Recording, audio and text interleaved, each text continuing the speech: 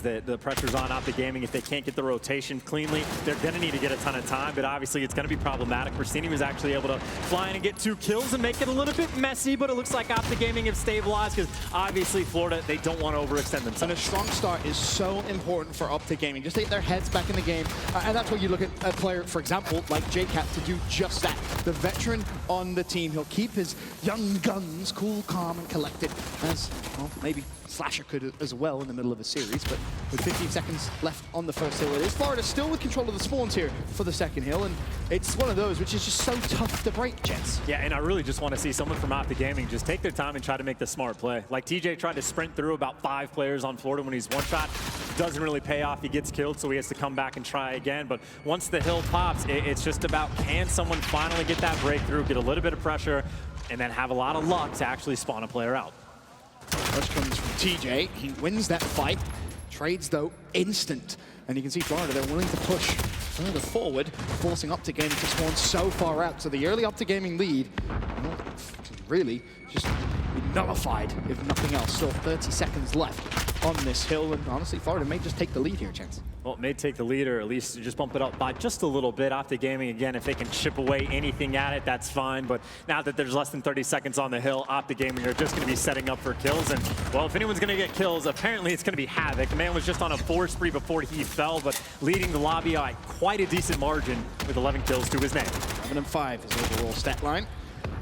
For OpTic Gaming, the concerning stat line for me is Slasher there, 2-5 start. We'll see if he can turn things around, as Florida have, of course, taken the lead. It'll be about a 12-point lead as we rotate over towards the third hill, but OpTic Gaming ready and waiting on that side of the map. You see Sky's just taking his sweet time. They're debating on trying to cut through mid or maybe go through L, but not a lot of map pressure at all for Florida. Havoc's going to be the lone man, but the lone man might actually just be enough. He gets through and at least chips away at some of this time from OpTic Gaming. Now Mox is actually able to flood in as well. OpTic Gaming now spawning all the way in the back, and that means Brasini, well, he can set up for some spawn kills. This is going to be so hard now to break. The smokes are out. TJ will not win that fight.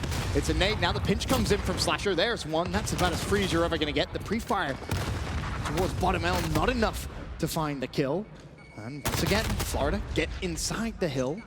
For how long, though, as the nade from Quavo goes out, that's not going to find the kill. And this is a really good hill by Florida as well. This is how Hackney plays a lot. It's whatever team wins the opening break normally gets a lot of that time. Whoever wins the P2 gets a lot of time, but doesn't win the rotation in P3, and it's just a back and forth, a seesaw, if you will. So the fact that Florida was able to be the first team to really break that mold, and now they've taken the lead after the third hill and win the rotation, potentially, these are the good moments. Well, OpTic actually spawned P1, which means the player inside the hill should know a pinch is coming in relatively quickly. Frosty will fall. It's JCap inside. He had to win that fight against Havoc to prolong his teammates to get inside the hill, which he's not able to do. TJ goes for a little bit of a parkour jump up top. Player didn't expect that. Havoc falls. However, Florida still with the advantage.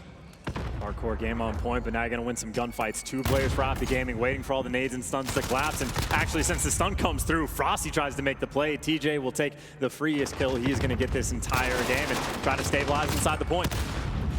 Frosty 2-9 so far, halfway through the fourth hill. TJ inside the hill defending. He knows that at some point OpTic's going to have to try and push through. His teammates have been able to do that. It's actually JCap who was leading the way before being shut down right there by Prestini. There's a quick glance at the rotation. Slasher OpTic Gaming to just buy a little bit of time. He finds one. Not going to find more as a little push comes through from Frosty for that scrap time. He finds his 3rd kill, but bear in mind, yes, his stats aren't great, but he does have 60 seconds of hill time to his name. I will say that was just a pretty poor rotation coming out from OpTic Gaming. They had a couple opportunities, but Florida just took one lane and bullied straight through. And, well, now they get the close spawn, so already a 30-point lead. And you got Skies up top, and he can be a slow player, but that's because when he gets to the power positions, he begins to shred. It's a 5 spree for him. He may find number 6, but unfortunately for him, the flank comes through. Dashy shuts him down. Havoc, though, flanking the flank. How quickly can OpTic Gaming react to that? Well, JCap not quick enough. TJ should know Havoc's there. Finally, the kill comes through. Dashy that shut him down. With still 20 seconds left on this hill. I mean, if it stays like this, Chance, we're going to have another nail-biting ending to a game in this series. If there is somehow a tie in this hard point, stop, I don't think stop. It's not Chance, possible. Stop it. Stop well, it. Actually, it is possible if the time runs out, but not very likely.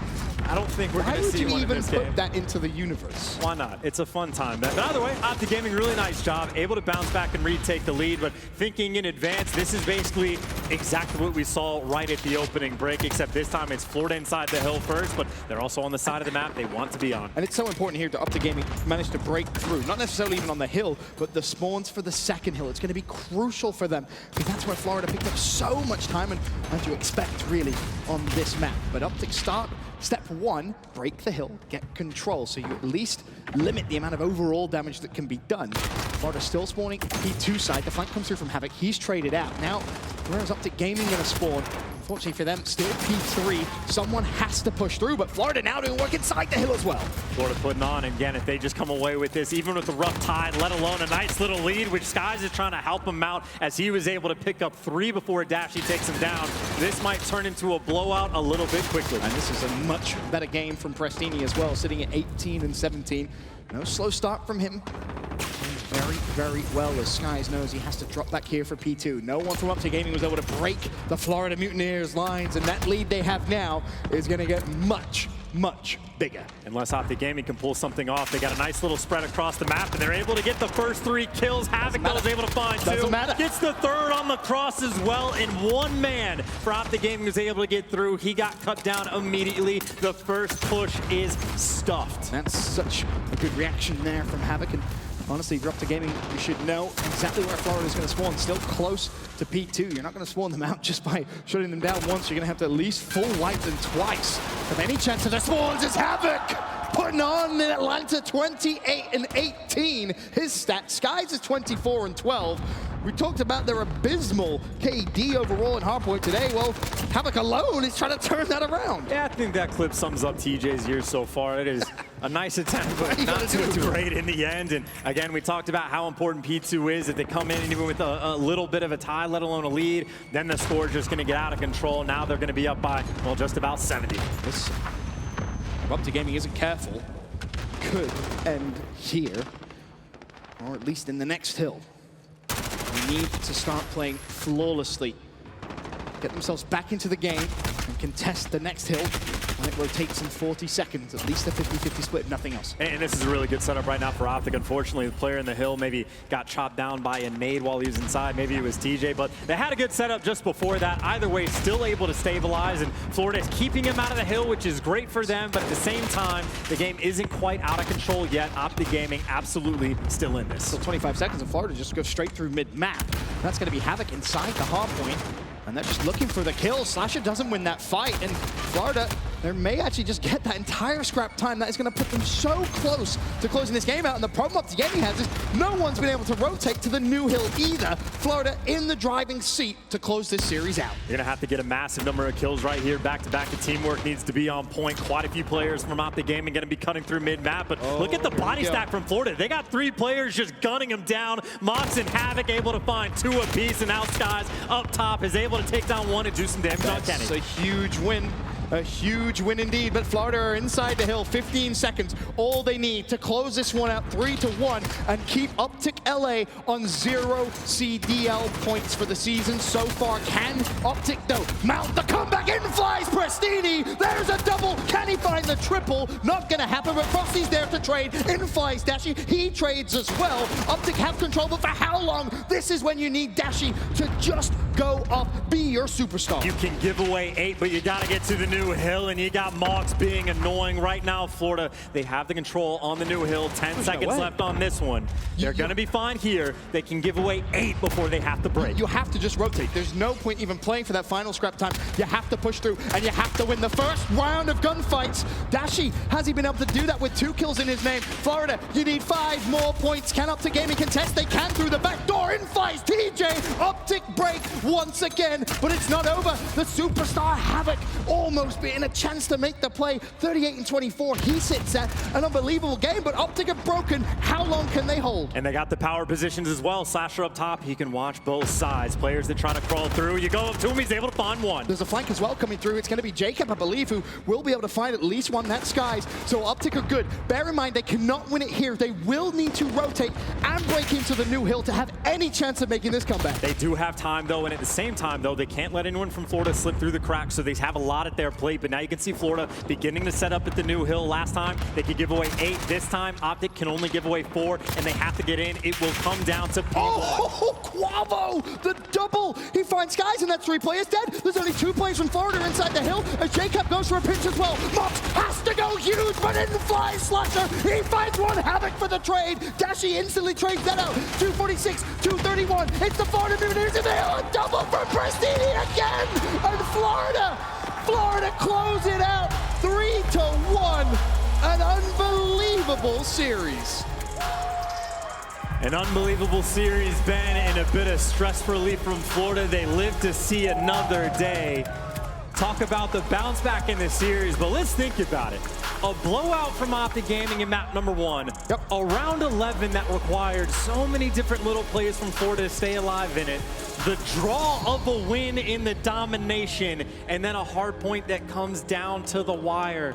Florida, their heart has to be racing after that one, but again, they will see Sunday. A huge win for them. We'll take a look at our scoreboard. I believe Dashi dropped 36 kills, 25 deaths, but it doesn't matter. Havoc 40 and 26, but honestly, the man making the plays at the end of that game was Prestini. That was 3 double kills in 3 hills, which essentially secure Florida that win. And there's just, I mean, there's so many kills towards the end. Like, it's one bullet from any number of these different players can give the opening, but they had the clutch, they took the time. I mean, they put themselves in such a good spot. You had 70 seconds left, like rotating into like a P3. Right. You're just in such a good spot. So at that point, it's credit to OpTic's even keeping it close, but that's a game Florida, there's just no way they lose.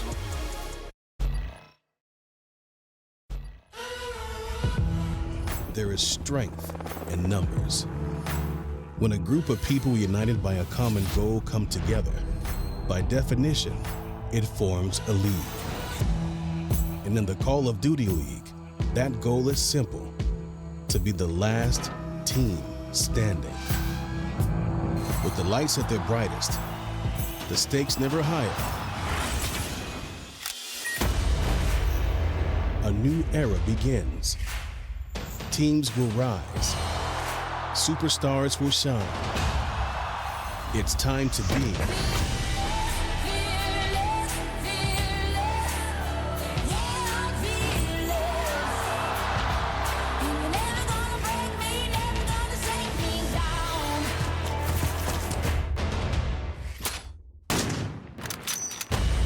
.12 teams must now answer the call and begin their quest. This is the Call of Duty League.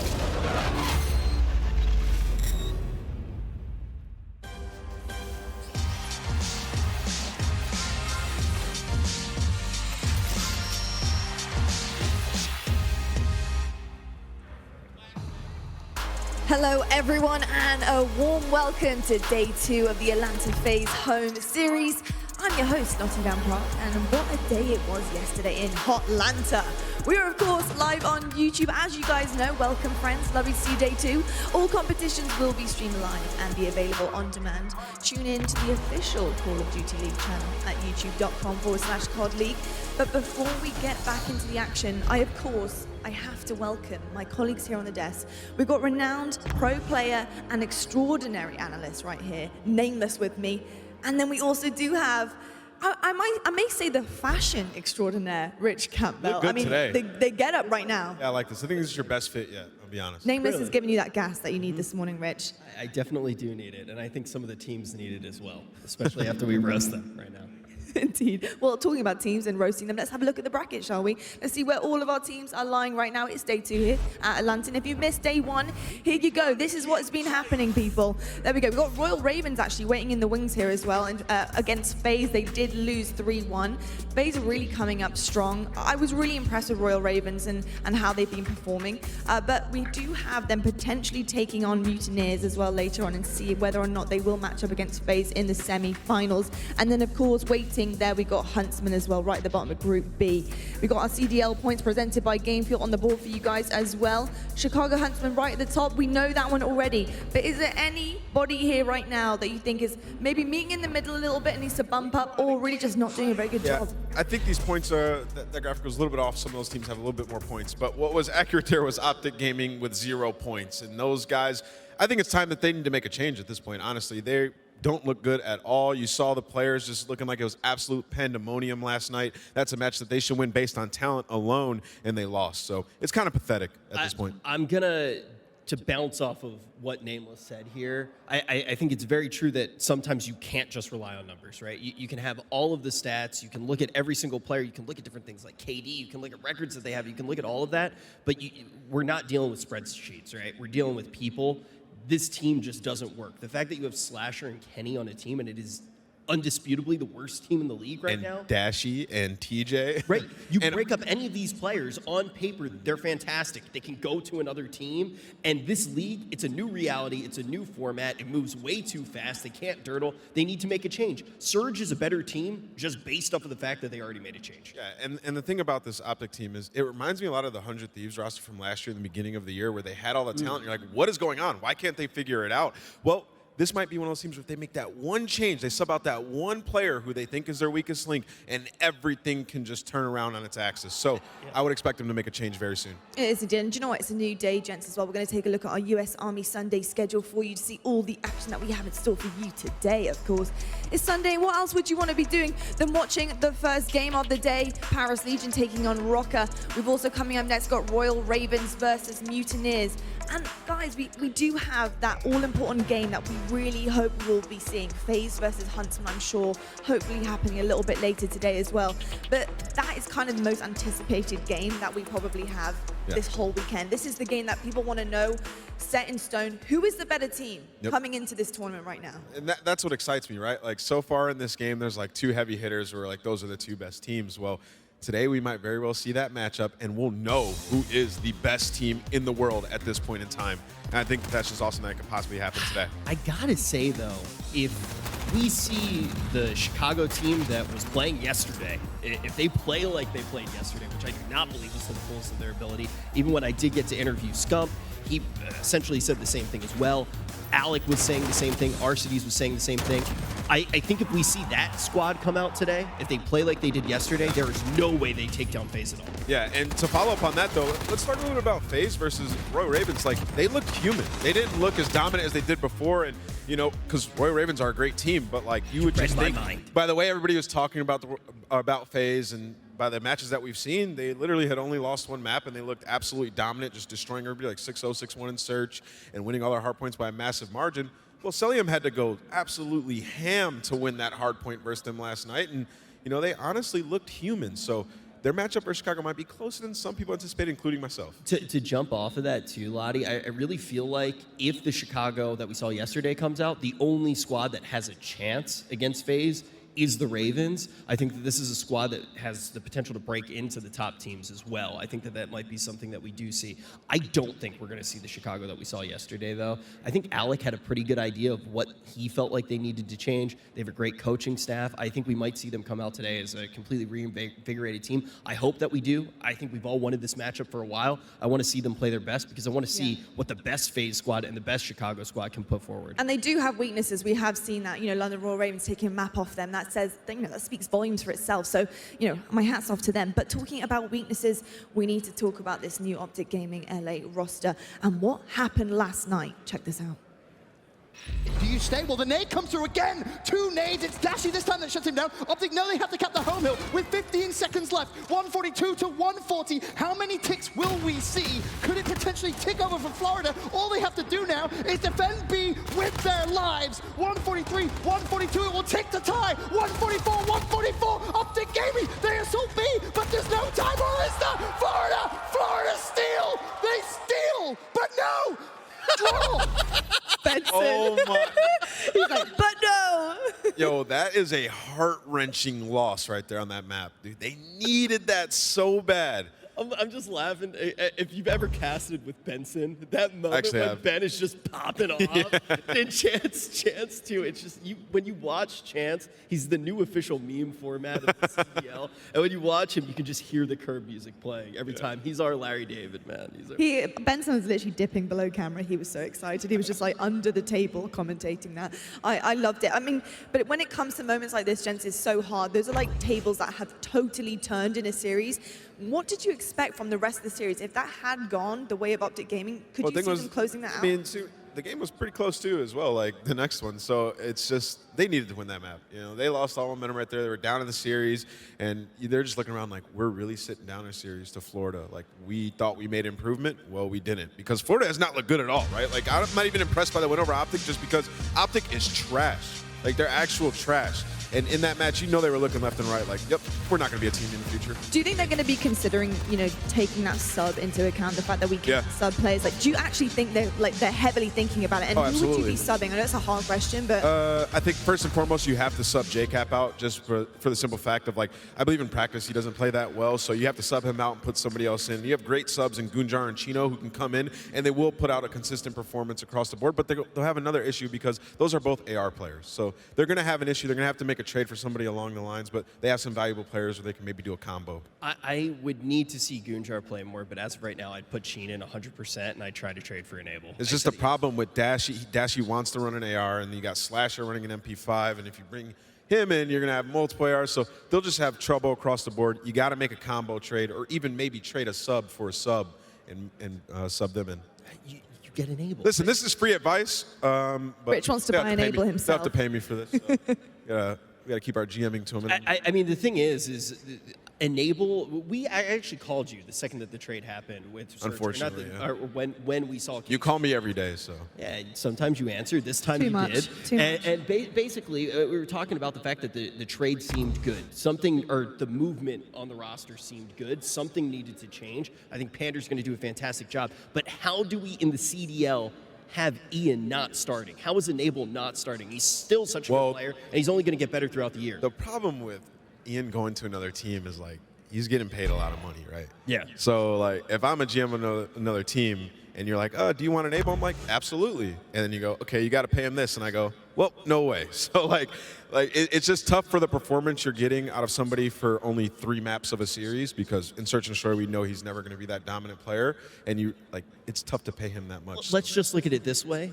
On the side of OpTic right now, it seems like they're lighting all of that salary money on fire, right? Because they're not getting any results. I think it's a worthwhile investment if you can find a way to get Enable. Yeah, but he's not going to change the team that much. I think that you just try to find somebody for a good price and put them in as a sub for cap. At the end of the day, you got to think about the compatibility of this team, and right now this chemistry is not working whatsoever. So they do need to make changes. Whatever those changes may be, I hope they come in full force, because this team really needs to step it up now and get some points on the board. Come on, guys. But we're going to talk, of course, about what's happening later today. That is the hype battle. I'm sure you know CDL are bringing the hype battles home with all of our different locations we're coming to. And of course, it's going to be here today. It's a Sunday thing. It's happening. Here we go. This is what's happening. 2v2 gunfight, people. We're going to be seeing it going down on this stage. Our desk is actually going to be splitting in 2. We're going to have to find a new home for a little while this happens.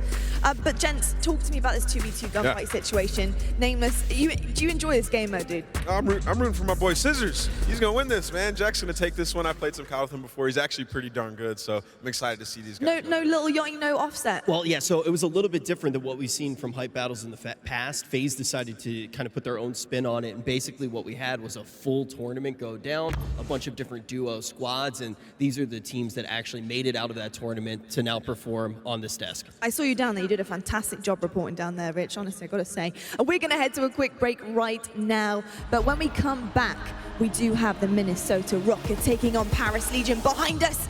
It is Sunday here at Atlanta. Don't go anywhere.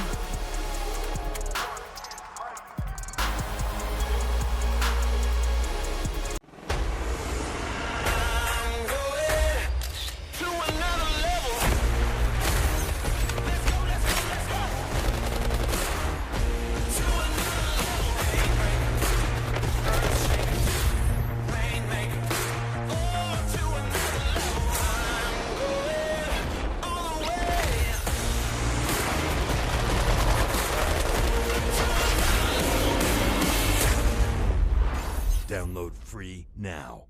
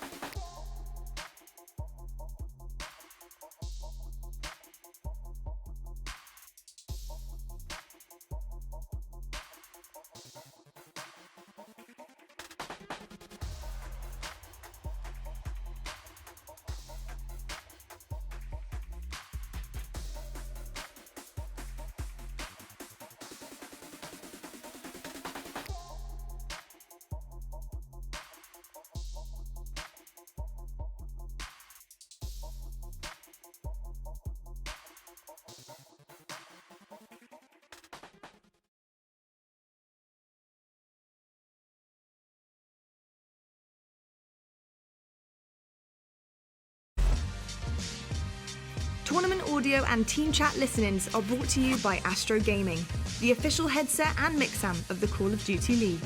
Join the Astro family and pre-order the CDL A40 TR headset and Pro Team speaker tags today at astrogaming.com. The US Army.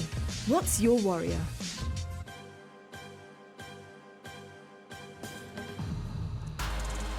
Well, hello there, Atlanta, and hello, YouTube. Welcome back to the Call of Duty League. We're still here on this desk, and we're teeing up for our first match of the day. It is Minnesota Røkkr taking on Paris Legion in just a moment. But we've got to talk about the all-important things here and what these teams need to do to try and seal the deal and get that dub on the stage. So, of course, there's the game fuel keys to victory.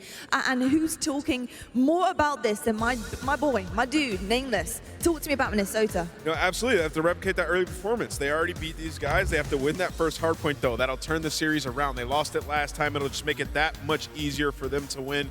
If you've been noticing, Alex has been performing on another level. I know we talk about GodRx because he is #1 Dom KD, #9 hardpoint KD. He's been slaying, but Alex has been frying as well. In that series, he was a menace on the map, and he was taking them out.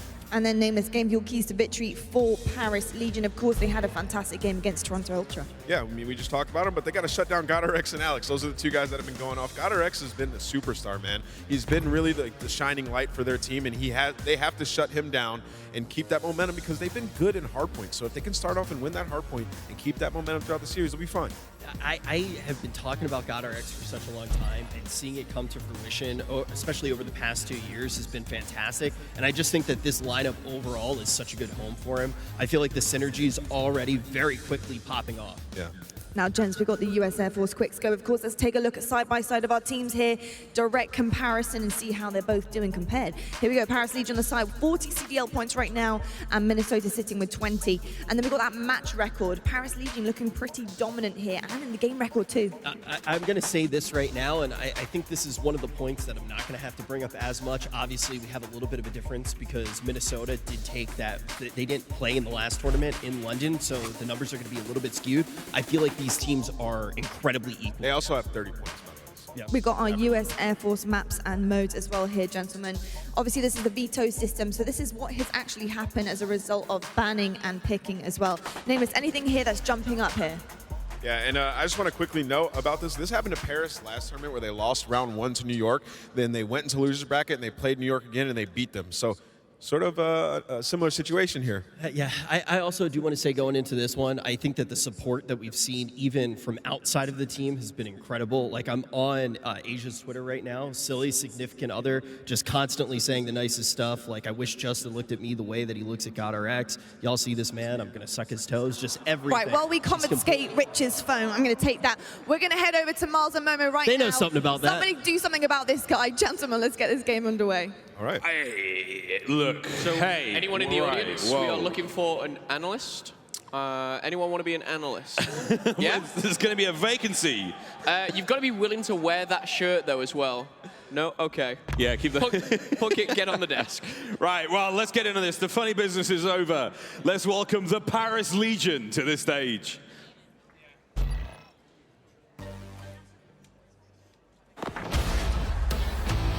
Shocks, cuts them in half. And what is that flick? The Legion come out on top. Zed with the cluster! It all comes down to this. That was as close to perfect as you're going to see in a round.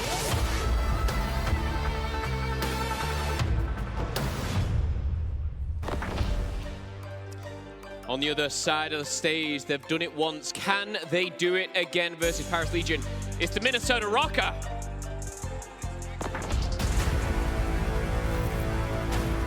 Assault, a clean 5-man wipe.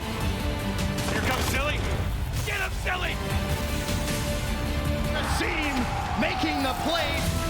Alex with the triple. He's the man of the moment, and he's not slowing down. It's all Minnesota in the kill feed. Røkkr goes huge. Are you kidding? The Røkkr are lighting it up.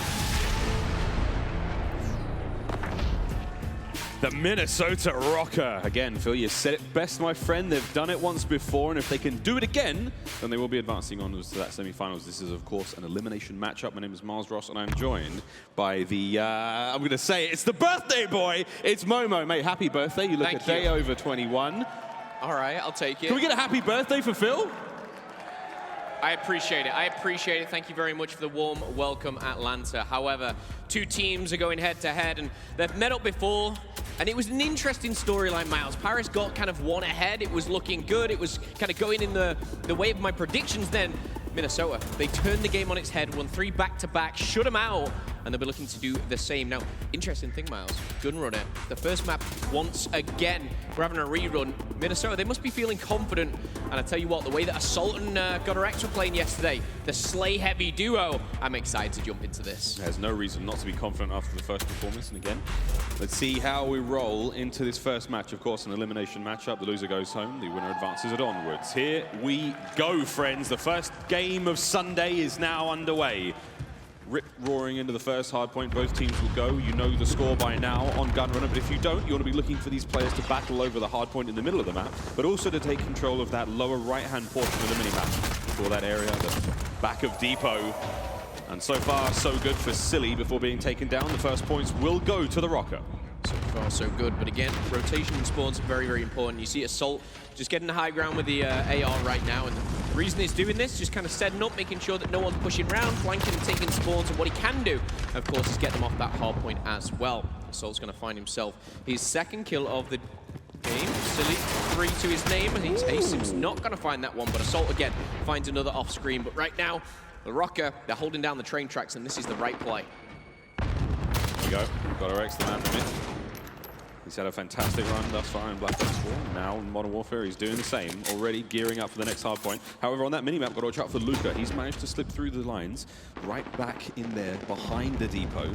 If he stays quiet, which he will be able to do, he's not running dead silence. However, he's running a trophy system, while his teammates are getting absolutely eviscerated on the front lines by GodRx. He does have the opportunity now. And I wonder, if the Røkkr are in a position to count, are they going to be aware of his position back here? GodRx, check your corners, brother.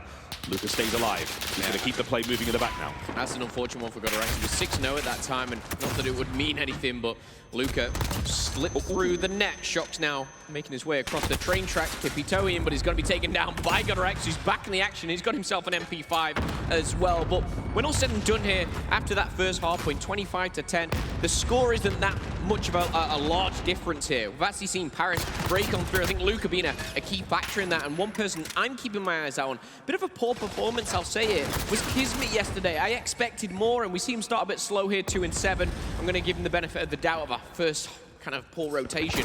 We'll see if he picks it up. Yeah, not a bad start here from Minnesota. Again, Paris, the advance was solid through train tracks. They don't get too much time here. They will get the final 8 seconds as we move on over now to the minecarts. Assault already in position, lined up. Kismet, we touched on him earlier. And Assault's given him a little bit more than just a touch with those M4 shots.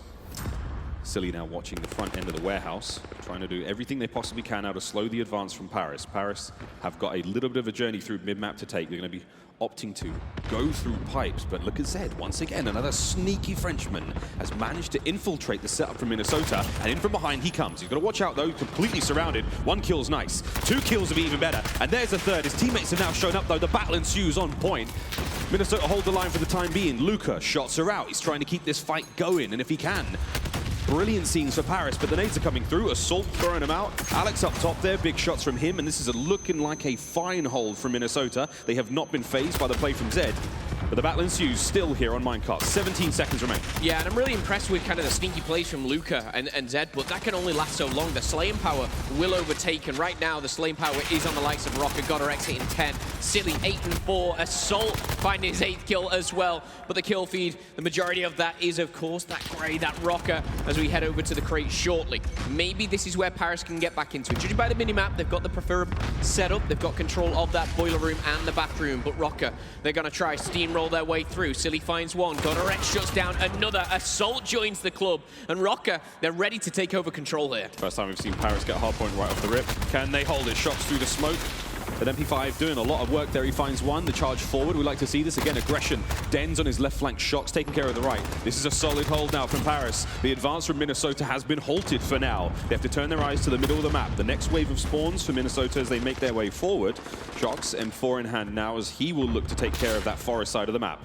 And one player that is going to rival the likes of GodRx and Assault is Dens. We've seen what he can do on hardpoint, put up some incredible numbers, and he's starting to heat up himself now.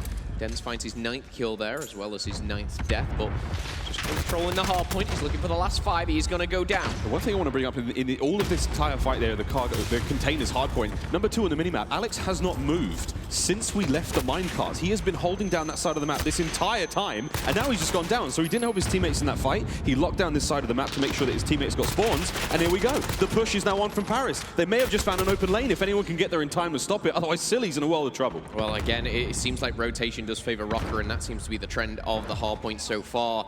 Silly will have a big question to answer for, but he's going to go down. Asim answers back with 2. Spawn slightly favoring Røkkr here, but as we see the Paris Legion flood through the mines, we are going to see them actually take over for a second, but not enough to take control of that hardpoint. Assault finding another big double there. Asim as well finding it, and we're going to see once more the slaying power come through. Look at the top left of your screen right now. Asim 18 and 9. We see Assault, Silly, GodRx all putting huge numbers on the board. They're simply out slaying Paris. They can't keep up. Kills department still going the way of the Røkkr. They're going to get the rest of this time here as well. Now setting up the middle, Assault already in.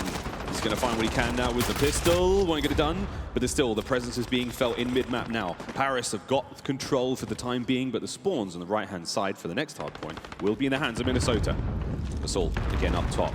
Power position on top of these containers. It's wonderful if you get those hit and run shots, but again, positioning for your teammates has got to be perfect, and Dens in from behind gets a quick trade, but he will be cleaned up there by Minnesota. They retain the right-hand side of the map. Last time they played this, obviously only yesterday, it was Dens and Shocks who really put a strong performance in. Shocks actually dropped to 1.2, dropping a 30 bomb here, but we're looking to replicate that. On the flip side of things, Minnesota, it was Alex and Asim, and Asim's having another fantastic game, currently at 18 and 12, but 150 to 77 right now, nearly doubling the score at Paris Legion. It's looking a little one-sided and very different than what we saw yesterday. Yeah, this is a big scoreline, very difficult to come back from. Gunrunner, though, it's possible to do so. There's a lot of many kills, a lot of time to do. Still a bit of work here. 5 seconds remain. We're going to get the first hard point time. It's going to go the way of Paris. The rotation's down away. Luca was through the front door before being taken down. Assault from behind. He gets caught. Zed may be able to flush these players out the back. 2 members of Minnesota now on the hard point, gearing up for the assault from the Paris Legion. As they make their way in through the front of the map now, GodRx is trying to catch these reinforcements, but they will slip by. If he times this right, he won't. There's going to be a lot of Paris players now on the point for the push, and Silly's going to have to do everything he can. He can't. Luca goes in on him, takes care of the kills, and this is a good-looking hold now from Paris. They have to keep the pressure up. They've got to keep Alex off the point and identify the flood of reinforcements. Yeah, this was a really good breach here from Paris, and again, I didn't expect it to seem that easy for them, but this is maybe what they needed. Reload a scene, you need more bullets, and here it is. Luca straight down and straight out on that respawn as well. We saw a good break from Paris, but Minnesota, they do just that same as well. 175 nearly, and counting all the way up, and playing a mental game, maybe breach that 200 shortly. We see Paris not even find triple digits yet, but a +5 for Asim. Alex, 20 and 16, every single player positive for Minnesota Røkkr. And honestly, this is where they play their best. It's just when they're simply outslaying the opposing team. Yeah, a lot of kills on the board again for Minnesota. Early rotation goes down for Paris. They will have control of the minecart early on. Dens, long lines of sight, making it work. The spawns in the back, though, go the way of Minnesota. Dens will have to contend now with the push. Silly's going to cut him down. Alex finds Zed as well. Asim goes down, leaving Shocks, the lone member on the hard point for now. Luca trying to watch the reinforcements flooding through mid-map. Catches Alex, but Alex too quick on the trigger. Brilliant work from him. That's his 5th kill in a row. But the hard point has once again changed hands. Minnesota, it's just like daylight robbery, man. They walk in, they take what's rightfully theirs, and they rack up the time. There's your 200 points. Yeah, and there's 25 points still to play for here. This is a very, very bad position for Paris Legion. And this was even worse for them as GodRx is getting on a spree now. 5 kills to his name. GodRx, of course, Mr. Do-It-All with the MP5, finds his 2nd. won't find his third as Zed shuts him down there by the minecarts. But as Alex tries to firmly just cement this last 5 seconds, he's going to find another kill. Utilize, oh, okay, cheeky grenade there. Just tickles the top of the roof there. But it's not going to matter as the point's heavily favoring Minnesota Røkkr. And once again, Paris have gone over to cargo containers very, very quickly. They're going to have the first hold on it, but it's the break from Minnesota. They're going to look to punch through this one fast, flip those players out, and take control of the hard point. They can potentially win it here if they get in there a little bit faster, but we see how they go. Shox up top. We saw Paris find success here before. This is what you're looking for. Shox is unfortunately tagging his teammates, but the pinch comes in from Minnesota. Now the hard point in the hands of the Røkkr. Luka making his way in from behind. Can he get these players off? No, that's unfortunate. Not necessarily an intentional team kill, and that's gonna punish them in a big way. Asim, Alex just lighting up the board. Alex with another 5 spree. He's just been unstoppable so far at 29 and 17. This could well be it. The writing's on the wall early on here in map number 1, and Paris have not shown up. 12 points is all they need. We are going to see a rotation, but look at that. Asim again with a triple. Assault finds a double. It has been kills aplenty for Røkkr, and I tell you what, I've seen that watch party. They're going to be going crazy. I know it's early, but it's good to see if you're a Minnesota fan. 248 to 132, a convincing victory if they can just find another 2 points, but they're not able to break in just yet. The great mode of hardpoint is anything can happen. Crazier things have happened, but Paris, they need to play perfectly here. One's going to go down. Røkkr just trying to anchor those spawns. Asim pinching in, but it's not going to happen just yet. Wait for the timing. He can make the push right through the front. Here comes Alex. He finds the first. That's it. Paris have got to get back on the point quickly. Alex gets taken down. Assault in from behind now. The hip fire works out there with the M4, and that's going to be it. The play in from behind, the timing, the patience, the skill. Minnesota Røkkr take map 1. You know I'm a big stat person. I look at the numbers a lot. The reason why the numbers are the way they are, Kismet was one of my top 5 players from, ironically, Minnesota. However, when we saw that game there, I talked about it going into it. He didn't have the best of days yesterday. He certainly isn't kicking it off today as a good day either. 12 and 34. He's kind of that superstar, that slayer. Even Luka, 14 and 27. But across the board at the top left, Asim with a +7. We see Alex +11, 5 for Assault, and Silly making it look easy here as well. 28 and 19. Godrex 28 and 17. Someone do the math for me. Add all those up. Let me know. Send me a tweet because that was disgusting. Absolutely disgusting. Godrex will have the scuff play of the game. An absolute animal by all rights, cutting off these reinforcements. I mean, we could go all game long with these brilliant plays he was having throughout the map, cutting off reinforcements, racking up hardpoint time, and again, watching the kill feed as well. It was just all Minnesota, and at the same time, every other time we caught a clip, we were checking out, you know, Alex on a 5 spree, Alex on a 5 spree, Alex on a 5 spree. Absolutely disgusting stuff. Brilliant, brilliant work nonetheless. There's something so visually appealing as well when it's Asim, Alex, and Assault. Just all those A's. It's like the battery coming in. But so far, so good for these guys in Minnesota. And they start strong here. Yesterday, they went 1-0 down, and they came back into this. Now they go into this search and destroy with a lead. It must feel good. It must feel fantastic. And in Paris, their search and destroy was something to behold yesterday. It was a little rocky at times, but there were some standout plays, some very, very clutch moments. Here are some highlights from yesterday in their match against Toronto. Again, it could not have been better at times. This was a fantastic 3v2 situation. Den's on the right-hand side of the flank, catches 2 players pushing through. Luka wins his individual gunfight. I mean, that is a round for the ages. And this was the round 11 finish that, again, sealed them the win against Toronto. And it's so interesting because these teams, both Paris, Minnesota, Toronto, they've all had moments of brilliance in the first kind of couple of weeks of the CDL. And I'm excited to see which players can kind of keep that up. Again, I'm very impressed with the assault rifles in Minnesota. Silly, the unsung hero, I think he started really fresh on that map as well. So we'll keep our eyes out on all 10 players in the lobby. I want to see a little bit more from Kismet. He can be a fantastic search and destroy player as well.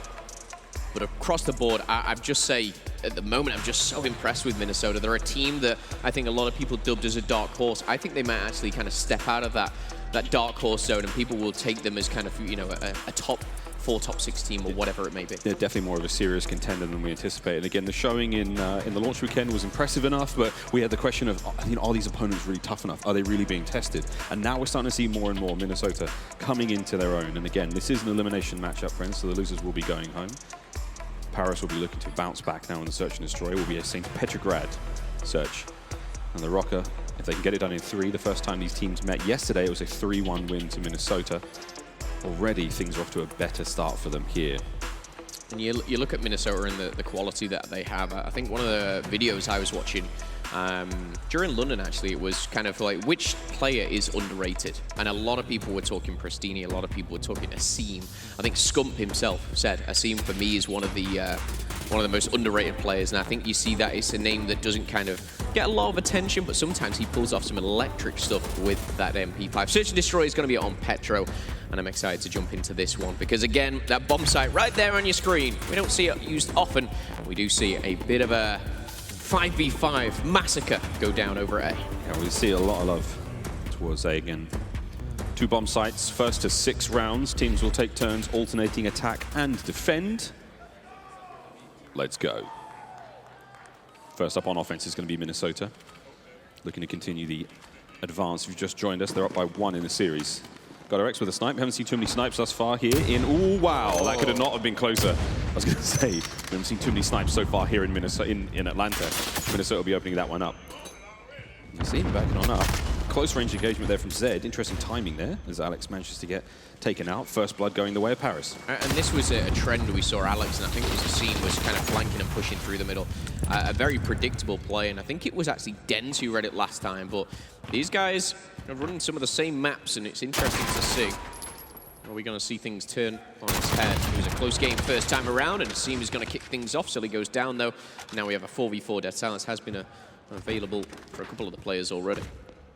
Saw Paris after doing Dead Silence in a 3-man push the first time these teams met, but things are very different now. Kismet just waiting on the other side of the door. There's the pop! Oh, that's unfortunate. Seeing lightning reflexes. Finds himself his 2nd kill of the round. Nice little overview as Asim, we talked about him. He's going to go for that bomb plant, 25 seconds.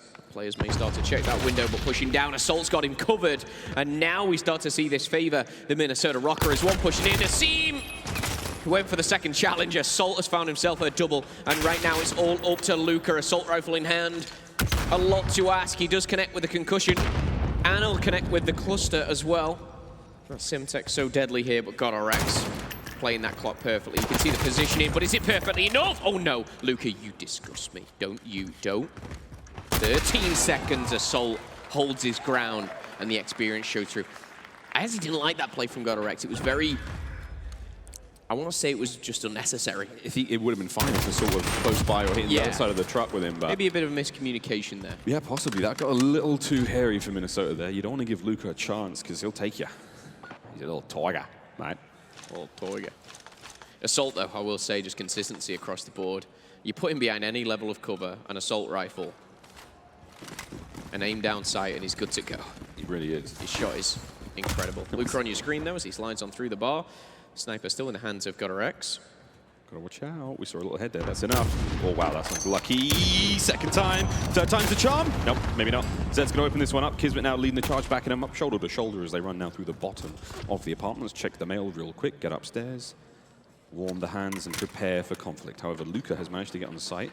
Bomb now armed. This is what you'd like to see for Paris, taking control of the site. Got to watch those entrances now as the retake from Minnesota is on. Yeah, a nice little push here from Assault. It was on the flank. Den's actually read that. I think you might have heard him. Silly does find one to level it up a little bit, but still 2v4 with 30 seconds. It is not easy. The smoke may help just cover the site here as Silly slides around and miraculously still alive. GodRx has to pull something out the bag. The sniper's not been connected, and the pistol will not either. Quick refresh for you guys. Minnesota took this one 6-3, same map, same mode. And it was the 2nd of the 5 in the series. It's all tied up right now as Kismet, as I believe is first on the board. Does what he can. And again, it's interesting to see Kismet go straight back to the line pro in front of the door. The last time he did that, Asim absolutely wrecked him. I'd be a little hesitant to do that, but maybe he knew GodRx was on the other side. It was like, he's going to have a pistol. What's the worst that he could do? What's the worst he could do? He could no-scope your brother. That'd have been ideal. Here we go into round number 3. Assault making his way now with bomb in hand for Asim. The sniper has gone away for GodRx this round. And I like that play. It hasn't been connecting, it hasn't been working, and he's going to try something else. We know how deadly he can be with just an AR. Smokes down. Gives him a little bit of cover. Kismet trying to find a bit of movement in that cover. Asim always first in. Yep. That entry player is a hard role to play, but he plays it so well. He's very agile, very quick, and quick thinking as well, which I think is so important. Assault's going to go down. I mean, that's great news for Røkkr to get that kill there. I mean, Paris are heavily outnumbered here by the B site, or the A site, excuse me. more towards B, where Paris was looking their defense, and it started to heat up, but that kill's going to really help things so far. Mainly site control down low is going to be the hands of Minnesota. Zed's going to charge through with Dead Silence, a little bit eager. Too many players are on point. It's going to level up to a 4v4. Oh no, unfortunate stuff for Alex there as he team kills, and then he goes down to follow.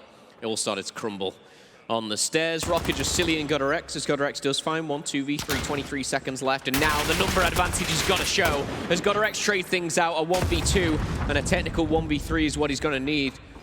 With only 13 bullets in the chamber and only 13 seconds left on the clock. Last alive, and I love the way Paris are playing this. Get the high ground.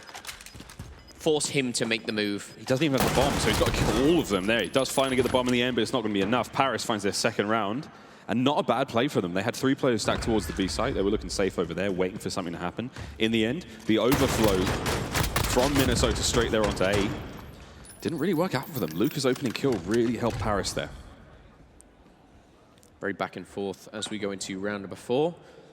And again, kind of no one standing out, no one lagging behind here, everyone playing the part. Interesting that that sniper came out early, didn't come up to anything, but we see that be put away. We'll keep our eyes out, see if it comes out again, but we've got the 3 assault rifles set up for Paris and just the 2 for Minnesota. I'm hesitant to say that we'll see no more snipes this round. GodorX again, a very confident sniper, very confident. And talking about that B hit, now we're going to be seeing it from Paris. Luka, as he makes his way through mid-map, escorting Zed there down low with the bomb. Assault's going to make the read though, and that's enough to just stop him in his tracks, push him back. Have to be very careful though. The players coming out of the A site are able to run through those trams and find those angles on those players. And now with 2 members of Paris Legion already down, tying things up now. Minnesota also have 2 players down. And again, we saw this kind of push from Paris yesterday, and because of obviously the time limit change of 2 minutes to 90 seconds, these pushes on Bs didn't work out for them, and they soon went back to A. And by that time, it all fell apart.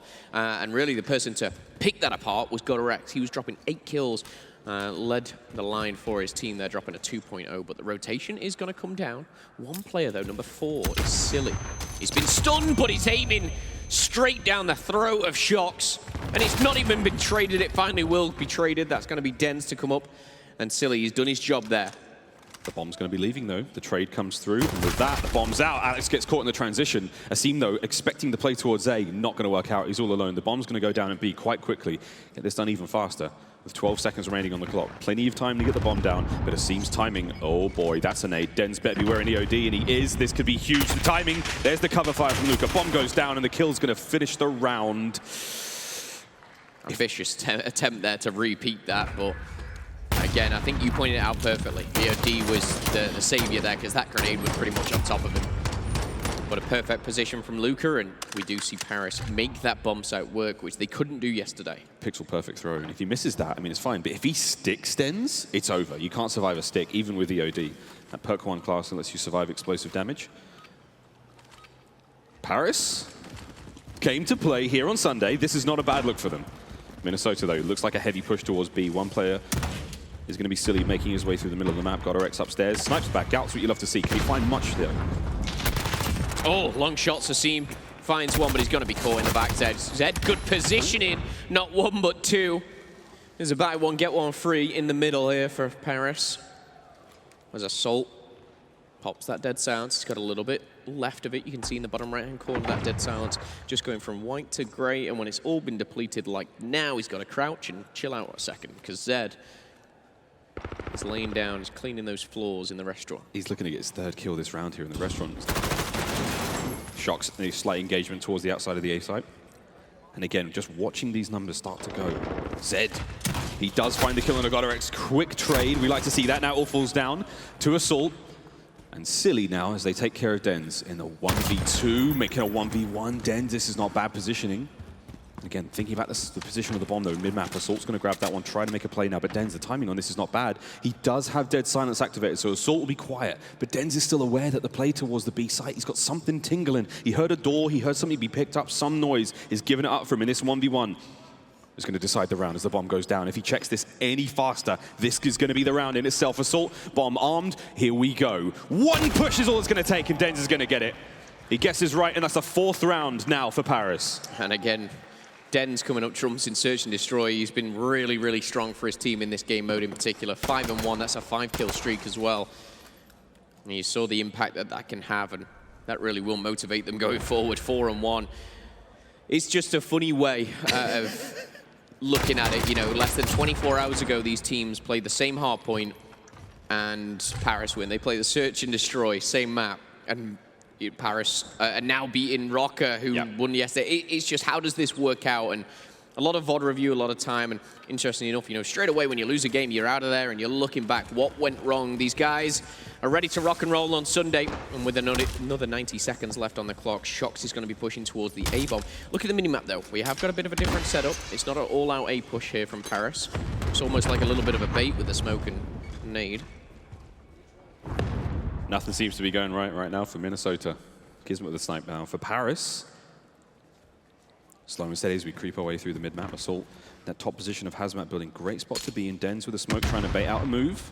It's got to smell something's up. Nice shot, but not enough. GodorX finds the first kill. Luka now, quick trade back. Somehow managed to get away with his life, but Assault's going to trade that one out immediately. We like to see that as Minnesota keep the man advantage right now. Shox desperately trying to get into the site. Good timing. Silly good shots, though. What a kill that was. Almost finding the second now. Asim. He's going to make this look real good for Minnesota. 4v1. Kismet's all alone. Unfortunate positioning for Kismet. He's trying to find a weapon, and he's got that. The first job, not the second, though. Nice shots coming through the MP5. Very, very powerful weapon. You're going to see this on the kill cam as well. A little jump shot from Silly. Silly was great that round as well. I think he found 2, maybe 3. But his first kill was incredible. And late game heroics, the push there onto A from Shox looked all good, man. And then Silly does what Silly does. I want to say Silly Willy, but I won't. You just did. What? Here we go. An offensive round for Minnesota. After a round like that from Silly again, that's a confidence booster, if anything. What will Paris do on the defense? One player looks to be heading towards B through mid, but there's going to be a 4-man stack onto the A site. Ow. Concussions, car explosions. Got to make sure you stay away from all that. Here we go. There's the push. Another stun comes through. I think the play is up. The jig is up. Luka's trying to hit the wrap now. If he can time this well, he can catch Assault in an interesting position and maybe be able to allow his teammates to push onto the site more comfortably, not have to worry about the flank anymore. There we go. Asim's in. He misses the shot, so Dens finds the kills. With that, Asim manages to get Shox, but it looks a little too late, though. It's now a 3v2. Assault is somewhat on an island out by blue, and Asim's on his own here by the bomb site. Zed is tucked away. The flash of Zed there shows the dead silence, and Luka lays a like with the M4, and we're going to see Paris pick up another round. Just one more, and they'll be tying up the series here. They, of course, lost the hard point if he did miss it. One thing I will say, Paris started so strong with the first blood. The first 3 rounds, it was back-to-back-to-back first bloods for them. Minnesota started to answer back, but it just shows the importance of these first bloods. You know, getting that first one on the board. And Paris, as we go into round number 8, double digits for Luka here. Again, Luka was a play which I pointed out in the hardpoint was a very poor performance. I think it was nearly double negative. Not today on Search and Destroy as he puts a 2.0 on the board. Can he improve on that? We'll see here in round number 8. We're going to get a heavy stack towards A for Paris. 3 members of Minnesota there on the A site for the defense. Luka trying to find that opening. You know Silly's in there. He has been all game long, and he's just there, like right behind the door. The shots are going to give it away. He could maybe make the play through the window, and Nade's going to help. Trying to force Silly out. Great timing. Does find the kill. His teammates have taken care of upstairs, so now he knows he can move in without feeling pressure. Concussions coming through, and again, the site has now been overwhelmed by Paris. Can they find the player in the corner? No, Alex is going to get one. As Luka still stays firm. 50 seconds left on the clock. The shots are there. Big kill from almost from Dens. Luka's going to get the trade. Dens and Luka now in the 2v2. There is one player on the flank. It's going to be number 3, sorry, who's Assault. He's just hanging around blue. So Minnesota are split up, and I was talking first bloods there. It was the first 3 rounds went to Røkkr, to Paris. Since then, every single round goes to Røkkr and Assault. In, out, and making it a little easier for him. As Luka now has the bomb. 20 seconds. This is a big play. He's no dead silence. He's making noise, and when you make noise, Assault, he cranks up that headset and he goes, I know where you are. He cranked the mix amp. He's got a good call there from Alex. He was like, he's definitely below me. I can hear him thumping around. He picked up the bomb and he made a run for it. It's not a bad call. You know, if he does have dead silence, that play works out. Yeah, it's just unfortunate. And again, good comms there from Minnesota. 5-3. We're still on map point for Paris.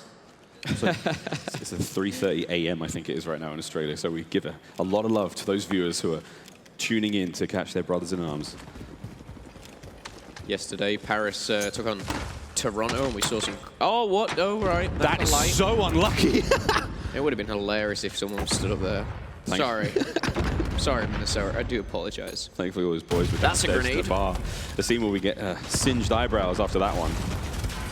Shox is on the front line here. That is a real tough position to be in. You can get overwhelmed by a couple of players. He's going to back on up. Kismet, I mean, this is a little bit of a dither and a bit of a teetering on the edge of thinking the play is going to happen. This is the patience that Paris need to have in these situations. Tagged up, Kismet. Back on up, my friend. If Minnesota can get them, you know, feeling a little bit shaky, there's ants in the pants of Paris right now. This is where you don't want to get blooded. That's what's going to happen. I think the tags came in. Densmay just cleaned up, but an assist either side for them for sure. 2 kills on the board already for Paris. Silly answers back and makes it a little even here, but not fully. Oh, shot through the door. As he breaches, clears, and Shox shuts him down. 25 seconds, Røkkr finds another. It's all up to Røkkr with 21 bullets. He's certainly got enough. He's been playing well so far, but he needs to go absolutely massive for his team right now. The bomb is out. He needs to pick up the kills. The time is ticking. Surely not. He's ran straight past him. Paris Legion tie the series up with a 6-3 victory. Ironically, the exact score that Minnesota beat them yesterday on this map. That's going to be the series tied up 1-1. Patience pays off for Paris. They take the tactical advantage with the first bloods, and after that, it just becomes the waiting game. They managed to run that one home. Neither team really making a huge dent, but Røkkr, 13-6. You love to see that.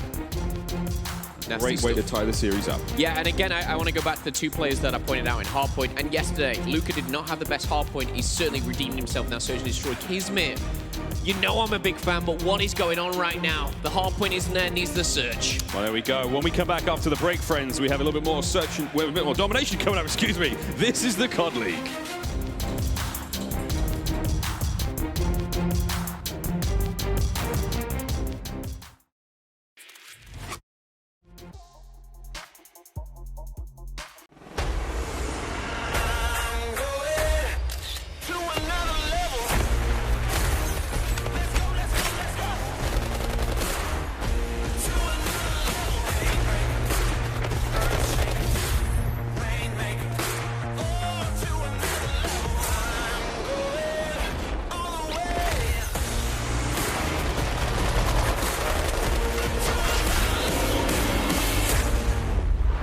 Download free now.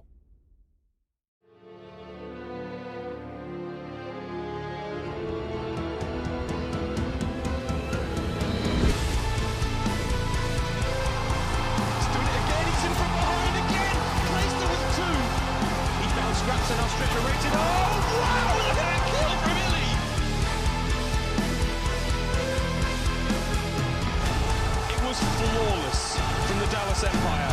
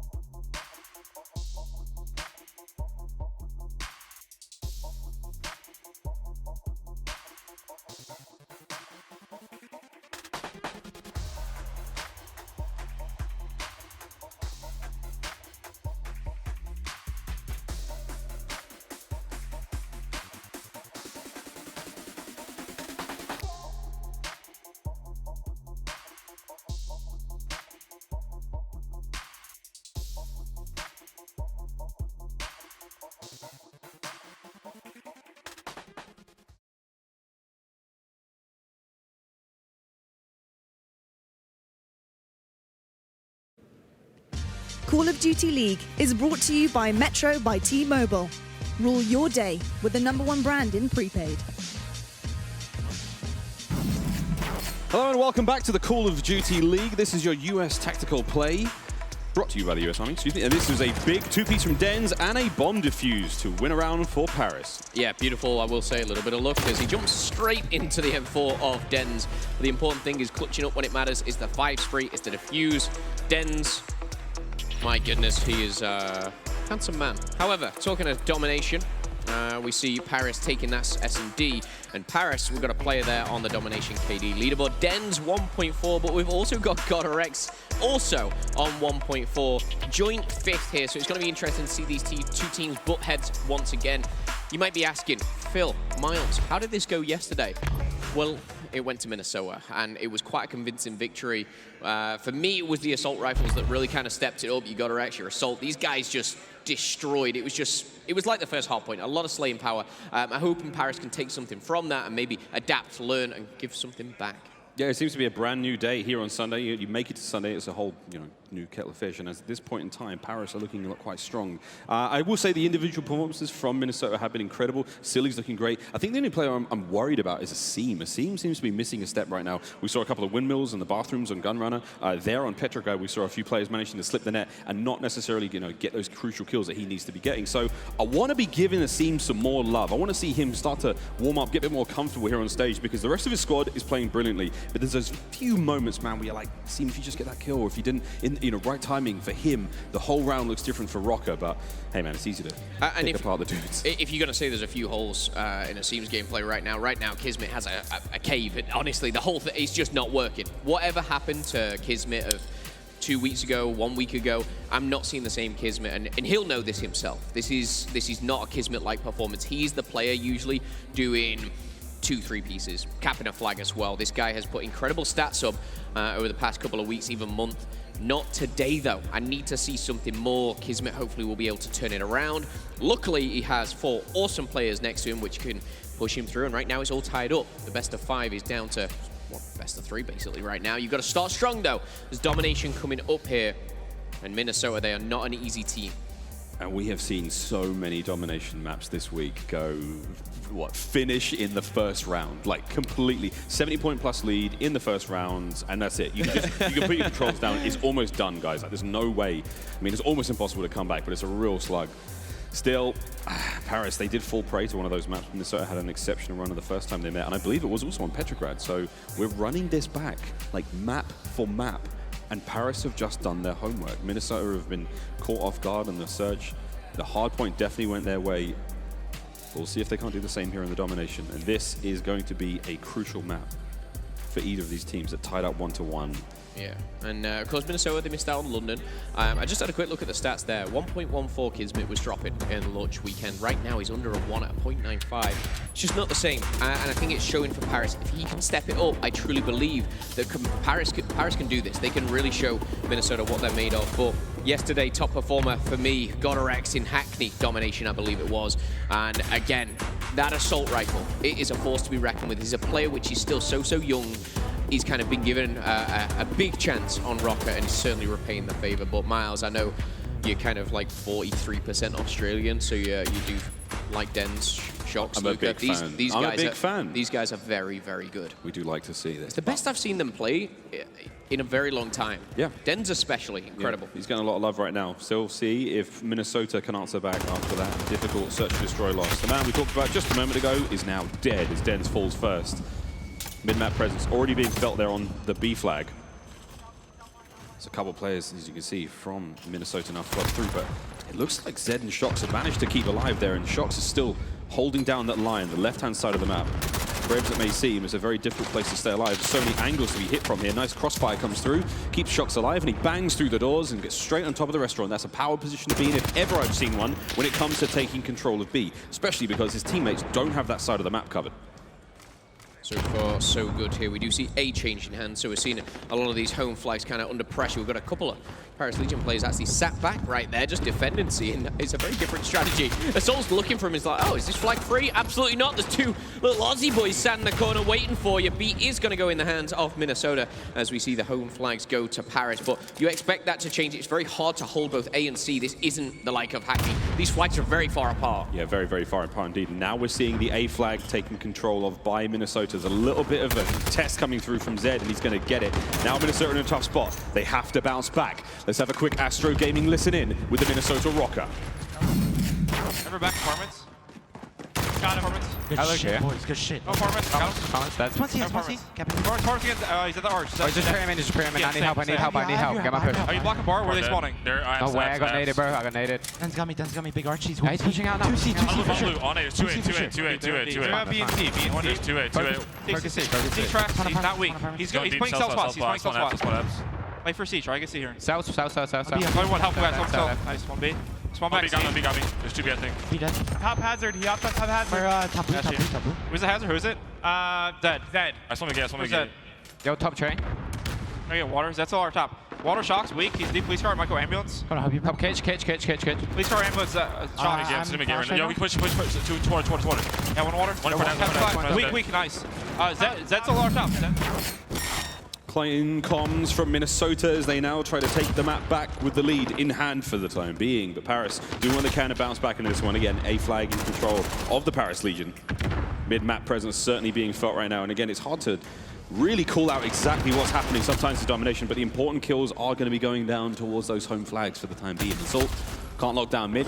Zed helps out. Den's there in the kill, and we are going to be seeing a bit of a push towards C for Paris. They're trying to take care of the home flag for Minnesota. Try to get them into a difficult position, slow down the point acclamation, because in the middle map, the B flag, it's so hard to grab. That was an awkward gunfight. There you go. Great Twins at one. It's so hard to control that B flag. It's so difficult on Petrograd. There's windows everywhere. You really have to do what you can to keep the opposing team on their side of the map by their home flag. And then if you're feeling brave and ballsy, you go and grab that one, neutralize it, catch them off spawn. But again, difficult to do this one. Takes a lot of coordination, takes a lot of teamwork. It's just so hard to do that. It really is. I was going to say the exact same point. There's so many windows, doors. It's not even just one level. These can be above you, behind you. And Shox is trying to do something. You see how close B is to changing hands, but Røkkr jump on it. Decap that one. Shox finds a nice two-piece. Can he find a third in the window? No. Assault denies that one once more. And we are going to see Minnesota hold on to that B flag for now.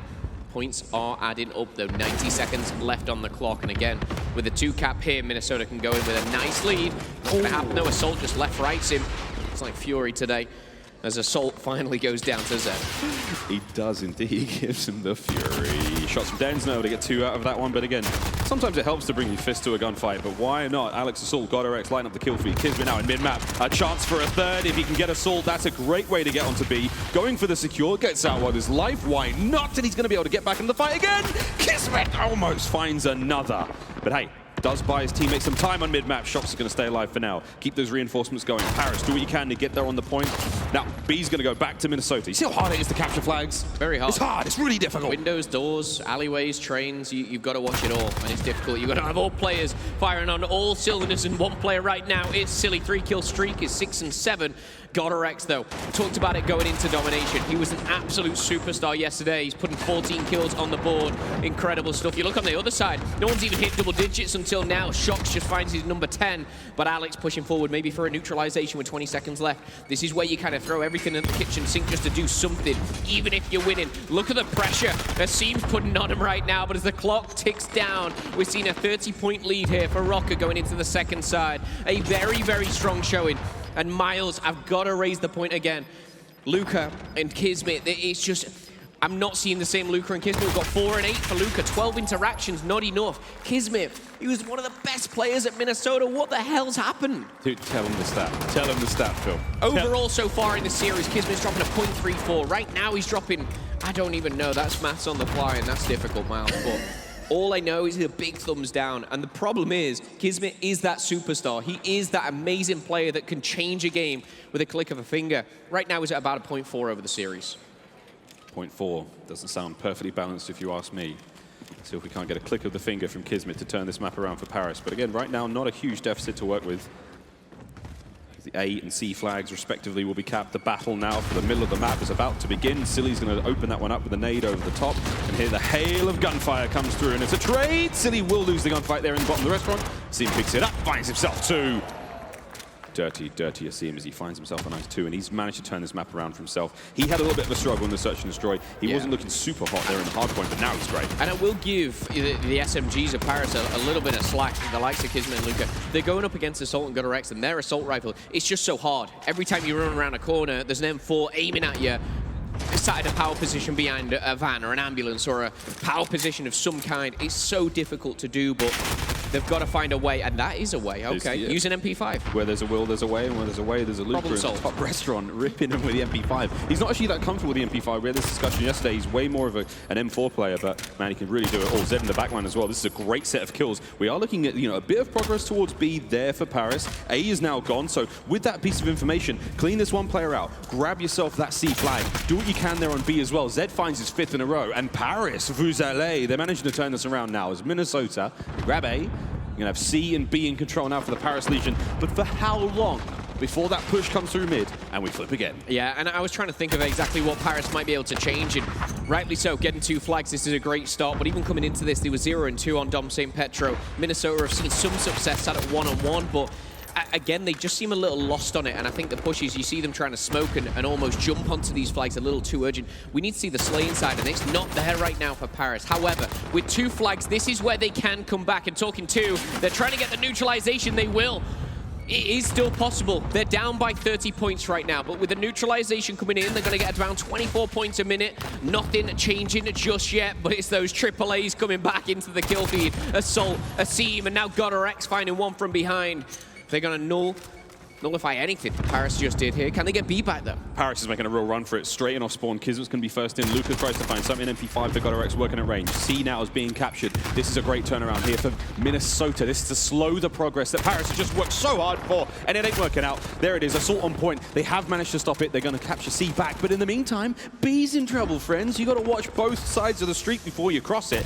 So far, Minnesota, they took a little bit of a pounding at 116 to 96, but Paris, that was a nice climb. They have to do it again, though. Nice from Kismet there.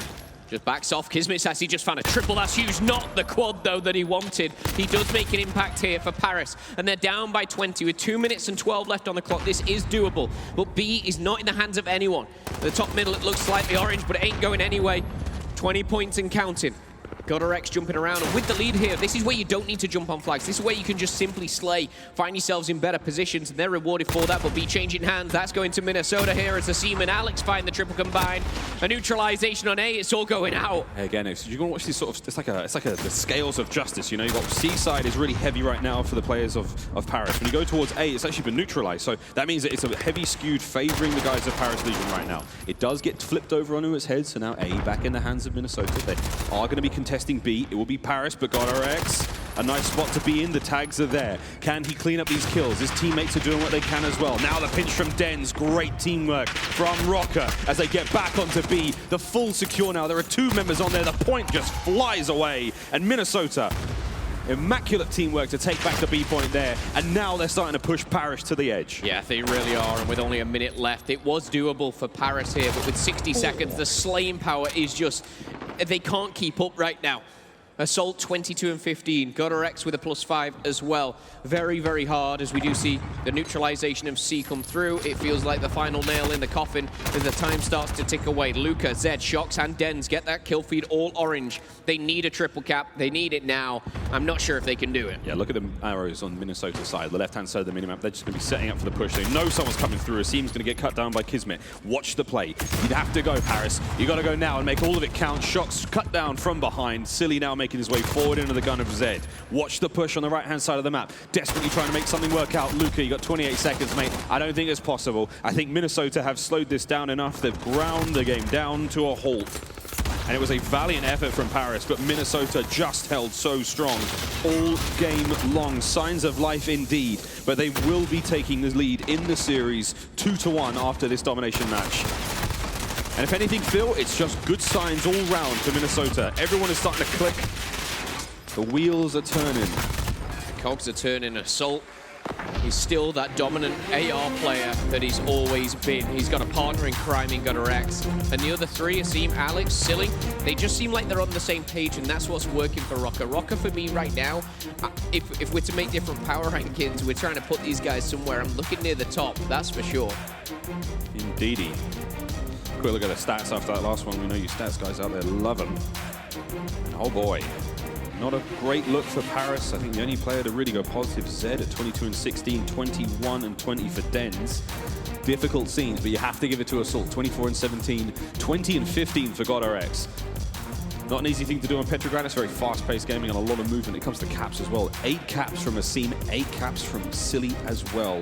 Here's a quick recap from Silly in that last game. Brilliant work from him, giving Minnesota the lead here in the series. Yeah, Silly had a nice little triple here up top as well, and sometimes Silly starts to surprise a lot of players. He seems like an objective player, and you kind of got to have that player on your team, but when he starts putting kills up on the board as well, it's very hard to keep up. He's a very fast and aggressive player at times, but for me, he's one of the players that can really just, I was going to say deal the damage. Now I feel silly. No, he's dealing the damage. This is, of course, the Damage Don't Leaderboard brought to you by PlayStation, and look at that. Silly, 3,533 damage in the first hardpoint game. And again, look at the rest of his squad as well. GodRx putting up the numbers. You suck. I got what, like 20? I can't do maths. A little bit more damage than you, but Alex right there with him. I think the trend and what we should really look at is the fact that all three, the top 3 were Minnesota, and it was just a simple outslaying. Yeah, it was. I mean, the kills are getting the bills done here. That was certainly something that we saw Minnesota do very, very well. Paris, we touched on Kismet. Was a 0.34 in the first 2 maps? The first map 0.43. 0.43? Yeah. I was close. And he's got to step that up. In this, as you said, standout player in Minnesota, standout player for his team in London as well. Has to turn the ship around, mate. So as it currently stands, he's on a 0.41 over the series. He's neg 40 over 3 maps. Don't get me wrong, Miles. A great hardpoint now, if he goes plus 30 in this hardpoint and then goes 10-0 in the final S&D, it's all good. That's a lot. It's quite a lot. 30-0, 10-0, simple. Easy. I have faith. I also have faith. Paris are an electric team to watch. I mean, they've turned heads since the start of the league, and they're continuing to do so. But what a matchup this is already for them as Minnesota. Looking to just close this one out. Looking to put the Australians to bed. So send Paris home. Being an SMG, really looking to turn it around. What map are we going to? Cave. Who are you going to be going up against? Assault on every car, cliff, and barrel that he can find. Every perfect piece of cover that just benefits an assault rifle player. You love to see it. If any of you guys play the playlist and manage to run into Assault, believe me, you will know. Oh, you'll know. You'll want to throw your controller out the window. Won't be walking straight for a week. Here we go into map number 4. Can Paris turn this around? This is match point for Minnesota. One more map's all they need, and they can advance onwards. But this is going to be a major turnaround for Paris, desperately trying to force the Game 5. Here we go. Yeah, and obviously the domination was different. We played Hackney yesterday. We played Petro today. We had to play this in map 4. It was 250 to 206. It was Minnesota who took the win there, and this is how they closed out the series. Are they going to do it again? We'll have to wait and see as we jump into the game. The town center, as they call it, in the middle. Not much of a town center, if you ask me. About 45 seconds left to go. And again, this is where I feel we have seen incredible stuff from Paris. The likes of Dens on this map, Shox, Røkkr, the Australian trio that is, they seem to work very, very well, especially in kind of the first couple of rotations towards this cave. They're trying to hold this down right now. They're not overextending. They're not pushing, trying to get too many points. They're thinking a couple steps ahead, and rightly so. Now, I'm interested to see what Paris do here with the preferable spawns. They're going to be spawning with the right-hand side of the map to their back. That's where they'll be set up for the next hard point. Let's have a quick Astro Gaming listen in with the Paris Legion. Boxes, cave dead. Get my pack. Yeah, they could. Yeah, I'm pushing them out. I'm playing for. Let's go, kids. Someone get front. I'm trying to get front. Got him. Hey, two front. Need help front. Coming. Come on. Got me front. I'm one shot. He's on the gen. Gen, one shot. I don't see anything, Cave. I'm here with you, Zach. It could be middle, Zach. Here. Three mid. Yeah, middle. Can you jump on it or not? You got through already. I can try. I got 2. One more. Close sweet. Big rock, I think. Big rock. I'm watching you boxes, yeah? Watch 20 cave. Push out white you. Go Røkkr. I'm going to get on your stairs. Watch your left side, rocks. Two rocks, guys. Two rocks. Left side cave. I'm trying to watch your middle, Dens. Side blue, I'm one shot. Fuck. One mid. No, I died off time. Alright, some go right if you can. They might hit this, yeah. Fuck up the nade. Yeah, two. Got one. One boxes. I'm dead. Can't see boxes. Alright, stay down. That's a good 20. Stay down. That's a good 20. Yeah, and one hit me. Big rock and boxes. Okay, wait. Alright, one's boxes. Big rock boxes, yeah? On the truck, Silly. Silly's on the truck, close on the truck. Yeah, dead. Sim boxes still. One's rug, guys, one's rug. Okay. I get through the smoke. He shoot me through the smoke. I don't know where he is. Yeah, I'm just aiming. I'm not so far. I'm waiting. Get ropes.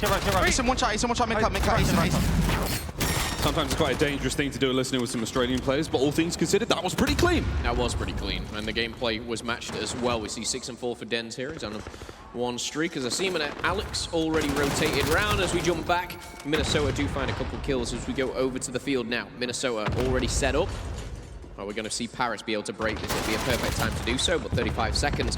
And at this point, one thing I will say is going into the next one into Cave, you've got to rotate early. You can see at the very top side of the minimap, number 8, it's actually Dens already thinking about that. He just doesn't want to even get involved. And I get why, but you're sending in 4v5 when it's going down at the field and it's not in their favors. 15 seconds, and this is where you need to be getting into the Cave. Well, this is not a bad look already for Paris. They're actually got 1 player left on the point to get the kill, and it's not going to be an easy one. It's a scene, but Dens, it's all quiet in the Cave, but here comes the remainder of Minnesota, those boots thumping through that big open space. Silly now versus Røkkr on the charge, so he's going to win the first one.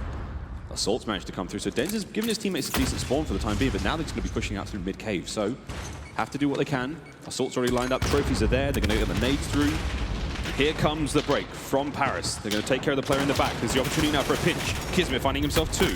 Hasn't gone down yet. He finds his 3rd kill on the push now. 40 seconds remain on the hard point. The sooner they get on that, the better. GodRx goes down. There's a couple of cheeky boys coming through the doggy door, and that's it. Killing spree 5 now for Kismet. What a break that was. It worked out. Well, 0-0 right now. Kismet's found 11 kills, and he's on a 6-kill streak right now, so he's feeling comfortable, and he's actually going to get some time on the board here. 25 seconds. The rotation is going down. It's almost like a race to the next one. Smokes are going as well. You've got to get yourself towards that broken building. We know what the spawns are like, and I tell you what, Dens, he loves to get right at the back, and he's going to be in his comfort zone right now. Alex, though, in a great position now to find a bit more. He gets 1 before being traded up by Dens. Dens with a 2nd. That's 3 kills in the back already. Silly through the smoke. Someone's going to get lucky here. Wasn't Silly. Paris starts to light up the kill feed. The lead will change hands as Dens sitting atop his ivory tower there at the back of the map. The cliff path is now open. 60 seconds of sweet points for one of these teams, should they be able to make the contest. Minnesota now, 2 players through the path, 1 through Cave, 1 coming through the underpass, but they are being held back by the lineup of the Paris Legion. 40 seconds left. They're going right round the back. Dens, like you said, he's just so comfortable up here, and we'll see him maybe called into action. But he's got the cover, he's got his window, and he's firing on all cylinders right now. Silly lying down. I like this play. He's got an assault rifle. All shots were missed, and he's going to be punished for that. Zed will go down. Kismet is turning this game right around. He's taking his teammates down as well as the opponent here. 114-82 with 20 seconds left. This has been a strong hold from Paris. We've seen a different game from some of the players as well. Kismet, I've got to give credit to for not only 12 kills, but he's got a minute and 12 on the hard point as well. He's feeling himself right now. Strong stuff for Minnesota on the break, but a little bit too late. Assault looking for his 5th kill in a row here. Won't be getting it. Zed finds himself 2. Right back we go to the middle. Town center. And again, the spawn's currently sitting in favor of the Minnesota Røkkr. Again, on that right-hand side of the map. It will be a cave side spawn for them. It's exactly what they're looking for. Paris will be spawning right here by that sort of broken wall, by the chickens. Not where they want to be. And they will be now making their way forward through the hard point. 1 kill at a time, and Kismet is doing what he can to get himself back into this one. 15-11. It's not quite the numbers you put up earlier, Phil, to get himself from a positive KD over the series. But he's trying, mate. He's really trying. 1 step at a time, and I tell you what, grand scheme of things, he's 2-1 down in the series. You win the next 2 maps, and it doesn't matter what you dropped here. He's making a change, and it's working for him. That's what you love to see. Smokes galore going down here at the town center. 20 points still to play for. But the difference here is when we first started this map, Paris were gifted that spawn.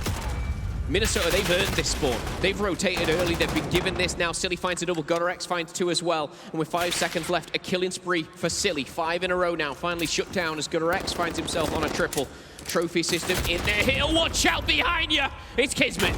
That was such a crucial kill, and a seam now holding down Ruggs. This is brilliant stuff. Minnesota looking to take the lead back with this hard point. Assault lined up again, as happy as Larry right now. That perfect long line of sight as the members of Paris Legion have got to just sort of shuffle down the cave. The smoke's going to help. Alex covering his left-hand flank with the MP5. He finds 1. A quick rotate now as he's just getting to where the fight is. GodRx his whole time. A 5 spree for him, but again, racking up hard point time. This is starting to look wonderful for Minnesota. Keep this up. Make sure they maintain the pressure, and they're going to be looking to take that lead back. Oh, sorry, they're taking the lead, excuse me. But run that lead all the way home. Now we have to look for his Assault, heading towards the next hard point. Røkkr being very sneaky, though. Tippy toe. What? Cheeky. Giving them dead sounds, and he's going to be caught up, and just find 1 before going down. 160 to 124 here, as we do see a little bit of a lead over by the field now. This is where we've got to see Paris jump back into it. Cave is a map where you can go very much back and forth, but you lose a couple hard points in a row, and it could be curtains for you. And talking to curtains, loser of this goes home. Not what you want. You want another win, stay in the game. 10 CDL points to your name. A nice shot there coming in from Silly onto Zed. But we're over by the field now. And Røkkr, they're trying to break on in. It's Silly. Silly found the kill on the player in the back. He's found the player on the kill. He's found the player on top of the hard point now. So Silly is basically doing this alone as his teammates are trying to push through mid. He finally goes down as the late game heroics from Silly have done what he can. But it's all over now as Assault taken clean care of there by a nice grenade from Den. Silly now back in off spawn. Straight onto the point he goes. MP5's up. Not able to get it done. Good time from Paris at this point. Yeah, and again, it was Den's last time who rotated early. This time it's Røkkr. Same corner, same place. Paris, they want to lock down this cave, and I think they're actually going to get a better chance at it this time around. They are down by around 25 points, but with the positioning of Røkkr and Den's, the assault rifles, you talked about it, Røkkr, a lot of people kind of look at him as that MP5 player. Very comfortable with the M4. He seems like he's more comfortable, as we do see. Den's at the back, stopping anyone on the flank and jumping down that well. But he's going to have to help his teammates. Two have gone down in the cave. Yeah, right through the front. There's two players on the pinch at the back, but again, the spawn's far left-hand side of the map. That's where Paris is going to be. Røkkr, M4 gets put to work as the shot's coming through. Kismet doing what he can as well. Røkkr, once again, a great spot to be in. Could he find the third? Asim, he knows he's in that corner, but he has to find something with his teammates. The squad is now backing off. Spawn trophies are up. This is what you want to see. But again, there's two main angles to be watching from. The door in the front and then the tables to the left-hand side. And this has worked out so far for Paris. Covering fire has been exceptional from Dens in the back line as Minnesota unable to break through the front. They are looking towards the next hard point. Well, Dens was pretty solid on this next rotation, but it looks like we're going to see Minnesota get there first. Dens has found two on the hard point and is going to soak up the last 15 seconds. Paris will take the lead, but Minnesota have the positioning for the next hard point. Alex is going to answer back onto Shox, answered back by Røkkr. Kismet is already there. Can he be the difference maker that they need? He's lying down behind the sandbags. Good night, Asim. But the spawns, Assault's already in position by the top of the broken house. Godorex is going to be backing him up now. You can see that perfect line of sight he has on the whole hard point. Godorex moves in, easy peasy, lemon squeezy. The shots are coming through from Assault. He's got to keep these players back.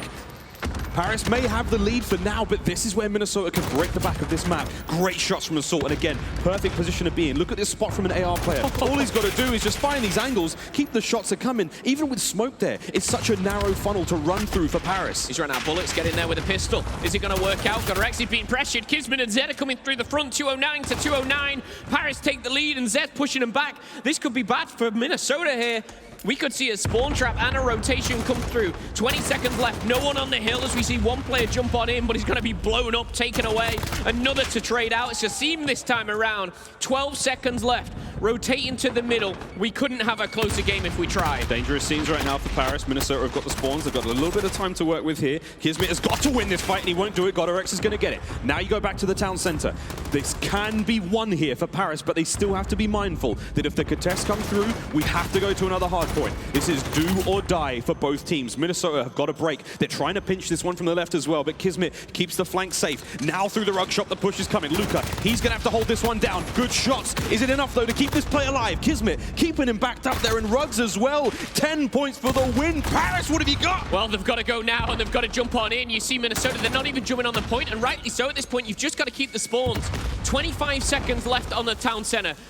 The smokes are out, the stuns are in the back pocket, a grenade's in the top hand of Asim as well. He just took himself away there. Assault actually is going to get taken down, and still they only need 9 points, but no one's on the hard point. They've got to challenge this. Godorex goes down on Cobble, and we're going to see it go down with only 4 points needed. Paris, the contest comes in from Alex. Alex gets taken out. Trade's going down. It's not done yet. 3 seconds. We're going to see the next rotation. Look at number 7. Zed's already there. Zed's got it. Zed's jumping in, and Zed's got a club up clutch for Paris.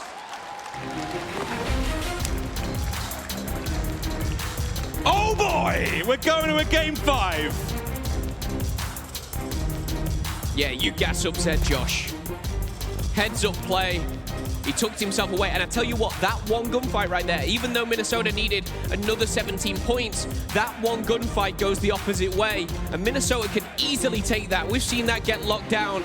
I will say it was a much better game from individuals on Paris, but that is a frustrating loss. We see Kismet certainly rising up there. 26 kills, second most on his team there. Much better on the interactions and rewarded. This is so different than how we saw it played out yesterday. But yesterday we didn't see it Game 5 maps. It ended here on Game 4 as Cave. This is uncharted terrain for both these teams as we go into a Game 5. And again, we called this to be a great matchup. It did not deliver yesterday, but today it certainly is. When we come back after the break, the exciting conclusion to this series. It's Search and Destroy here at the Call of Duty League.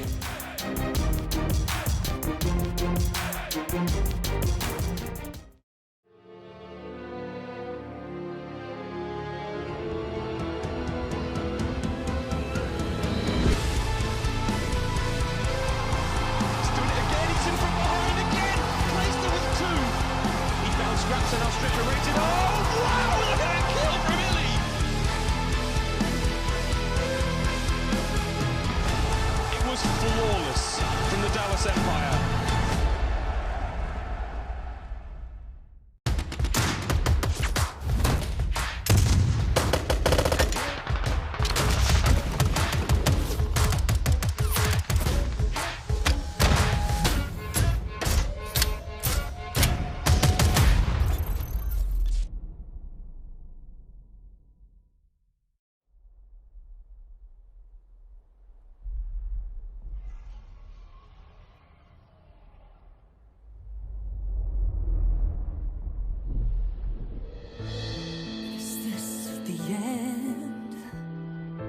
Our heroes can't fly. They fall like shooting stars. Will anyone survive?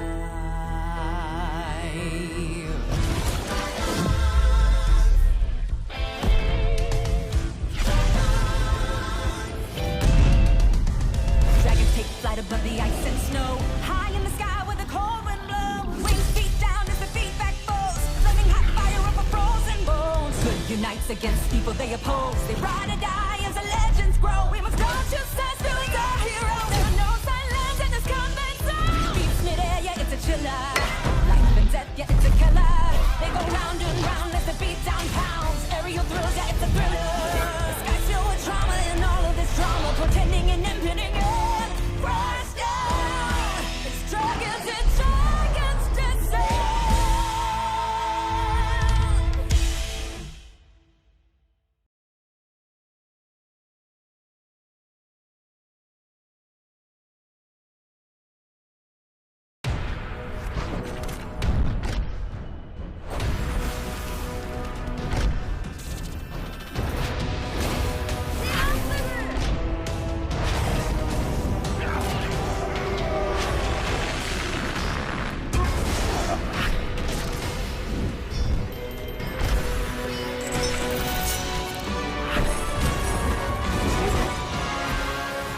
Legend of Soul Guard. Download now.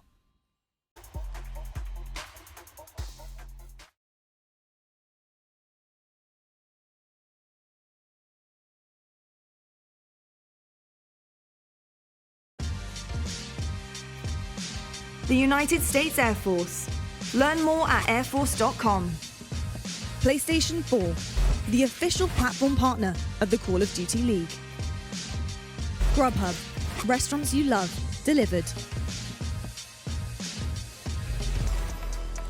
Welcome back to the Call of Duty League. We are in Game 5 of the Paris Legion versus Minnesota Røkkr. If you've just missed this series, it's an absolute treat. We know you're watching on YouTube, so why don't you scroll back and have a look at the dying moments of those last two maps. It's been so exciting. Here we go, though. The winner of this match will advance onwards to play the Huntsmen in the semi-finals. The loser will be going home. Now, friends, it is time for Search and Destroy on Gunrunner. And again, to Australia, it's getting real early. I'm sure the sun's coming up, the birds are chirping, but again, we thank you for your support. It is going to be a fun one, Phil. What a series this has been, my friend. I mean, so far so good. Yesterday, this game was played exactly like this. We saw it go 4 maps. We saw Røkkr take it. We're going to a 5th. We're going to see something different here that we haven't seen already.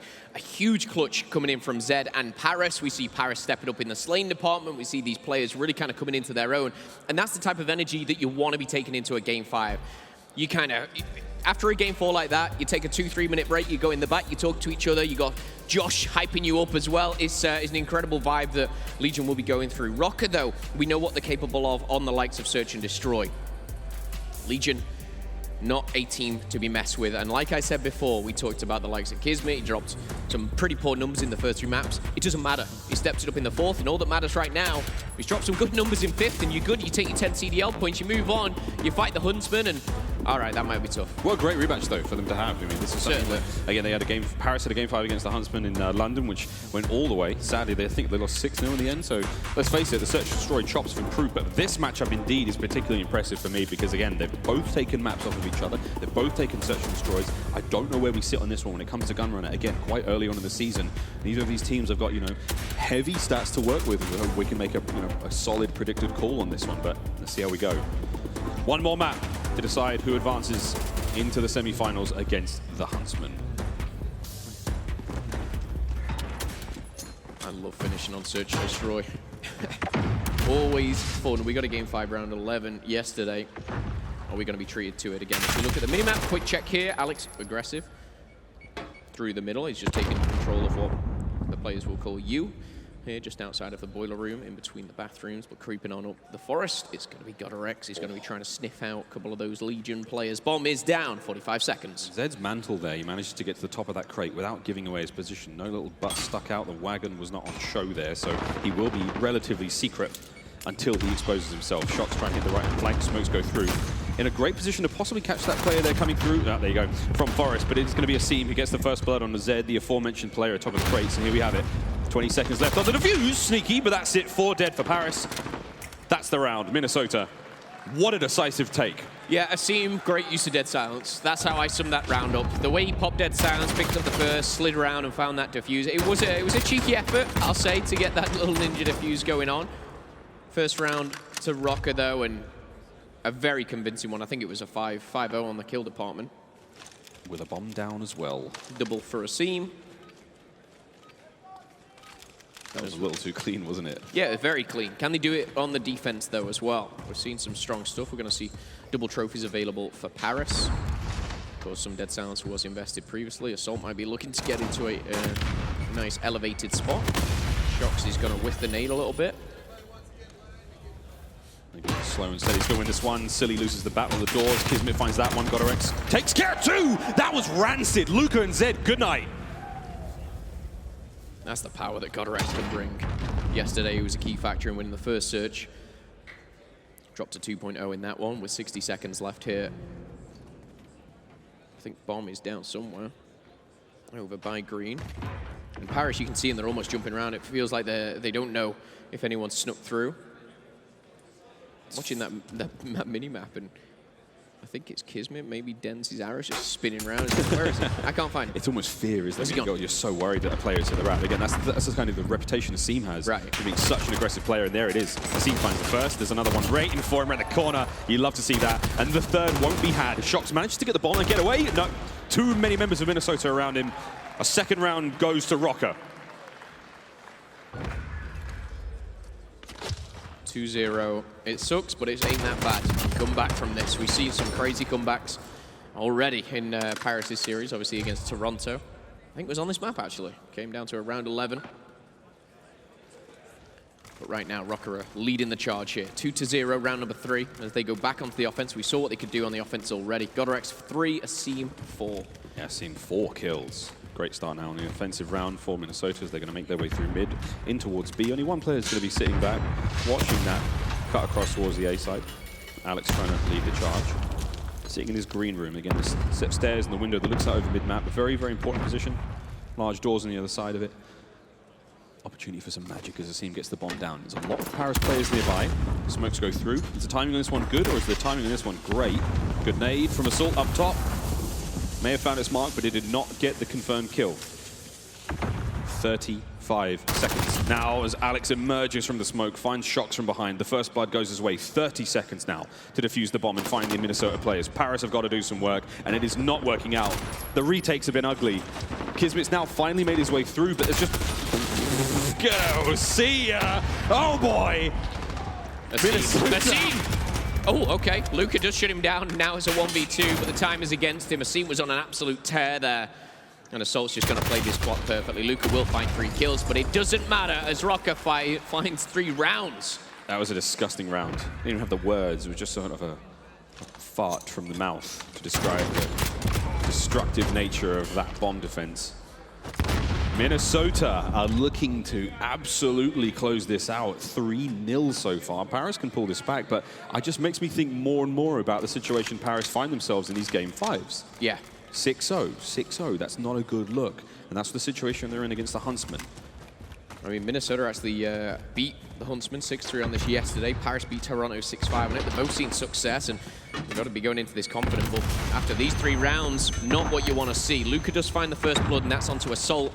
Asim's been almost pitch perfect, it seems. Manages to get away with his life. I actually don't know how, but... Good movement, man. Real good movement. He took a nade and a concussion there with a little bit of a glimmer of another player in front of him. That's disgusting from Asim. Still alive and kicking. Now he's dealing damage. He could honestly, he could make his way in towards the bomb. As Silly's just picked up another kill. Take care of these players. Silly backs him up back. Forest Shock's trying to hit the flank. He's been caught out. Dead Silence play is still in effect, but he's going to run out soon. Asim hunting for more. Alex is trying to take care of mid-map. No, here comes the pinch. But Asim once again in from behind. Asim once again hitting tags. 20 seconds now on the bomb. He's got to make something happen in this 3v1. It all comes down to Røkkr. That helps quite a lot. No one on the bomb, keeping himself in the game, but with 10 seconds remaining, hits it on 9. That's going to be another round to Minnesota. Asim has 9 kills to his name. Paris Legion have 10. 4-0 right now. Asim is absolutely killing it here. Running around with this MP5. He is killing it. That was an incredible round from Asim. Top from start to finish. And it's interesting when we talk about kind of these quote-unquote fast plays. Everyone can run at the same speed. Everyone has dead sounds, but it's just kind of the play style and the aggression that a certain individual will use. Den's yet to get off that diddly donut. Round number 5, though. I'm hoping that this game gets a little closer. I'd hate to see a complete blowout in a map 5 series, but Røkkr right now, they completely deserve to be in the position that they are. Yeah, they really do. Defensive push now from Røkkr with the bomb. They're going to be holding back again just to see where that player is. The furthest extremities of the map. Assault just locking down Forest side, doing what he can at long range with the AR. Waiting for Paris to extend forward, waiting for Paris to make the mistake. 1 minute left on the clock now to make something happen in Asim. Absolute superstar for Minnesota. He's still got 9 kills to his name, looking to find a couple more. Oh, that was a whole Shocks. You saw the entire thing, man. 45 seconds to play with here. Bomb slowly going up. Denz has been spotted on the rock. Denz gets his first kill. Zed's elbow, his fingers, his nails are poking out over that crate, but Assault can't make anything of it just yet. Sees Denz. He's going to have to back down. Trophy system available for Denz if he wants to utilize that. Silly long-range gunfight there goes down. And now Dead Silence has been popped for GodRx. He's getting closer. He's getting closer and closer, but I think Denz has got a read on him. He knows he's there. But MP5 out. Great timing on the push. GodRx comes through. Assault backs him up. What a play that was from Minnesota. They've rocked their way through this one. Now the bomb's going to go down. This is looking like a 5th round win. There's only 2 members of Paris left in a 2v4. Nice shots. The bomb, it did not go down. It is a pixel away. They have to get on it right now. Did they do it in time? Did they do it in time? 1. Oh, bombs down. 45-second extension. All down to Kismet. And just like that, Røkkr clutch up once again. How? I have no idea. But that has to be the most clutch bomb plant we've seen in a while. Who's the Norse god of luck? Because they sacrificed a goat or 2 to that guy today. Or lady, you never know. Wow, what a round. 5-0. All right, Paris. Time to stop playing. We need something. Deep breath. Now it just feels like nothing can go right for Paris. Well, they're trying something different. And A is not an easy bomb site to take over. Smokes go down, one either side. Grenades coming over the top. Kismet might be first through. Asim's going to sniff out one. Good night, Røkkr. Answered back by Shocks. Asim doesn't stop, though. The speed on that kid is incredible here. Godrex is going to be traded to 1, but he should be traded out. Isn't traded out. Silly finds another now. Sold down to Zed and Dens. Oh my word, Asim has just cut through that one. He's going to go for the AR as well. Now it comes down to Zed in a 1 versus 2. He managed to find 1. Zed, run for it. Last player left alive. 52 seconds left on the clock. He has the bomb. He's about to run into the remainder of the Røkkr though, and this is it. This is the end. Unless Zed can find something. Silly propped up. He has not activated Dead Silence. He's going to be going the rat, and it's going to be Asim. He finds it, but the trade is there. Minnesota Røkkr, 6-0. That's the series, and they will be advancing onto the semi-finals to play the Huntsmen. They beat Chicago on the map yesterday 6-3, and they showed what they're really capable of against Paris. It's a frustrating one. After map 4 clutch coming in from Zed, they push it to a game 5. But Minnesota, across all 5 maps, they were the heavy slaying team, and they were the rightful winner. They were the better team on the day. You see Asim literally skipping across the stage, man. He's got to be feeling himself after that performance. He's fast out of game as well, man. Fast out of game, man. Fast in, fast out. He picked up 11 kills, and he was absolutely decisive. Multiple rounds. Absolutely brilliant stuff. You have to give it to Minnesota. They've turned heads. They've showed up to play. Paris, you got to go back to the drawing board. Those game 5s have to change for Paris because they have the skill and the talent to push teams who are arguably, you know, way up there in the power rankings. Now you have to turn it around in those game 5s. Here are the stats. And we talked about Asim, 11-4. What a performance. Yeah, he was involved in Diffuse's plants as well. It was that MP5 for me. It was the way that he was utilizing his field upgrades. The Dead Silence was popped at the right time. And Asim really was that kind of superstar player that we saw there. Even across the board, you know, Alex, 7 interactions. Assault, just 6. It obviously increases a little bit lower down, but Asim there, 15 interactions. Incredible stuff. And as I say, the better team won 6-0. It's a clean sweep, baby. It's a clean sweep, baby. Well, that's all from Mars and Momo up here in the caster's desk. Rich, take it away on stage. Yeah, it's time for your instant reaction brought to you by PlayStation. I'm here with Silly, and let's actually talk about that series because this is a rematch coming from your group. And at the beginning, it seemed like they were going to put up a lot more of a fight. You make it all the way to this final game. So what do you feel like changed here in this series that allowed them to put up such a good fight? Honestly, the big change was we played St. Petrograd for the second time against them. They were a lot more prepared for us than we were for them this time, and it kind of led them through the series, winning that map. All right, then you get to the final search, and you guys blow them out of the water. So what was happening amongst you guys during that game?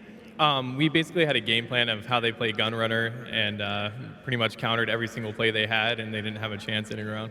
Now, I brought it up a little bit earlier. Your fiance constantly gassing you on the timeline. How does that affect you when you're actually playing? Having the support from my fiance means the world. You know, anytime we get in a bracket, that's honeymoon and wedding money for us, so we're always really excited about it. All right, well, you talk about support. You look out here right now, you know Atlanta's going to have some support today. You've already played against one of the toughest opponents, and it was a difficult matchup for you in the Huntsmen. Now you look at FaZe and everything that they've been able to do so far in the tournament. What do you think about running into them now? I think FaZe is pretty much the most impressive team. I'm really excited to play them for the first time. I think it'll be a great match. I think it's going to be a great match as well. I'm excited for that one, but we got plenty more Call of Duty before we do get there. We'll be back right after this.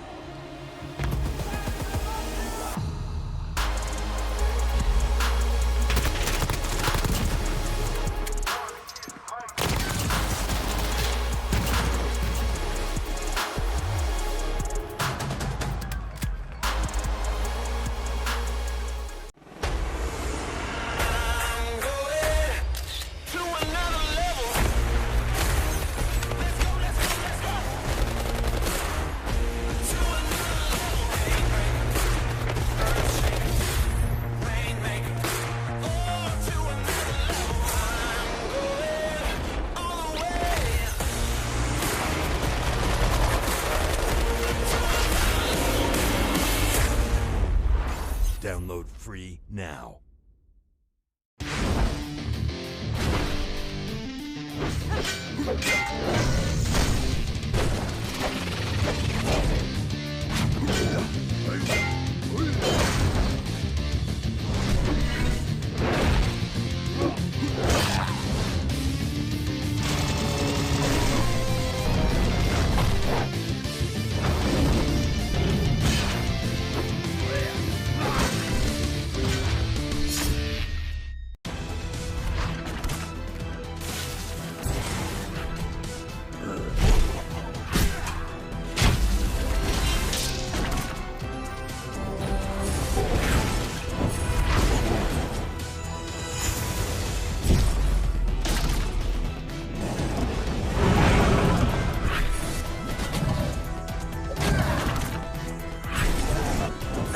Legend of Soul Guard. Download now.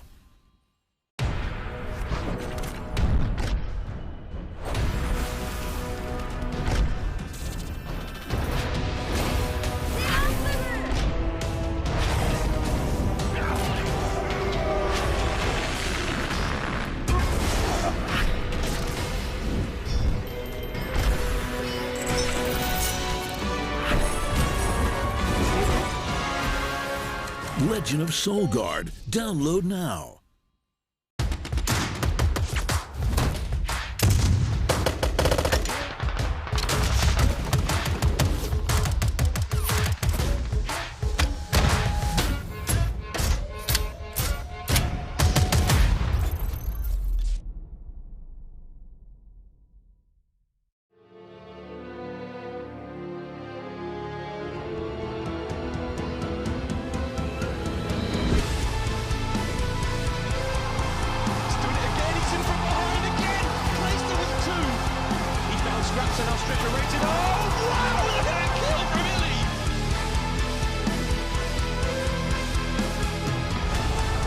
Flawless from the Dallas Empire.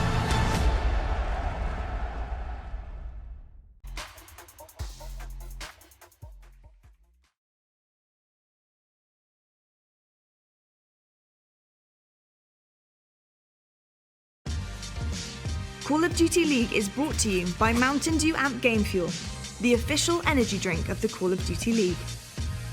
Scuff Gaming, the official controller of the Call of Duty League. Call of Duty League is brought to you by Metro by T-Mobile. Rule your day with the #1 brand in prepaid.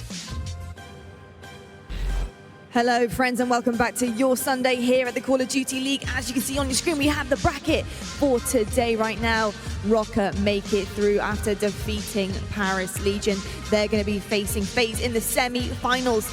And we also have to find out who is going to be in the next semi-final, taking on the Huntsmen. That is going to be one hell of a game when they make it to the semis. They've got a lot of things to do here, both of our teams. We're going to talk quickly about what we saw on the main stage just there right now, gentlemen.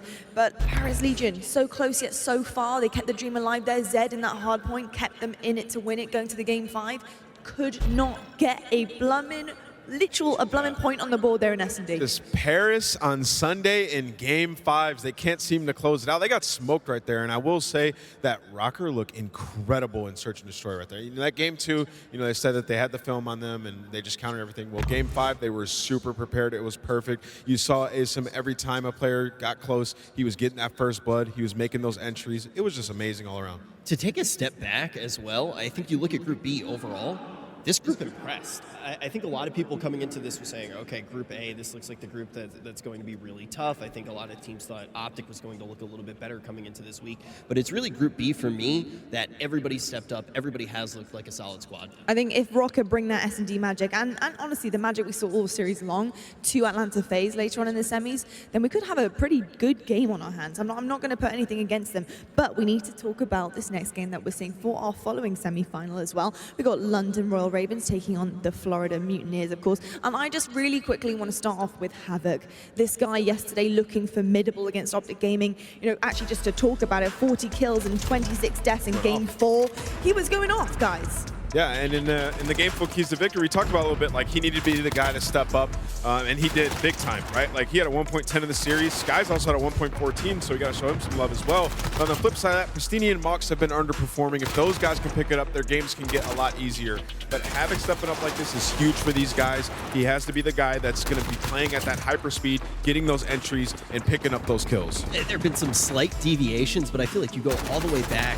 I'm thinking all the way back to, like, Cloud9 Havoc. Every single team he is on, he is always the player that needs to go off. And if they don't have that, it almost seems like they don't have a win condition. I think in this situation, though, in this season, it's great to have that one individual player that really can start to push forward for you guys. But at the end of the day, if you guys aren't playing up as a team, up to the standard all together, that's when things fall apart. That's when teams can pick you apart. And I think, you know, Pristini yesterday on the stage said to me, we've got stuff to do today. Like, we have to perform better as a team. Yeah, they have to, right? And they're going against a team that already beat them here here and a team that has looked pretty good over the last few weeks. A lot of people would consider them a top 4 team in the game, and they're the team that's played FaZe the closest so far. So I heavily favor the Royal Ravens in this, and looking at their roster, they have 3 players that are top 6 for hardpoint KD. That's like rated stepping up alongside Scraps, and Wuskin has been dominating as well. So this is a very tough matchup, and I gotta favor London in it.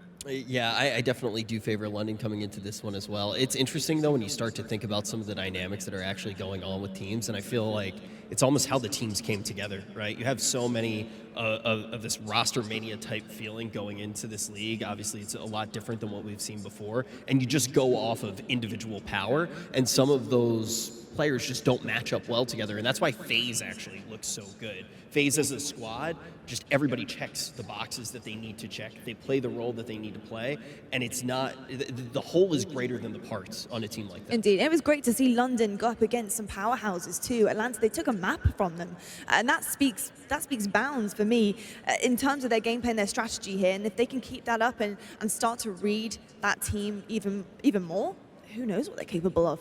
But we will be back, ladies and gentlemen. Don't you worry. We're going to come back with one hell of a game and try and get into that next semi-final. Who will it be? Florida Mutineers, or will it be London Royal Ravens?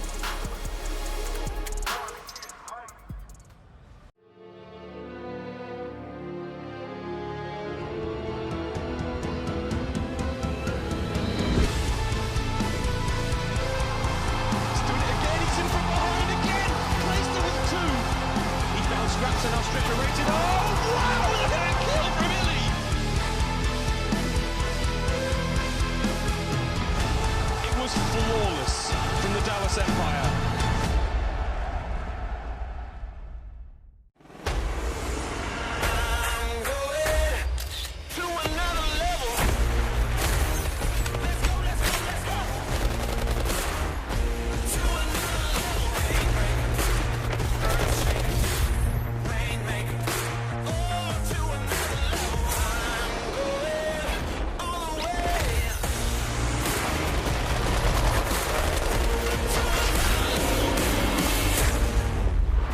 Download free now.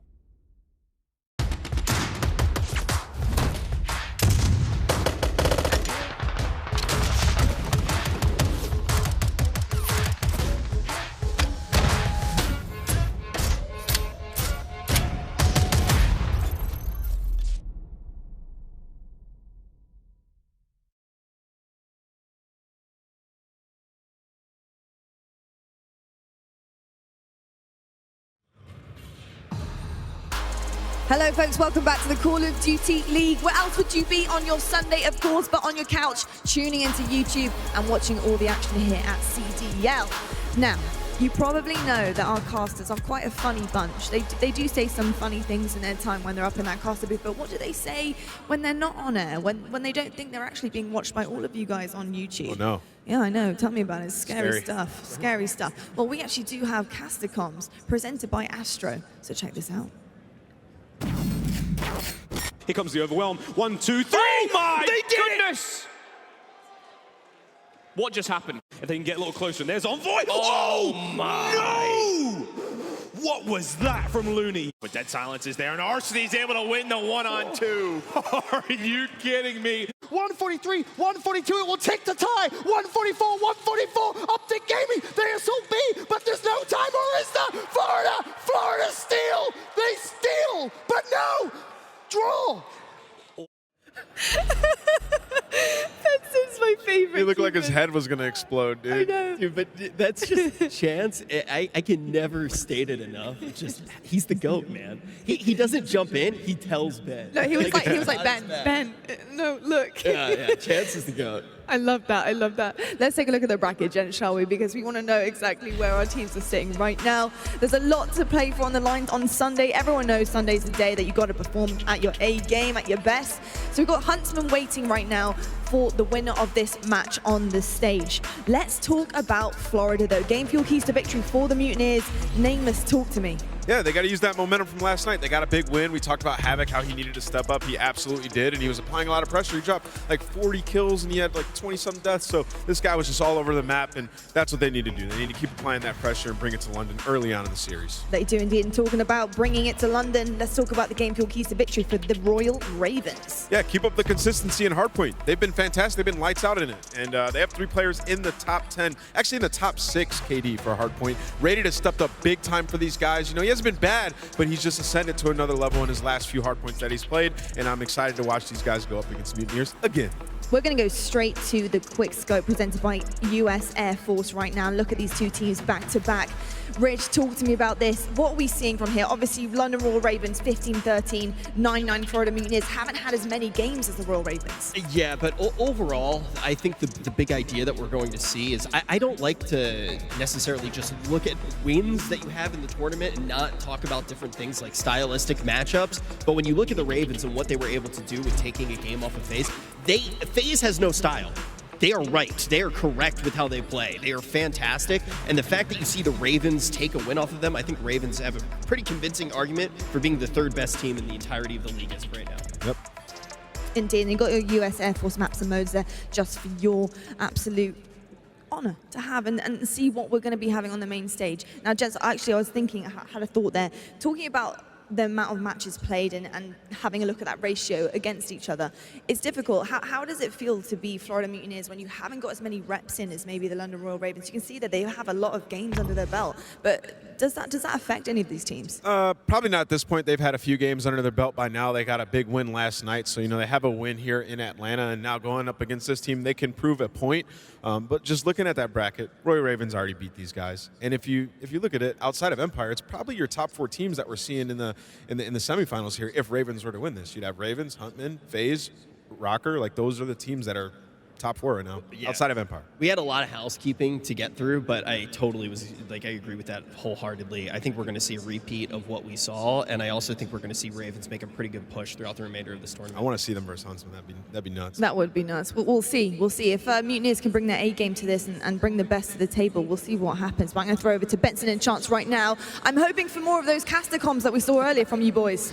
Hopefully it's not stressful. Let's just say that. But thank you, Lottie. Thank you to the guys on the desk. One thing I do want to quickly touch on is the maps and modes. We have a couple of maps coming back from the series that we've already seen these two teams play. Yeah, London got the repeat yesterday. They just destroyed them in both the hard points. We start on St. Petra. We saw them yesterday. They beat them by 137 points. So you have to imagine London should start off strong. And then if we go to that game number 5, London beat them 6-2 on Gunner yesterday, which maybe is better for Florida. Now they've seen or they know what they can expect. So maybe it'll be a little bit better, but you still have to be fearful if you're a Florida fan. You definitely do. Without further ado, the next game on the main stage. I'm excited. It's the first time we've had a chance to cast them all season. Introducing the London Royal Ravens.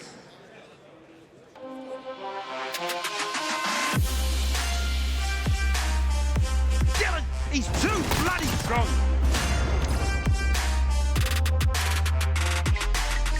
One of the best players in the world.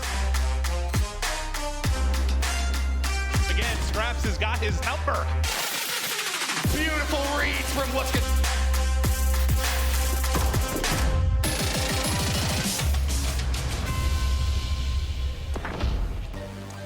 As we said, so excited to be casting London Royal Ravens for the very first time, but their opponents, it's the Florida Mutineers.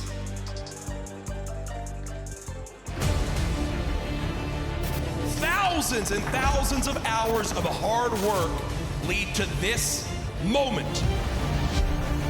The Mutineers will go in with a small lead. The Mutineers will have the advantage. Now they're on your point. Look how close it is, Joe! A millimeter! What a round! What a round!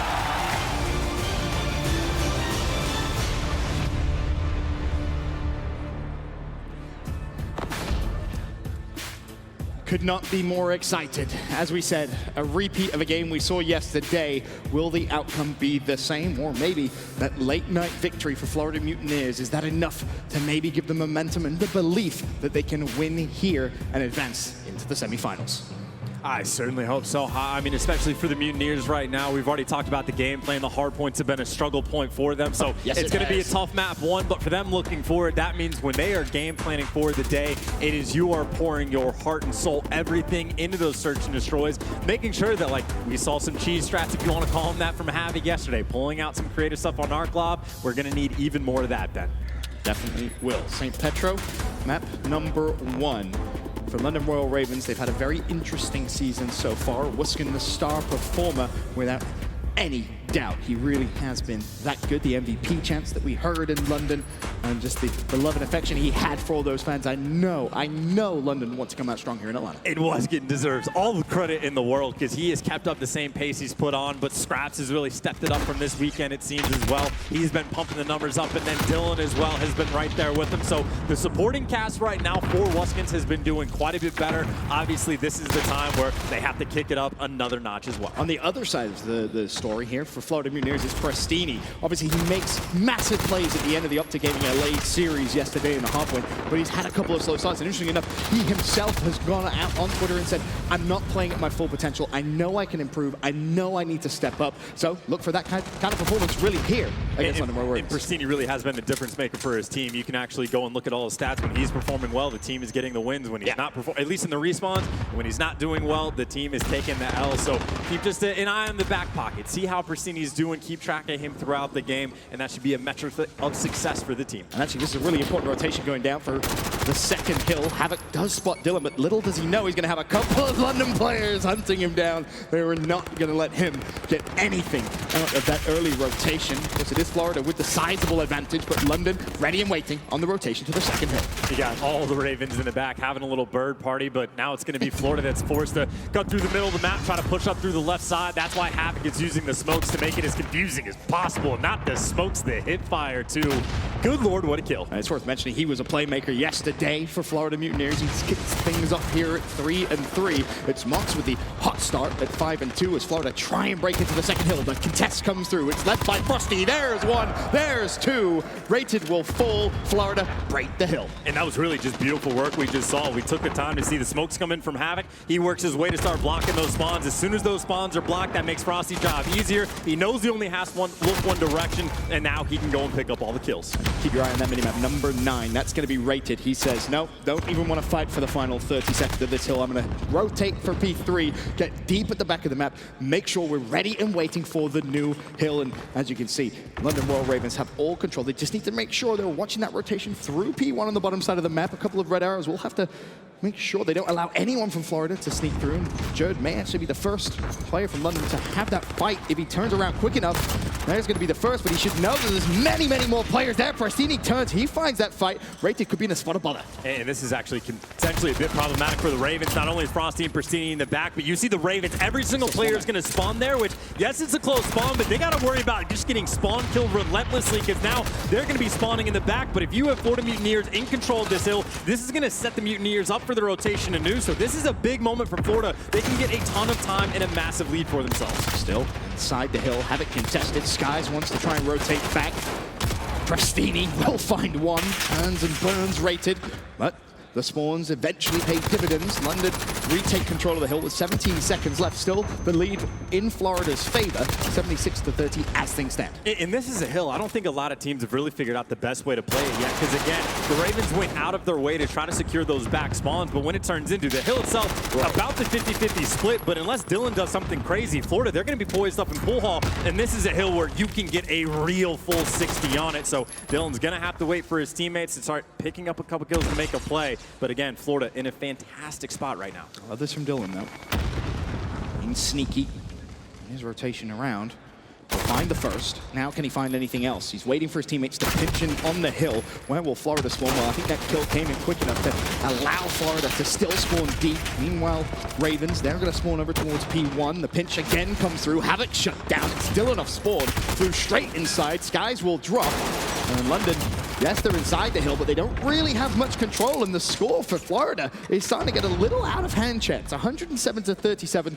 It doesn't look like a team that's been struggling in hardpoint. Not at all, and this is a game that could have been a lot worse. The Ravens actually, again, 2 hills where each team that doesn't win the rotation doing a pretty nice job of just kind of mitigating the damage, but it really just was that previous hill that Florida was able to accrue a bunch of time. Mox just hanging out inside the hill, not having to kill a ton of things, just make sure he gets that objective. Of course, though, the rotation to do, the question is, can Wuskin keep up his streak? He gets chopped down, but his teammates fall as well. Florida, again, the hot start is here. It's about converting that hot start, though, into a map 1 win. Rated, we'll find 2. Meanwhile, Alex just sitting inside the hill and no teammates to support. He's going to have to do this old-fashioned way all by himself.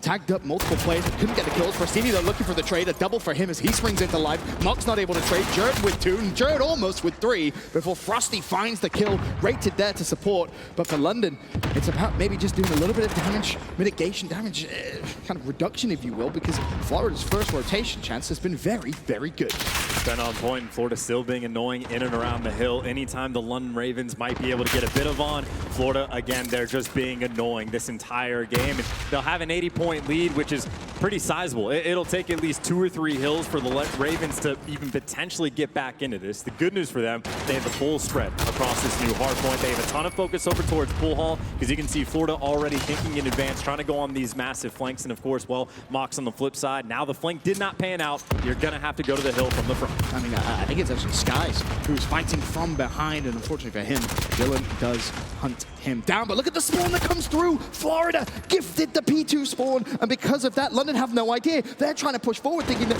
potentially Florida will spawn over towards the 3rd hill. Little do they know, all of Florida now behind them. At the same time, though, this is a lot of good time for Ravens as well. So Florida, they're going to need that spawn advantage for the next hill, because the time is not going their way. We talked about it maybe needing 2 or 3 hills to get back into this game, and Ravens, well, they try to do it with just 1. Havoc, though, trying to turn things around, make sure you slow the pace from the Ravens down, because Wuskin's, again, on a 5 streak, maybe starting to heat up just a little bit. And that's so unfortunate for London Royal Ravens, showing just how fragile the spawns really can be in hardpoint. Now, though, have to try and break the early Florida setup. The rotation comes in now, but it's the kills that follow which are going to be so, so important. If Wuskin can potentially pick up the cross, that'd be massive. He'll find a second. I'm not sure what Prastini was doing. He won't find the second. Prastini just somehow gets the kill. Not sure where he was looking for Wuskin, though. That a little more scary than it probably should have been. Skies also trying to push inside the hill now for Florida, as the lead definitely nowhere near as large as it once was, but still, it's Florida with control. Florida going to need to get pretty much all of this remaining time. The next 30 seconds need to go their way, because the Ravens are already setting up for that new rotation, which, again, we talked about that 3rd hill. It's a delicate balance. You don't want to end up spawning all the way in that deep back pocket for too long, so the Ravens are pouring a ton of pressure onto this old hill. And they actually may have just missed Mox. Mox has got right through the middle of London Royal Ravens, and Jared's going to have no idea. He assumed mid-map was completely fine, completely cleared by his opponent or by his teammates, and now Mox puts himself in a great little spot to maybe cause a little bit of chaos as we rotate to the 3rd hill. And Mox knows it, though. Mox knows his teammates are nowhere near him. Like, if he goes now, he's going to get a kill, maybe 2, but he's going to get traded out. You get effectively nothing. He needs his teammates to be here and ready, and now you see the kill feed. They're starting to pick up a few. He's going to be ready to make his move. Such an intelligent play, but I don't think he really wanted to take that fight as quickly as he had to. Jared forces the fight. Now Mox really with no choice. His teammates are there. The contest comes through. He should know exactly where Wuskin is going to be. The pre-fire, but Wuskin still somehow wins the fight. Prastini was instant to trade, and Prastini inside the hill now, looking to do so much damage. There's 3 in a row for Prastini. 22 and 22 he sits. And nice plays from Mox as well. Again, it was set up for quite some time, and even though he doesn't win the gunfight, it was his teammates that he waited for to make sure that the play was going to be successful. So 60-point lead now. It's going to jump up to just about 80 on the rotation. It is now to the point of the game where Ravens, they're going to have to be damn near perfect. And when Prastini shooting like that, how are you going to pull it off then? Okay. Couple of body shots. That's fine. That's fine. He's playing well. He's entitled to do just that. As we rotate back down to Pool Hall for London, you basically have to be perfect on this hill just to reduce the deficit that has been earned here for Florida Mutineers. 203, 145. 45 seconds left on this hill. Prastini's not done yet. Keeping the streak alive. Waiting patiently. Of course, teammates will be coming to assist. He's not missing. Prastini, stop it! Trophy out as well. He may not even need it. The man is on a rampage as the Ravens keep flying in towards him. Prestini keeps shutting them down. Prestini on the 9 spree, looking for double digits that might just come straight through the door. There's number 10, topping himself off towards the end. Turns around, you know he wins the gunfight, Ben. You talked about the difference maker on the team, the man that needs to have the hot hand. Prestini provides. I mean, Skies was on a 7 streak there as well, but it's Prestini an 11 streak. We talked about how important it is that he plays well for Florida. He himself saying he's been underperforming. Well, this is the performance you expect to see. 13, almost 14 before finally falling. But Prestini just went on one hell of a run. Same game, but it's not over yet. The Ravens still are trying to fight tooth and nail as much as they have to deal with Prestini. They're not doing a terrible job, at least on the rotation of Restaurant, but even then, they can't get through. Prestini, the final man, he was able to find 2 kills. He gets the 3rd as well. He goes on a 13, dies, respawns, trying to do it once again. Florida can end it here. London must flood the hill, must contest, and for them at least, must retake control. Prestini's not slowing down.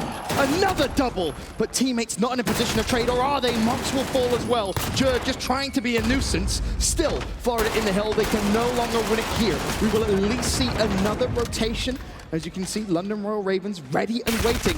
The problem is the deficit now is massive. There's surely no way Florida let this game slip. I mean, this is the point where in my mind it's basically impossible in Florida inside the hill right now. They're having to deal with the world champion form of Prestini, trying to pull it out of the bag. Now you got Mox in the hill trying to put the stamp on the game. 249, 250 in the Florida Mutineers. Kicking off their day with a clean hardpoint win. Hey, Prestini's playing like that. Today could get very, That's very that world champ form, man. That was absolutely incredible. A 13 streak. Skies goes on a 7 at the same time, and it's important to note that that was such an important part of the game for him to do that, because it was the moment where potentially London could have come back. Prestini shuts it down. And that is a massive turnaround as well, because keep in mind, they played this map yesterday. London destroyed them on it. It was like a 137-point win. And then Prestini says, thank you very much. I'll just go and drop 38. And again, we talked about him. The key man, if they're going to have success in respawns, he has to perform well. He did that and then some. I mean, this is the best he's looked since last year. He's great. Let's take a look at the Scuff Gaming play of the game. I mean, really, there can only be one, can't there? Prestini, an absolute animal. It's funny because not only does he fight for the scrap time, he wins all of these gunfights, he picks up the scrap time, and then you're thinking, okay, well, what else can be done? A couple of love taps here and there, but he actually rotates all the way across the map, Chance, and then starts popping off on Pool Hill as well. It just doesn't stop, and again, smart plays as well, just pure gun skill as well. Like later on in this clip, it's, what do we see? He's one shot, then he challenges Dirt underneath the pool table, and he just drops. Like the movement is clean, the shots are clean, everything right there was on point. This is the most cracked out he's been, and again, perfect movement. Takes his time, baits out his teammate and says, well, I need to regenerate just a little bit. And then this kill right here is where I was like, oh, Jurg. Oh, Jurg, come on, man. I know you got Seeker's advantage, but that is tough. There's nothing you could do. There was nothing you could do. This might be the best play of the game we've had all season. Prestini, again, he wrote the story himself, coming out on social media saying, I know I need to be better, and I will be better. And that is the performance we absolutely love to see from the world champ. I mean, he just didn't slow down, Chance. Didn't slow down at all. It's just every single gunfight towards the end, you're just expecting him to win that. And now the question is, you got to make sure you still carry that momentum into map number 2, Ben. Yes, you most definitely do. It's going to be that social short, which is going to be so important. But it's a great start for Florida, right? We've already seen this game happen once, and it was London Royal Ravens that took it 3-1. Florida off to a much better start. And speaking of Florida, of course, we've already seen the clip several times of me mainly freaking out and you kind of bringing me back to earth with the draw that happened yesterday in the Florida game. But what was very interesting is, if you watch that clip, and you pointed this out, there's some similarities to something that happened last year as well. Let's take a look. They're spawning P1. They have to push the hill. And they're united. They're fighting all of the kills. A lightning strike for Clay. I can't believe what we're witnessing. Number 9, Cap, is already rotated. United. Are you serious right now? An unbelievable comeback. Down almost 100 points. Karma pushing into the hill. OpTic, they need to win the fight. Karma. Grim. Oh my God. What was that? that?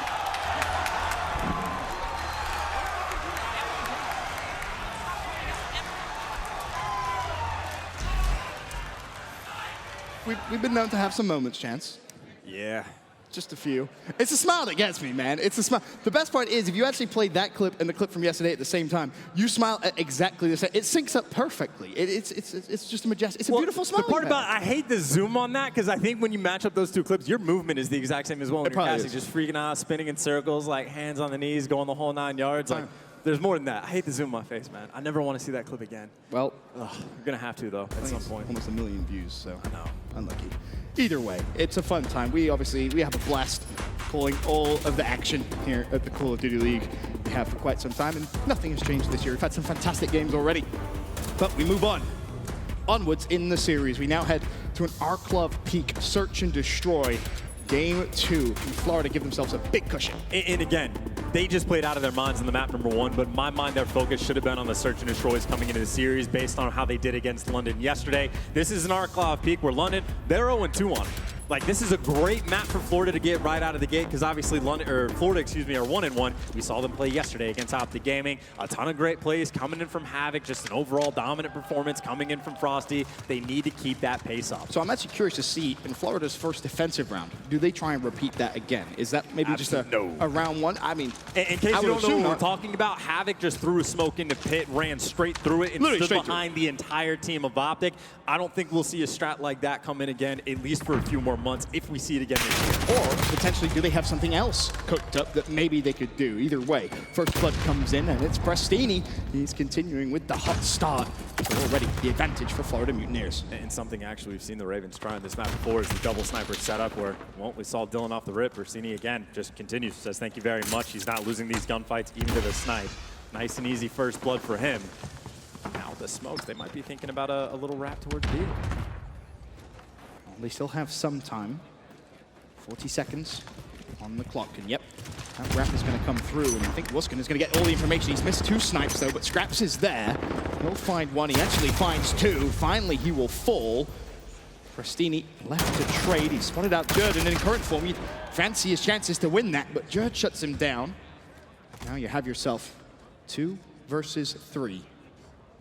An advantage to London Royal Ravens. Very much 15 seconds, you've got to plant the bomb. Rated knows where bomb is. This is a round which simply cannot be won now by Florida Mutineers, as long as London Royal Ravens don't just needlessly run towards them, and just that happens. London Royal Ravens 1-0 up. And that's big. That's a big round from the Ravens. I mean, you kick off with the first blood at the A site. At that point, you only have 2 players that are even there for defending, and Florida says, well, we'll try to rotate it out. And Scraps, you saw him spotted out from top window. He noticed Prestini, and unfortunately, obviously, we didn't get to see it, but makes the big play, picks up 2 massive kills, and just opens up the round for his team. And let's Ravens get that first one on defense. And obviously, you talked a little bit about this map specifically, just to give you some stats and then maybe a bit more backstory to this map specifically. London 0-2. They lost 6-4 against Paris. They lost 6-5 against New York. For Florida, different story. 6-4 loss against, of course, LA Gorillas, and a 6-5 win against their bitter rivals, OpTic Gaming LA. So just some backstory, which may help you understand a little bit more towards this map. But so far, London off to a good start.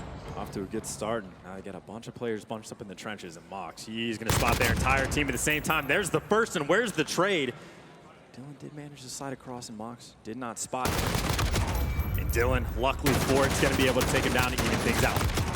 Skies find 1. He pre-fires, but he knows the challenge is going to come through. Dylan will get 2. Quick succession. As the round starts to develop, London left with 3. Florida left with 3 as well. London must plant no. They have full site control, but it's Havoc once again being sneaky. They'll open the door, and of course, London should have heard that. So far, they don't want to react just yet. I'm not sure that they did. They still have a good setup regardless, but I'm not sure they have the information. And while Havoc is pinching through mid, you can see the play from Florida. You send 1 guy from the front, that's Frosty. 1 guy all the way around back, that's Prestini. But you do not have a lot of time on the clock, and now Wuskin has the first blood, and that makes it so much more difficult. Now Frosty loses the gunfight to Rated, and Prestini by himself, there's nothing he can do. If Frosty stays alive just a little bit longer, maybe this was a chance for Prestini to hit that flank a little quicker with just 10 seconds left. There's surely no way. London with the advantage, 2-0 up now in game 2. And a couple key points about that round. 1, towards the end, Florida, they just like set up a play that you don't realistically have that much time. It's a good play to send someone all the way around back, but I mean, it's tough in a 3v4 anyway, regardless, but still, you would have to win every single gunfight at the exact same time, flood in. Everything would have to go absolutely perfectly. But then, of course, at the start as well, it was really that just taking down Mox. Mox found that big first blood, and again, the first bloods, Ravens haven't been getting them, but they've been making up for it, someone making the big play. More and more so far on this map, we've seen B-bomb targeted. Not going to be the case this round. As Florida opt to maybe play a little more traditional over towards A. Preston with sniper in hand. He's not going to spot anything outer. It's going to be his teammates that try and push forward. Dylan will find one, but doesn't even get the kill. Prestini actually gets the snipe. Dylan a little overzealous there as he searched for the first blood. Because of that, it's now enabled Frosty to push straight forward, but Rated will level the playing field. 4 versus 4. Yeah, Frosty just not quite ready for that gunfight. He just gets dropped by Rated. And despite the good snipes, now you're back to a stalemate situation on the map. Ooh, Prestini actually may have just got that information and spotted out one. I think it was Rated. And he did see him for Havoc. I was going to say, what can you do? You got an MP5, and there's so many head glitches you have to deal with. And another round. Florida's getting the first blood and struggling to convert. Sky's trying to make something happen mid-map, but again, time on the clock. They have to get the bomb down so fast now. Wuskin's finding kills. It is almost a hopeless situation. Bar some insanity, and any potential insanity is going to fall right there. That timing, and oh, doesn't that just play out? Wuskin will find Skies. Prestini for the trade. This for a 1 versus 4 clutch. There's still 3 alive. He'll make it 2. No time on the clock, though, so unfortunately, if you're a Florida fan, no way you win that round. 3-0, now the advantage to London. Jared making me a little bit nervous. Not for the round, but just a little. Just in general. But hey, you got the win. But it's worth pointing out, 3 for 3 with first bloods right now from the Mutineers. 0 for 3 on the conversion. They are struggling, and they are just at times. I mean, it looked like to me that last round, Frosty's just kind of throwing away his life. Like, he gets to a good spot. Obviously, he gets spotted. He goes for the instant challenge. And you just have Rated. That's what he loves to do. Pre-aim with an AR. Just no hope of winning that gunfight. Big difference. This map had an 0-3 start. Frosty 0-3 start as well. Both of those making plays late last night on this exact map. Prestini is carrying the slack though. Credit where credit is due. A 6-2 start for him. On the other side, Rated still yet to die. 3-0. That bomb is going Does he down. know? I assume he knows. So he does now. It's actually going to be 2 players there. The pistol, is it going to be good enough? Prestini! Another double! Havoc also shuts down Dylan. So despite bomb down, I guess the question is, where are you post-plant? Well, Wuskin has the snipe out. Wuskin, he's managed to find Frosty as well. That was the player that jumped on bomb. Wuskin has to be challenged. Havoc searches him out, but Rated, they've no idea. They've no idea. Can he find 2? Almost. Mox with the kill. Plenty of time. The defuse will come through after both players get a little closer towards their dead silence. Another round where Florida making me just a little bit nervous at times, but either way, it's Prestini. You get the 2 big kills with the pistol. He definitely knew that the players were in there planting the bomb. He heard them. He knew something was going on. He's got a pistol. He needs to wait for his teammates. It works out perfectly. You find those 2 big kills, and then Wuskin's shooting people through the smoke. Made things a little bit interesting, but again, the job was done at the start of the round. A nice bounce back round for the Mutineers. Great post-plant positioning as well, of course, for Wuskin. Had perfect line of sight of exactly where the bomb was planted. Almost worked out.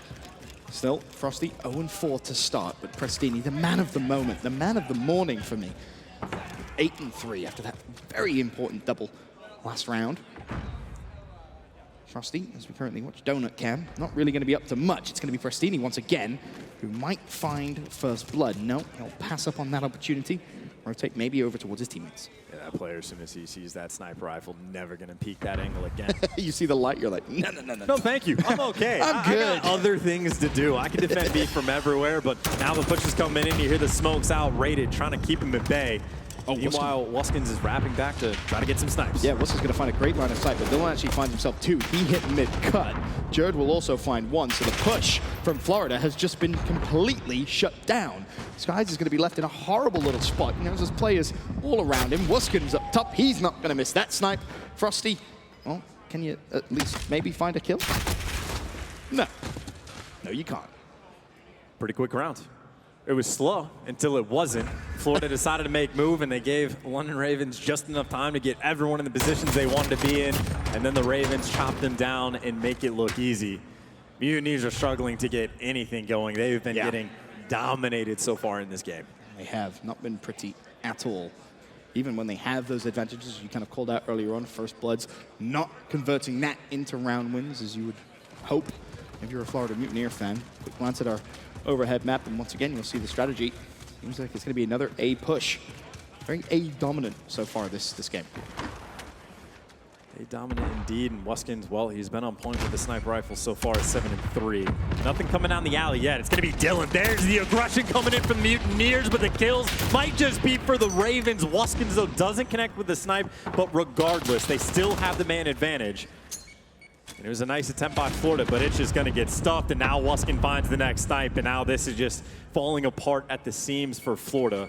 Now you can see the bomb getting rotated out, and Florida, I mean, what do you do in this situation? It's a 2 versus 4. The bomb's going to be planted at B. You have to retake with only 2 guys. Almost impossible. Bomb planted. Florida will be rotating. It's just now about you need to win 2 gunfights relatively quickly. Skies knows Wuskin, his post-plant position, he's going to be top blue, and he's read it. It's just not been able to find the kill, and the challenge will come elsewhere. Skies has done well to stay alive, pulls out the knife. Nothing will come from that. Nice Prestini left now for another 1v3, and that, to me, the story of this map. Prestini trying to do it all, just unsuccessfully. This is just dominance coming in from the Ravens, and that's a strat that I was there for it. I was happy. I was excited. Florida trying to mix things up just a little bit, play aggressive on the guy in trench. I mean, you triple team the first guy. Should be the free first blood. And even if Wuskin hits a snipe, I was thinking you trade him out, but a nade come in over top from someone from the Ravens and just stuffs the push. And then, of course, you got Frosty. You know, 0-6, not ideal. Almost doing his best James Bond impression. It very well may be the case. We'll see. Prestini, again, playing very, very well throughout the day, but doesn't matter. You're losing. Wuskin won't hit that snipe. Havoc finds himself a first blood. Frosty, well, welcome to the 007 club, my friend. It's not pretty at all. As Prestini tries to make something happen over towards B, that's not going to work. And London have led from the very beginning, Chance, and it looks like they're going to close it out here. For Frosty, the sky has fallen. Maybe some Royal Ravens, Royal Casinos in his future. Who knows what's going to be going on, but... Should have just left it at the first one. Left it at the first one is too good? Well, Skyfall was good. We have so much time in this round to watch Florida fall apart and get picked off one by one. Or clutch up. You never know. They do have clearance over towards A. They might be able to get the bomb down. They are going to have to deal with Wuskin's up top with the sniper still, but there's hope. Yeah, I was going to say the clearance is maybe there, but you do have to deal with Wuskin, who I think, yep, he got that information, and he'll count across as just 1 for now. We'll spot out Havoc, though. The teammates shoot him in the back.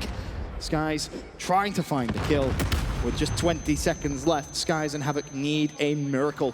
Wuskin has fallen. Havoc drops. It all came down to 1, and London will convincingly cruise through game 2.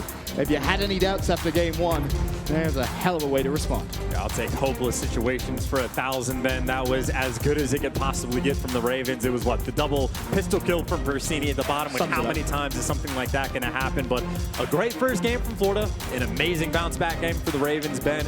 Looks like we might have a potential Game 5 series on our hands. Maybe. Let's not jump ahead of ourselves. A quick glance at the stats, and for London, it was fantastic. 8-5 is Wuskin, 7-5 is Dylan, 6-4 Scraps, rated with a fantastic game at 5-1. Judd double positive as well at 6-3. Really, when you look at Florida, the only standout performance, well, there was 2, I guess. The positives was Prestini, 9-6. The negative, Frosty, 0-7.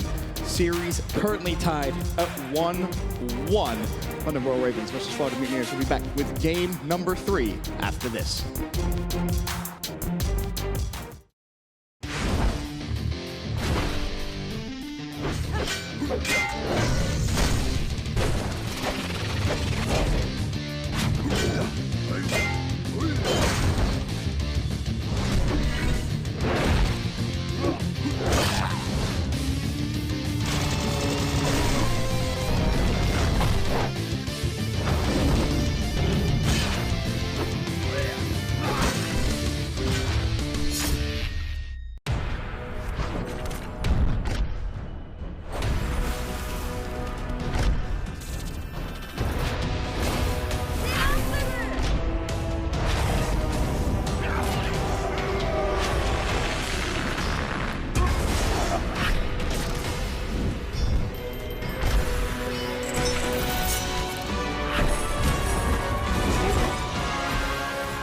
Legend of Soul Guard. Download now.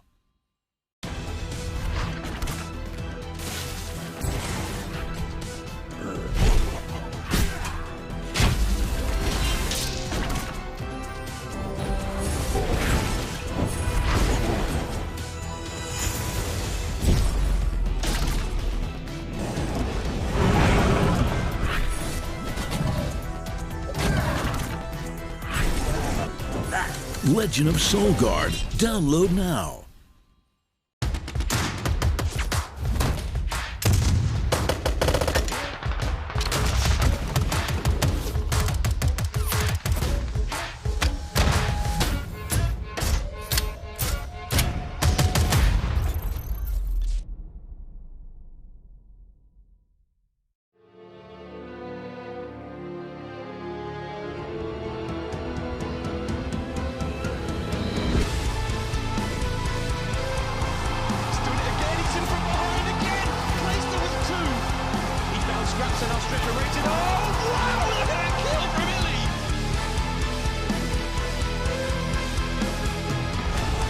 Flawless from the Dallas Empire.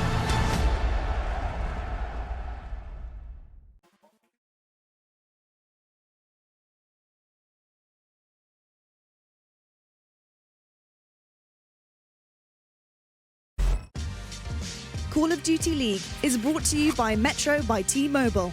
Rule your day with the #1 brand in prepaid. Well, hello again, YouTube, and hello, Atlanta. We are, of course, here at the Call of Duty League, and we're back at it again on the floor right now in front of a very, very big crowd. But I'm also here with a very special guest who've traveled very, very far to be here today. Logan, so lovely to have you. Now, I have heard that you were on a bus for 17 hours to be here. Talk to me about that journey.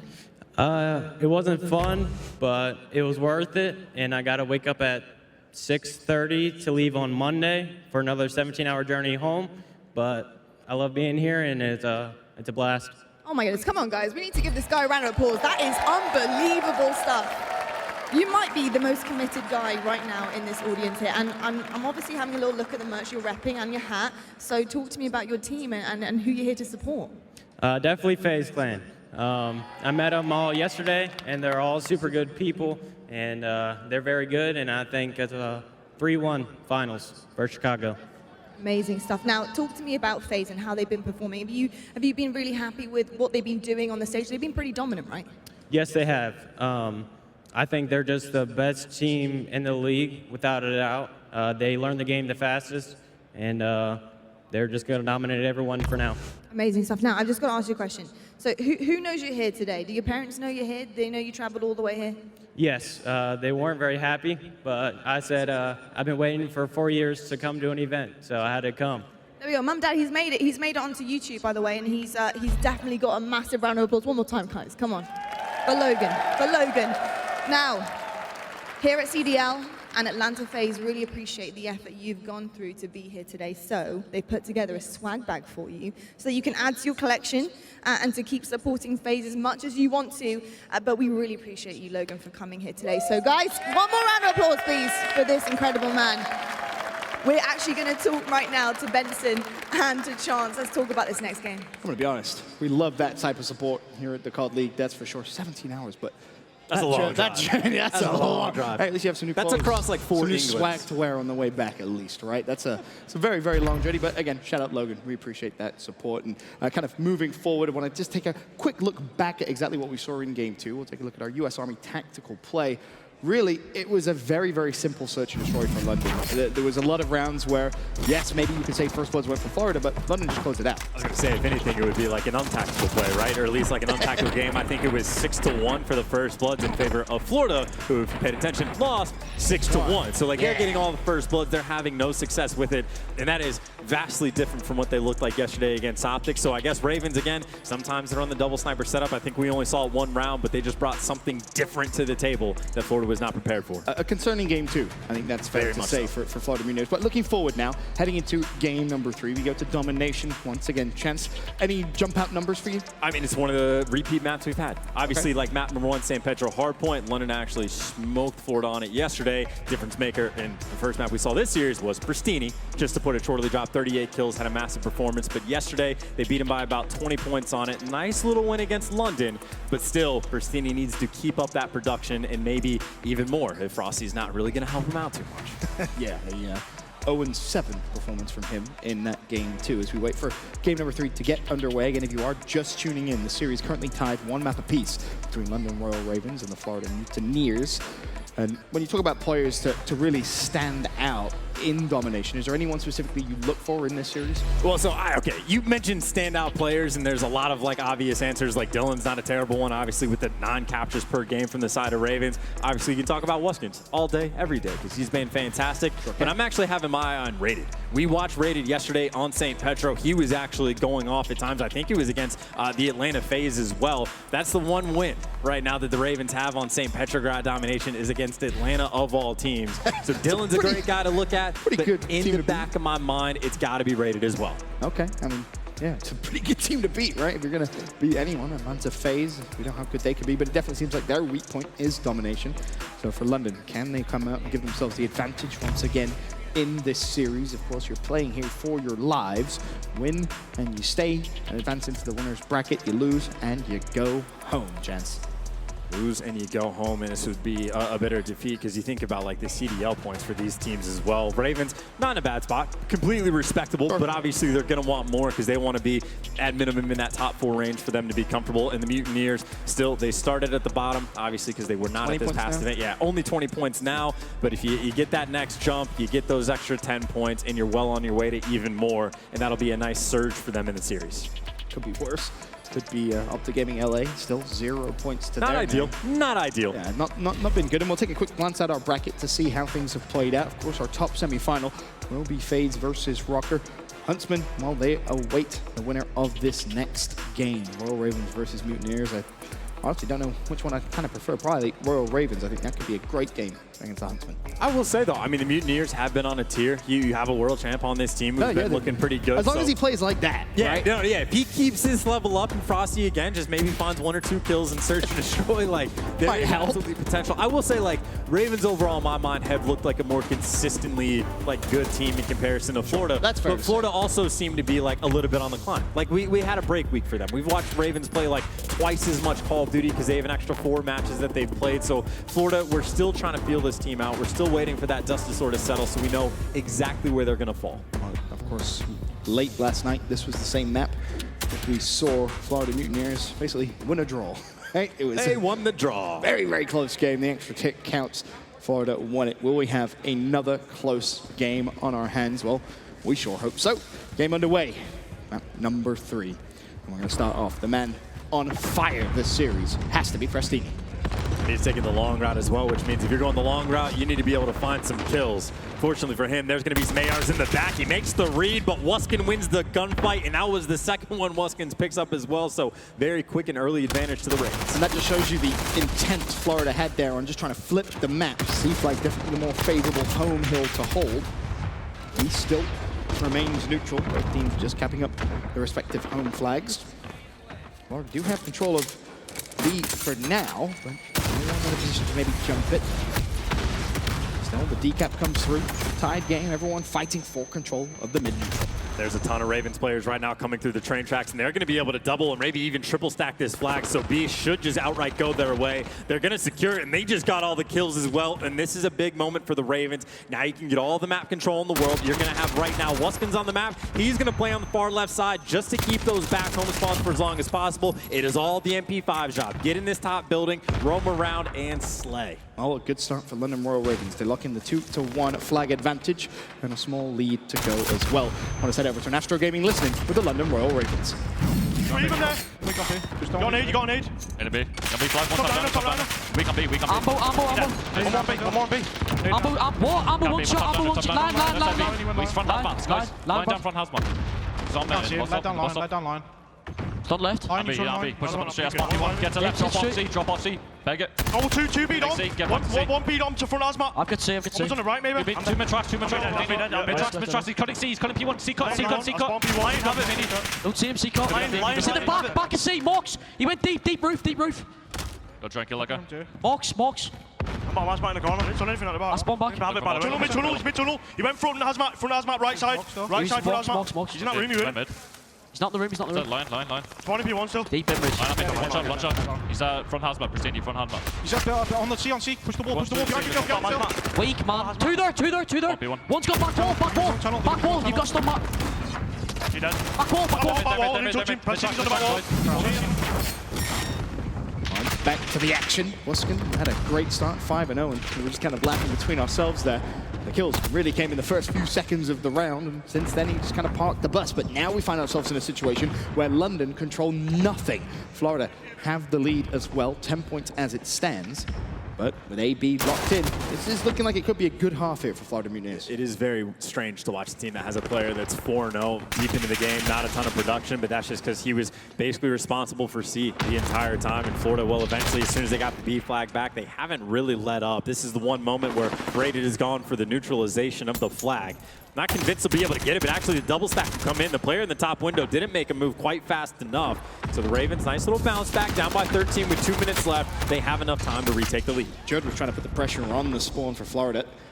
See if he could try and push A. Meanwhile, Scraps is going to have to win this gunfight. It's against Prestini. Prestini wants no part of that just yet as he tries to quick flank Scraps. He's having none of it. So still London with control of 2 flags. B and C locked in. They've defended B. Now, the question for me is how much pressure do they want to put on A, or are they happy for a minute and a half to just control that 2-1 flag lead? Meanwhile, Florida's still spawning over towards P1. They've got to be careful they don't get spawn trapped. Unless Ravens get like a clean 4-5 down, I don't think they're going to make the push to A at all. Again, their job is just to slay as much as possible, be annoying in this building, and Dylan, that's exactly what he's trying to do. The player goes through the door, Mox takes the gunny, and Scraps is there for the trades. And again, Scraps just doing his job. This is all the Ravens want to have happen, is be annoying as possible in the base, and as soon as you get clearance, as soon as like someone from Florida actually pushes through to go to C, Rated says, all right, thank you very much, I'll do the same thing at A. They absolutely have to.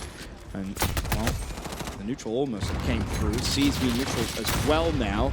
Florida with all of the kills. This is getting scary for London. Just as they do everything right to come back into the game, everything goes against them. The final 40 seconds, and there's a trip cap currently being held by Florida as they look to build themselves at least a small lead heading into the second half. Prestini still being a nuisance. He shuts down Judd. B still as well, not currently controlled. And Prestini may get there quick enough. He'll find one, surely finishes up the kill. About time, and this has been perfect from Florida to close out the first half. And that's big as well. The Ravens, they had 4 or 5 bodies, pretty much their entire team around the B flag. And when all is said and done, the Florida Mutineers actually secure it. Now you're just fighting for the one final tick for the Ravens to get or at least prevent on the A and B flags. But that is a very solid first half coming in for Florida. I mean, we went from a 5-point game to almost a 20-point game there in the space of 30 seconds, and it just shows you how quick things can change in this game mode. And that was, of course, with London Royal Ravens spawning on what many consider the preferred side. I was going to say, it's just an interesting setup as well. It's just right from the get-go. I mean, again, we see Wuskins is 4-0, 5-0, whatever it's going to be, but they're losing by a couple points, and then as soon as he dies, that just means all the pressure from Florida has made its way towards that C flag, and that's when things spiral out of control. Like, even in the Astro Gaming listening, we heard quite a few of the calls of like, hey, someone's going to C, make sure you get back to that. And this is while they don't have the A or B flag. There is so much importance on that home C flag from both of these teams that it can be dire. Really can. 86-68 the score as we head into the second half. Straps, for now, will just be defending the B flag. Doesn't want to allow anyone from Florida to just try and sneak cap. Beneath the B. Meanwhile, Rated. Is he going to want to try and push through? Well, the problem for London Royal Raven is already a couple of players have fallen. So Scraps now even more important. He's going to feel the pressure, and unfortunately for him, he will fall. That now may open up the B flag for Florida. I think Rated might just have to commit and go to B. He's actually not going to do it. He's looking for the player in the window. Now he makes the decision and gets Pristini off the flag in the nick of time because 18-point lead, it's not a happy place to be in, but it's reasonable. You'll hold a 2-cap for a minute and a half. You're right back in the swing of things. You're happy and good to go, and you have time to work with. But if you give up a 2-cap for even a moment, which here it is, this is when things can start to get bad. You have to spring into life as quickly as possible here if you're London. Try and go for the decap on B. The problem, the flank from Frosty is coming through. Jared will find 2, and that kill feed just got very, very red. B now neutral. There's pressure coming in on the C side as well. That's Dylan, who won an important 1v1 against Prestini. That will be decapped. Will he get the full decap though? I'm not sure, because the pinch is coming in now for Florida. The nades rain down as well. They'll reclaim C.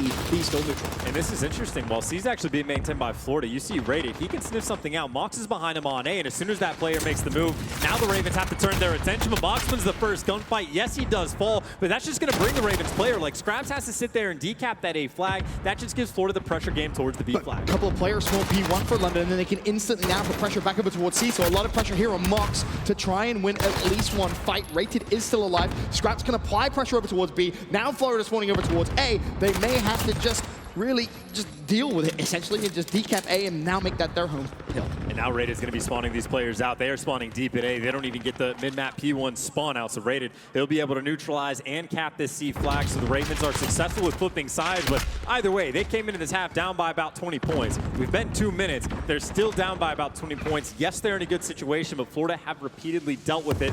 We might see the same thing once again. And if you're Florida there, you would have loved to just be able to ignore A and just push straight back, take the fight back over towards BC. But the lead not big enough really to justify a play like that. And with 2.5 minutes left, this game is going to get very, very close again. But it is worth saying, when we saw this in the first half, what happened?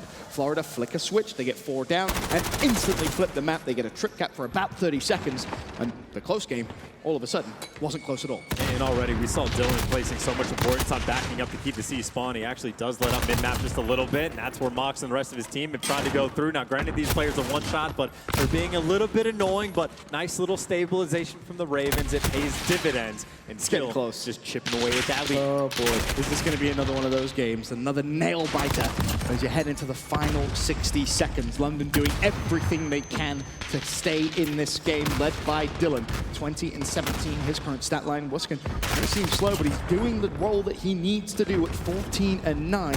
Meanwhile, for Florida, things may start clicking soon. Keep your eye at the bottom of that minimap again. A player from Florida spawning P1. That's number 4. That's Prestini. He could be such a big playmaker. Can he do it again? His team needs something from him here.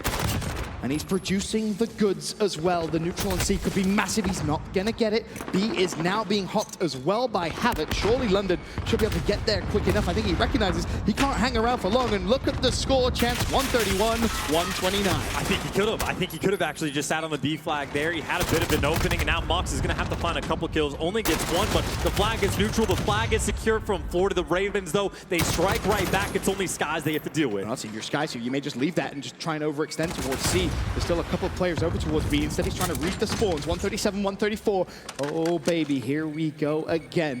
Is this going to be another crazy ending to a game of domination? Skies will fall. London, you've got to go. Time is of the essence. It's a 4-point lead currently for Florida. You need the decap B, and the kill feed is all London Royal Ravens. Dylan will fall on the hill. The trade should surely be there, though, but no. 3 players dropping. It's Prestini again with the double, saving Florida potentially when they need him the most. We saw Dylan early going on a spree, putting up the numbers, but now Prestini leading the lobby at 24. You got Mox in the back at C, but now I got the Ravens trying to put pressure on A. Prestini gets dealt with. And this is when it's going to get crazy. I think with 6 points, the difference is going to be too much. I don't think there's any way they can do it unless they lock in a trip cap very, very quickly. They're not going to be able to do it. And Florida Mutineers again come out clutch in a very, very close game. The double on B from Prestini at the end seals the deal. And now Florida go 2-1 up in the series. And Prestini really is just playing like a god right now. The map number 1 was about as good as you could possibly ask for from him on St. Petro. Here, once again, apparently this is just his home on St. Peter Griffin, just hanging out, getting all the kills in the world. And it was another thing, even in the search and destroy, he was really the only player on his team putting up any sort of production. He was the one that had, I think, 4 of the 6 first bloods that they had. He was doing it with the sniper, so an MVP-like series currently for him. I mean, 24-21, his final stat line. Skies, 21 and 15. On the other side, your production really came from Dylan, 24 and 22. Besides that, not much to shout about outside of maybe a poor game there for Scraps at 13 and 20. And I mean, not just 24 kills from Brasini. Look at those 8 flag caps. I mean, you just love the objective play and domination, Ben, and he's bumping the numbers up. Only Rated kept up with him in that category. But either way, another solid performance from him all around. That was our key to success for the Florida Mutineers. Right. I think for us is Brasini needs to perform. So far, he has been doing exactly that. And it's worth mentioning that's a map which we know London can perform on. They've obviously beaten Atlanta FaZe on that exact map as well. That was yesterday. We'll take a quick glance at some of the highlights really of that series. So coming in, we knew it was going to be close, gents. We knew it was going to be a good game 3, and I guess overall it didn't really disappoint. But I think many people may have actually favored London Royal Ravens in that map specifically. We favored him overall, and of course, like if we go to the game number 5, it's another one of the repeat maps from the London Florida series that we saw yesterday. It was London that beat him 6-2, so maybe a little bit comfortable on that map. They also obviously just bullied him out in the first search and destroy. So this could very well be a situation where Florida does not want to see that game number 5. Obviously, London absolutely wants to see that game number 5 because you know you don't want to lose. But they have to get there first. They do have to get there first. And then you talk about that game for Hardpoint. Again, coming into this series, a lot of people probably would have favored London. And the reality is Florida came out hot, and that's mainly due to Prestini, to be completely honest. You mentioned it right at the very end. The MVP, without question, of this series is Prestini. He's performed very well in all respawns, performed well in Search and Destroy. Yes, the team didn't, but either way, we said it going into Game 3. He needs to continue that pace if Florida's going to take this series. I was going to say it's the exact same story because last time these two teams played, it was London completely bullied them out in the hard points. So it'll take another top game like that. But of course, a lot of Call of Duty left to play, Ben. It's not just the current series we're dealing with. We got FaZe going against Røkkr, which I will say that is definitely one of the teams you'll identify as the upset potential over FaZe Clan. That is going to be a banger of a series. And the winner of this will play Huntsmen, and then we'll have our grand final around about 5 p.m. Eastern. Let's look at your Championship Sunday schedule presented by the U.S. Army. We still have a series on our hands, though, as Florida lead 2-1. Can they close it out, though, or will London potentially try and force the Game 5? Either way, it's going to be a long day of Call of Duty for every team still in the tournament. Very long day of Call of Duty, and I will say, obviously we talked about all the hard points. Going to be in favor of the London Royal Ravens. Brasini says no the first map, but it was even yesterday. He said hell no the first map. Absolutely not. No, thank you. He pulled out his ring and just showed it to the other team and said, hey, boys, just listen. He caught it in the lights, and it blinded London. That's what happened. There you go. Cheeky little trash coming out from him. But either way, this was the one map we saw yesterday from Florida where they actually looked very, very strong on the hard point. Like, we watched them on Armaza. Yeah. They got smoked. Like, it was not even remotely close. And then we bounced back for the game number 4. The whole team started to pick it up. The whole team started to perform. Mox particularly played pretty well yesterday on Hackney Yard. So if there was any map coming into the day I was going to be confident in the Mutineers on, it would be this one. Of course, they took that Game 4 against OpTic Gaming LA late last night on this very game mode and map combination. But we'll kick things off with the man of the moment, as we rightfully should. It's going to be Brasini. Just to note, have the back in your mind, as I'm sure you're well aware now by the time we load into this game, how are you going to flip the spawns when you spawn on Florida's side? How will you put pressure on P2? You cannot give up too much time, otherwise you could potentially be down about 80 to 100 points in 2 hills. I was going to say, we're not quite to the point of the year where we have enough maps played where we can see exactly how favored this spawn side is. It's going to turn into a thing where maybe like a 70-30% advantage. There's absolutely a good side, bad side, and that means Florida has a lot to deal with. As soon as you lose the break and you're on bad side, that's when things get worse. Now Jared through the smoke is, well, shooting his teammates just a little bit, but either way, Ravens stabilized. One thing Florida have been great at throughout the series, though, is spawn manipulation and flipping spawns when they need it. We've seen it in the respawns so far. Can we see it again? Well, so far, the answer is no. London have earned themselves 32 points on the first hill, which is a sizable amount, to be completely honest with you. Bear in mind, they can give up the scrap time if they want. They can still push. As Riskin slowly but surely climbs that ladder. He's one shot, wants to go for the reach out. Team kill will help. The final 7 seconds, the contest will be dead. London will take it, and they still have spawns for P2. This is where the game gets scary. And that's a great play from Dylan. A lot of times it can be risky to go for flanks when there's only 10 seconds left on scrap because you don't want to start spawning your teammates out. Not really going to happen on Hackney Yard from P1 to P2, so he goes on the flank, finds a couple kills, and that just puts Florida Mutineers so far back in their spawn. They have to hike across the map and then get a full 15 down just to be able to get into this new hill. So Ravens, they've done their job on P2. Unless one player can make a play, I want to say it's Skies. They should be good to go. It's Mox, actually. Can he just quickly and sneakily get inside the hill. Well, he can, and London's going to have no idea how he did that. It's not going to be enough, or is it, to influence spawns? In fact, it is. So Florida spawn close, and P2, just like that, is broke. And that's just simply someone didn't do their job. Mox got through, that should never happen. You got 5 guys on the map, at least 2 of them should be watching like the right cross. The other 3 should either be roaming or watching the left cross. So that is a massive play for the Florida Mutineers, because this game could have gotten out of hand pretty quick. So that should have been about a 60-point lead. Instead, as we rotate towards the third hill, it's going to be 20. That shows you the massive, massive difference.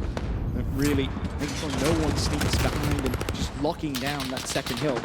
Fortunately enough for London Royal Ravens, that counts favorable things at least for now for the third hill, but it's about getting that hill time. They need to make sure they're on top of things, and so far, great start from Dylan. 11-6, currently on a 3 streak, and he's in and around the hill. Just hanging out, of course. Mox is on a 4 as well, so Mox made the play last time. He might have to do the same thing once again, because Dylan, he's been posted up, hanging out. He has found his new home. The smokes, though, were in. There's actually clearance towards the hill. Look at the kill feed, actually, Florida. They just found all the kills at the exact same time. Mox didn't even have to do a thing. Frosty, hill will fall. And Frostini wants to try and hit that flank. Find 1. That's his second this current life. And he's just so annoying to try and hunt down.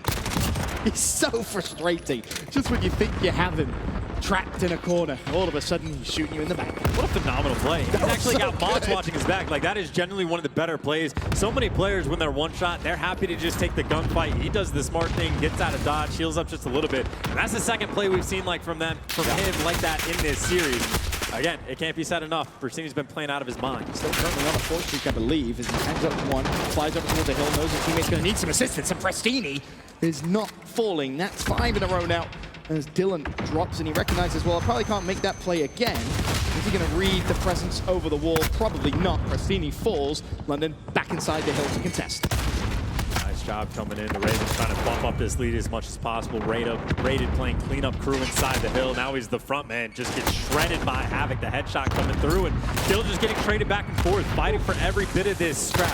I would assume eventually the Ravens should come out on top. Of Florida still sending a couple more bodies. Frosty again. Florida just doing a great job of being annoying because they know they have the better spawns. That's the key, right? You can consistently put pressure when you know you have the spawns for the new hill, and that's exactly what Florida has done. And because of that, you may actually see a lead change before we head into the second rotation. It's really a key gunfight. It's going to be on that bottom side of that map. Number 5, I believe it's going to be Jerd, has the support of Scraps. Mox is going to be the first line of defense there for Florida, and Jerd will find that kill, but he's not going to find anything else. Harpwood currently contested, but Rated has a ton of work to do. For now, at least, just stay alive if you can take 1 down with him. Best case scenario still, though, Florida in full control, and the lead change about to come in. That's pretty great teamwork from Florida as well, just making sure that the right man is going to be the guy that challenges out the Rated. Either way, Dylan somehow able to find his way to the hill, and that should be enough to break through. Jerd just needs to trade 1, and the break is in for the final 20 points. So we've talked a lot about how great like Florida has been playing, but again, just because of the spawn side, just the way this game starts, you just have a 40-point deficit you start from. Bear in mind, it was London with that advantage. This time, going into the second rotation, it will be Florida. They currently possess the spawns for the second hill. How much pressure can they put as we rotate now into our second rotation? Well, they've won the initials. Luckily enough for London, Scraps is there to at least trade out, but he has to buy time now for his teammates to assist. He'll find 1, 2, hip fire OP for Scraps. Havoc and Frostini both drop. Teammates there as well, but this is where it becomes so important, Chad. You cannot just sit and milk the hill. You have to push through. You have to put pressure on the right side of the map. I mean, at the same time, though, if you get enough time here, you're just going to be in a fantastic spot. But Jerd does have an opening potentially to creep through, but as soon as he crosses that wall, it's going to be 4 players from Florida staring down at him. Even just finding 1 kill and being annoying is doing your job because you're helping your team secure these final 20 seconds. And now that your team is here, now you can go for the push. The problem is Florida is still going to spawn close to P2. So for London, not only do you have to win 1 wave of gunfight, you essentially have to win 2. It's about buying time. Mox should fall quickly. Jerd and Dylan scrambling straight through. And Jerd again picking up kill after kill. Frosty there to trade. London still in a position to put pressure. They're blocking the P2 spawn for now. The stick comes through, so surely skies will fall. But Florida survive the push. London 189 to 117 of Florida. They still have the lead, but again, Chance, this is a crazy close game. And someone's through. Someone's through. Number 5 has made it across. Jerd is somewhere where he might be able to make a play. You see the Royal Ravens have taken control over that right side push. But Now they actually have to get inside the hill to be annoying. They're able to pick up quite a few kills, and now they have swarmed this hill. Havoc gets taken care of. Pristini is going to be one of the last men up for Florida, but already for the Ravens, I mean, this is job done. You can test for a few seconds. That's a happy P2. 20 seconds of scrap time. London will have to concede, or will they? Only one more go at it. Knowing that contesting can just be the difference, of course, between closing out a very, very close game. But now surely Florida have done enough. So it'll be about 194 to 160 as we rotate over towards our third hill. London, again, similar to what we had in our first rotation, will be in control of that at the start. And Wuskins is just big chilling. He's the man watching the cross, and you see him in the kill feed. He just picked up 2 more, so now rated inside the hill. Just hearing the call-outs from Wuskins of like, hey guys, I just killed them all. Here's where they're gonna spawn. Watch that side of the map. We'll be good to go. And again, Wuskins just goes on a tear. That's gonna buy his team 20 points before things even begin to get dicey in this hill. How much damage can London do? Wuskins finds Frosty. He knows the pressure's coming at the front side of the hill. Can he find the angle? Well, Dylan's there to assist. He finds 2, stays alive, almost turned and found Havoc as well. Wuskin still watching the cross. Frosty's going to be up top. Wuskin will find that kill as well. If Florida concede the final 20 seconds of time here, they're in a horrible, horrible spot in this map. Wuskins again, he's just firing on all cylinders. He is just so clean at this game, but as you pointed out, still not over yet. It's a 50-point deficit, but it's not insurmountable. And Florida are inside the current hard point. They have decent clearance to the next one as well. The initial fight here is going to be huge. This guy's going to have to find more than one, but Wuskin is able to just delay that push more. Scraps the twin brother inside the hill. He'll find one.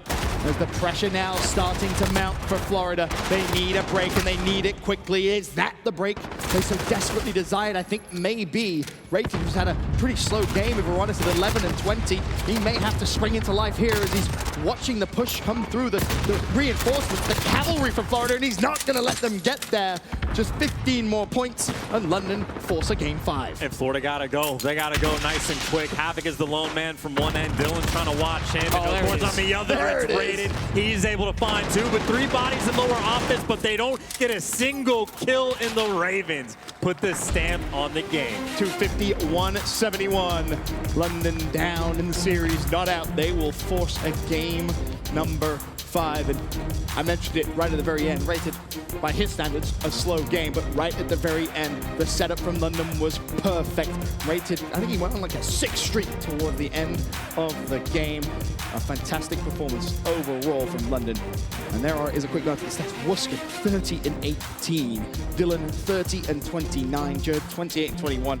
Just a slaying prowess from London, too much tense. And then rated again. Maybe not a ton of kills. 2 minutes inside the hill. That just means also true, he was the guy that on P2 just hanging out inside the hill had an easy job to do. Grades up from them. Well, good comeback there in the series from London. We'll be back with a big game 5 straight after this.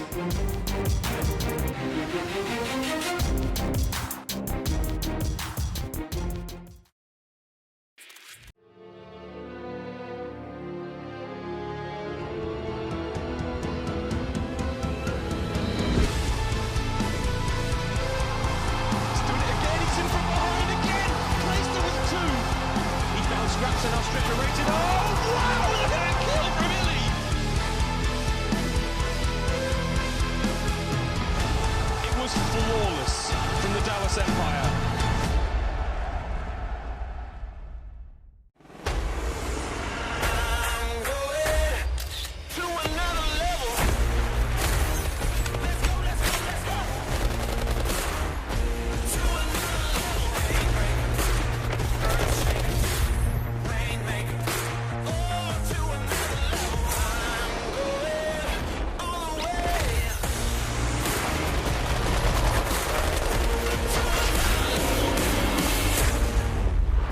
Download free now.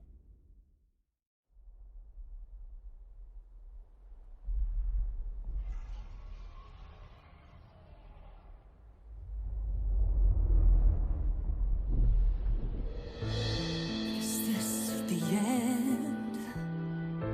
Our heroes can't fly. They fall like shooting stars. Will anyone survive?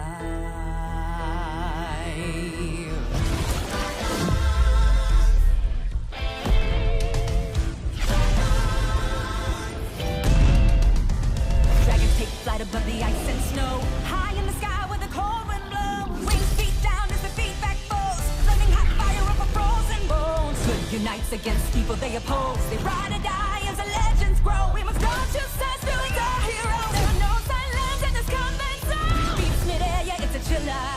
Life and death, yeah, it's a killer. They go round and round as the beat down pounds. Aerial thrills, yeah, it's a thriller. The sky's filled with trauma and all of this drama, pretending and impending, yeah. Crash down. It's dragons descend.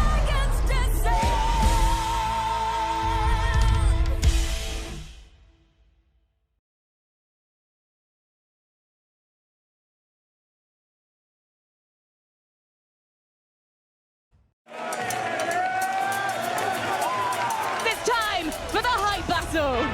Bust another move, get on down. Bust another move, get on down. One pump, one more. Nicky Romero! Goes for the shots. The molly's up. He tags him. Get on down now. Watch me groove. I move.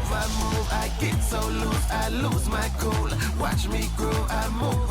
I get so loose. I lose my cool.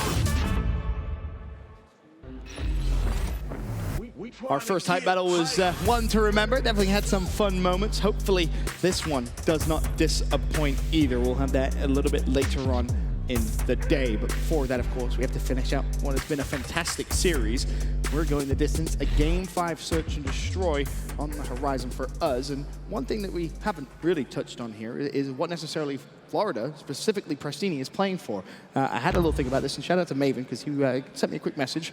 Potential that we could see those brothers playing against each other in a semi-final. So that may explain maybe why Pristini is going a little bit extra hard, if you will. And I hope nothing more that if that happens, that there's just an absurd amount of trash talk from. But I want it to be the meanest trash talk we have ever seen in COD. That would make it so much fun for me, because obviously brothers, massive fans of each other. Oh, they love obviously each other, Alec is in the back somewhere rooting for his teammate, or at the very least screaming to play against him, just getting prepared. But that would be a fun one, because we don't get twin battles very often. Surprisingly, a lot in Call of Duty compared to everywhere else, because obviously Scraps and Wuskins split up for like 2 years before they got reunited. So we're not foreign to it, but it doesn't happen often. Doesn't happen that much. You're absolutely right. So potentially we could have that a little bit later on in the day. Pristini has been absolutely outstanding throughout this whole series, and well, hopefully for him, he can have the same output he had in Game 2. He just needs his teammates maybe to, you know, get a couple of kills and assist.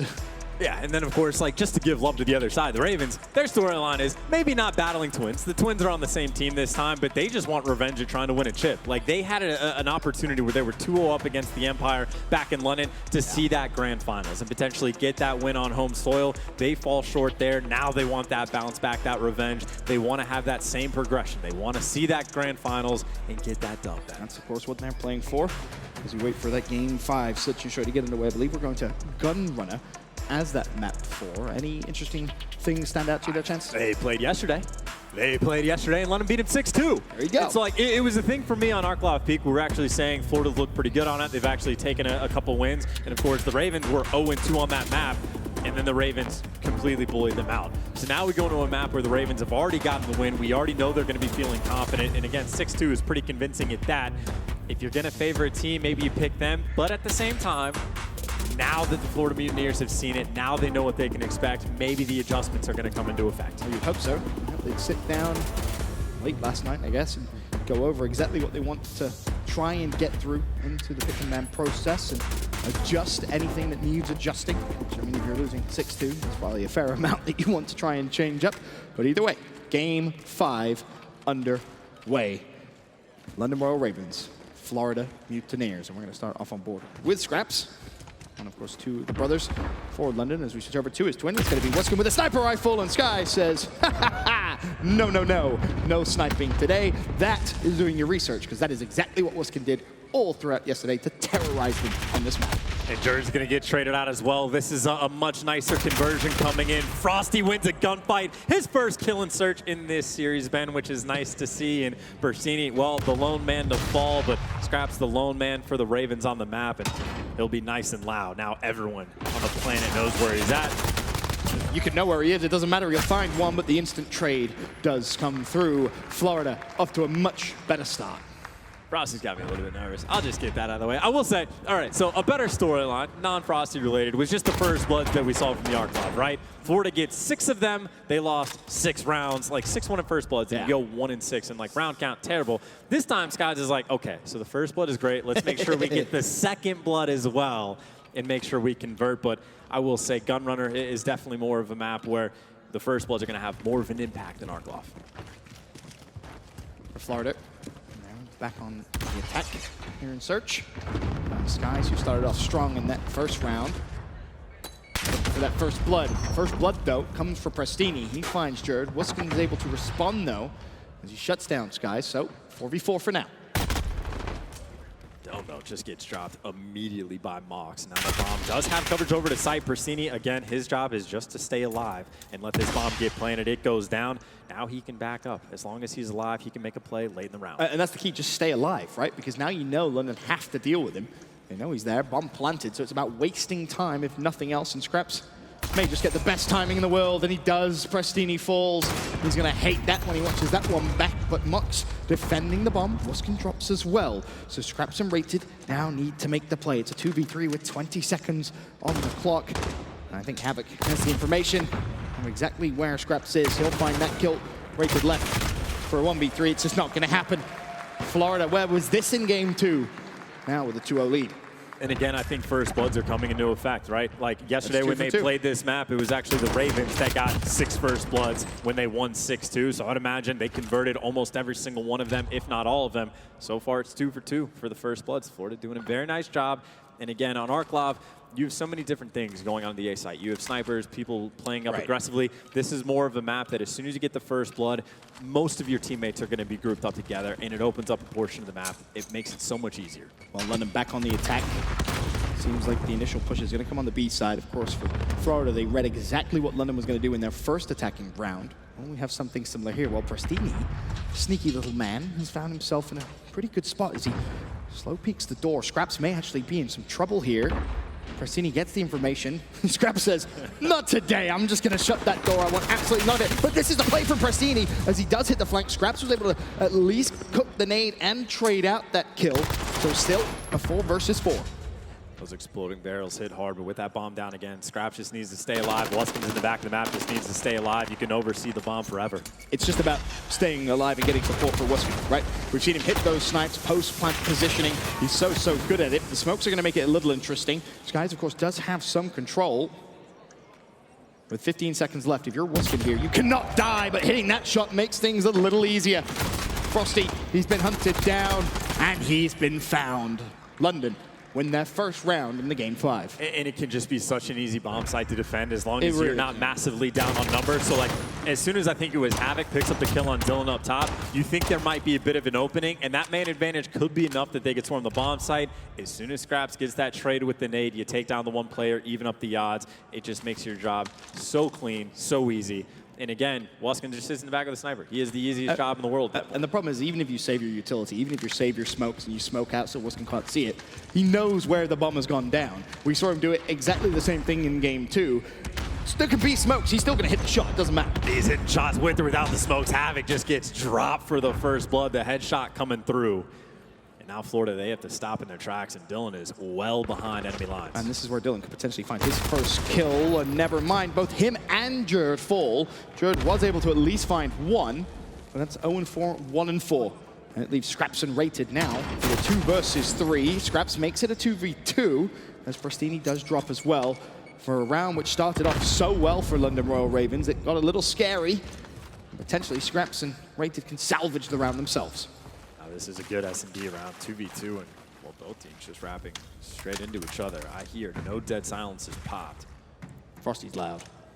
He's real loud, but more importantly, I think it's really that kill which could come through. Is it enough to bait out? Well, it is. Rated drops. Now it's a good old-fashioned 1v1. Scraps versus Frosty. Scraps does have dead silence. Frosty is on bomb. Scraps now with the information. Didn't see Frosty cross. How is he going to play this? Well, if you keep your eye on the minimap, so far, perfectly. Scraps doesn't win the fight. It's Frosty that gets it. You may not have felt too comfortable if you were a Florida fan with that 1v1, but it doesn't matter. Frosty A great read. He finds the kill and gives Florida a 2-round advantage in the game 5. And I'm pretty sure Frosty never saw him on the cross, so I think that's good instinct. I think he said, hey, it's been 10, 15 seconds. There's been no pressure from the front. The last time we saw Scraps was over by water, like in that little vent area. If he's not in front of me, he's got to be behind me. Makes the read. Makes a fantastic play. Dylan absolutely must turn around his performance here in the game 5. 0-4. Jared as well. Mentioned that last round. 1-4. Frosty 0-4. Scraps with the first blood. Scraps with 2, actually. And more importantly, he's managed to get out with his life. There's the sniper fight you want to see. Prestini not able to hit it, but just there, surely. No, so close, yet so far. Skies, though, meanwhile, over towards the site, was able to find Dylan. 3 players for London. 3 players for Florida. I'm bummed out. Scraps still trying to make a play. He's out behind the door. And depending on the timing, he will be behind every one of these Florida players. Now they're pushing forward, and again, Scraps, he's the guy that can just come up behind all. I wonder where Wuskin is. Bum goes down. Shock Horror covering the site with a sniper rifle, but Prestini's trying to counter it. This is such an important fight, and no, the hit marker just a little too low. It may buy you a little bit of time where Wuskin can't peek, but you have to use that time efficiently. You have to hop on the bomb, and Scraps is not going to allow that to happen. For him, it's just about playing your life. Skies, they have him absolutely trapped. There's surely no way now Florida can win this round as London close the gap again. 3-2. And he definitely needed a little bit of help. Definitely needed Wuskins to hit at least one of those shots. But Scraps, won him the round.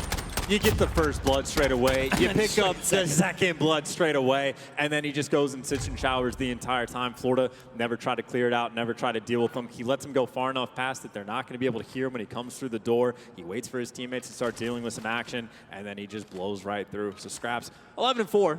Only nice things to say. Yeah. Dylan 0-5, though. Jared 1-5. Keep calling them out until they get a little bit more productivity out of this game 5. Frosty, after the abysmal game 2, 6-3 start for him. As there we go, Dylan first blood in his first kill as well. Prestini drops. Wuskin should have just spotted that player, but unfortunately for him, will not find the kill. But London do have that first blood. Shout out Flinch for saving the life of a player Wuskin's had in his sights. Havoc up top, waiting for the pressure. All those nades coming in. Should not connect with anything. The bomb is down. And Havoc, the man to make a play. His shadow might be a dead giveaway, though, but Mox has his cover. Scraps up top. There's the first. 30 seconds. Gotta go quick. Sky's covering, though. Rated will drop as well. Frosty finds Wuskin. The trades are surely there. Scraps now left on 1v1. We had it a few rounds ago. It's exactly the same. Will Frosty have the same outcome? No, he won't. Scraps wins the fight. Plenty of time to defuse. London Royal Ravens tie things up. And by the end of it, Frosty just in a bad spot for the 1v1. He has no idea if Scraps is going to be able to hop the bomb, and instead of trying to cut through green and maybe get eyes on it, he goes all the way around up that little pit area, and he basically has to fly. You have no time. You got to sprint forward, and Scraps just makes the right read, wins the gunfight, and continues the Scraps destruction. Just to touch on the first blood story, I know you were talking heavily about in game 2. Florida going into that round had a 3-1 first blood advantage, and 2 of those came from Prestini. So it tells you just how well he himself is playing. Yes, statistically it might not look as good. A 0.5 currently as he sits at 3-6, but the first bloods are there for Florida. But despite all that chance, we're all tied up, 3-3. First blood story of the game, but now they might get another one. Frosty up top actually doesn't finish the kill on Dylan. It elects Havoc as the cleanup man. Meanwhile, Wuskins does win the sniper fight, so technical 4v4. First bloods don't really make too much of a difference this round. As the game slows down just a bit, Havoc with some bad timing there. Scraps checks his corners and walks away with another important entry kill. So far, London have loved attacking the B site, mainly due to post-plant positioning from Wuskin, but Skies will find Jordan. He's done well to just scramble away, forcing Wuskin potentially out of his normal position just to try and help open up the map. But Skies has found Rated as well, which means, well, it was down to the twins. Wuskin drops as well. Scraps, 1v3. Scraps has been great. He has 14 kills to his name. I mean, a 1v3 would be absolutely bonkers. 1v2. Can he stay alive? Problem, time is against him. 20 seconds. Did he just spot Frosty Cross? I don't think he did. Unfortunately for him, with no dead silence, he'll spot Skies. Oh no, not like this. Surely Florida was going to say, you could not let that go to a 1v1 based off their positioning. You would have got away. Obviously, no time, I don't think, for him to flank, but you never know. You never know.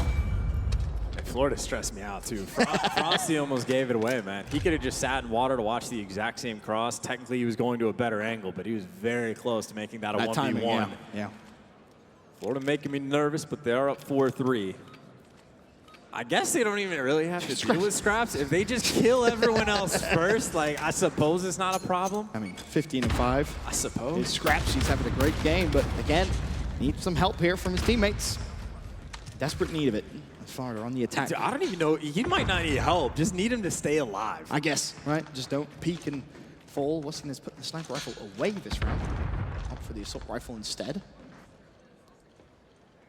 Meanwhile, Florida more than happy to just play the waiting game. They'll get their dead silence, and then they might make the push. Havoc could be a key player in this round as he pushes through Cole. Potential for the A flank. Meanwhile, Jerd also going to be key for London Royal Ravens in defending that B site. He slides forward. There's one. First blood comes in. Jerd so heavily tagged up, though. Has Frosty just right around the corner. In fact, two players. And unfortunately for Jerd, he's not going to check it. The knife comes out from Skies. The utter disrespect. And Skies finds two. Skies finds three. What an opening. Skies looking for number 4 as well. Dylan, in the blink of an eye, had his teammates, and they all disappeared. Florida. Match point, and they have 3 of them. Skies with the gunny, but Havoc was the playmaker. Havoc, we called it out at the start of the round. As soon as he goes on that flank, he can just be the man that makes the plays. And the reason Skies got all those kills, well, one, the shank is great. Do that in the smoke. That's very helpful. Happens a lot of time in smokes. Players just pull out their knife. It's a great idea, but either way, all those players on the Ravens turned their attention to Havoc on the flank, and it just made systematic cleanup kills for Skies, who almost has caught up to Scraps, which means you're doing great things. 15-5, he sits at. Great performance so far, but it's not over just yet. One more round needed here for Florida. London on the attack. They've gone for the very familiar setup. This one will be at the back. Betty has his sniper out, watching the B site. You cannot let the bomb get planted. Unfortunately, though, it has. The trades are in, though. Havoc has found 2. Scraps must play his life here. He is a huge, huge factor to this strategy working, and unfortunately, Scraps has dropped. Rated now needs to do just the same because it's only him and Wuskin up. It's a 2 versus 3. Rated has been pushed. Wuskin has fallen. Florida will take the game 5. London Royal Ravens fall, and that sets up what could be one of the most exciting games we're going to see this weekend. One of course, Prestini versus Arcites. The brothers against each other. Who is the better twin? But I will say, just a phenomenal series. Florida, like yesterday, had a couple close maps. Now they're full steam ahead, Ben. They've been playing out of their minds. You say, who's the better twin? I'm a big fan of Arcites. He's a fantastic player, but if Prestini's playing like that, might be in some trouble. It could be a force to be reckoned with, and again, Florida, they're a weird team, man. They have moments where they just don't look great on certain hardpoint maps, and then they have moments where they just blow the game out of the water. But either way, nice bounce back. Any map you lose to a team 6-2 on the day before, and you get that same map for a game number 5, to make those adjustments, to have the strategies, to figure out, hey, Weston's going to be the back every time. Let's figure out a smoke shot to block them off. Whatever it's going to take, they came up big, and Skies 14-6. Looking pretty good, Ben. And a great turnaround for Frosty as well. So many times when you have a poor game 2, it can be a little tough to turn things around heading into a game 5. Well, he does just that. A very important 1v1 win as well, if you remember, against Scraps. He finishes 8-4. That's going to be everything from myself and Chance. We'll send it now down to the main stage with the man, the myth, the legend. It's Prestini. It's time for your instant reaction, brought to you by PlayStation. And first question, gotta ask, next series, who's your mom gonna be cheering for? Both of us, that's all I can say. That's going to be tricky, right? So how is it actually going to be to play against your brother in this next one? I've seen the tweets over the years. I remember when you guys came up together as well. I saw Alec tweet earlier, it's even harder to watch you play than to play himself. How does it actually feel when you go head-to-head? You know, ever since we split, we've kind of trash-talked each other ever since it happened. So, you know, all of that building up to this moment, it's going to be fun. I'm gonna enjoy it a lot. All right, well, let's talk about this series as well. We're very excited to actually see that one when it does come up. But what changed? This is a team that you've played against before. They've looked really strong in this tournament. How were you able to take them down? Like I said in one of my interviews yesterday, we were just out of it. We were extremely exhausted, and the team yesterday, that was an amateur team. That wasn't us. So I think we got our stuff together today, and it showed. Yeah, I definitely think it did. I think as well, one more question. A lot of people on the desk were putting a lot of pressure on the side of Havoc, saying he needed to be the guy to step up. Do you think that's actually the key to success for your team, or do you think maybe it's a little bit different than that? 100%. I mean, online we play, and I'm kind of that guy that slays and, does what I can on the map. And, I'm really confident in my own gameplay. Just yesterday was a really bad day, and, I kind of showed off a little bit what I could do. All right, we know we can rely on all the members of this team. Florida looking great right now. We're going to jump to a quick break, and when we return, we got plenty more Call of Duty.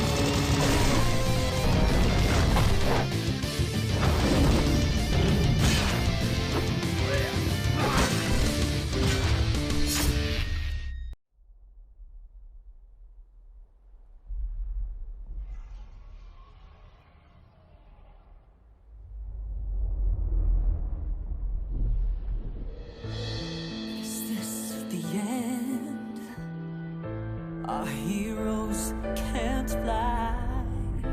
They fall like shooting stars. Will anyone survive?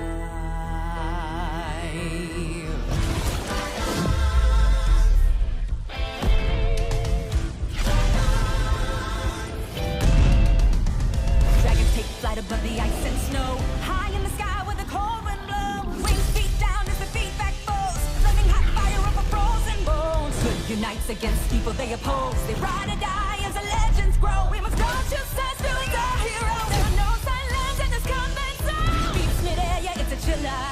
Life and death, yeah, it's a killer. They go round and round as the beat down pounds. Aerial thrills, yeah, it's a thriller. The sky's filled with trauma and all of this drama. Pretending and impending, yeah. Crash down. It's dragons and dragons descend.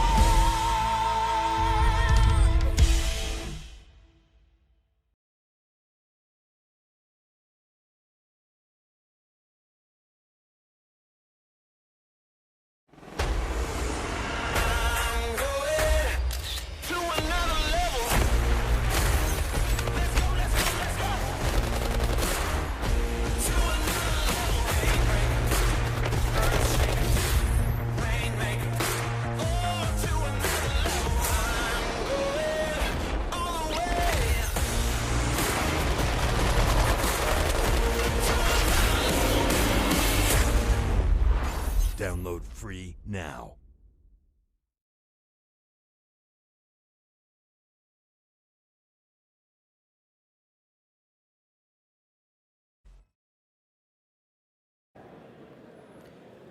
The Call of Duty League community lost a major presence with the passing of Jared J-Cap is Awesome Kaplan. Upon hearing the news, the CDL came together for a tribute. Today, J-Cap's father, Alan, is here receiving a custom jersey signed by the league. As Benson hands it over to Alan, I ask everyone here in Atlanta, please put your hands together and let's show some love for one of my favorite people. J-Cap is awesome.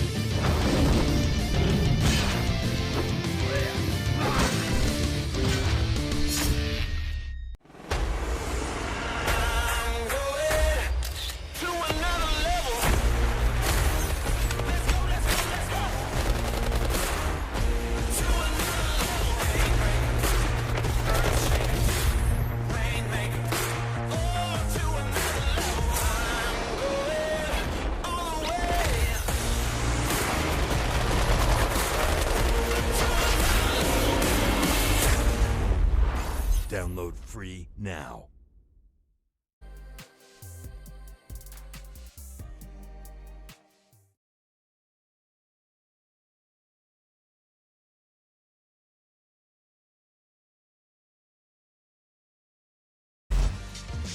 Call of Duty League is brought to you by Metro by T-Mobile.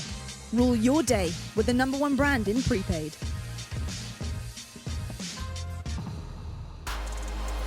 Hello friends, welcome back to the Call of Duty League. We are into our semi-finals. That is right, all the action is still yet to come. Here we go, your bracket right now of your home series here at Atlanta FaZe, of course. And we've got our semi-finals waiting in the wings there. FaZe taking on Røkkr, and then we've got Huntsmen taking on Mutineers very, very shortly. But I have to say, I do have another, yeah, that's right, another special guest here. Very special one, actually. Courage is back, ladies and gentlemen. Wow. Yeah. Welcome back, surprise, buddy. Surprise! Hello. A lot of fans, very excited. It is great seeing everybody here in the venue and Rich. Man, it feels good to be back where it all started, and great to see everybody. Shout out to this awesome crowd here today. There we go. There we go. Courage, I've got to ask you, of course, it's a brand new step that Call of Duty has taken here. Yeah. Franchising League, CDL. What do you make of it all? Oh, it's been crazy to watch. I remember when it was first brought up as an idea, and I was still casting and still, involved in the CWL every single day. And I was a little surprised to hear it, but with how well it's turned out, it's been great to see all the different cities embrace their home crowds. I saw Midnight posting about the Minnesota Røkkr yesterday, of them watching their matches from one of the local spots there, and more and more you're seeing these franchise leagues continue to excel, and it's no surprise to see the CDL doing so well at the start. Yeah, and you definitely have a lot of fans here as well. One of your biggest ones isn't here. I actually might have to get her on the line right now. My mother. Oh. I'm going to see if I can get her on the line really Rich, are you calling? Unreal, dude. My mom loves you, dude. Oh, there's no telling what's about to happen. Jesus. This wasn't scripted. Hey, Mom, can you hear me? I can hear you. Guess who is back on the desk? It's Jack. Jack? The fat funny one? Yeah, that one. Do you want to say anything to Jack? Do you want to say anything to Jack? Hi, Jack. Hi, Rich's mom. You get 5 gifted for the great. Get out of here! Get out of here! Oh man, I shouldn't have We don't called do that my anymore. mom. We don't do that anymore, man. We don't do that anymore. Shouldn't have called my mom. Oh She my loves goodness. you, though. You are out of control. I don't know what we're going to do about it. I'm going to find out a little bit later. We need to talk about some of the guys we're going to be seeing on our main stage shortly. I know you guys are all probably a bit savagery going on right now here from Rich. So don't be too alarmed. Don't be too alarmed. We are going to get a little serious here, but we have to talk about the guy, Celium. Guys, he has been ripping one on that main stage. He has been absolutely formidable. And we've got to see some highlights of this dude, because yesterday, dropping 40 bombs, he had a streak of 8 kills here. At this level, how hard is it to start coming through with moves like that? It's so difficult. And, not only just like his stats are incredible, but the way he maneuvers around the map. Like when you watch him play, you can just tell that he's a cut above the rest. He literally slides around and just guns people 3 pieces, 4 pieces at a time. It doesn't matter. This kid is absolutely incredible. #1 KD in hardpoint so far. It's crazy because you keep going back to the stats, and I keep saying when you look at FaZe, you don't even need to talk about stats because they just gel so well as a unit. But they have all of the stats. Like, they are absolutely tearing apart every KD statistic. Obviously, you see Wuskin sneak in. He's been out of his mind throughout the entirety of the league. Yeah. Dens is also going to make it. But FaZe just looks a league above everyone right now. I mean, Jack, you used to talk about it all the time, the eye test, right? Back in the day when you just watch somebody play, you can tell he's just way better. Oh, these guys are absolutely insane. And this is from Sim talking about his own teammate here. Celium is the best player in the game. GG to London. We won 3-1. God damn, I love my team. Not sure when we play tomorrow, but as always, thank you for the support. #EasyAF. And I mean, this guy's an absolute animal, but here's another one from, oh wait, this one's from you, Andy. Yeah, dude, What'd you say here? I had to show some Why love. are we taking tweets from Ams? He was destroying, dude. It was just absolutely going off. I had to show him some love. He was indeed, and of course the man himself as well, Celium, very happy with all the love he was receiving yesterday.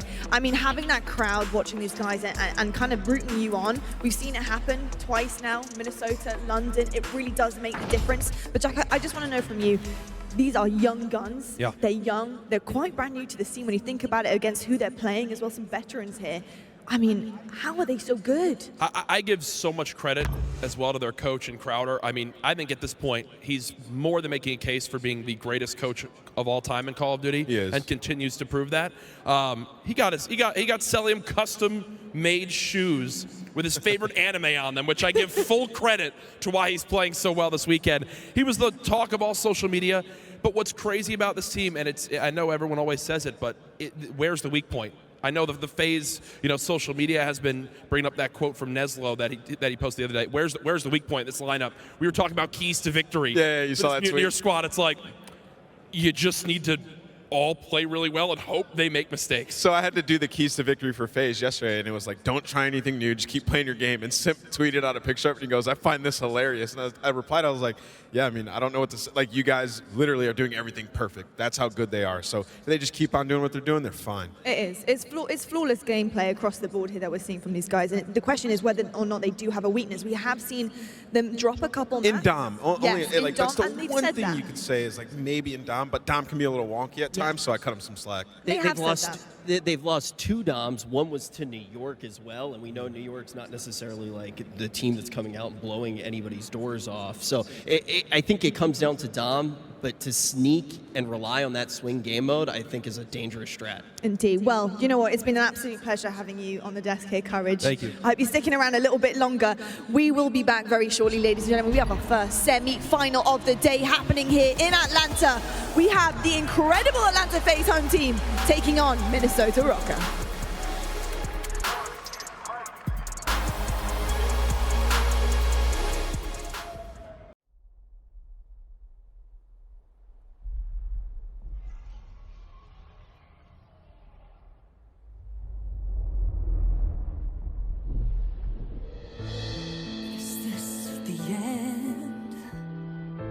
Our heroes can't fly. They fall like shooting stars. Will anyone survive?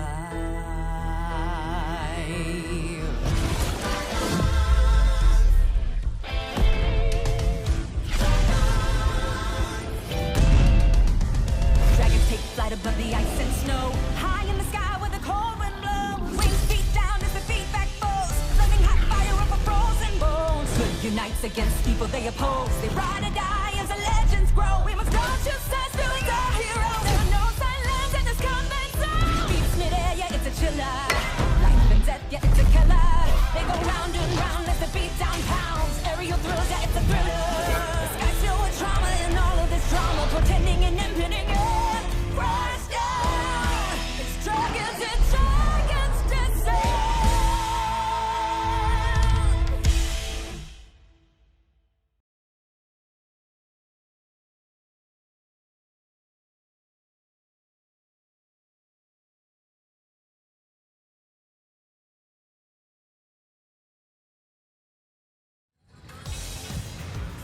Hello and welcome to your first semi-final here at Atlanta. We have the incredible home team, Atlanta FaZe. You see that incredible fade there happening with the FaZe sign. Taking on Minnesota Røkkr on the main stage. You can see the guys getting ready to go right now. Your boys here, home at Atlanta. They're on the left-hand side of the stage. But we do have to talk about what these guys need to do to secure this win up here. They probably don't have to do too much, do they? Game fuel keys to victory here, Ant. Just keep doing their thing, right? Like the one thing where we've seen them lose is domination. So I guess if they can focus a little bit more on that, they'll be even better. But to take it map by map, because right now you got to think these guys are thinking about winning that championship. So they just got to go map by map, take it slow, and actually bring it home. Not get complacent. Let's take a look at the game fuel keys to victory for Minnesota Røkkr. Yeah, so far, like every team that we've watched play FaZe, they fall into the FaZe trap where they're just getting hit with so much pressure that they get destroyed, right? So I need to watch Minnesota slow it down in this game, right? Don't try to go toe-to-toe with them. Goddard, and Alex can't try to fly at them or ace them. They're going to have to slow down and try to play their game. Now talking about toe-to-toe, we got a US Air Force quick scope for you guys, looking at our teams back-to-back here. We can say that Atlanta FaZe does have incredible stats when it comes to winning games, winning different game types as well. You know, they're really dominating the game right now, but does this stack up against Minnesota Røkkr? Can Minnesota Røkkr kind of rock these guys on the main stage? I will say, I don't think that they're going to be able to, but Minnesota has already impressed me so much throughout the entirety of this tournament, and this is a squad that I think when we didn't see them last week, maybe that caused people to sleep on them a little bit too much. I'm excited to see what they're going to be able to do. Maybe they'll be the third team who's able to at least take a game off of this lineup. US Air Force maps and modes here right now. Nameless, if there was going to be a map that these guys may give up on the main stage as home team, which one would Røkkr take? I mean, if Røkkr are playing at like top form, we've seen them be fantastic on Gunrunner Search and Destroy. We saw them win 6-0 in their last match on there, and on Hackney Dom, they're actually, I think, 3-1 on it, where they've been playing pretty well in there. So, you know, if they can force it to a game 5, they have a chance. It's going to be so difficult, though. It's going to be difficult. And if you're looking at specifics of this and what Røkkr need to do, and really kind of getting down to the nitty-gritty of maybe strats here, is there plays that they really need to try and block out in certain situations and try and get rid of these guys as much as possible? I mean, if you're talking about like stopping individual players, it's all 5 on FaZe. It's just super difficult. It's a team effort across the board for these guys. You need Assault to be in MVP form. You need GodRx to continue to be dominant. You need Alex to be applying that pressure, you know, and they just have to be all playing well. All 5 of them have to be playing well. It goes back to Nameless, what Nameless said in Keys to Victory, right? You can't be focusing on tiny little minutia like that. You need to just go out and you need to play the way that you have played as a Minnesota squad throughout this tournament. That's the only way that you can come out with the W. Indeed. Well, you know what? I've said it before, but I'll say it again. We have our first semi-final coming your way very, very shortly.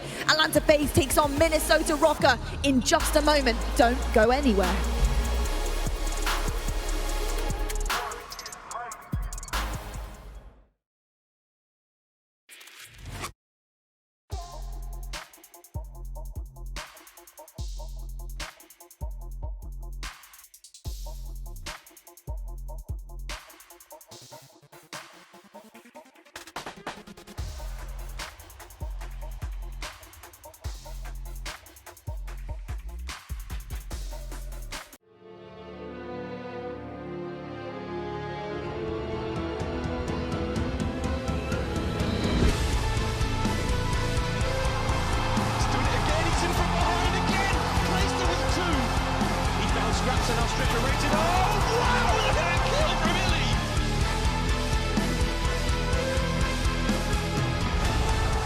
Flawless from the Dallas Empire.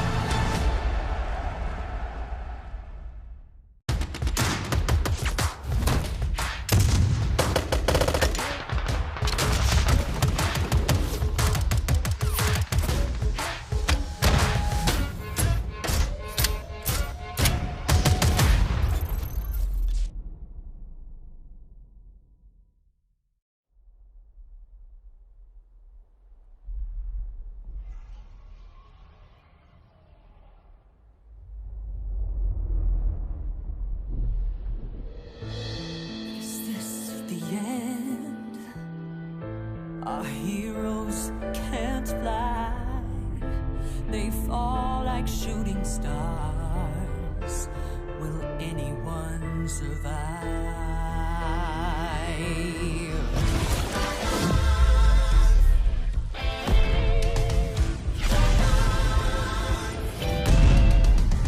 Dragons take flight above the ice and snow, high in the sky where the cold wind blows. Wings beat down as the feedback falls, flaming hot fire over frozen bones. Good unites against people they oppose. They ride or die as the legends grow. We must go to sense, doing our heroes. There are no silence in this combat zone. Beats mid-air, yeah, it's a chiller. Life and death, yeah, it's a killer. They go round and round as the beat down pounds. Aerial thrills, yeah, it's a thriller. The sky's filled with trauma and all of this drama, pretending and impending. Crash down! It's dragons descend!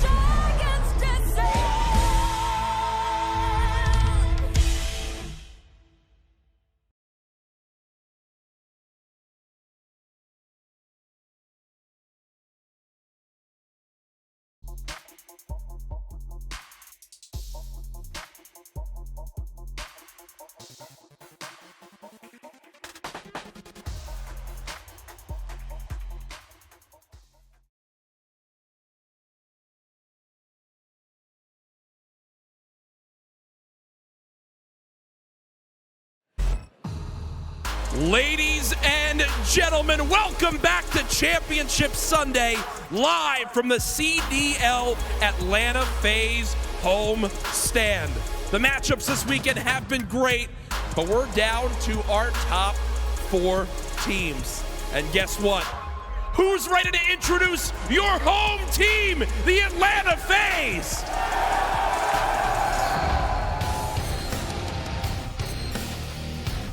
One, two, three for Major Maniac. Oh my God!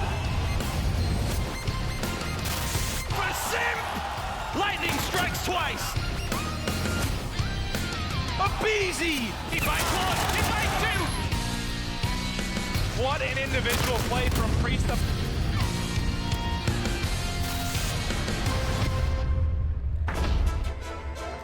This lineup is absolutely stacked from top to bottom.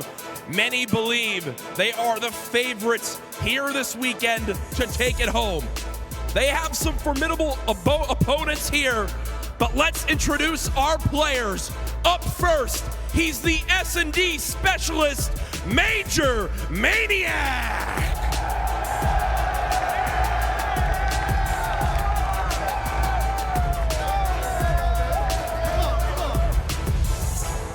His teammate with the #1 overall KD in the Call of Duty League, it's Sim.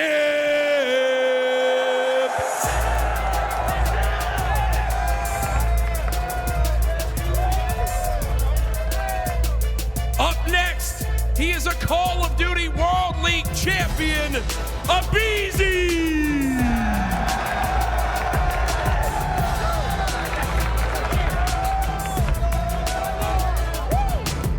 This man has been the talk of Twitter all weekend long. He might be the MVP if he keeps it up. Cellium!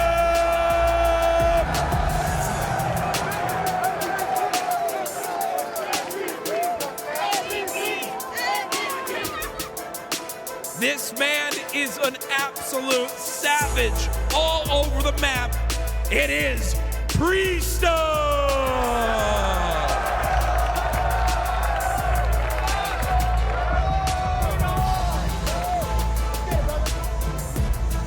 Finally, who many regard as the greatest Call of Duty coach of all time, it's Crowder!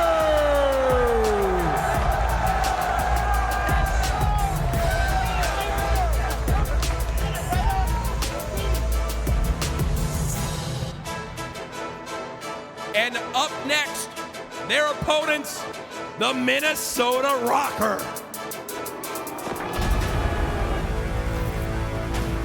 Assault, a clean 5-man wipe. Here comes Silly. Get him, Silly! Team making the play. Alex with the triple. He's the man of the moment, and he's not slowing down. It's all Minnesota in the kill feed. Røkkr goes huge. Are you kidding? The Røkkr are lighting it up. Ladies and gentlemen, the casters are ready. The players are ready. Folks live in Atlanta, are you ready? Well, well, well, Atlanta, you have certainly impressed. London was a far cry, but I think you've come pretty close. The hype is real, and the boo for Minnesota as well. I mean, who loves to put on a show? Atlanta's doing it already. It's going well so far, and only a couple of weeks ago we were in Minnesota, and these guys were having the whole crowd behind them, but today they are against the crowd. It's going to be interesting to me how they adapt, how they play. But this Atlanta crowd, they're no joke. No, no joke at all. This is going to be very, very fun. Again, an exciting matchup nonetheless. Phil, got any favorites coming into this one? I look across this, I look across all the players. I honestly don't know. I honestly have no idea.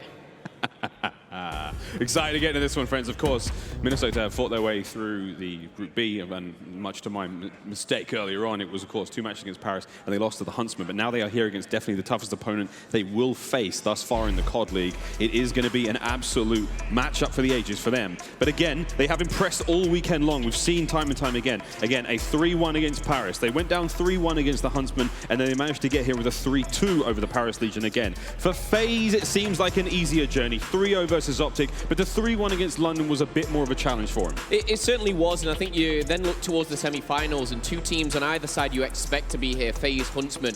But Røkkr and Mutineers, I mean, if you ask kind of everyone's top four, people had, you know, the Ravens up there. People kind of cast their eyes towards Paris as well. But we are seeing a little bit of inconsistency, or new teams kind of taking over, but as well, those consistent top teams. Is going to be an interesting semi-final and an even more interesting tournament to round things out. Minnesota, for me, the highlights, you know, we've had Røkkr, we've had Assault, the fast-paced scene. These guys have been such a well-rounded team, and I'm very excited to see how they continue to do this. But I think Nameless, as he touched on at the desk, just keeping things slow. You cannot go at the pace that FaZe are running at right now. I just don't think they can keep up.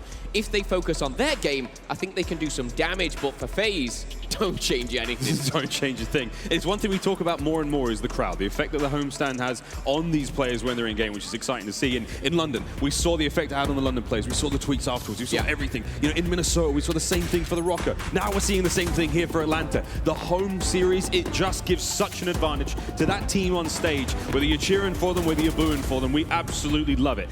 Friends, it is now time to get into this first matchup. It is going to be Hackney Yard. It is going to be a hard point, and it is certainly an Atlanta map favorite. Well, let's quickly talk about Hackney Yard hardpoint history here. As Atlanta, they're 1-0. They took down Paris on this map. But for Minnesota, they're actually 2-0 on this map, taking out the LA Gorillas and Toronto Ultra. So both teams seen success. And again, that's what you expect from semi-finalists. But as we see a quick teabag from one of the players there, as he's ready to rock and roll.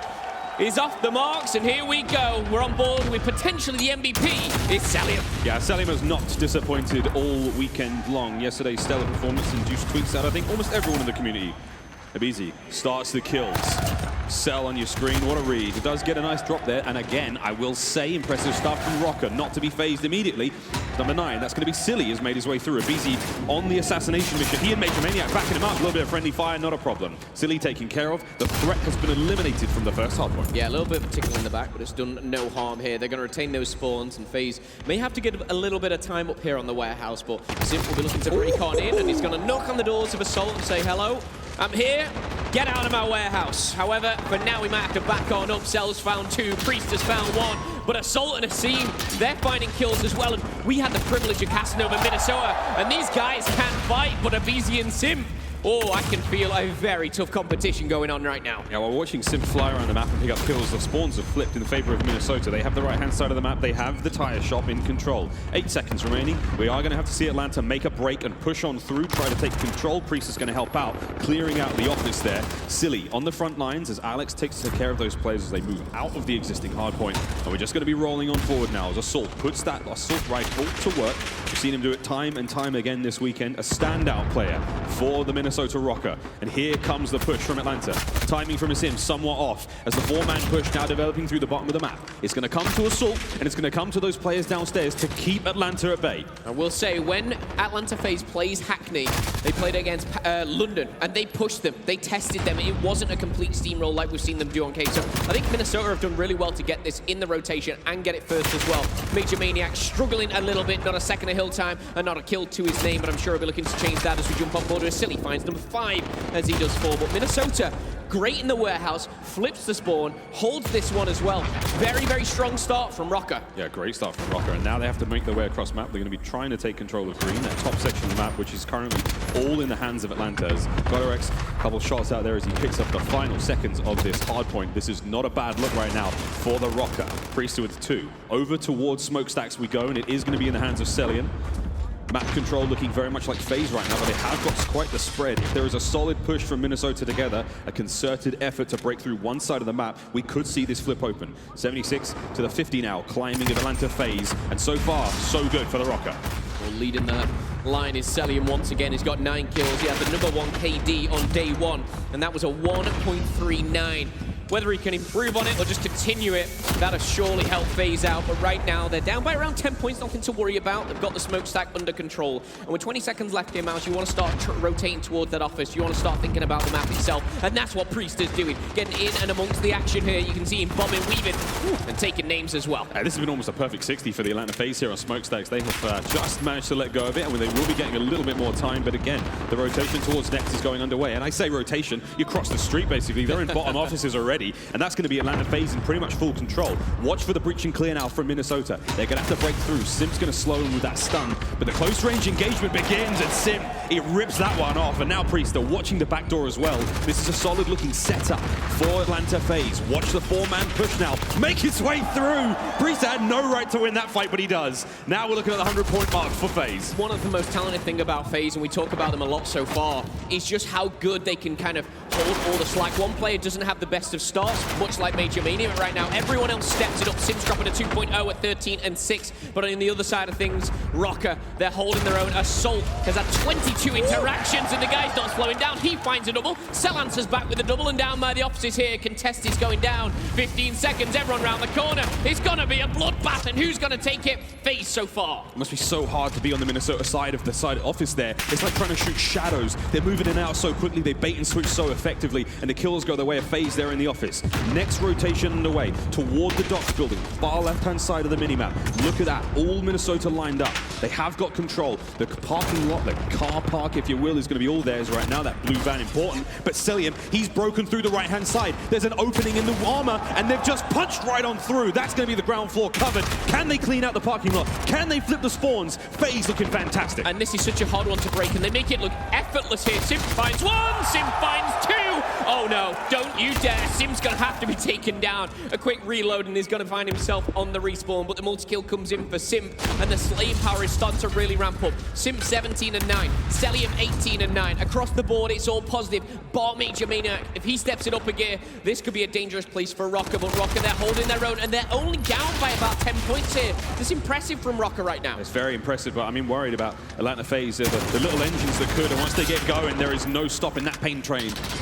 Hardpoint rotations now about to continue. Cell doing what he can to lock down these next positions. Abizi upstairs, ripping his way through middles. We get into our second set of hardpoints. And after the first set, Major Maniac, 5 kills, but that's not a problem. He doesn't slay a lot in these hardpoint matches. He's basically on the rotates. He's taking care of the spawns. He's doing the dirty work.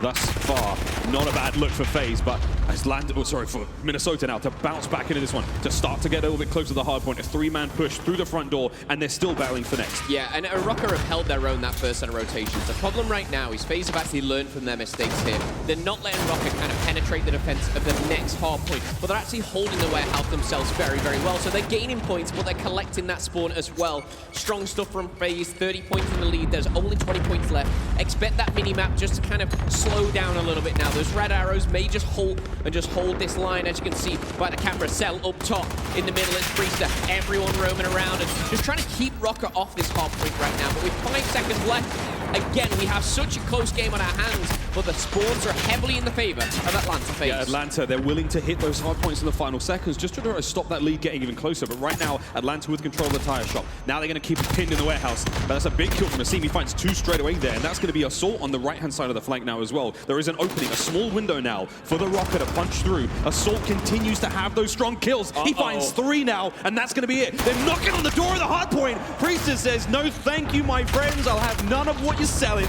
Abizi takes care of the ground floor as well. Now Sim pushing the front line out. This is starting to look frightening. The lockdown position you have for FaZe on the hard point, and Sim running around, causing absolute chaos there in mid-map. This is a strong look for FaZe. So strong. They are 40 points ahead. This has been a very strong hold from FaZe, and this could be the difference maker in this hardpoint alone. And again, this was a map that the Ravens tested them on, but they were not successful either. And now with plenty of time still on the clock, there's a 10-second moment here. And again, minimap, check it out. A very strong line in the middle of the map coming in from Røkkr. They don't want to let any of FaZe get through to that warehouse, through to offices, and they're trying to do their best. Assault and Røkkr with a slaying power. If you look at the current kills and deaths, they're looking strong so far, but the SMGs, they're slacking. They need to pick things up. Big kill from Assault as well as he tries to cut through mid-map.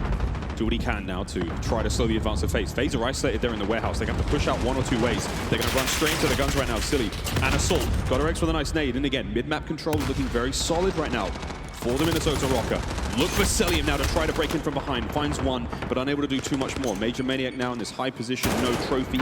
Keeps that hard point under pressure. Plenty of kills going the way of the Røkkr, but they're still just unable to keep FaZe out. So look for them to keep getting these kills, hit that next rotate, and all of a sudden, we're in a game again. And again, those assault rifle battles, you see Major Maniac and Assault, that's actually going in favor of Røkkr. It's the close quarter battles that are going in favor of FaZe, and that's why the points are slightly in the lead of FaZe. I say slightly, it is just 1 point, ladies and gentlemen. 203 to 202. Rotation going down, and this once again is FaZe right now. They're controlling the half wall, they're controlling the breaks, they're controlling the offices. But Røkkr, we've seen the punching power that the likes of Assault and Godorex can do right now. 23 kills either side for them with a minute and 20 on the hill. Assault is playing out his mind. Godorex, you see in the top middle there on a 5 kill. He's bringing the kill feeds all white. Røkkr, they're in and about. The kill feeds all white. What is going on? What a turn this is. I mean, this is FaZe City right now. It's close range engagements. It's bait and switch. That's what they want. But right now, the Røkkr have held this one down. They have built a wall up and they have not let FaZe in whatsoever. Keep that clock ticking. 30 seconds left on this hard point. They put themselves within spitting distance of the win. Major Maniac gets dropped there by GodRx. Once again, we are going to be going back towards the Docs building. And again, you are seeing Minnesota light up the kill feed. Alex finds 5. The rotate is now underway. FaZe have got one big push to make this happen. Otherwise, we're looking at a Minnesota map win. And Miles, there's still 9 seconds here. They're going to get to around 245 off this one alone. Cast your eyes to the bottom left. It's favoring Minnesota. They're trying to upset here on map number 1 with only 9 points needed. Silly is amongst. We saw Simp slow down, Celium slow down, but Minnesota, they are on fire right now. Assault's going to take damage. No Brace going to come in. Nobody from FaZe is close. And Minnesota take map number 1. Hardpoint goes against FaZe, and that is probably one of the first times you've heard me say that. Incredible stuff from Røkkr. And my goodness, they should be proud. I was casting my eyes halfway through that. I saw Silly double negative. I saw Assault and GodRx doing very, very strong, but I just thought that is not going to how things go. It was honestly, Simp and Celium started so strong, but they did slow down. They couldn't keep that pace up. Credit to Røkkr. Credit to Røkkr. Something happened there in that offseason, in the downtime in between, launch party in between London. They did their homework and they managed to just counter the fast pace of FaZe. They managed to slow the game down and not let that get out of control for them. And there were moments there we were petrified. We're like, oh my God, here we go. FaZe are going to do their thing. FaZe are going to blow up. FaZe are going to take over here, but they just didn't. And they managed to find that weakness in the respawn. Yeah, the best thing for me when I saw Røkkr was they were able to break the second hard point on Hackney, and you don't really see that a lot. Impressive stuff from them, and again, we've seen what they can do in S&D. However, let's take a big deep breath here. Search and Destroy for FaZe is a very, very strong game mode. We talk about FaZe, and the reason they're so strong right now is S&D and Hardpoint is what they're good at. We're going to be going into what I believe will be Piccadilly. And I remember seeing these guys absolutely ruin New York in week number 1. But a lot has changed from week number 1, as you guys tell it. Have FaZe started a series 0-1 down? I'm not sure. I'm not going to start pulling stats out. I don't think so. I don't think so, mate. But you get a couple of buys. It's your birthday. That's going to be good stuff. We have our scuff play of the game, and it was GodRx of the Minnesota Røkkr absolutely tearing his way through FaZe. Time and time again, it was brilliant from start to finish from Minnesota. Again, there was times where FaZe were looking good, but honestly, GodRx, a player we've talked about again all weekend long here at the Atlanta home series, has been a superstar. And this was a prime example of what we were talking about before, was just being able to infiltrate and break that second hard point on Hackney. It is so hard. We're trying it ourselves, trying to break those spawns down. It ain't easy. But again, GodRx comes up trumps for Minnesota Røkkr. That's a special player to be watching out for. A young player who really is thriving in the CDL so far. Credit to GodRx and the squad as well. I know they have a lot of hard-working staff back home and a lot of fans back home we've seen cheering on at those watch parties. Awesome to see. Well, this FaZe guy is back here. There's a lot of them as well. Can they be that 6th man? There's a lot of fans here indeed. And if you're not a massive fan of FaZe just yet, there is a small piece on the tiny terrors that might convert you. My name is Tyler Ferris, also known as a BZ, and I play Call of Duty professionally for the Atlanta FaZe. My name is Chris Lair, also known as Simp, and I play Call of Duty professionally for the Atlanta FaZe. Gotta keep moving! It gets the kill! These guys were so dangerous. The tiny terrors.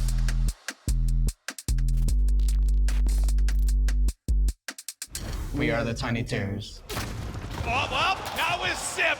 That's a BZ who finds 2 kills with the M4. The Tiny Terrors. I'm pretty sure the Tiny Terrors nickname came from one of our matches last year, and it just got stuck throughout the entire year.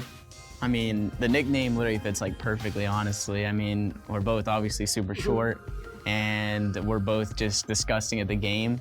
That's a great start. The BZ makes him pay every single time. Now they're picking him up off spawn. That's a fantastic play from Simp. He's more of the methodical, slow sub player, and then I'm just always just running. BZ dances and darts through the smoke. So people just don't know what to do half the time when they play against us. Simp is starting to go on a tear. I don't think there's a rivalry between us. I mean, we're just both trying to win. Whoever's doing better, like, honestly, I don't think we really care. It's just all about winning. Do it! Blow him out of the map! The twin duo is just been nuts. This is absolute madness. They're quite clearly setting high standards for themselves. I think it's going to be an exciting year for Atlanta and this team. I'm like super confident that this team can do great things this year. Even though we're young, we're still going to be the best team in the game, and we are the best. Like, we're here to stay. Like, we're going to win. Yeah, I want to make a dynasty. Being recognized as one of the best already, it's super humbling, but like a super like gas at the same time. One of the most prolific snipers in the game. He's special. It makes our confidence even higher, and I feel like when me and Chris's confidence are high, we're just gonna keep frying. We're still super young. Like, he's 20, I'm 19. Like, we still have way longer to go with this career, and I want the Tiny Terrors to be remembered as two of the best players to, you know, ever play the game. Two nice headshots. Beezy! The Tiny Terrors! Well, that was just a sample of the Tiny Terrors episode of Behind the Controller presented by Scuffed Gaming. The full episode will be available on the Call of Duty League YouTube channel about tomorrow afternoon. Bill, I mean, imagine coming up against those guys in matchmaking, in like the CDL players. Can you even imagine? I'd be happy for like the first 12 seconds of the lobby. Yeah, oh, cool. Until I get into the game and I'd be like, okay, maybe not so cool. Let me try. I'm dead again and again. And again. Honestly, it's just a pleasure to cast, to watch. These guys are incredible. I know you yourself, you kind of dubbed them the Tiny Terrors. That was me. I did do that. I know you're trying to copyright claim and tag all this. Yeah, I'm trying to get t-shirts made, but it's not really working out. Mate, at the first though, I felt kind of bad. I was like, is this quite a rude name to give them? Like, I'm glad that they've vertically accepted challenged. that. Yeah, the vertically challenged gentlemen. But hey, you let the gameplay speak for themselves, and the gameplay about to hit us in the face frames. It's going to be a Piccadilly search and destroy. I wonder if we'll be seeing a two-snipe setup coming through for FaZe. That's become something that is somewhat in vogue right now in the CDL.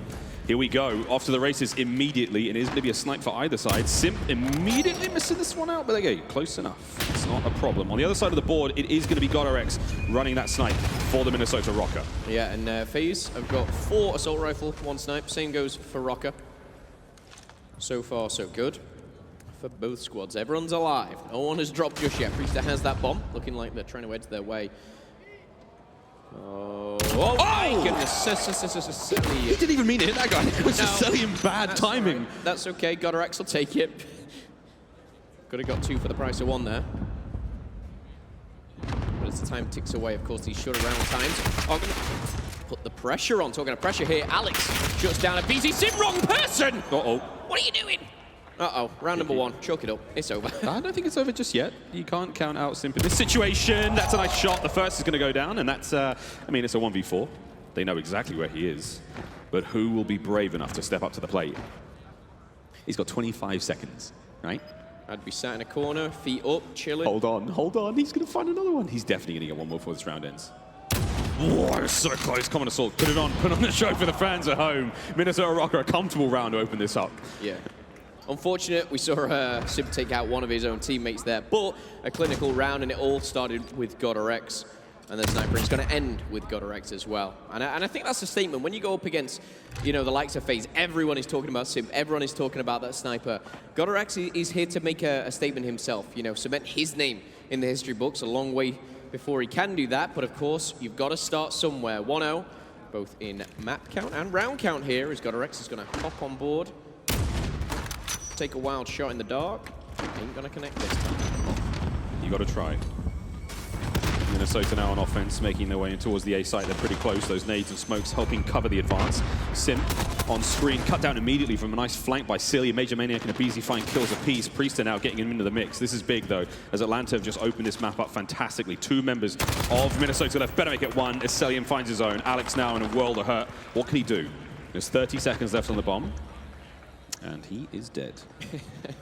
Yes, he is. We didn't even get to see him. It was a very quick round, and FaZe doing what FaZe do well. But it is, of course, all tied up. I feel like during that hard point, there was a lot of praise for FaZe, and they were doing great, but suddenly it just was Røkkr just holding on, hanging in there, and then taking that lead as well. And that's what they're doing in the search and destroy. They are no pushover by any means, but of course, shout out to our observers who's guiding through all the action. We're going to jump on board with Simp, see if we can connect here at the start of round number 3. Yeah, we love you, boys. Here we go. Another snipes up. Will we find anything? The duck at the perfect time. How did he know? Brilliant timing again from the Røkkr to cross over towards A there. Here comes the push through mid. Just busy watching those buses, trying to make sure nothing happens. As Major Maniac's made his way all the way to A alone. He's in potential danger at this point, but again, pre-aiming the top of that shot. Great spot to be in again. You know, it's a power position in its own right. GodRx finds one on Obeezy. Nice nade. Could hit the car. It's a tag, but not quite enough to get the kill, so that's good news for Major Maniac. Allows him to advance forward. Takes control of the ticket booth. That puts him out of sight from the player in top shot. Second first blood for GodRx. That's going to be a tag. I think Simp tagged him through one of the little barriers there on that window, and Cell is right there with him. What a sneaky spot. I think that was a seam, actually. He's just pushed up number 7. It's actually Alex there. Silly finds Major Maniac. On a game, Røkkr have the advantage. Do have the advantage for now. GodRx has just managed to get his Dead Silence. Priest of those creeps in from behind. Dead Silence play of his own. He's now going to restart that Dead Silence. However, when he walks through that shop window, it's going to go off. He finds a second kill for Priest, and now Celia making his way forward, trying to pick up where Priest had dropped down. Priest did have bomb, so we now have to see that be picked up and brought back into play. 2 versus 3 right now. Minnesota with the advantage after that kill from Alex. Very doable when the likes of Simp and Cell are still alive, but Alex, Assault, and Silly looking to use their numbers to their advantage. As shots were missed and Cell's still alive, bombs down, and suddenly Simp rushing in with the pistol. Not going to work out, and it's all up to Cell. Bless his little cotton socks, he's gone down. He was getting shot left, right, and center there. But Røkkr, very, very strong. Not letting things get out of hand here, and again, closing things out when they need to. 4 kills for Alex so far. Strong showing. Just delaying the defuse as well, just making sure that they can equip their field upgrades. You see those just popped up on the top side of your screen, whether it be trophies, whether it be Dead Silence. Always nice to have that ready and waiting for round number 4. Well, Slow and Steady's going to win this race against Search and Destroy. Is definitely a marathon, not a sprint. And right now, FaZe are having to stretch the quads out. The hammies are a little tight right now. They're not quite picking up the pace that we have seen them. Asim, though, in 0-2, that's one thing we're worried about for Minnesota Røkkr. Asim is a devastating Search and Destroy player. If he starts to pick this up, this could get ugly real fast. GodRx not able to find anything through the smoke, not even willing to take the shot that time, but hey, this is a good angle we've seen. 1, 2, look at them go. FaZe managed to make the cross. Alex now trying to find those players, forcing them back into the bookshop. Nate goes through, Selim on the defense. Holds the line down, he could get the second kill. That'd be insane, but he doesn't. Asim manages to get on the board. Priest now moving his way in towards B, and Silly again with these exceptional kills, 4 and 2. So difficult to deal with, and GodRx strikes true with a sniper. FaZe, they are being pushed back, they're being pressured, and they're actually going up against a team who know how to make their mark here on Piccadilly. It was a walk in the park when we saw FaZe first play this map, but it ain't the same. Silly with another kill, that's 5 for him. Simp last alive, he's got the MP5, but he's got 4 to deal with. He's not gonna find anything. So as the Search and Destroy goes back and forth, Røkkr, a couple of rounds back to back, sees them take the lead. Oh, and again, this is a semi-final matchup. Loser of this is out. The winner goes on to the home series grand final. This is do or die for both teams. I mean, there is no room for error whatsoever. A single best of 5. That's all you got. On the other side of the bracket, you got Huntsmen and Florida. Waiting, we get to see Arsties and Prestini go head-to-head for the first time ever. So much exciting stuff going down this weekend. FaZe, though, a home stand. They were looking to win it in front of the home crowd here. They're the first team to do so. However, Røkkr standing their way for now. There's no double need to get through this one. Assault with a great need to open that up. Silly once again from up high, looking to be the difference maker right now.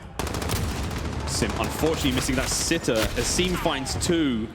That would have been great to help out, and Assault now is making this look easy. Simp once again left alone. The sniper has not worked out for him, and he's going to be cut down once again. 4-1. The Minnesota Røkkr are making this look a lot easier than it should be. Oh, they're probably going wild in Minneapolis right now. Going nuts there. And so they should be. They're in a bar somewhere in the freezing cold. Going into this game, there was a favorite, absolutely, and it was FaZe. But right now, the hard point was close for sure. But the Search and Destroy, they look like they're being outclassed. I mean, the pre-nades, it was a 2-person setup there, 2 frags going in on 1. Beautifully done. 6 kills for Silly here. No sniper now for FaZe. They put it away. It's not working for them. I like the adaptation. And a aBeZy's going to kick things off. He's going to find himself taking out Silly. But Asim again, those grenades connecting. This time it's Cell who drops. It's a 5 AR run now for FaZe. Celium drops, and oh boy, the Godorek sniper once again. It's just silver bullets for the little monsters of FaZe. Priest now left in a tough situation. Multiple members of the Minnesota Røkkr advancing towards him at their B side. Godorek once again takes the head off of Priester. The Minnesotan sniper is just dealing nothing but damage round after round. You love to see it. Major Maniac now, as he tries to make his way forward. Simps trying to back him up. They're backing in towards A. They're hoping to make the stand there, but the bomb is so much closer towards B. Rings the bell. Assault knows they're coming now. Simp pops dead silence, tries to get a little bit closer. That tells Minnesota that the B site is completely clear now and they can plant the bomb with 30 seconds remaining. Yeah, they're just trying to bait out that player up top. Does find one, and that's going to be Godorek. Sniper is out of the equation. This would be a huge clutch. However, Minnesota Røkkr, they should close this round out, and they go 5-1 if they can do. Major Maniac dancing around the middle, having a bit of party in Piccadilly. With only 18 bullets, trying to close in on one. Assault's going to go down. Big kill from Simp, in, out, makes it a 2v2. This would be a huge, maybe swing ground here as Simp pushes forward, finds a Simp. Simp finds one, Simp finds three! And Simp, the tiny terror himself, goes huge for Atlanta FaZe. Could that be the swing round that FaZe needed to get back into this? 4-2 and 5-1, they are worlds apart.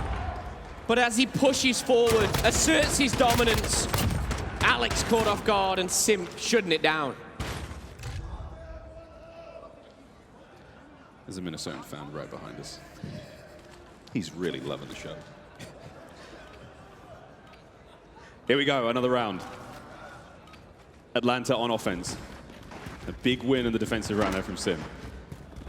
Again, snipes have been put away. Sim now running an MP5. That's the latest change to the Atlanta playbook. Røkkr being pushed back now. Assault. He catches Sim cross through. Sim managed to get him. Oh no, Assault gets the kill on the Sim. Excuse me, these crazy old eyes. Priester now making his way through middle. Quick bit of revenge. They're onto Silly. Godorek is still running that sniper and he's still alive in the back end. I think so, he should be as well. He's found nothing but success with the sniper, and Godorek actually finds a couple of the first bloods here.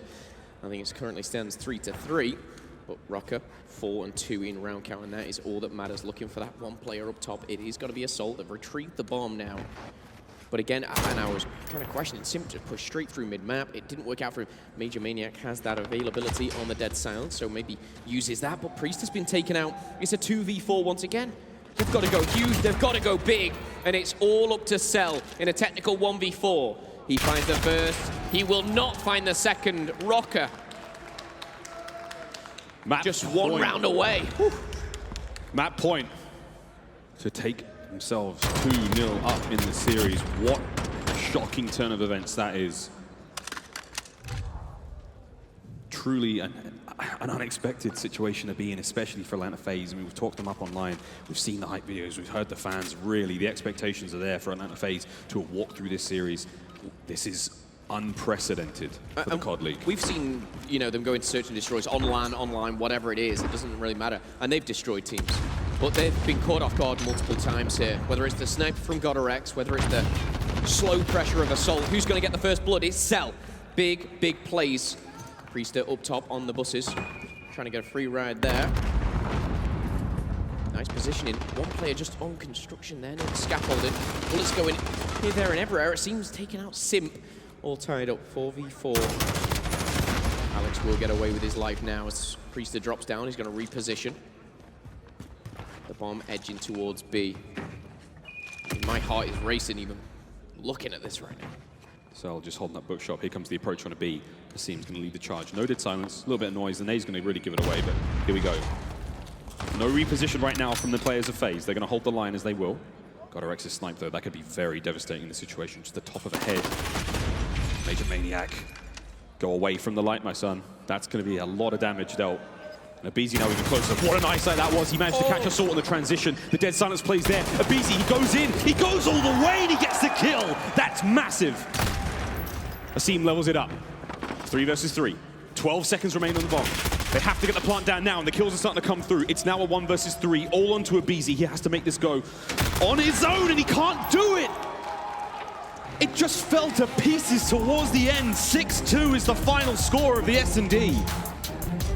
And this is absolute shock horror.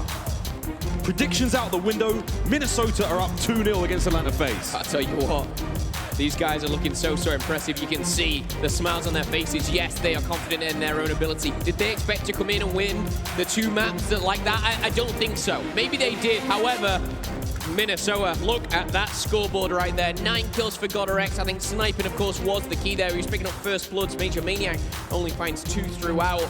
But again, they won 2 rounds. One of those rounds was a huge clutch from FaZe. Again, I said this at the end of the first half point. The better team won. 2-0 to Minnesota. I cannot believe it. So far, so good for them. Cannot complain. They're looking to find themselves in the Atlanta Home Series Grand Finals. They are 1 map away for causing the greatest upset we could have imagined so far in the COD League. When we come back, domination. This is the COD League. We'll see you soon.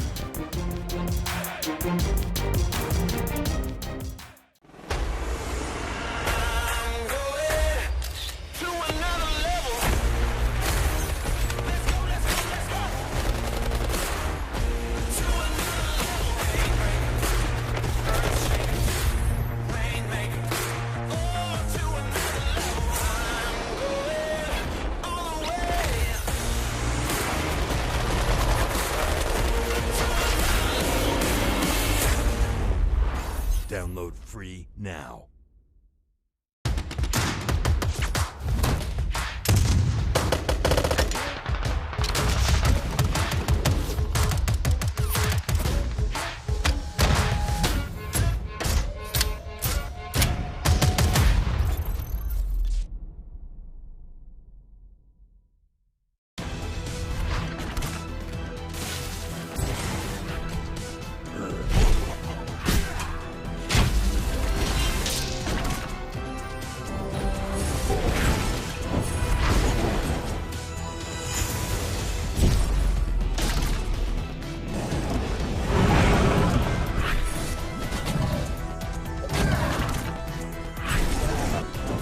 Legend of Soulguard. Download now.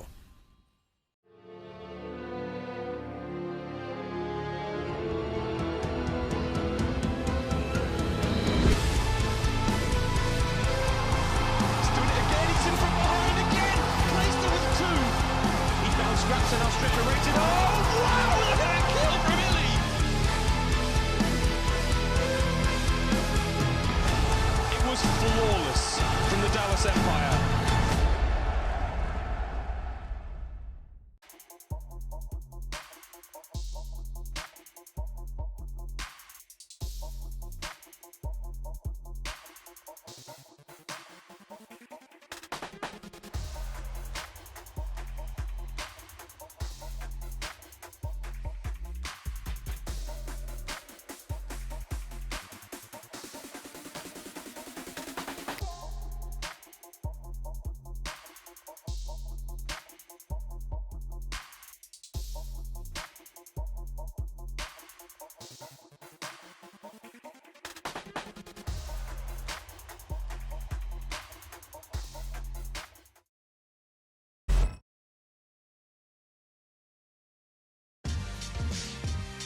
PS4, the official platform partner of Call of Duty Challengers.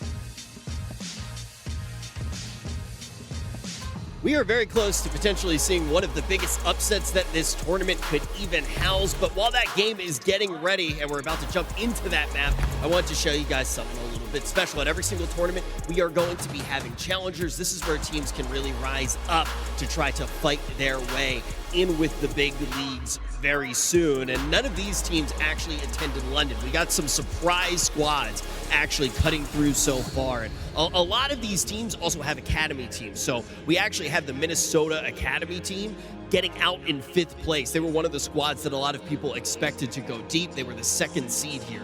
The prize pool is massive, $25,000 here for challengers. We're going to be giving you more updates as to everything that is going on in challengers throughout the run here, but we want to get back down to see if we're going to have the upset. I'm going to throw it back over to Momo and Miles.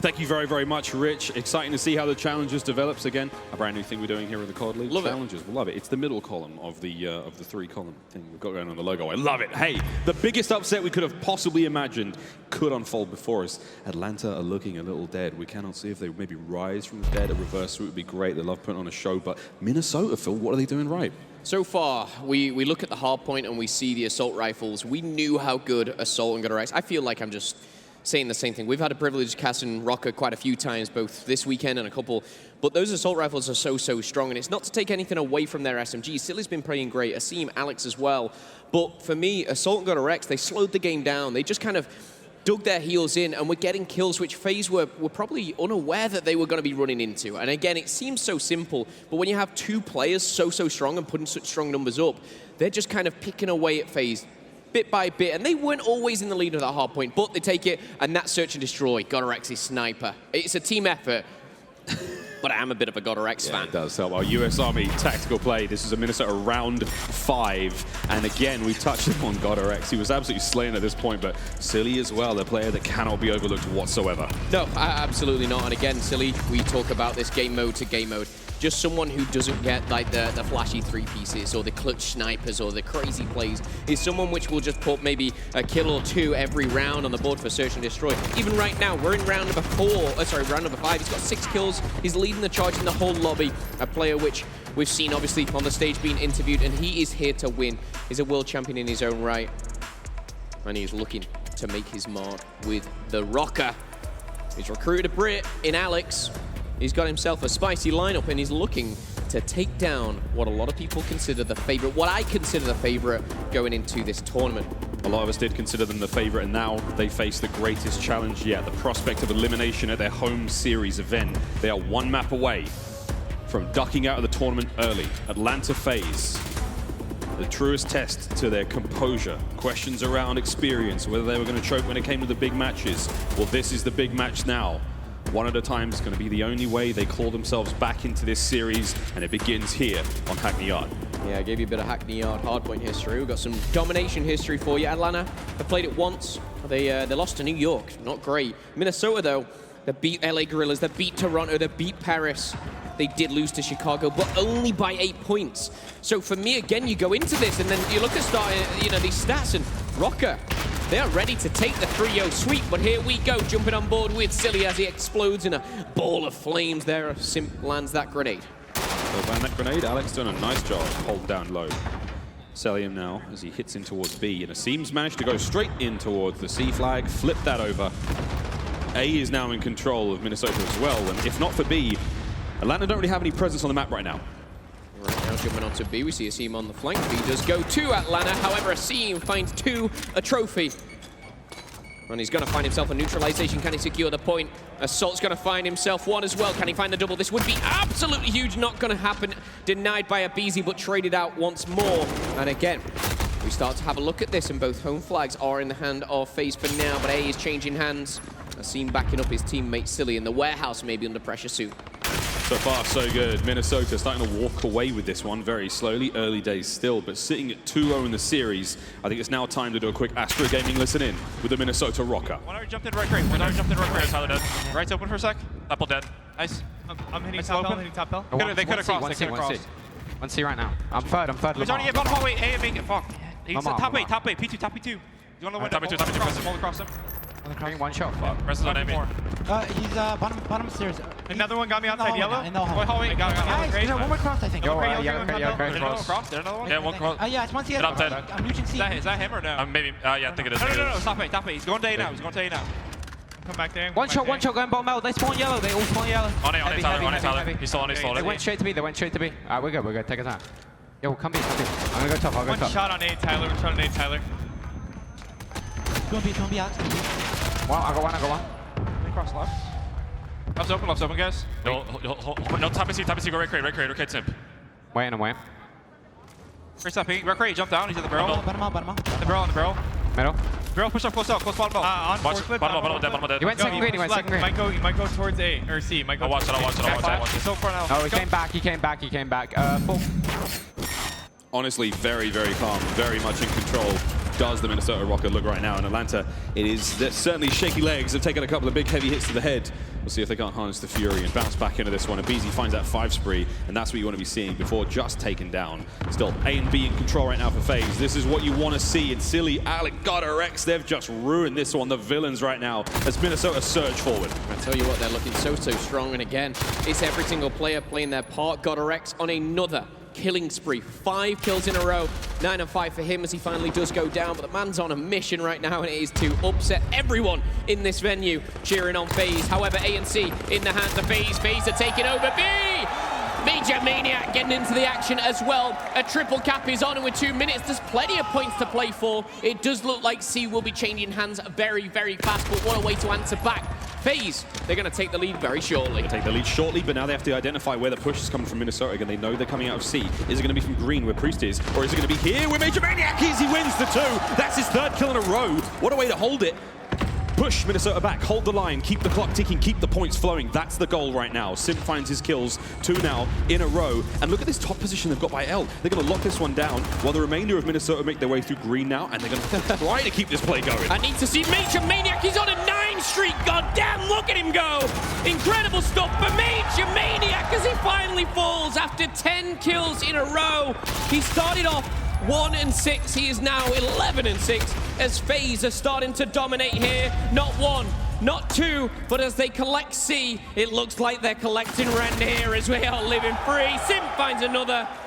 Sim will go down with only 50 seconds here. This is where FaZe needs to capitalize on these points as well. They've got a 2 cap here. No points are going in the hands of Røkkr, and they're gaining this lead very quickly, Miles. 20 points now out of nowhere. And with 40 seconds left, they can have like a 30-point lead going into the next half. It feels like the tiniest little lapse in concentration there for the Røkkr has cost them. And all of a sudden, FaZe starting to come alive. Literally, the shambling corpse from the first 2 maps is now walking around and is hunting for brains. It wants a little bit of the Røkkr. It wants a little bit of Alex, and Major Maniac is going to continue this absolutely staggering run. 15 and 9, 8. He's a beast. I mean, Major Maniac, I will say, his hard point wasn't the best. His search and destroy wasn't the best, but he's turning it around in game number 3. 15 kills to his name. But with 10 seconds left, we take a big breath here as we are going to reset those sides. Cell and Priest are heating up. It's a tough one to come back on. We've talked about domination. If FaZe are going to come back into this one, they are going to need all the help they can get. And when Major Maniac is doing things like this, 10 streak against some of the best players in the world. That's disgusting. That's disgusting. Yeah, it was 10 in a row. 10 in a row. We switch sides now at the half. Minnesota still with a chance to bounce back, but FaZe have just started to heat up. And it's most definitely doable for Røkkr. We've seen what they're capable of. Asim has a slow start, Silly as well, and it's those SMGs, those ones who are the entry players who have to jump on flags. It is quite traditional to see that. 5 captures for Silly. He is really kind of putting those numbers up on the board, but aBeZy is a patient aBeZy to start things off in the second round. Patient and disgraceful shots there as he kills Røkkr for the second. A and B secure now. Favorable side for Atlanta FaZe. He will take control of A. Cleaning out the top side of the warehouse. That L is now a safe place. Oh, that's unlucky. Sim just ran out of ammunition. That'd have been a kill most likely as Priest now trying to take top control. Alex, Røkkr doing what they can to make their way right on through to B. There's the first. Oh, and Sim actually manages to get it done. That's a big kill. As aBeZy now pushed on back. They managed to flood everyone outside of FaZe out of the warehouse, but now we're trying to make the push. aBeZy, the timing could be great, but it's not good enough as Alex wins the engagement and saves position at B. And what Sim's trying to do here, just pushing through the middle, trying to cut off anyone from that phone booth, pushing into B, whilst he sends his teammates in there. B right now back in the hands of Røkkr with a lead of around 35 points. FaZe looking good, but it is definitely doable for Røkkr. Kill feed all red though for now. Alex trying to change that, finds one, finds the second. Alex, don't you do it. He's up top, and he wisely backs on down here for a second. Plenty of time still on the clock, Miles, as you look towards the minimap. FaZe maybe pushing for the home flag number 0. That's Priester on the big flank. I mean, Alex is really hanging with the best of them right now. This is an exceptional performance from him. 17 and 13, but it looks a lot more impressive. That's it with a 3-piece though. Salt now in from behind. aBeZy's going to back him up. That's it. Atlanta FaZe starting to rip their way across the map. 3 cap. Is it going to go down? It's going FaZe's way. 3 minutes on the timer. Cell finds a double. Priest, the Major Maniac, getting things all twisted up here, and they are not letting anything go in the favor of Røkkr. We see Asim and Silly still start to struggle. It's such a hard job to be that entry player, to get on any type of flags. C will be retained now by Røkkr, but as the time ticks down, Sim, a 5-kill streak because he is 20 and 16. 20 and 16. 3 minutes now remain. It's starting to get a little bit dire for the Minnesota Røkkr. We will be seeing a game 4. We get another hard point. Is this the beginning of the redemption story here for FaZe Atlanta? B made neutral. Minnesota trying to bounce back here, but again, the A and C combo right now that FaZe has got, it draws the forces, it spreads everyone apart, and it means that Minnesota Røkkr have to focus on one of those positions. All of that costs time, all of that costs points, and all that does is give FaZe the lead. So far, so good for FaZe here. Time is getting to the point where we will not be able to see a comeback, but FaZe right now, you've got to remember, they are 2 maps down. They need to pad their own confidence so much here going into maybe the next map if they are to take this. But Alex finds 2. Asim and Assault join the club here. A's got a neutral. B still in the hands of Minnesota. This is doable. They may need a triple cap. Slow and Steady's going to win this one. 2 minutes now on the clock. Silly taken down by a nice bit of team fire there as he will get the trade. Godorx next up on point. Keep those shots coming through, but again, has to defend B. FaZe looking for the opening. Selim's nade eaten alive by that trophy system. Slow, steady, as they keep holding that line. 50-odd points separating the teams now. Selim finally brought down by a combined effort from Godorx and Assault. Top shots from Godorx to bounce straight onto the point, and now C's in danger. This is a nice look for Minnesota. So far, so good here on the retake. A triple cap is 100% needed at this point. C, though, going back in the hands of FaZe. And you saw just in the warehouse there how they played those assault rifles. We've talked about it already, how they slowed the game down. That is what we mean by slowing the game down. Take those longer range gunfights. Could be longer, but it's Hackney Yard. Everything's pretty much up close and personal. C, back in the hands of FaZe, and as time ticks away, 1 flag will be enough for FaZe to push this to a game number 4. Quick stat check there, 24 and 18 for Sim. BZ at 20 and 13. You saw them on that preview, that video. These guys were saying, when we're playing good, we're gassing each other up, and we would just play better and better. Dirty shots from top third there as again, FaZe hold on. They hold on. It is not over yet. 50 seconds remain. B going to FaZe. Assault with a wonderful 1v1, but it has to be faster than that. 45 seconds now remaining. They've got to cap this, and they've got to go for the triple. They've got to go big, and Cell says no to 1. Sim jumps into the action as well. The slaying power has certainly been stepped up by Røkkr, but with 35 seconds left to go, it is not looking likely to be enough here as a BZ dances with the devil, finds another as Assault will fall, and Godorx just trying to go from here, there, and everywhere. He's just trying to find something, and as the clock ticks down, Atlanta FaZe are going to be able to push this one to a map number 4. At this point, it is all done. It is all dusted. And as Priester falls there, the last couple of gunfights will be exchanged. And we're going to be going to map number 4, Miles.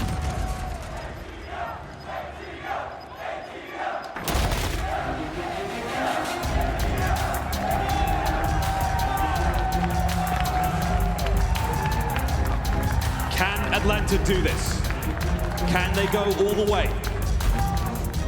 2-1. Minnesota still with the lead.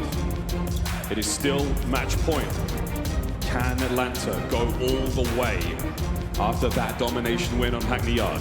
Let's check out those stats and see exactly was the enabler of that. I think for me, again, yes, the slaying power is very obvious. Plenty of assists on the side of FaZe, and I feel like that for me was the team shots coming in. Again, it was those triple caps. It wasn't necessarily complete domination, no pun intended, in that one. It was the fact that for just a minute here and 30 seconds there, they had either 2-0 on flags or they had that triple cap, and believe me, it adds up very, very fast. And I think Røkkr, it almost like panic started to set in, and when it gets out of hand, it gets out of control. But Miles, now we have a real series on our hands.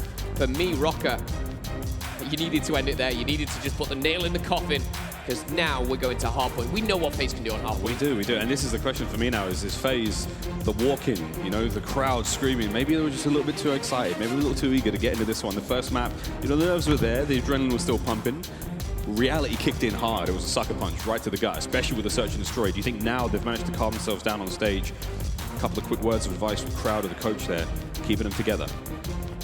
As these players now, the tension sits in. You can see that nervous tension on stage. Minnesota think there's something in the back of their mind. Maybe they think to themselves, have we let this series go? Can we stop them now that they're starting to get a run? For FaZe, it's that glimmer of hope. It's the chance that we can now pull this one back. We'll update that social media, of course. Fans are into it. One device is not enough. I couldn't agree more. I got 3 screens in front of me. I got stats, I got preview, I got everything. And my goodness, give me some more. But as we get into the hard point, I think the one thing that Røkkr need to focus on, again, is what they did on map number 1. We're going to be going to gun runner mile. So we think early rotations. We've got to have those assault rifles set up. And again, if I get the same Silly, if I get the same Asim and Alex from map number 1, Røkkr 100% can do this. They absolutely can. Yeah, Røkkr need to really rely on the ARs here. You have to see those ARs pop off. Keep those players, those dangerous, tiny little monsters, keep them away from that hardpoint, keep them away from those rotations, and that's it. It's going to be coming down to Assault and God RX for me. Especially when it comes, we're thinking of like, the minecart area, like when we're pushing towards P2, you have to take control of those top crates there. I just want to see those ARs pop off. That's the only way the Minnesota Røkkr do this. FaZe though, this is the beginnings of something very special. As the time ticks down. Atlanta FaZe versus Minnesota Røkkr here. Hardpoint Gunrunner. We're jumping on board as we did before. It's none other than Cell. As he walked out in front of you, very home crowd, beautiful people. You chanted MVP, and he's trying to put on a show for you, but it's Priester to open up the account with his teammate Abizi. As they start to haggle back and forward for these spawns, and of course, the all-important top. It is a haggle indeed, and I think right now the haggling's just about going the way of the Røkkr, but Major Maniac's got a thing or two to say about that. Simp leading the charge. He's managed to get him real close. I mean, look at the positioning of all the arrows of Minnesota. They're so far back right now. FaZe have been able to expend all those players they've got on spawn straight away across to battle for the next hardpoint, while you've still got players sitting in there right now. I mean, Celium's picking up as much time as he possibly can. Priester keeping the front line going for them. This is a strong look already for FaZe. Time and the battle continuing for spawns. And I think Røkkr have done really well focusing on spawns, but the problem is, in the meantime, it's focusing on the spawn, you're going to get 60 off this, potentially. They have given up some time towards FaZe on this middle hardpoint. That could be 35 seconds at this point. But FaZe, they're trying to break on through. Heading over to the bathroom, Simp will go down. That's a double from Silly, strong stuff. And as that ticks over, 32 points, make it 33 for FaZe. Minnesota will be wanting to collect what is theirs here. Cell finds a double. He was punished by the trophy there, and an assault rifle straight into his face. Simp, though, he's actually on his way through train tracks. This could be huge. He's got his teammate pinching left, right, and center, but it's not going to be allowed. Minnesota shut it down. Simp says no. Simp, looks the wrong way. Too many to handle there as Røkkr hold on once more. And again, they keep them at bay. As the assault from the Atlanta FaZe continues on the hardpoint of Minnesota Røkkr. Let's have a very quick Astro Gaming listen in with Atlanta FaZe. Watch out, front. I smoked up the hill. Good trap. Side door by himself. I don't see in front. Side door and back door. Still top. He's still fucking top. 2-0. Rock assault. Rock assault. One might pinch. I got him on new. Nice mic. Assault rock. He's watching across from the forest, guys. Listen, I'm pinching on hold. Got trophy down. I piped. Stun new. Pitching force. I'm with you. On the stairs. One heady, assault. Yo, pipe. Clean comms, clean shots. So all of a sudden it's starting to look a little nicer for FaZe as they start to pull away with this one. However, a nice retake there coming through from Minnesota. But Priester has just identified the spawns of the Røkkr, and he's now trying to rock their world. And those shots, though, aren't going to get it done. He does manage to find a little bit of damage, but Assault too quick on the trigger. Once again, those ARs doing work. Simp up close. Taking out my God RX with the MP5 in hand. We still have time going the way of FaZe. Oh, you might be asking, like, why am I laughing? I watch FaZe, and the way that they get the hardpoint and they just keep going, they just don't stop. They push the spawn so hard. They're going to be pushed back and tested, but the kill feed is red. It's Atlanta FaZe red. And with 10 points still to go, Alex is going to try and hold this top box. Quick concussion will go out, but for now, we're going to be actually heading over very shortly. And FaZe, they're thinking about like 2 hardpoints ahead.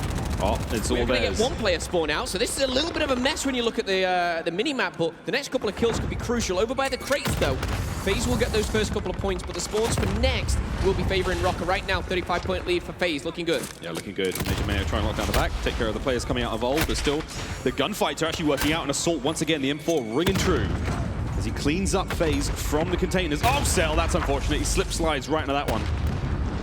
Still, Assault now up top. Putting the M4 to work, really on point. Here comes the push though from FaZe, trying to get back into this one. Beazy, Sim finding the kills, the trades there. Major Maniac and Sim now finding 2 of their own. We're almost doubling the score right now, as they do what they can to keep the members of Røkkr off the point. Sim shots through, again trying to take care of Green, but you don't kill Simba first, you have to get it done. Don't give him a chance, he'll take it every single time.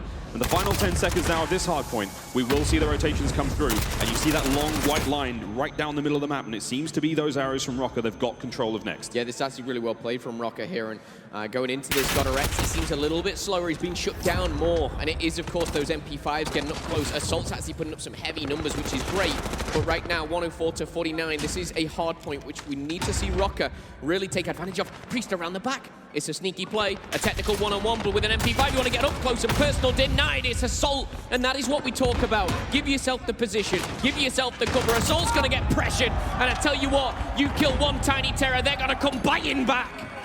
Sprat out the grounds right now, and Assault, we give him a lot of love. 15 to 10. As Atlanta now locked down the warehouse, big shots from Cell.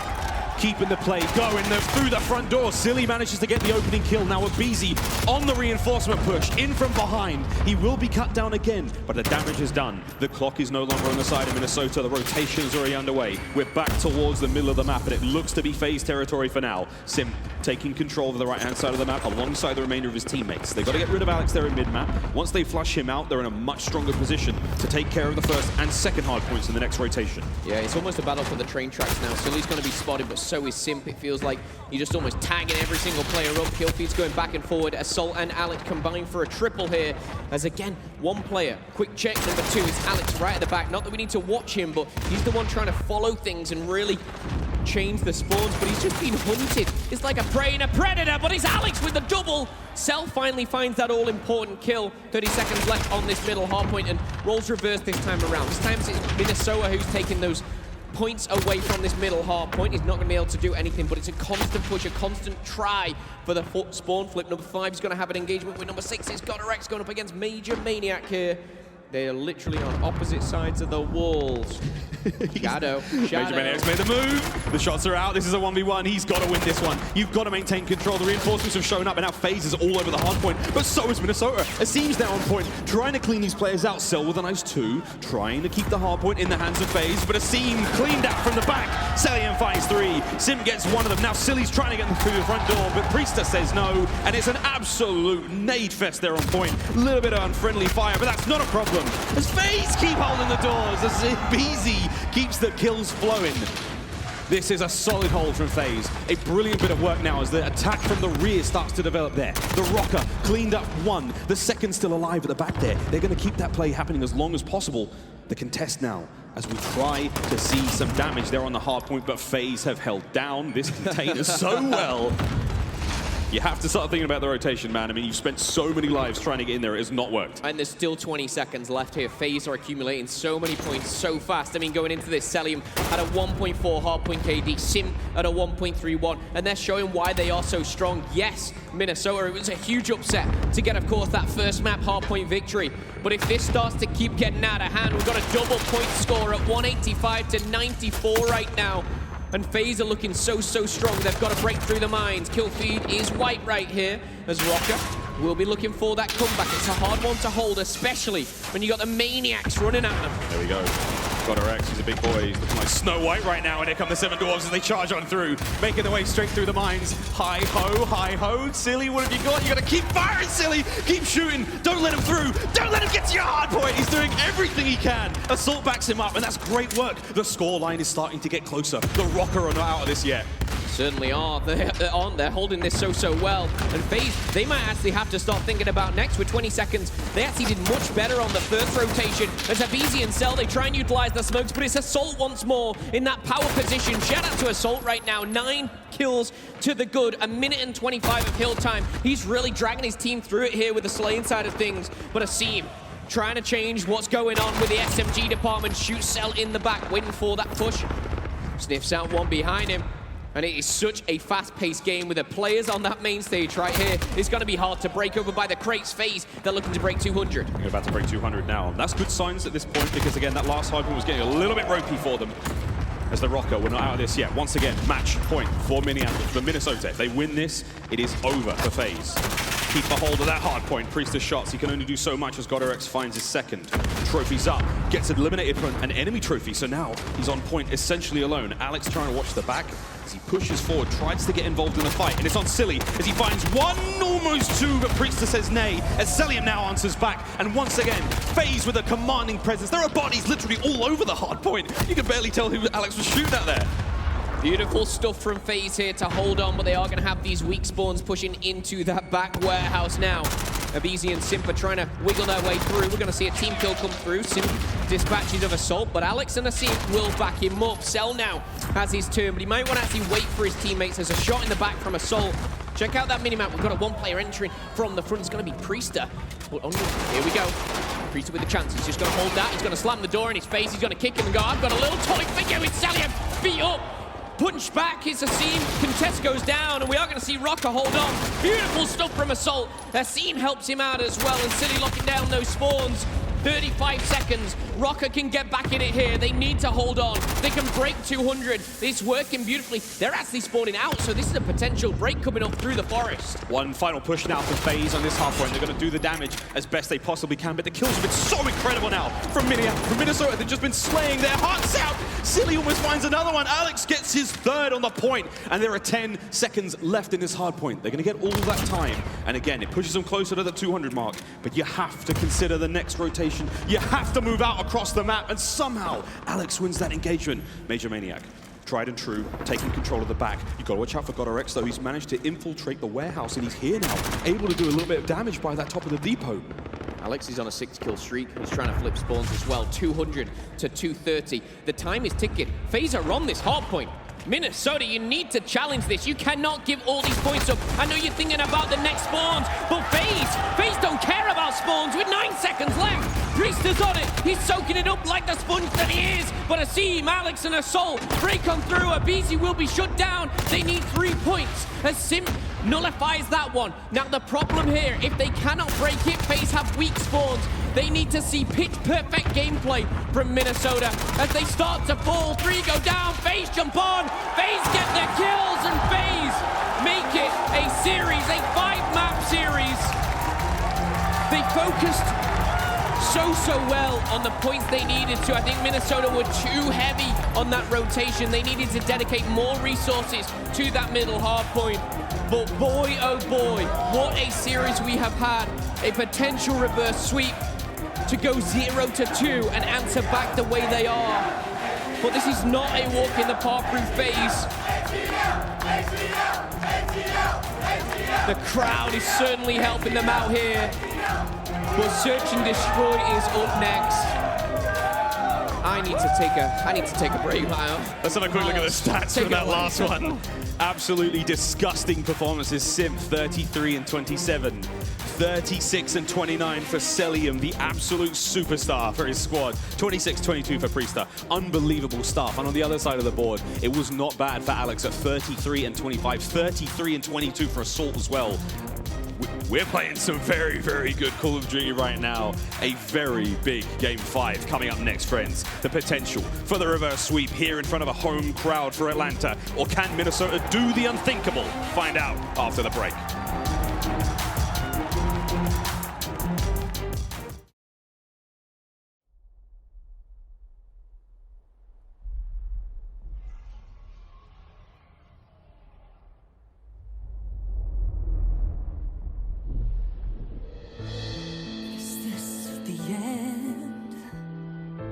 Our heroes can't fly.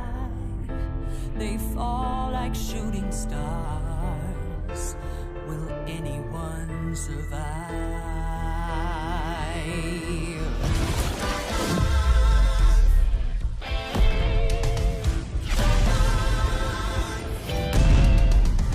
Dragons take flight above the ice and snow. High in the sky where the cold wind blows. Wings feet down as the feet back foes. Flaming hot fire over frozen bones. Good unites against evil they oppose. They ride or die as the legends grow. We must don't choose sides, feelings are heroes. There are no silence in this combat zone. Beats mid-air, yeah, it's a chiller. Life and death, yeah, it's a killer.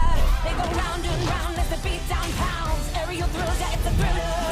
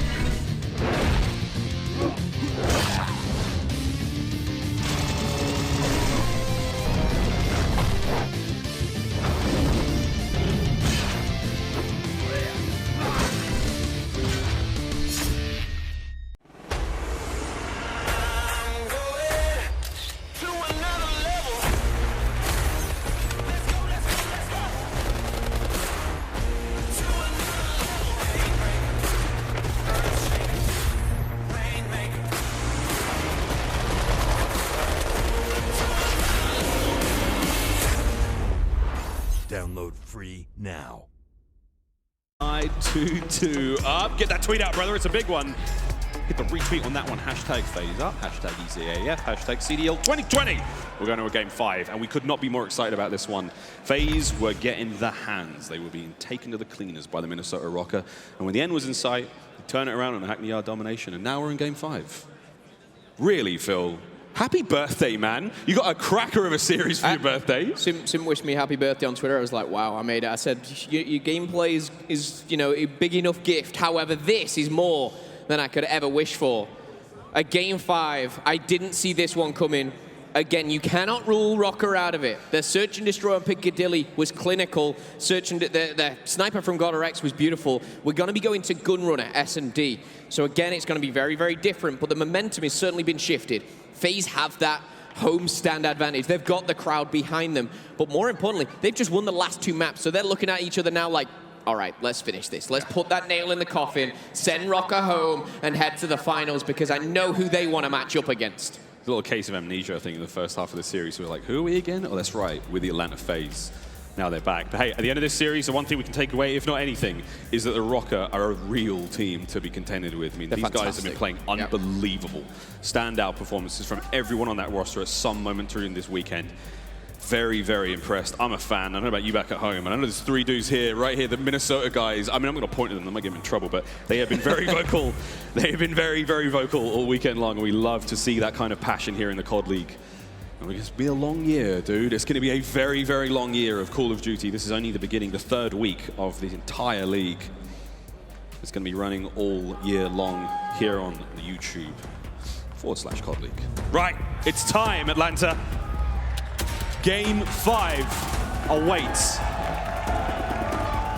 The stage is set, the curtain is rising. We are now ready to begin the final chapter in this absolutely epic saga. And it's not even the grand finals. So Miles, FaZe, they have never played Gunrunner, Search and Destroy on LAN. Now, admittedly, they probably don't go to many game 5s, so they've only played a couple S&Ds. Minnesota, they've played it twice. They beat Paris 6-0. They beat Chicago 6-3. This is a great map for Minnesota to have in the rotation. But it could also be a great map for FaZe. We don't know yet. We don't know. Let's just chill. All right, okay. Don't forget all the practice they would have had against the FaZe Academy team, so. No more tricks. Top pocket. Boom. Oh, very, very close. Got his Major Maniac. Jacket up. Major Maniac starts the kills out in Forest. A hatchet down range there. Finds the kill. Silly in mid-map. Trying to watch that crossover through the middle. Sim just doing what he can to not expose himself. Abisi on the other side of the door.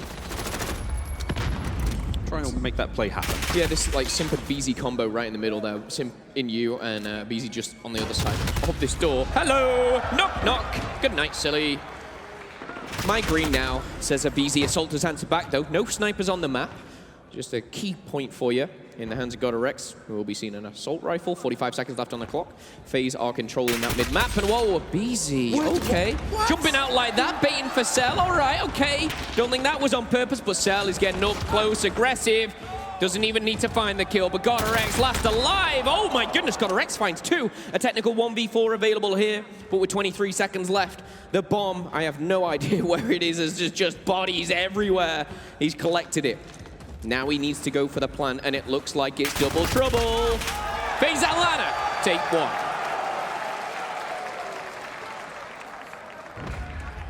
Five more rounds is all they need. That's a good way to get it started. Yeah, just thinking about it, BZ kicked that door down. He took over green. This is Atlanta! Oh my God, somebody gift that. Somebody put his face on Leonidas. At Mars Ross on Twitter, thank you very much. Here we go, round 2. 4 players towards B there for the Røkkr, only one sort of sitting back. Not gonna be a sniper at play here, GodRx is not opted for it, but here we go, Abisi opens this one up real fast, he finds 2! No! That's ridiculous work from FaZe! They've sliced the map in half, and Silly though, he manages to almost find a 2 of his own. What a round this has been, but GodRx now on his own once again. It would is a 1v3. He's popped his dead silence as well. He's going for this one. Bomb's going down here, and it's going to be Priester. Oh, no. Is it? Did the bomb go down? No, it didn't. Bomb is down, so he knows he had that information. A 1v3 for GodRx. He's got an M4 in his hands. We know how powerful he can be. Major Maniac with a slither of help. Celium jumps on in. He says, I got you. But that was a close call. Bomb was not planted. It was then dropped, but it was Celium. I'll tell you what, if there is one assault rifle player you want to go up against Røkkr, No, Cell no. might be that player. It was like, of course, he was the only one that could have done it. That's exceptional teamwork, exceptional cover fire from FaZe there. That was a very high-pressure situation, and no one made any mistakes. Credit to Silly as well. He kind of went unnoticed there. He kind of slid past the whole team. He got one. He nearly turned on another in Turbine. Unfortunately, it doesn't happen for him. But 2 rounds down, Minnesota, they need to answer back quickly. Again, nothing changed here.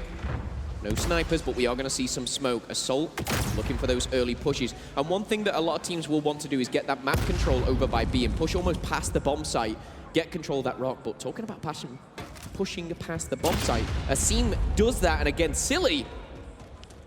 What a peach that was. Alrighty. Finds a BZ out of nowhere. Now he's planting the bomb. I love how fast that is. Again, so good. So far, so good for Silly. Clock's ticking.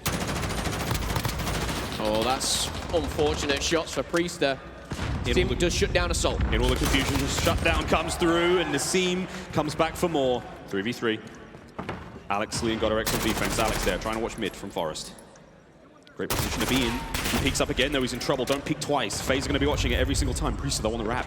Priester, he's coming in from behind. Røkkr makes the read. Up close, though! Minnesota win their individuals. What a round that was for them. I honestly thought that was going the way of FaZe. They had the rotation, they had the flank over towards Forest, but Silly, he opens the round out with a huge grenade kill, gets the arm down, and then picks up 2 to win it. Yeah, Silly's been playing incredible so far, and again, in Search and Destroy especially, he's been putting up some kills on the board. 4 for his team. Røkkr has 5 as well, so 2 players really standing out. However, as we get into round number 4, FaZe Atlanta, they'll be back on the attack. Bomb's going to be collected and rotated around towards B. Sniper in the hands of Sim. Oh, can he? Can he? Can he? Yes, he can! Røkkr will be frustrated as the sniper for his team. He'll be thinking, oh... Should have known that angle. Yeah, should have known the angle, and will want to get revenge too. Not an angle we saw too much of in London, but here in Atlanta, all the tricks coming out of the bag.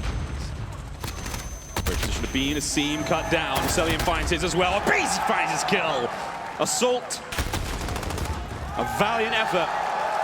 I think Major Maniac took out one of his teammates there. You see him in the bottom left, smiling, grinning. He's like, okay, I'm sorry. I think it might have been a team shot, as he did want to pick up the kill.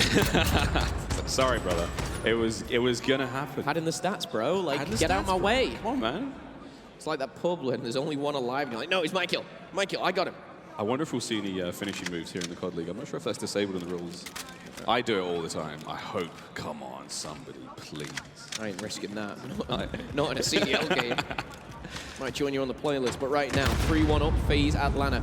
If you're just joining us, they were 0-2 in the series. Simple stayed with the sniper rifle, but Alex has shut down the very fast, aggressive, abrasive Abizi as Alex finds a double. A very strong start in round number 5 here. And Alex might have just given Minnesota what they needed to get this bomb down. Bomb down straight away. There's a lot of coverage over the bomb. No way anyone from Atlanta can try to make the push. Røkkr, that perfect coverage. As said, it's Priester. He'll bite the dust. Seam just tucks himself away. Brilliant covering fire again. It all comes down to Sim with a sniper, and he's going to be mopped aside. A very solid round from Minnesota Røkkr. They executed that one from start to finish. No wrinkles there in the plan. Nailed it. Great start from Alex as well. It was that 2-piece at the start which really kind of changed that round, because it enabled the bomb plan. Sim was with a sniper in no man's land, and Røkkr getting another round on the board. We go back to FaZe on the attack. Nervous times for everyone here. Quick stat check.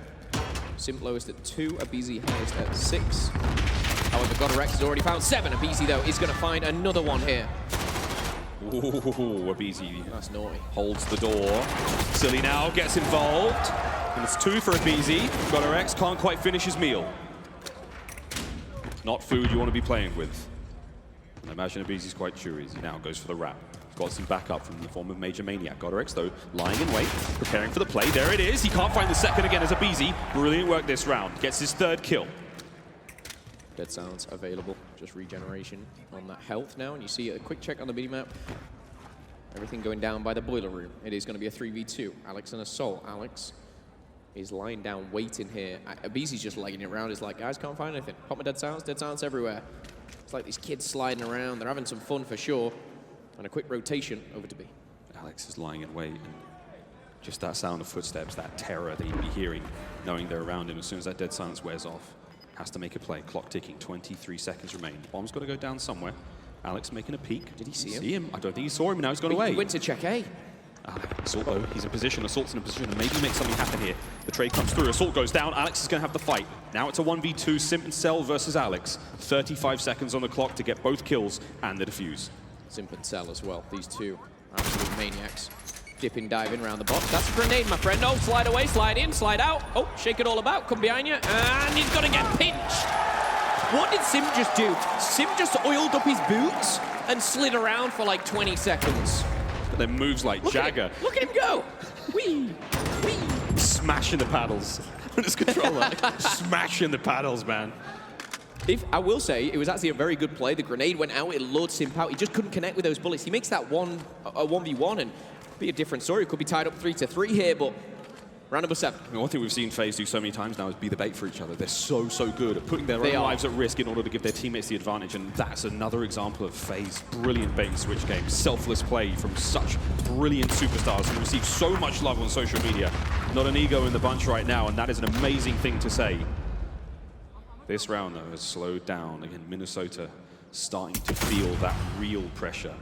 That sinking feeling that this series might not be going the way they wanted to, that they may have thrown it away, but it is not over yet. So Cell's push forward, Major Maniac is watching the cover. However, no team really wanting to make that move. However, bomb's going down, Cell in and out again. It's so quick, it's so aggressive. Dodgy nade, however, I'll let you off for that one. Concussion may connect.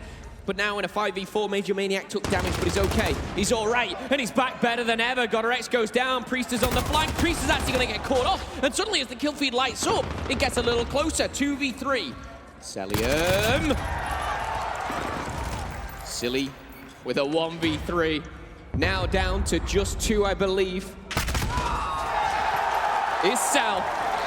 It's a defuse, and it is Atlanta FaZe, who are 1 round away now from the reverse sweep.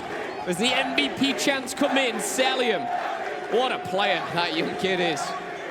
A lot of questions coming into this event, whether he was going to have the ice, the composure to play at this kind of level. I think that was a 1v2 at the end. It might have been a 1v1. There was a lot of things going down. Proving all I hate is wrong now as Cellium with these exceptional performances. Match point, Atlanta FaZe. The resurrection is nearly complete. Here we go. 1 more round is all they need to complete the reverse sweep. Minnesota, it is do or die. Smokes up. Abizi so aggressive. He will be taken down. Alex with a lovely shot there through the smoke, but Simp with the immediate answer back and again gets away with his life. And he's right there with Major Maniac as well. He's got the help in hand. That M4 at distance could cause trouble. However, 4v4. Oh, Asim, he spots him. Can he get the kill? No, he's actually been stunned. He's hopping away. He's helping, or hoping he's going to get help. And he won't need it just for now. 5-2, 1 round is all they need. And Asim still getting aggressive. The confidence this kid's playing with right now is incredible. Stun won't connect as he slides on out. He might catch one on the... Oh, Asim connects but cannot finish. This is still the problem they have is 40 seconds. Unable to get these kills. Only 40 seconds left. They're going to make a play towards B. But again, all the love has been shown towards A, so B's relatively uncontested right now. It's only Assault.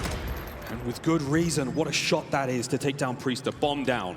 40 seconds remaining. A 4-man push now developing from everyone on Minnesota as they charge forward. The chance now for something special.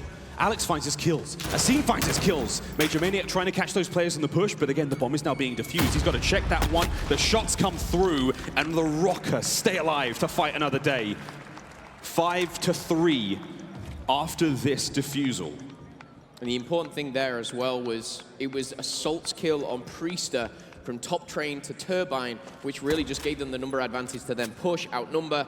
and it came out on top, so credit to Assault for winning that one. If Priester wins that gunfight, I think the round's over. I really, really do. 5-3, though, as we head into round number 9. It is not over yet. FaZe have looked fantastic. BZ dropping double digits, but Røkkr, we know they can hang with the best as we jump into round number 9 and start this all again with another 90 seconds on the clock. One more round for FaZe, and they can put their feet up and sit themselves in the home series grand finals against a nice crowd. But again, the Minnesota Røkkr 3 rounds away from not letting this happen. Big tags, a nice nade just to push him back for the time being. 3-man split towards A for FaZe, 2 of them looking towards B, but here comes the bomb arm. That's Røkkr. Fast bomb plant. Fast bomb plant. Now they're going to force the move. Assault. Nice kill. He's got RX now. He's lined up for the next one. The tags are there. Major Maniac just manages to slip through Abisi. Oh, the quick trade. RX finds 2. Sim, the last player left alive. 1 round at a time. The Minnesota Røkkr bite back. Miles, again, bro. Assault for me. He gets the final kill, but it's his first kill of this round, which opens things up again. The bomb goes down, and Assault wins that gunfight. 2 rounds back to back now, where a world champion MVP has kept Røkkr in it. I repeat, with another 90 seconds on the clock, Røkkr, do they push this to a round 11? Or do Atlanta FaZe close things out in a reverse sweep? FaZe on the offense. Røkkr will sit back and defend B and A. Bomb's been picked up. Assault for me has been the key player in the last 2 rounds. He's really starting to get into his element, but he needs to do it another couple of times. Amazing to think Assault's a world champion MVP. So sim. I mean, this is pulled out the sniper. The accolades in this game. What an adaptation late game as well, just to go for the win. Minute 10 left. FaZe to make a move forward again. Hoping to get Sim to find that pick, find that snipe. That changes the game entirely. Asim, just slow this down. Play as sensibly as you can. Stuns are there. Sim with that snipe, making his way forward. BZ though, he catches Asim. BZ's first blood. And is that it? Is the game afoot now? As we see the plays now develop from BZ, he's on the other side of the bomb. Here comes the remainder of FaZe to push forward. BZ once again with a second.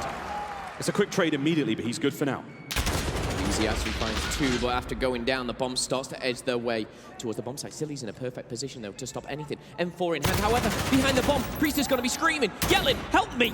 Do something as he pushes through. Where's the help? Sim! Oh, my goodness. Silly goes down. Sim is there, finally. It was the Magnum that he had in hand, but with 20 seconds left, there is no bomb down. The pressure is coming. Alex is running for his life. He's teamed up with Assault, but with a 2v3, Major Maniac will plant that bomb. The time will be extended, and FaZe have that advantage. Sim's pushing through. Oh my goodness, wrong timing, wrong place. Alex finds 1. Cell and Major Maniac, they just need to stay alive in a 1v2. Surely it's over. There's 30 seconds left. Assault's got to go for it. He's got to make the play. He has to hit the defuse. He's got to find the 2 of them. FaZe back on up. Let him hit the bomb. Let him make the mistake. There's 20 seconds remaining. This to complete the reverse sweep. FaZe rise from the dead. The resurrection is complete. They did not disappoint, and they will be your home series grand finalists.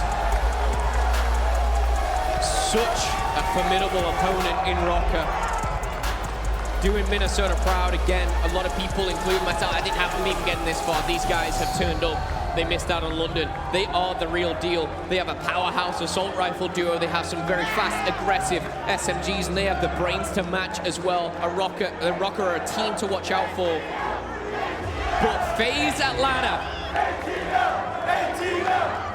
they know what it takes to be a champion. These guys bite back 3 maps, back to back to back, and they'll be waiting in the grand finals.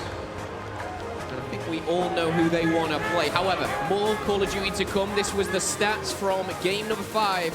BZ, 13 kills.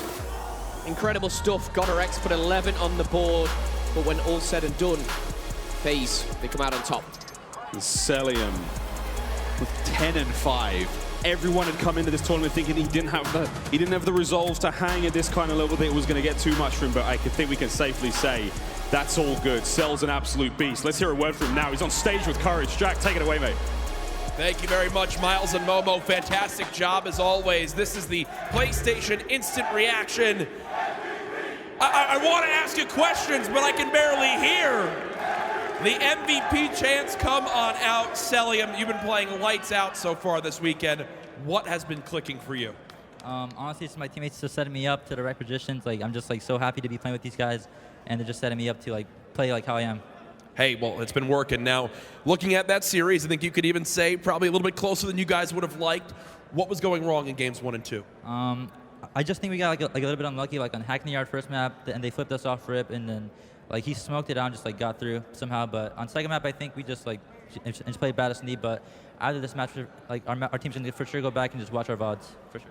Well, you guys will hopefully have some time during the next semifinal matchup. Now, for you guys, as you mentioned, you're gonna have some time to watch some VODs. What do you think needs to improve if you want to take home this grand final? I think our domination's like not that good right now, but like for sure we're gonna like improve it like for finals. Well, congratulations. You guys have looked absolutely incredible throughout the weekend. Search and destroy masterminds. Get it done again. Folks in Atlanta, again, make some noise for Celium and the Atlanta FaZe lineup. Guys, we are going to go to a quick break. When we come back, more Call of Duty action. Don't go anywhere.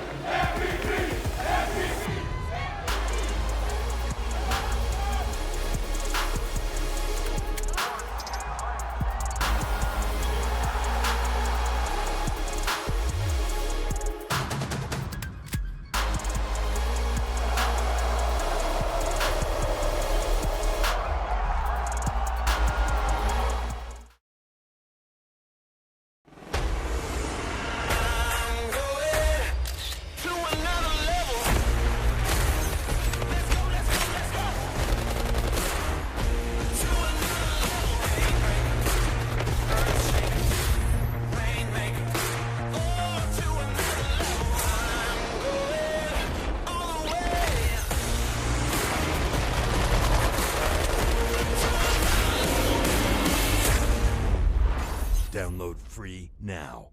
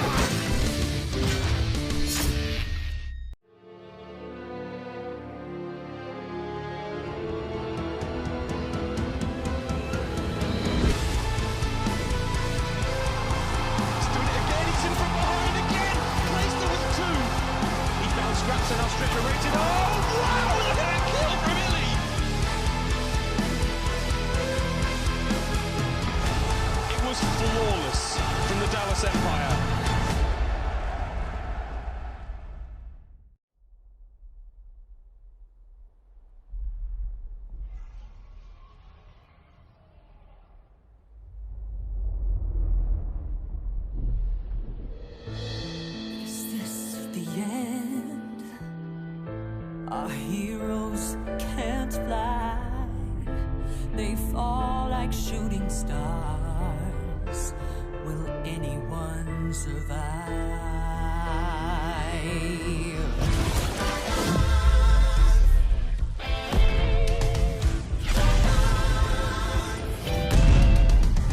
Dragons take flight above the ice and snow. High in the sky where the cold wind blows. Wings feet down as the feet back foes. Flaming hot fire over frozen bones. Good unites against evil they oppose. They ride or die as the legends grow. We must go to sense doing our heroes. There are no silence in this combat zone. Beats mid-air, yeah, it's a chiller. Life and death, yeah, it's a killer. They go round and round as the beat down pounds. Aerial thrills, yeah, it's a thriller. The sky's filled with trauma and all of this drama. Pretending and impending, yeah. Crash down. It's dragons and dragons descend.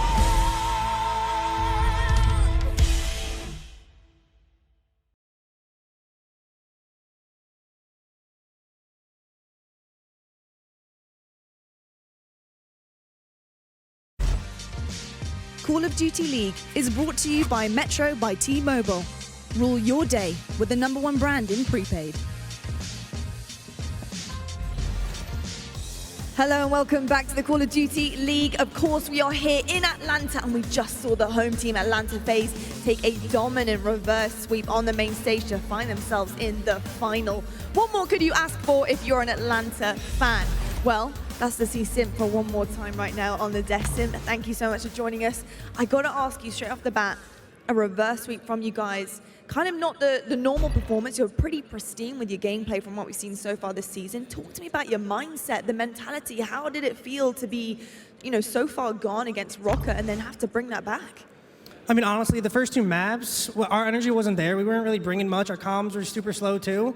After the second map, we went in the back, we had a talk, and, we just said we're not going out like this. And, I think that series definitely woke us up, and I think we're ready for the next match. Do you feel nerves when it comes to something like this? Of course, you guys haven't really felt defeat very much at all, or even been on the cusp of it. Were you guys nervous? I don't think we were nervous. I just think we were a little, surprised at how good they were playing. We knew they were good, but we didn't know they were going to be bringing that much fire. So I definitely think that match woke us up.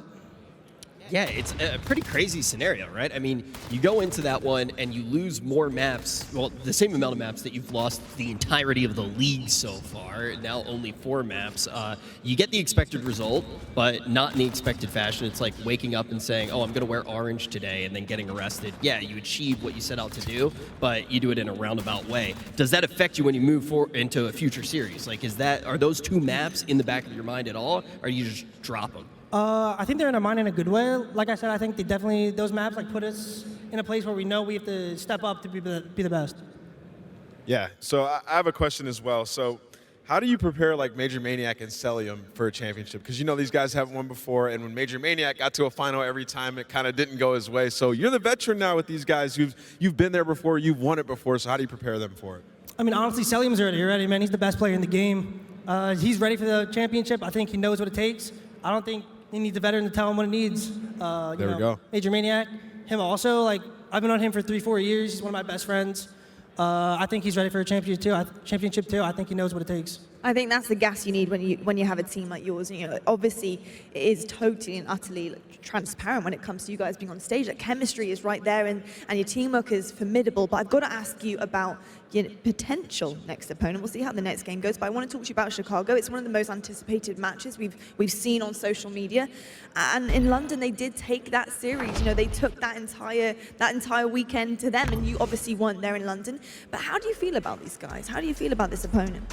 I definitely think they're a worthy opponent. Some of those guys, best in the world. So it's definitely gonna be a good one, but definitely confident going into it. Yeah, my question for you, and Alec reflected this in an interview I had with him. Seth also reflected in an interview that I had with him. Yesterday, they did not look their best. They did not look like the Chicago Huntsmen that we saw in London or just in the past in general. Now you have these 2 maps. Do you think that you look at maps like that, days like that, and say, okay, it's a slow start. We expect both these teams to come out fully swinging when we actually get to that potential matchup? I think when it gets to that potential matchup, they'll definitely be just full force, ready to go. I think they were kind of just looking past their old matches and just getting ready for us. So they weren't really worried about the competition. So yeah, they kind of just let their guard down and drop those maps. It's safe to say that's who you want to play in finals, right? Yeah, I want to play Alec. We're both undefeated since champs. So I definitely want to, be one of the few that are actually still undefeated. There we go. We'll see about that, but you guys have certainly put on a show for everyone. Guys in Atlanta, are you happy with how FaZe have been performing this weekend? There we go. The crowd is with you. So Sim, thank you so much for joining me on the desk. And maybe see you a little bit later on, but best of luck.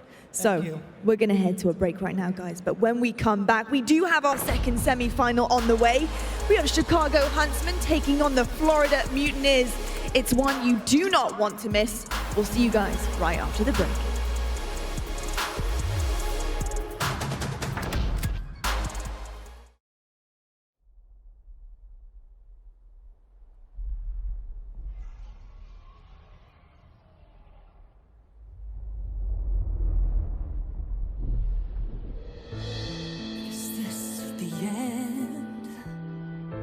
Our heroes can't fly. They fall like shooting stars. Will anyone survive?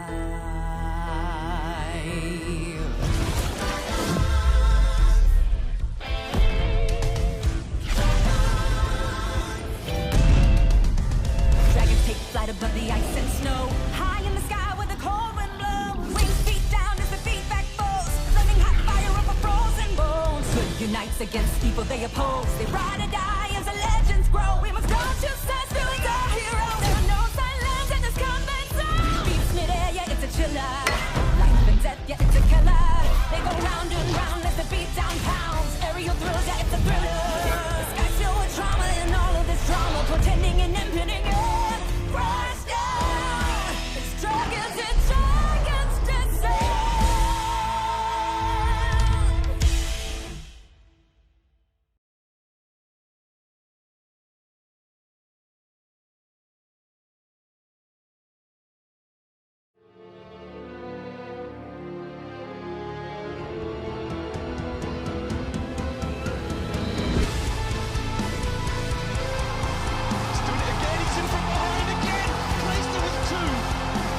Scraps and now Stretcher rated. Oh, wow! Look at that kill from Illy!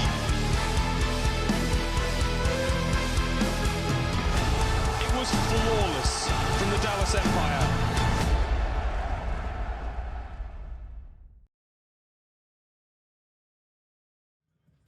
Get away from me. Hello there, friends, and welcome back to the Call of Duty League. It is semi-final number 2 today here in Atlanta. And of course, it is your Sunday. And that means one thing here right now. It's Sunday, but it's also this wonderful gentleman's birthday. I'm just trying to get away from Rich. Yeah, you can Rich, come closer. That's just, okay. just stay away from me. I understand. But Momo, you have turned 28 today. I have. Man. Thank you. Oof. Thank you.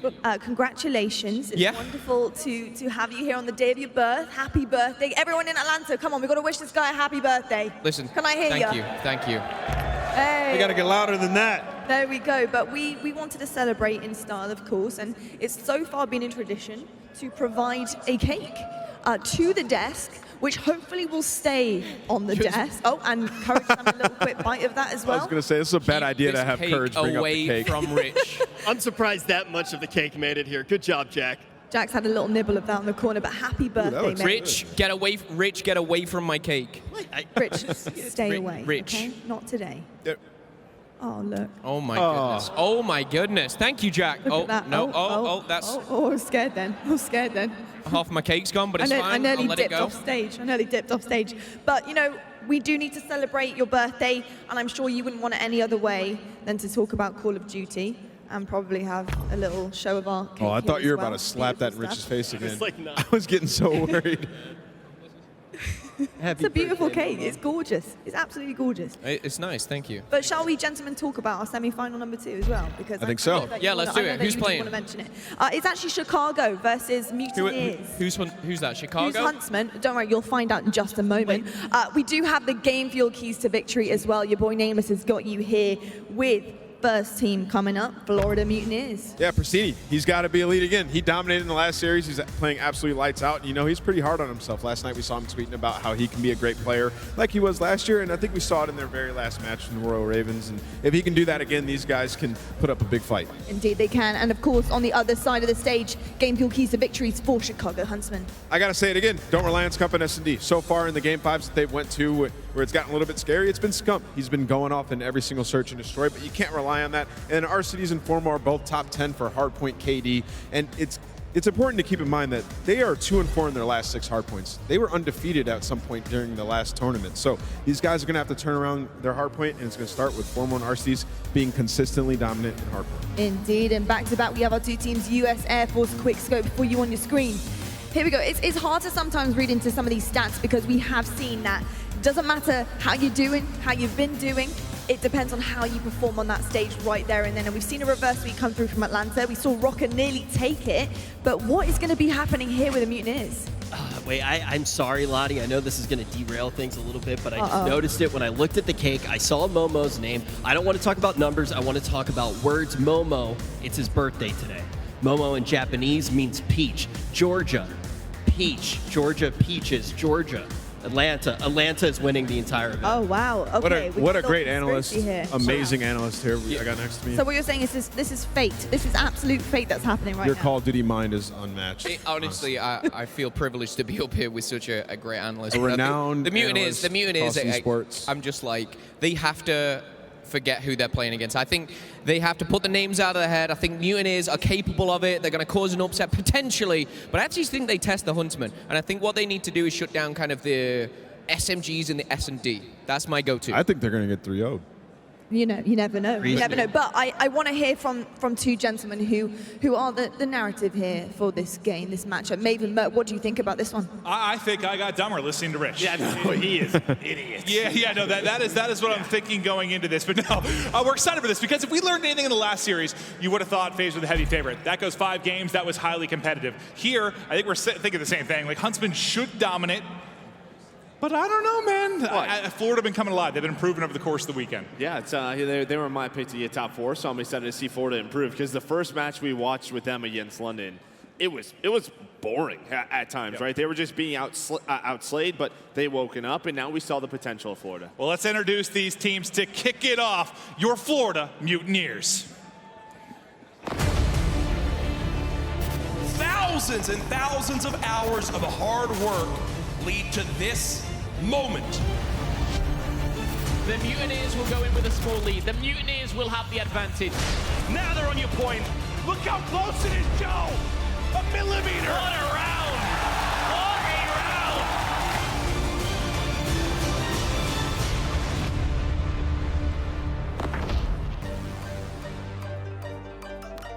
Mutineers have got to be on point because on the other side of the stage, your London home series champs. These are your Chicago Huntsmen.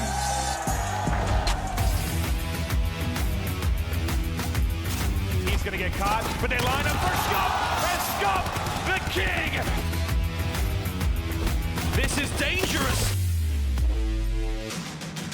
10 in a row. Gunless keeps on rolling. 9. Formal hits the shot. Octane doesn't have to move. Oh my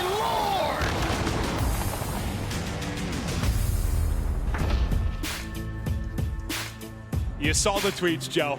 I think it was Formal talking about, we were a little flat. We have to hit new levels today. I think it was like 2 hours ago. Yeah. It's like the new levels have been hit. They're feeling good. It's Sunday, and these are Sunday players, man. These are guys that are going to play in championships and look to perform at their best on Championship Sunday. This is a scary matchup for the Mutineers. Yeah, I mean, it absolutely is. I mean, we just talk about talent-wise, it's pretty one-sided, right? It goes towards Chicago. They've been in this position before. They won just a few weeks ago.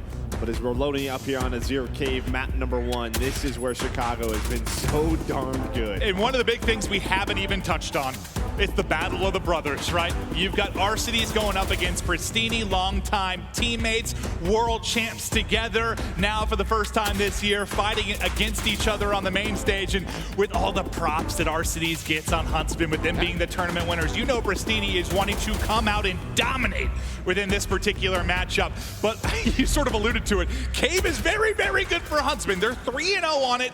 It's an AR-heavy map. They're going to have 2 out. They're going to Rocket. Huntsman, the favorite in map 1 for sure. Yeah, and I think we talked about, Nameless touched on it on the keys to victory. I think Formal needs to be Formal. He had a slow day yesterday, and of course, at any moment, any of these guys can go off, but just feel like he hasn't played to his full potential yet, but this is the map that he can do it. Well, it's Gunless.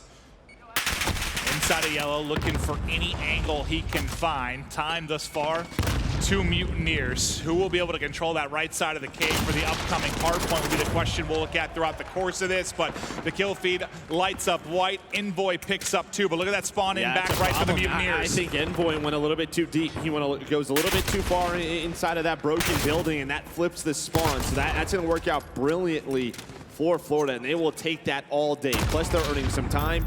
And just like that, Mox knows he's going to have some pressure, does find 1.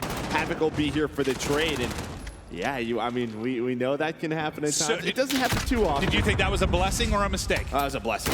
Yeah, I think that was a blessing. I mean, maybe Envoy goes a little too far, but I thought his team were controlling the side of the map that they wanted. And well, if you're Florida, maybe you get blessed with the spawns a bit per second. Now you need to turn it at time. You have to take advantage of situations like this when you're the underdog, when you're going up against the previous champs looking to go back-to-back.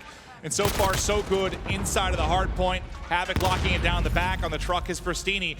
But Pristini matching up against his brother, not the start he would like. 0-6, make it 0-7 to start. He has to turn it around. Hey, you're up 11, so you feel okay, but It's one of those things where your adrenaline is pumping. As guys, he's on a 5 spree. The ARs of Florida, they have control. It's a tough map for some machine gun players, but even more for Pristini, right? That adrenaline's going. Slow things down. Let that game come to you. Find the first kill. Sometimes you're just playing a little too fast. But even with that, with him 0-7, well, they're about to have a 30-point lead. His aggression is just funneling kills into Mox and Skies. So be it. It was 5 in a row for Mox, now 8 in a row before he drops for Skies. The ARs dominating here. Pristini, his fortunes maybe improve in the fact he gets the first on the board, but right after that will get dropped. Now out to field we go. Huntsman set up inside the hard point as it's a 4-man funnel between blue and yellow to try and get in towards the point. They flood on through. The question is, do they find the opening? The pressure hasn't worked his way to Envoy quite yet. He'll swap to his POV and he takes the one-on-one at range. There with the snapback as well. That's a lovely double before he drops. And it's interesting now just taking a look at what teams are rolling. You have 3 ARs on the side of Chicago, which has worked out, but what does that mean? There's going to be a little bit more pressure from the Florida side where, yeah, maybe that's why Pristini is having that slow start because they're just playing a little bit quicker. But for Chicago, if you're going to run a 3 AR setup, when you're rotating and holding on, that has to turn into a good amount of points just because you're going to be a little bit slower than Florida with that pressure. Envoy trying to play his life, but as he pushes the edge, nothing going. Now we'll get to the next rotation. Set up in cave early is at number 1. You'll see Mox already all the way to the hard point as he'll have this strong AR position. It leads to easy pickings. Can't quite finish the kill, but Envoy in trouble early as they try to nade him off the spot. Smoke out as well as they'll have to funnel through that. That's great. Behind the smoke, they're able to pick up Mox, and that's the first step done. Now they all opt to soar forward, but it's Havoc trying to pick up the scraps. Not as easy to do with the MP5. Now it's going to fall to subs to try and make the play as Pristini floods on through. Nice bit of movement to stay up as Havoc looks over him. And for now, they've been able to hold, but the pressure here from Huntsman. Yeah, what I talked about with those 3 ARs, Gunless, he immediately pulls out another MP5. So you'll see him rocking that, and we'll keep our eyes on that. But yeah, when you get inside a cave, Havoc, he's starting to heat on up. You see a look at the top left. I mean, they're on a 10 spree as a team before Mox gets taken down. That was great from Havoc and Pristini, though. As soon as Mox drops, though, it becomes a close-range battle. And those two, in tandem, pick up basically everybody on Huntsman, and they'll keep this lead. Now Florida as well, they have the backside forward cliff, so another opportunity to really get this to 80 points if they wanted to. Pristini, he's just going to try to stay alive on hill, tries to get pushed out, but RCD's formal. They're just sitting here with those M4s. They're ready for him, but Frosty with some nice shots going to take one down, but Formal's still here. Yeah, the big thing, they got up to outpost, they can keep them on the hard point. Yes, you don't have the favorite spawns, but you've kept them from getting time, so the lead still sat around 40 throughout all of this. Nice little snap from Gunless as he comes through on the pinch. The back spawn now in for Huntsman, but with 20 seconds left, you're fine with that. If you're Mutineers, you can set it for mid-map, start to focus on the next set of rotations, and enjoy whatever lead you have after this. You're going to get a bit closer if you're Huntsman, but I mean, hell, Mutineers outplay him throughout that first half. Yes, you have the one blessed spawn towards the back of cave side east. What's the difference? It's about 40 points. What did Florida get off of that second hill? It was about 40 points. So playing even outside of that blunder? Yeah, they're playing very well right now. They just took advantage of a situation that went their way.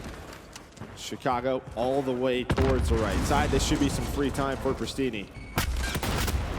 And you'll think there'll be some big focus from Huntsman to make sure they don't give up the right side of the map this time around. We touched on Pristini's slow start early for Mutineers.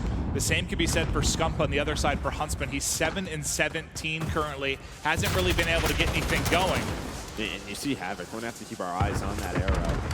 He's going to try to flip those spawns. It's going to take a lot. It may not be until this hill is done, but his main focus right now is actually just to stay alive, and he's done it. Just due to Havoc's position.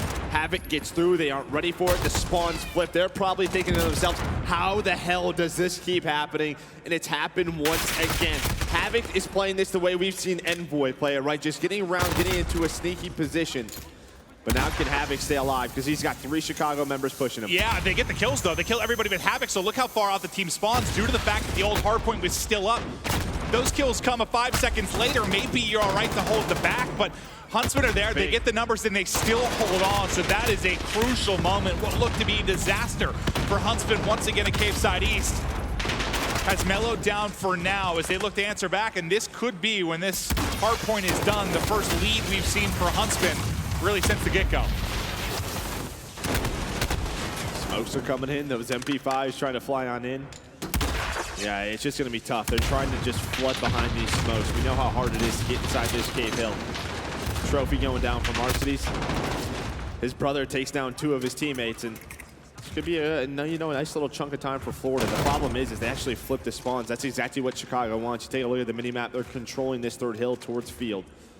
Beautifully done by Chicago, but you still have that little edge right now for Florida. And look how far they've been able to push out. They're pushed out well, pushed out Spiral, pushed out Broken. Like, they have pushed this out massively, and they'll leave 1 player inside of the hard point. So this should be some good time in the opening moments of this, especially if Envoy can finesse around mid-map.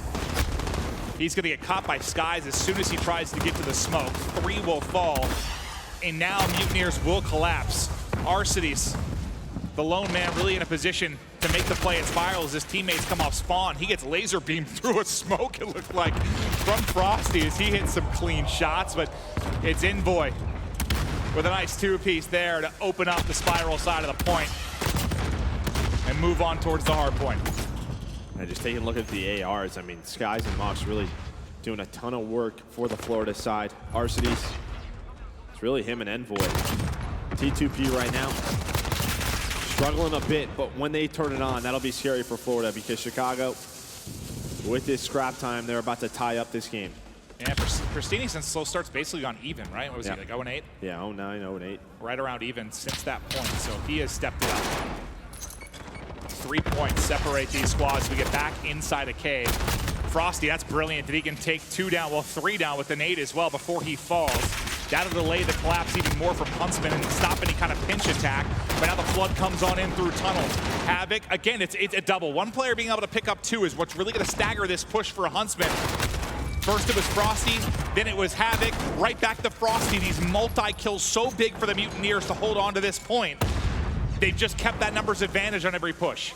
I mean, Chicago right now hasn't even gotten close to this hill, hasn't even contested continuous pressure out of the MP5s of Florida. They're playing their game. They forced Chicago to adjust to pull out another MP5 just due to the pressure they were putting on the map, and it has paid off. And that's what you have to do. You have to be able to respond when we talk about, cave, this map.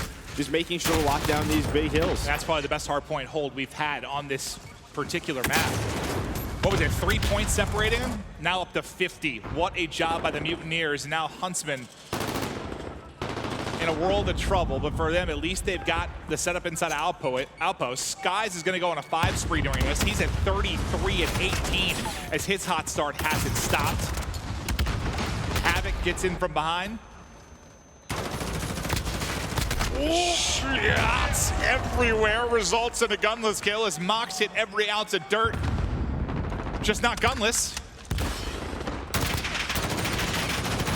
Just kicking up dust everywhere behind Outpost. And again, you have these spawns with your Chicago, you're just not getting time. Well, Florida they continue to throw a smoke mid-tunnel, and someone is sneaking through. Someone is killing that player on the hill. So Chicago just hasn't been able to earn time. And you will take that. They've only cut this deficit by 20 on this hill, and now you're going to keep them spawn trapped towards that right side of the minimap. Formal with the big kill on Mox will give them some breathing room. I think it's all going to come down to Cave East. And for Huntsman, it has been a struggle, especially in the transition to that point. They got unlucky the first time through, maybe got a little bit luckier the second time as they were able to fight back after Havoc got in behind. It's got to be cleaner this time if they're going to rally the comeback. But now into the 3rd set of rotations, we'll get right back to Town Center. The flood in yellow for Huntsman should give them the angles to get them out of the hard point for now. And I think Chicago's done a great job, because if you're Florida, I think what most teams do in this situation is put so much pressure to try to win on this hill where you sort of force Chicago to pick and choose. Do we want to fight for spawns or do we want to go for it? But Florida has actually just opted to continue to put pressure on the bottom side of the map to try to put spawns for Cave East, and it may pay off. There's 1 player left alive. That's a big one-on-one win by Mox, and that could do it. But Chicago, you see they're spawning right on the hill.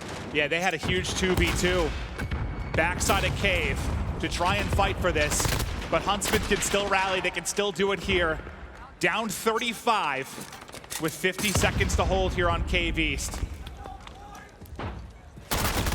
Into the backside goes Mutineers. They've got the numbers here through the back, and it's Mox on a 5-3 before he falls, but Scump, gunless formal. They chop him down. They can win it here. They can just barely close out this game on KBs with a flawless hold. Where'd the separation come from the Mutineers? It was the perfect hold on the opposite side of the cave. Now Huntsmen, perhaps their turn to answer. You've got to get some kind of contest. You have to get some pressure onto the point. I think they got enough where it has to flip. Yeah, wow, Chicago recognized it. Just enough. One player gets through, is able to prone behind the smoke and find the kill. There's now the lead, Florida. There's the lead. It all comes down to this rotation over to this third hill. Couple of players going all the way through Cave West around that well side. The fifth player now going to hop off the point. 5 needed for Huntsmen. 16 needed for Mutineers. Mutineers are inside. It's Envoy with kills one-on-one. Now the collapse comes in. Into the point go the Huntsmen. It could end right here, but Mutineers showing just enough life to keep it up. It's contested on the point. Who's going to win these key gunfights inside? It's Scump, but a 5 spree. Still just through the smoke. No one able to find the time. Mutineers now second by second get closer to closing it out, but Huntsmen fight in, and Huntsmen with the final dagger get the 9-point victory. Map 1 to Chicago. It all comes down to those gunfights on rotation. There were 3 in a row for the Huntsmen. That allows Envoy, Scump, and RCs to jump on that hill, get the contest in, then the numbers flow on through. But I still you look at that first hill on the third rotation, Florida, they were in striking distance, but they put so much emphasis on trying to flip the spawns for second, where I think they put themselves in a tougher situation than they need. So you're saying you get an extra 15 to 20 points done. there. It's over. Who cares if you lose KBs? Exactly. You're able to win the game. You'd have enough to win it. All right. Yeah, that's a good point. It's a good point. But let's take a look at the overall stat card from that map 1. What a nail biter it was. Skies drops 43 on the map. Frosty right behind him at 38, but it's just not enough. With an MP5, he's doing, like, Skies is doing that with an AR on Cave, which we sort of expect. There's so much pressure. You have the early setups. It's free kills, 5 spree after 5 spree. But Envoy with 41 and big impact kills towards the end of the game. Well, we're going to take a look at the scuff play of the game, and it's the final moments. This one was an absolute nail biter, and I think as a fan, kind of keep your eyes on the minimap and how this plays out. But Joe, you mentioned those big kills in transition. There's one. Yeah, so just watch as this game sort of slows down. You're going to see 2 Chicago players work the top left side of your map. They're trying to go all the way through. Everything's good right now if you're Florida. You have the setup that you want, but now these are where the big kills come in. RCD finds one. Envoy, he got a kill right before this. Then he gets a second. That allows him to get on the hill. And at this point, it's almost like chaos, right? Florida, they just have to flood on through, but it's those rotation gunfights that give them a chance. They only needed 2 more seconds, and the trades go the way of Chicago. It was like part of it almost felt like anticlimactic in the sense that it was so hard to follow the action because of the smokes, right? Like the smokes on the point. You had no idea. It got so chaotic. It's just like, who's going to be left when the dust settles? When the smoke dissipates, who's going to be left standing inside of the hard point? And it was Chicago, Arcides, and Envoy. Those huge kills in transition to set them up in the hard point and close out those final seconds. But let's take a look at the U.S. Army schedule before we get ready for the Map 2 Search and Destroy to show you what is yet to come. And this is our final semifinal. After this, we've got game day, we've got the hype battle. Let's go to the final of the FaZe tournament that's been going on all weekend long, and then right into the Atlanta home series final. Atlanta lying in wait. Who's going to join him? Is it going to be Huntsmen? Is it going to be Florida? We're trying to figure out. Yeah. And the hype battle, it's going to be what, Scissors and Gwick going up against Blaze and Dirty. That'll be following this match. They played, I believe, what, all day yesterday, all day today to narrow. I don't know how many it started with, 16 players or whatever it was to get to this point, but we're down to our final 4. And we'll see them fight it out as the teams get prepped for the grand final. It's been cool just to see how many FaZe people have been here. Like right behind our screens, basically in camera. There's this long line because everyone's waiting to get signatures and photos with a lot of the FaZe guys that are here. I saw Nick Merckx. I saw Scissors is here. Pamaj has been around. Like all these big names just over the years for Call of Duty or just well, gaming in general. Yeah, it's awesome to see, but into our clock peak, and when you and I looked at the first 3 maps. Well, I asked you, what do you think looking at this? And I think you said... I said 3-0. Yep. Right, I mean, just based off of what we've seen from Chicago. On Cave, it was a close one, but they clutched up. Our clock peak, I mean, heck, if you watch the London home series, you know how good Scump can be on this map. And I mean, Chicago just have so many reps. Petro Dom, that has just been Envoy's playground. Chicago up 1-0. Let's get underway with map 2 as Mutineers try to get revenge. And Chicago try to put them to bed. With 30 seconds left, less in these rounds, you'll see a lot more early aggression from the offense, and it's right up mid-map they'll go. There's an opening into the B site, and they're able to get right on in. Well, almost right on in, right outside the door. Now they'll work their way into sight. So Florida played this earlier today against London and dropped that one 1-6. And you know Chicago was probably watching it. Chicago on the other end, the last two they have won. Led the way by Siump, of course, that big 10 spree we can remember, but bomb planted, Envoy inside the site, able to find that first blood onto Pristini. Mox just trying. You know, I mean, when you go that fast and into round 1, they don't have that silence yet, right? So it's going to be so hard to retake this site without that. How many times have we seen that gunfight where you're trying to work your way from top? It's just not easy. Usually somebody pre-aim there. Who's left? Havoc and Frosty. With no time to work with. Frosty last alive, no time to defuse, but he'll take as many Huntsman players down as he possibly can. Those are some quality shots onto RCDs across mid-map, but that kill's not gonna matter. And it's just such a fast execute. If that player inside the site in Pristini gets taken down without finding one, like, there's so many positions they have to check, right? Mox has to come on in with an M4, has to open the door as well. That's free information for Chicago. Just not enough time on the clock. A good round 1 from them.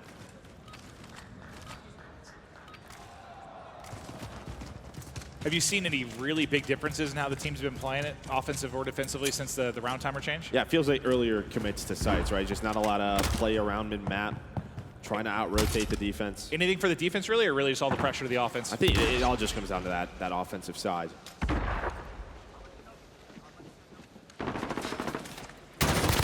Sneaky from Scump. Leads to a first blood, but Havoc with a headshot trade. Nyan instantly. Arseny is just trying to get away, but not able to do so. 3 versus 3. Gunless is going all the way around, and I think Florida's ready for it. There's 2 players hunting him down. Yeah, he's going to take a little bit of damage. At least finds one in the skies. A nice little shot onto him. Just barely gets that final bullet in before he falls. You have a 2v2. Just 30 seconds to work with. Pristini, your bomb carrier. Gonna have to make a decision. Yeah, and his teammate is so far away from him. Well, he's just wondering, how do I get to A? Like, he knows he's safe there. He's just got to get across. Not the funnest of runs, but due to the wrap back, he gets a good timing on Huntsman. Timing helps. He should be able to get this down. Nobody's starting to push over now, but over the top, what a nade from Envoy. They're just going for a check onto the side. It's able to connect, and now it's a 1v1. He probably thinks that was from their side, but that was all the way from the middle of the map, and Envoy's, he's gone. He's not going to get the bomb in. The nade saves the day. I can't believe that, because as you're looking at the mini-map, you're like, oh, they got a free plant. Then bang, just over the top, the nade from Envoy. Here it is, look at I'm so glad we get to see this. Look at the Kobe onto the site. What a nade that is. And you saw Mox, like, he's looking around like, where does that come in? He's not expecting that from the middle staircase. That was nasty. I thought they had it safe. Like, they're good. Utility's probably exhausted at this point. Nope. No, sir. 2-0 Huntsman.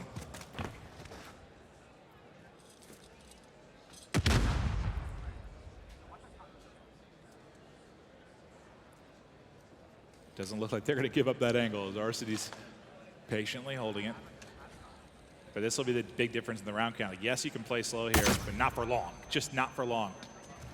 You're going to have to expend utility and look for an opening, and here it goes. I think you saw 3 different nades tossed over the top, but the trophy's going to eat most of it. Arcity's still hoping somebody peeks him and he can send them to the next round. That's just not an easy shot, as they still have a trophy and pressure. But who's his pushing mid? Yeah, Formal. He's going to use Deddy. You see that starting to drain bottom right. He's trying to find anything he can to help his teammates out, but Envoy Scump, they're going to get taken down, but Formal's into a good position. He's dead, he ran out. He's dead, he ran out. I thought he was going to be hurt. He got there, he got into that spot. Now his teammates, they have to go. They have to help him out. Formal finds 2. Gunless with another one, and now we're down to a 2 versus 2. He can't hit the shot. Mox beams him. And Mutineers close out a huge round. I thought Formal was going to be in trouble because when we hopped him for a second, he had a sliver of his dead silence. Well, it's almost like maybe you hear that in the position, but maybe I think it's your teammate. Yeah, that's true. That's true. He had his teammate above him, or they had a teammate above him. Because I thought he was screwed because I thought he was going to have to run across, but he must have just got there. Big round for the Mutineers. Keep this close.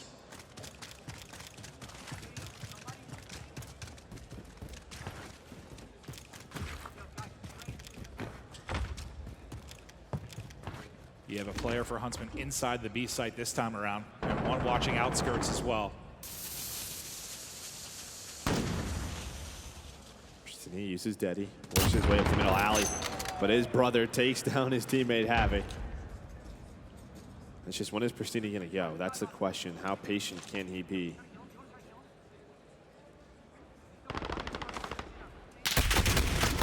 The timing goes his way. Yep, and then see you later, brother. Formal. See you later, brothers. Pristini wins that one. Arcades gets caught.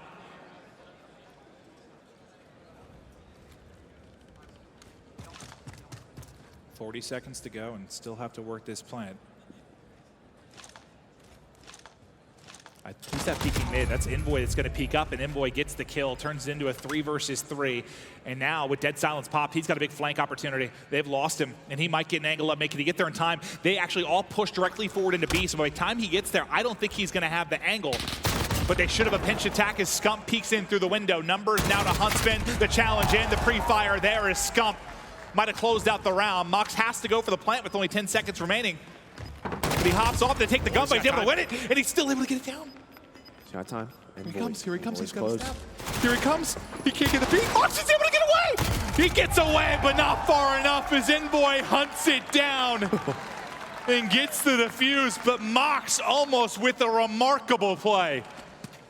Yeah, it's like you have an MP5 in that situation, you could probably challenge it. He just tries to get out, gets hit by a bullet or two, but almost pulls it off. Almost, like, he is so close. That bolt right there, I think that's just the I'm kind of screwed moment. He tries to get the nade off, maybe get a lucky stick.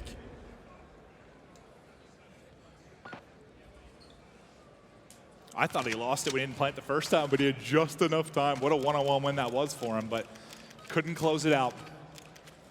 Remember those two guys, former teammates all year last year. That's true. That's a good point. We had the brother battle. We have the former teammates there. Now, the brightest spot of their careers up until this point was with that Gen G team.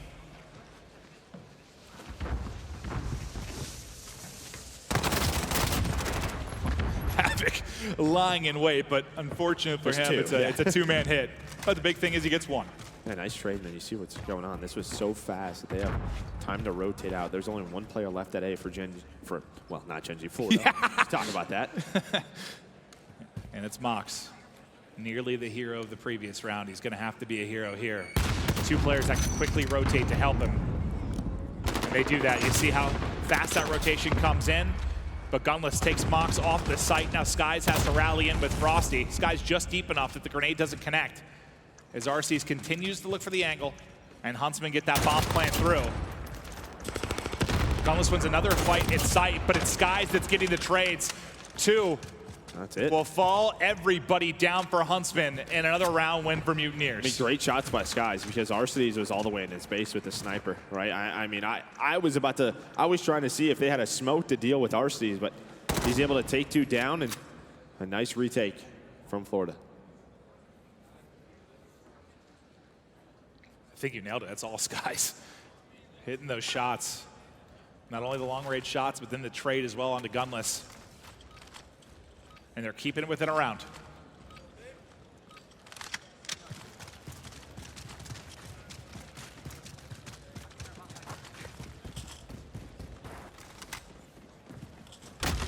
Pristini has Dead Silence to work with. Well, you know when you can't work with Dead Silence? That's when you're dead, Joe. Yeah, just a quick peek right from Formal, right? He just peeks the door.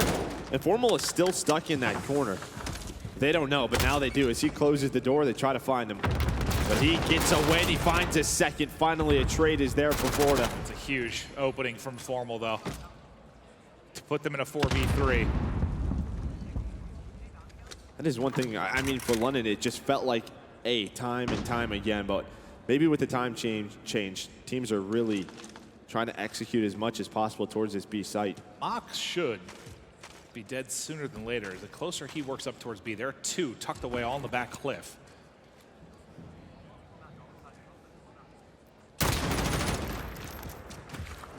I just don't think he's expecting multiple players there. He's not.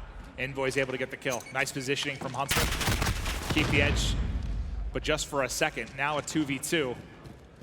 15 seconds to go, though. Havoc's got to work this plan. He's wrapped it back towards A, and it's open unless an Envoy nade comes over the top. Nade comes over. Skies, though, they're hunting him, right? So he's just trying to stay alive. He's trying to stay alive. He knows he's the main priority. He finds another one on a gunless. His M4 at range is looking very clean. But Envoy, can he now clutch the 1v2? Right behind Skies, the snap is on point. 1v1 versus Havoc. You immediately saw what Havoc does. He just sprints the other way. He's played more 1v1 games during his stream than Havoc. He's been more than a few. Smoke in, but it's Havoc that hits the shots. There's the 1v1 clutch. And Mutineers tie it up 1-1. Yeah, it's one of those 3-3. Yeah, it's one of those things where, like, I don't know if it was covering it, but like you want it to disperse a little bit, get him freaking out. You can sort of finesse the smoke. Or maybe it's a little bit short, you're saying? Like the smoke might have been? Yeah, I mean, he hits a shot, but sees him in the smoke, can't finish it. He panics or tries to make something. I mean, there's still 20 seconds left, right? So he's like, uh-oh.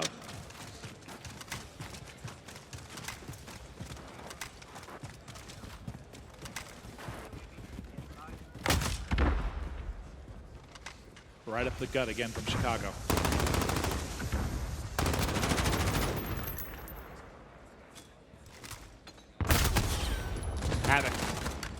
Havoc with two. Havoc a chance maybe for a third. Havoc dominant in the mid-map. Finally, they nade him out, but it's a little bit too late. It's the multi-kill through for Havoc. An early 4v2. Yeah, there's already pressure here as well inside of their house. One player chasing him, that's gonna be Pristini. Able to finish that, just gets the big toe, and there we go, a clean round from Florida. Starts with Havoc. Similar to what we saw with Formal last round, right, where there's so much B pressure. Defensive team just trying to find a pick in middle, and well, Havoc finds 3. Is that 3 in a row now for Mutineers to take the lead?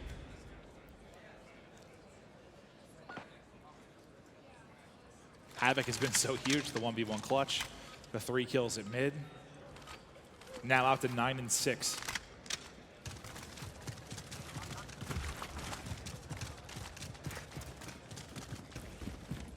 Get me right back to mid. Yeah, right back to B. I imagine like both teams are probably, all right, maybe this time they'll go away. But look at the pressure from Chicago. They just go through A. They go through A. And they're calling this. RCS, he can trying to find one. That's a tough angle. But I like that adjustment from Chicago. Now it's on Envoy to see what he can do in the site. So able to find the first blood now, just trying to stay up. Wasn't bomb carrier though, he's still alive, but numbers dwindling now for Mutineers. They had numbers too, because Gunless was pushed all the way up the flank, like on the A side. So you had, in a sense, a 5v4, at least closer to the site. They just didn't win any of the fights until that point. Frosty with a nice kill, tag from behind, trying to stay up as he bobs and weaves. Can he take another down with him? Ring around the rosy we go as Arcees tries to finesse, and Frosty right back to the site. Yeah, he's just been sprinting back and forth. Oh, Denny allows you to do that. Nice shots from Mox. Just time. They're going to have to try to plant this bomb. Oh, they brought it from a 3v5 to a 3 versus 3. Bombs down. They know it too.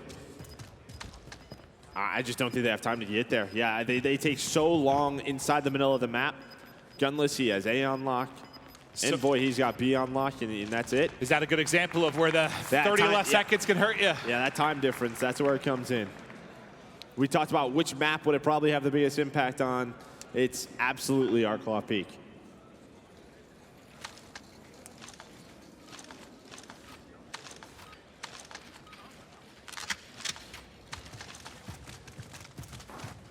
All square again at 4-4. We'll take a look at the map to see the split. Heavy pressure at A from Mutineers. They've got 4 players there. I think RC is just going to smoke it and back up. Everyone's going to find it'll be this one guy here. What can he do? Pristini.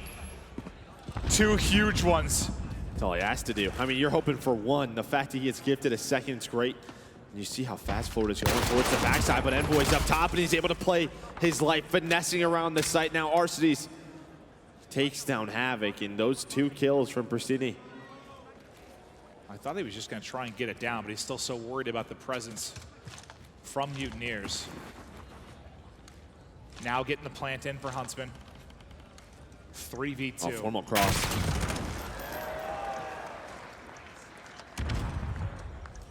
All disguised now. He's been hitting his shots. He's going to have to hit a lot if he's going to get this clutch. 30 seconds to go. RC's got the box, and RC's got the shots. 5th round win in from Huntsmen. Pristini does everything he can. He's the only player inside the B site. Gets all you could ask for. 2 kills right off the rip, and I don't know if the play call is just because they both have Deddy. They try to go through the back door, but Envoy's just ready for it. The trade's not there. He's able to play his life. The trade's there. It's a lot different story. So it's a different story, yeah.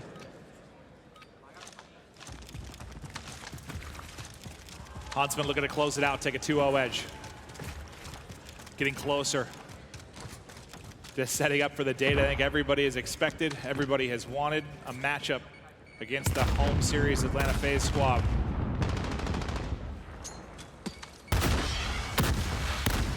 Gunless so strong from this position at the mound.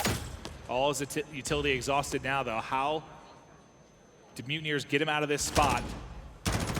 And Formal's going on a wide flank, right? So he's just giving his team all the information. They can have one player watch mid. The rest of them focus on this side. Arcides on bomb, just trying to stay alive. Gives that call out to Gunless. The duo blocking it down here. He's able to find his 2nd of the round.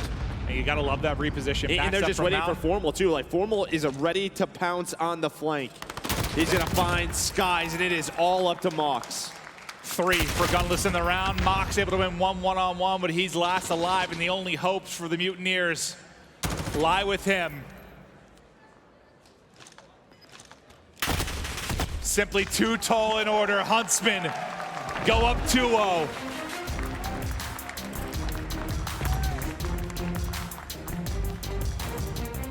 And again, if you're a Chicago fan, you just have to be happy with how great their search and destroy has been. I mean, from London to here, how much they've improved.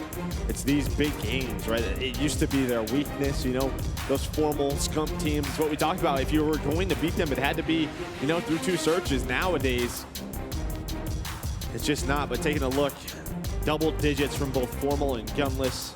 On the other side, Mox had a great game, same with Havoc, but just a little short. They kept it so close throughout it, but just too strong from Huntsman down the stretch. Gunless with the big final round with 3 kills. Envoy with that nasty nade over the top to win a round. It was unbelievable, but after this semifinal, before the final, we have the hype battles going down. Again, we've had FaZe members fighting throughout the course of the weekend to get down to your final 2-on-2. They're gonna go up against each other in gunfight, and that's gonna lead right into the final. Are you ready to rumble? Are you ready to rumble? Are you ready to rumble? Get ready, get ready, get ready. Are you ready to rumble? Are you ready to rumble? Are you ready to rumble? Get ready, get ready, get ready. Get ready. Get ready. Get ready. Get ready. We trying to get hype.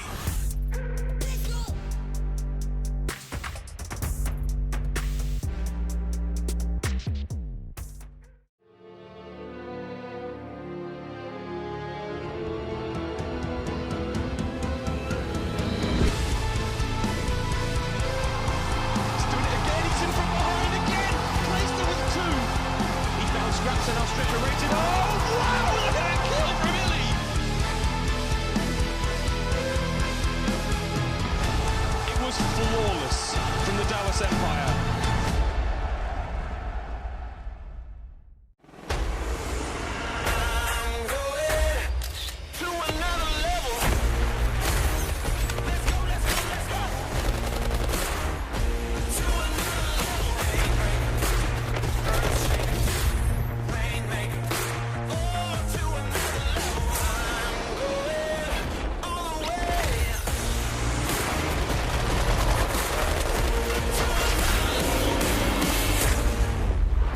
Download free now.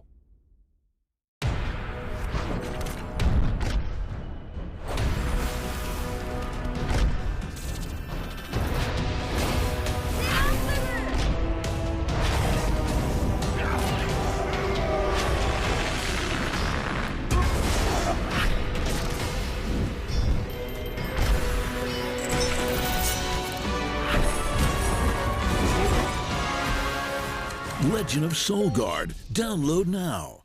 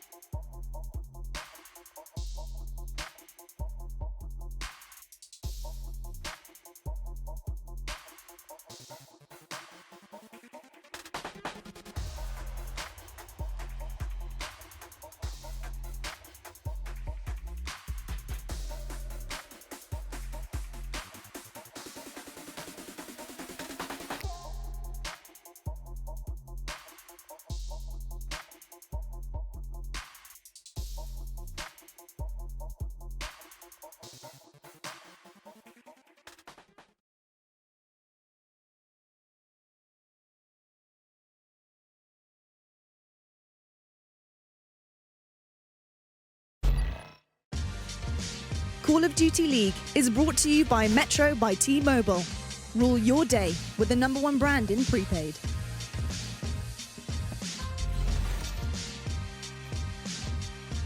One of his top guns, Alec Arcides Sanderson, is taking advantage of a little downtime, catching up with former teammate and twin brother, Preston. I'm on the toilet, bro. You're on the toilet? I'm on the toilet. I'm on the toilet. Dude, you gotta get a grip. What? You called me? I gotta finish up, bro. Call me back after. I'll think about it. Okay, my bad. All right, bro. All right,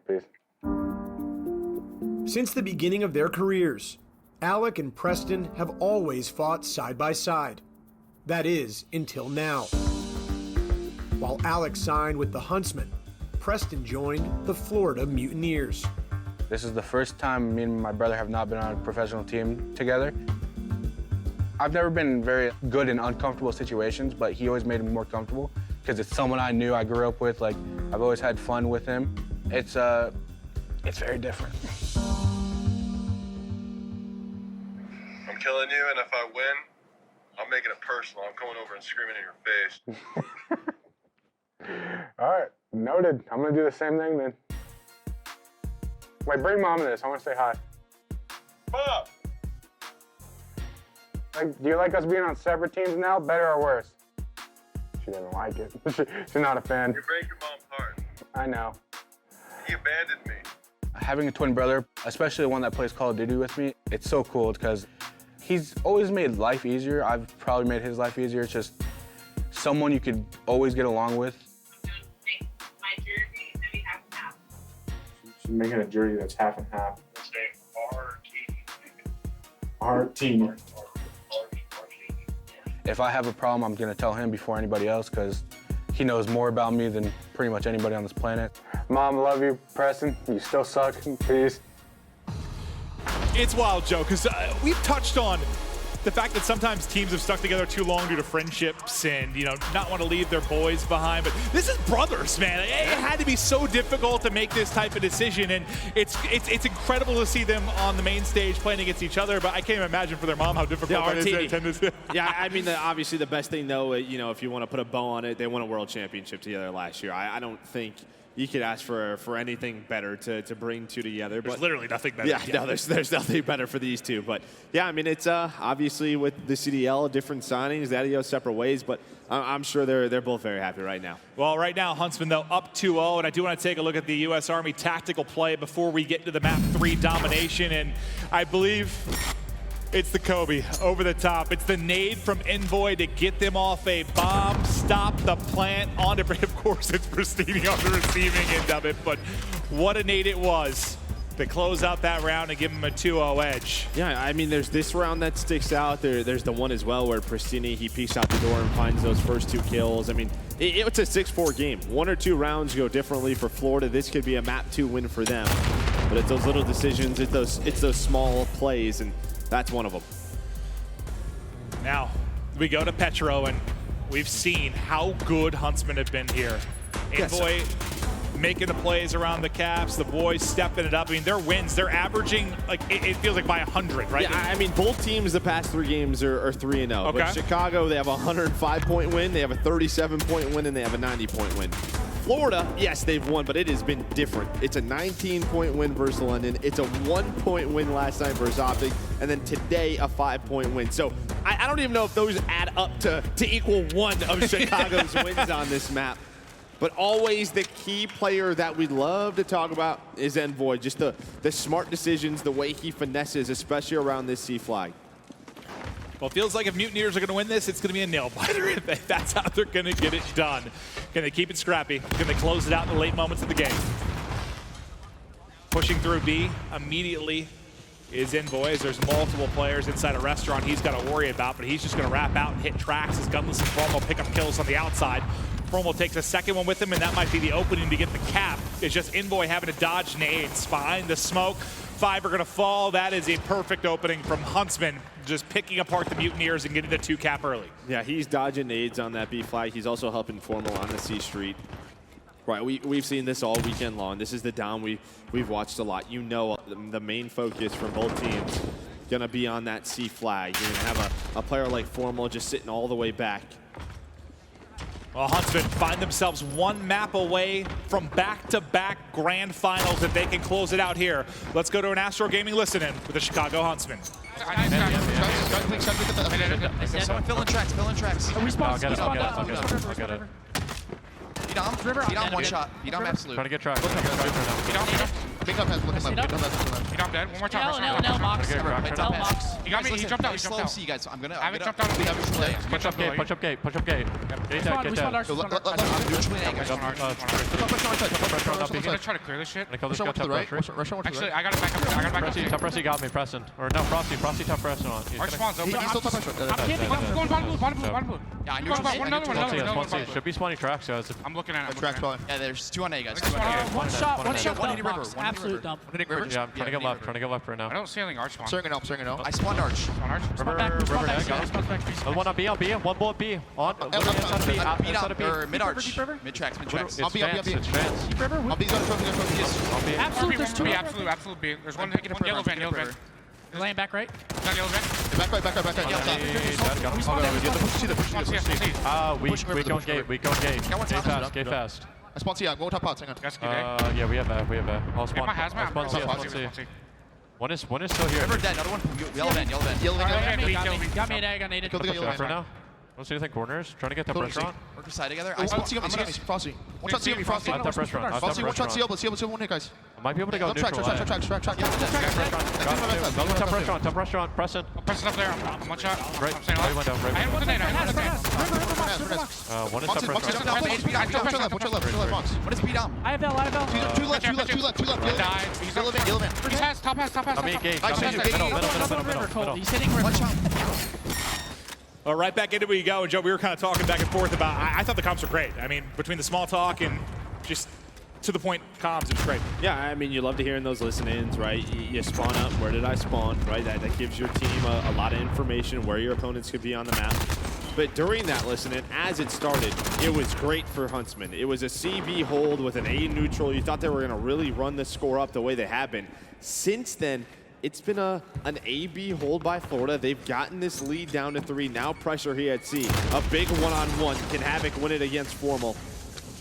got the help of his teammate, and they're going to flip this map on its head. What do you think went wrong when Mutineers were able to finally take B? When they finally got that breakthrough, was it misposition from Huntsmen, or what happened? I mean, they just can't all go down sort of at the same time, right? You do not want 2 to 3 go down. The trophy was there from Florida. Formal, he's up top. He doesn't have the angle for it. Exactly. Like, it felt like he had to fly out to mid, which you don't want to do. Like, he's in that power spot top. It just seems like he almost felt like someone should have that cross from Riverside or from Tracks and just never was able to get it. But Mutineers, they go down big, they rally back, and they keep it tight. What more do you expect from them on this map as of late? We'll see what happens, because while you do have B, if you're Florida, that could go away, because you have an AC setup right now from Chicago. You would love a potential 3-cap, but they're going to hang on to B. Also get some pressure towards that C side.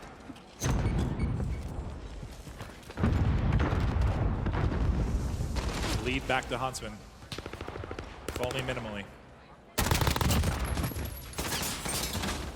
Despite what happens these 30 seconds, I mean, we are going to head into the second half very tight. 2-cap, if only for an instant from Mutineers. The Chicago rallies into the mid-map. Looking for an opening, I believe it's Pristini towards A, but he's going to get caught. And I kind of like what we saw from Florida, because I don't think a lot of teams are too comfortable with just holding AB, right? A lot of the times when this map gets, as we call it, controlled chaos, or, you know, spawns get a little wonky, it's because teams are really just trying to push C. Like, they feel like if they have C, everything's good to go. And when that happens, you have the flip spawns at A, you spawn down low. Yeah. That's when things get weird. We typically don't see sort of an A, B, let's just sort of settle down, not put pressure on their home flag, and that got them back into the game. What was the deficit at its biggest for Florida? It's around like 17, 18 points. Well, they brought it within 5. 5 minutes separate Huntsmen from another final, and Mutineers. Yeah, we touched trying on to it stay too. alive. I mean, Envoy 16 and 10 leading the way for his team. For some reason, this map, this game mode just works for him. Hardpoint too. It's like just this map. Like, he just feels comfortable. And right away, you can see what he wants to do. He finds the first one. His teammates take a couple of down and goes right back to C, but Mox wins the gunfight.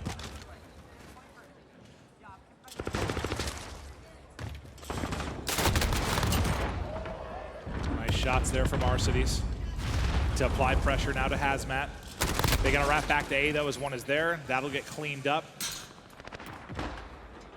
Not a lot of points coming in for anybody right now. Yeah, it's just one of those things where right off the break, because Huntsman put so much pressure towards C, right, that's when that sort of player spawns out towards A, and then there's going to be a neutral, and both teams are sort of at a standstill because you can't get B. Havoc trying to get pushed up, put some pressure Riverside. Maybe neutral this flag, and he is trying to neutral A. I think it's top blue. He spotted it. So one-on-one gets the neutral off at least. Oh, I thought he was going to win it for a second. The movement was on point, but Arcides able to shut it down. Tie game, 93-93. No one with a foothold at B, at least early in this second half. 90 seconds already off the clock. Now a chance for Huntsmen. They've got multiple here. There's one at line on the opposite side. It's Havoc that goes huge. Skies with the help over the top, and what looked like maybe a Huntsman cap, I think it'll turn into B control now for Mutineers. There it is. They'll secure B. There's no cap in for Huntsmen. They're just going to try to get A in through now. A chance for some big separation for the Mutineers. Maybe to push away this game and get us to a map 4 with Frosty doing them dirty like that. Yeah, he's just playing around the neutral. It's going to be a lot of points for Florida right now. Not trying to get to 3-cap. His teammates go down around him. Havoc was trying to help him out, but that 5-point deficit deleted. Now a 12-point lead. They still have a 2-cap as well. It was tied 93-93 a moment ago. Yeah, but this is just like the first, I don't know, Petro, where you haven't had a lot of those crazy plays really happen for Chicago towards C. I mean, Florida have done a really good job of just containing the map. It just feels like they're slowing things down a bit. It's been a lot easier just to follow on the mini-map through this. It's been a whole lot I can more explain control. this one. Yeah. Scump can't quite dip away. 2.5 to go, and Huntsmen are going to need to get some semblance of a 2-cap soon if they're going to bring this back. Mox trying to disrupt and maybe play for the neutral through Pool Hall. It's Formal back there looking to deal with him. But now an opening at B. perhaps for Huntsmen. They need to clear them out of second story as Pristini just having his way with them. Nice shots from Havoc at range with that MP5. They're just playing like 3 back towards Hasman. I mean, at this point, 25 points. Now you're Chicago, you need a 2-cap. You need a 2-cap minimum. You need a 2 and a neutral. You're gonna have to start getting aggressive. And one player spawned towards that A side. That was Frosty. Slow things down, and I just think because Chicago has to do so much, you're just seeing staggered pushes. They're not waiting for each other. Everybody's trying to make the hero play. Yeah, but it's a great job for Mutineers too, just making sure nobody gets into has-been. No one's been able to make some sort of individual play. Like they've kind of cut it off with that 50-yard line and just kept Huntsman from really applying pressure to C. It's at this point now where they're just going. They're just going to try to neutral flags to make this mathematically impossible, and we're close from that. Has to be it from Chicago. They have to try to win on all 3 fronts, and I don't think they're able to do so at all. Both teams 3-0 on this map and mode coming into it, but Mutineers looking to reign supreme. And this was an elimination map for them. Remember, it's single elimination in the bracket. All we have after this is the hype battles in the grand final, and Mutineers desperately trying to get into that grand final. Pristini, you heard him in the video. He wants to get up in Alex's face after the W. One map closer. Yeah, it's one of the more controlled maps on Petro Dom that I've seen from Florida. It really is. Just it seems they're setting the standard. You can see it on the scoreboard just with the objective. You don't see anything in double digits, any wild numbers. We've had a map here we cast. It was like 40 neutral, doing something wild. And that was before you could stack, too. Like, we're just talking back to London. So I think you nail it there with how much more controlled it was, and they controlled the scoreboard. This ends up being a blowout in a game that was 93-93 at one point. From that moment forward, it is all Mutineers. And as the final seconds tick away, they get us to a map 4. They extend this semifinal, and they try to push into a grand final. Mutineers stay alive. All right, and then we get ourselves to another hard point. I mean, that first one, right? 2-point game. Florida was in it the entire time. What was it, 250, 241? Something in that ballpark. It's a tight one, and I think if you're Chicago, you're sort of expecting to get back to the final. Like, you're coming off the win. Yeah, if you're Florida, there's some doubters, and you're sick of probably hearing about Chicago this, Atlanta this, Chicago that. You want to show you can hang, and they're doing that there with the map 3 win.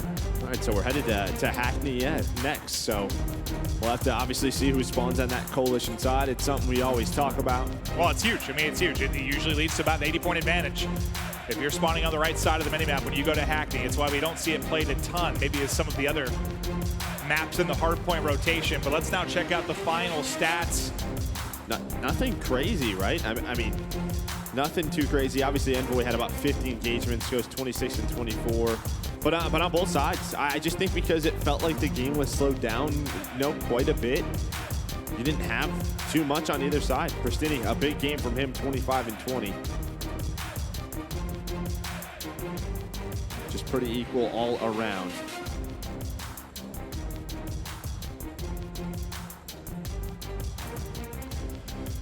The Grubhub delivery of the day. Get $10 off your first order of $15 or more. Use code Atlanta. Terms and conditions apply. I love a good Grubhub order. I love food. I just like to eat. We had tacos for lunch. It was just spectacular. We just got an email about dinner, so I'm already looking forward to that as well. Oh, what was it, by the way? Did it say what it was for dinner? I'll take a look. Yes, please. You want me to tell you the menu? I would love that. Can you read that out for me? But that is Grubhub. Restaurants you love delivered. You get $10 off your first order of 15 or more. Use code CDL Atlanta.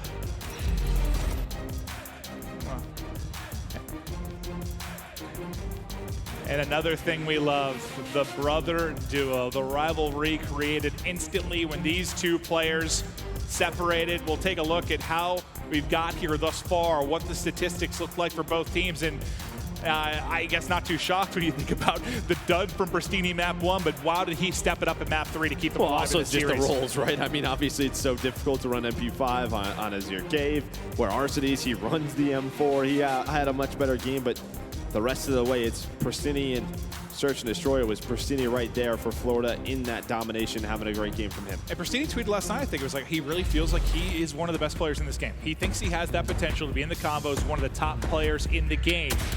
now is when you prove that. Now is when you step it up. Because when you look at the stage and you look at the members of each team, you see Titans on one side, when you talk about the Huntsmen, all the talent there, all the championships, all the MVPs that we've seen from that side. It is very much a David versus Goliath.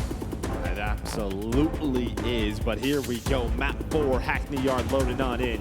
So Florida is going to be starting on the preferred side. So we'll have to take a look at what they can do in these first two hills. And yeah, I already know what you're saying. You're down 1-2. They have to have a solid lead. They have to have a solid lead after Tire Shop.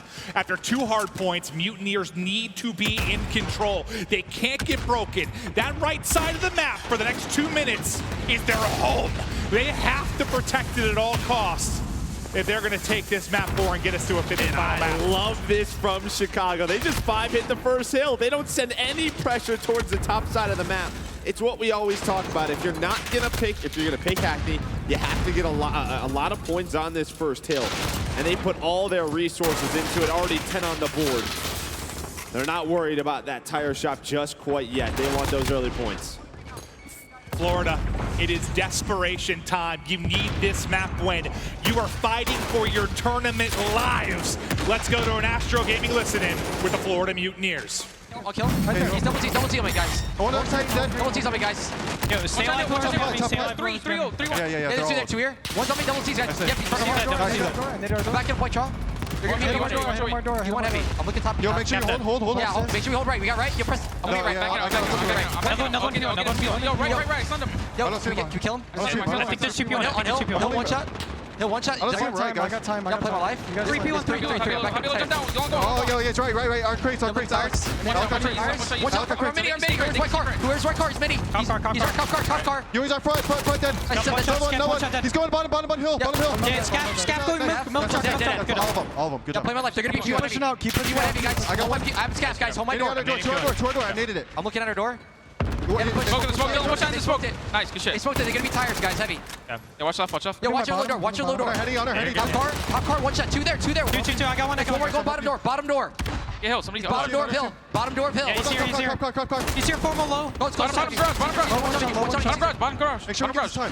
2-0. Get out. Yo, no, listen, already P1. We gotta cut this guy off. Yeah, I'm cutting. I'm trying to. Spawn here. Just go. Go P1. He's in hill. Going mid to new. Get that time. They're gonna be P1, guys. Green crate. Gun lane is dead. Nice. They're gonna be P1 heavy. Yo, push up. Push, Brad. Push. Yeah. I'm watching Listen, chance. bottom green. Behind us. They spawned out in the back. They spawned out behind us. Middle. Bottom Hit mid. Okay. Mid L. He's leaking out. One bottom green. I don't see him. Yo, he's in our door. One shot. Top L. He's pushing it. Through 2 hard points, it's a tie game. Not good enough for the Mutineers, Joe? I mean, it was those last 25 seconds that Chicago able to break in a Tire Shop, but even the 39 just off the break. We talked about it as soon as the game started. Chicago, they put a lot of resources and it paid off. But you know, we talked about Chicago. Listen, even right there, I think you especially heard Mox, the leadership that he brings, just sort of commanding the troops, making sure they're all on the same page. But yeah, I think through 2, you would love to have it at least the lead, and instead it's Chicago with that lead. Well, usually the number we throw around is like 60 to 80 point advantage. It's a tie game after 2. So the edge to Huntsman without question. And now you start to push open a lead of your own if you're Huntsman. But we'll head into green, already set up. You've got Formal there, gunless as well. Nice picks though by Frosty. I think he actually gets both from that half wall, the brick wall in the back. As his picks come in, was that enough to get his teammates in? It absolutely was. What a moment from Frosty and the Mutineers to disrupt the early setup from Huntsman. Bit of brilliance, as now Skies gets it done from bottom green. I mean, Frosty had a great map one as well with that MP5. We talked about Envoy, his performance on Cave. Frosty was a unit for the Florida Mutineers, and this is great time for Florida. You can see what Chicago is trying to do the bottom side. They're trying to flip spawns, and it looks like they have. As we will rotate to Docs here in 25 seconds. Pristini, he's got the whole team to deal with, and his brother's going to take him down. But it's a great break and a great bit of time for Mutineers inside green. But now one of the, probably the second hardest break on this map. First Tire Shops, now Docs. Not easy to surge through it. Pristini's like, screw it, I'm coming in from up top. He got 3 down. I think he was just trying to hopefully he finds an opening. Not able to do so. You see the deep spawns. You see middle of the map. This wall controlled by Gunless. You have Top L controlled by Formal. And you have them spawning where you want them, all the way back towards tire shop side. That's all you want, right? Just stagger the pushes. Even if you find one kill, we'll slow things down. Chicago, they're going to spawn much closer than Florida. Here comes the pressure, though. 3 go down. Havoc just right outside the door. There's an opening. You win the top side, so now you get the parallel spawn. Now you can at least try to flood a bit easier, but Hidden Boy, Gunless, Arcides close it down for now as every point of this hard point has gone the way of Huntsmen. They'll end up spawning out deep, though. Who spawns out? That's going to be Inboy. That's what he so the wanted to final do. 20 seconds go over to Mutineers. They'll get the flip, though. They'll get tire side control. And yes, you'll have a deficit here. You're going to be down 30 or so points. But now is where you have a chance to really rally. You can chain together these next 2 hard points if you're Huntsmen. Yeah, again, who is it for the Huntsmen to make the heads-up play to realize the situation they're in? It's Envoy. Flips the side of the map that they want. Talked about it for Florida. What can Chicago do? A 20-point lead. Take a look at the scoreboard. Yeah, let's think about that. Just mental note, 20 points the difference. Where do we look after tire shop? Wow, well, I don't know, because Florida down and Florida have done it. They flipped the map like they wanted to. Beautifully done by the Florida Mutineers. That was just easy. What a flip from Mutineers. Now just scratch everything Joe and I said for the last 30 seconds because it's just flipped on its head completely by Florida. Now they can really blow this game wide open. 25 seconds remaining at first. But it's the arrows on the right side that are the key to victory now. Gunless doing what he can to make an opening, and he might have done enough. No, what am I saying? You need 5 down clean if you're going to break tire shop. Yeah, you would have had to kill 3 more, probably 5 more, probably 5 more after that. And then a maybe, I don't know. It's still a question. Yeah, I'm not exactly sure. They got the setup they want. 154, 154. Mutineers can get a ton of time here as Havoc. I think it was 6 in a row from him before he fell. This is the next big push from the Huntsmen. Can they stagger it? They did it once. Can they do it again? I mean, can they find those final 20, 25 seconds? They're able to get through dead. That'll allow them to get to those walls, some of those positions, an opportunity. But you look at the kill feed, it's 3 for Florida. Havoc trying to find the second, and he does. So they weren't able to do it on the first rotation. This time, though, at Tire Shop, it is all Florida Mutineers. Now, about to be a 40-point lead. It's going to go up to about a 50. That was a hold and a half, but what it was the flip, right? Right is the first hard point in our next rotation. Tops, they get a flip with a perfect 5 down. Brilliant stuff from Mutineers. And that scoreboard would be the exact opposite, more than likely, if that flip doesn't come. Now, can they close out the game behind it? Huntsman, inside the smoke stack, it's Formal. Trying to line up what he can mid with the M4. It's a grenade that'll get it done, and then the shots connect as well.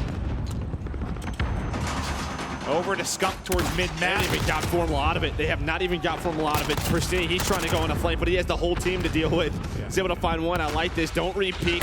Make them guess it. He's able to find the second. Oh, not able to take down the third, but his teammate will. Yeah, who cares? As long as it's your teammate. Pristini and Skies, the melt machines, lock it down and get into smokestack. Now the battle for green is up. Skies with his power position at the half wall. This is where Frosty made the play last time that was able to get them in. Skies now on a 5 streak with 5 seconds before the rotation. He hit the spawns as well, and he recognizes the situation. Frosty, he's going to get inside the hill, help his teammates out. Pristini with some nice shots. Just 15 more seconds needed for Formal to take us to a game 5. Both semifinals might be going the distance. It's looking that way. Mutineers can get it done here. Get us to the map 5 for the entire team. All of them going off. They're all just dropping bombs to send this to a 5th map. What a game from Florida.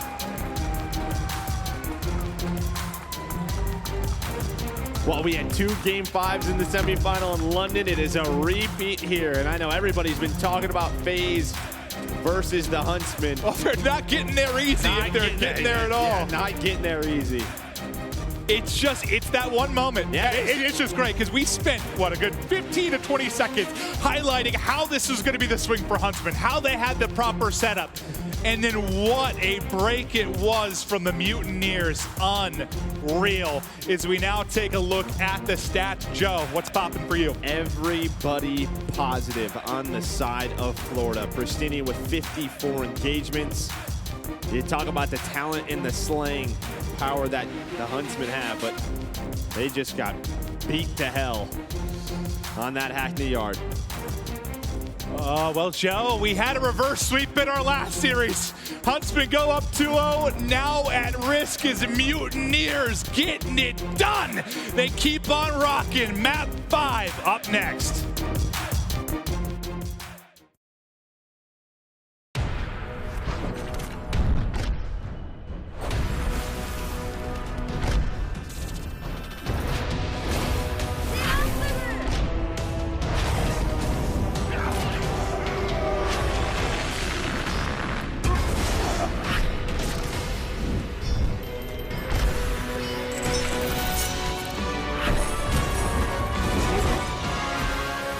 Legend of Soul Guard. Download now.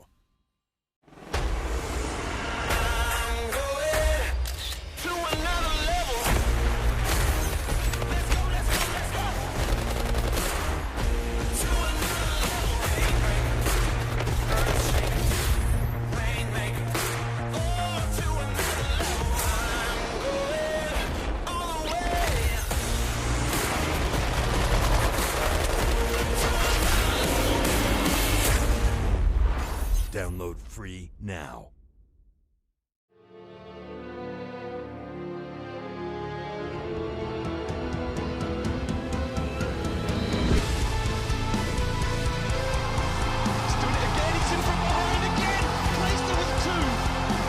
Scraps and now stretcher rated. Oh, wow! Look at that kill from Illy!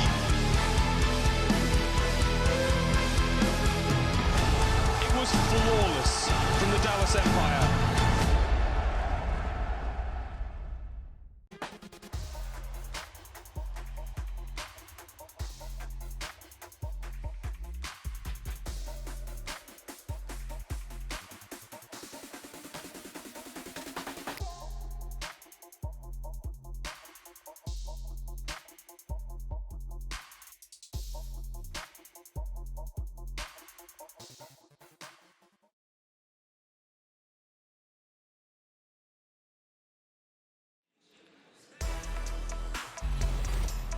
Hello and welcome back to a ridiculous championship Sunday here at the Atlanta FaZe home series. A refresher on how the bracket has gone.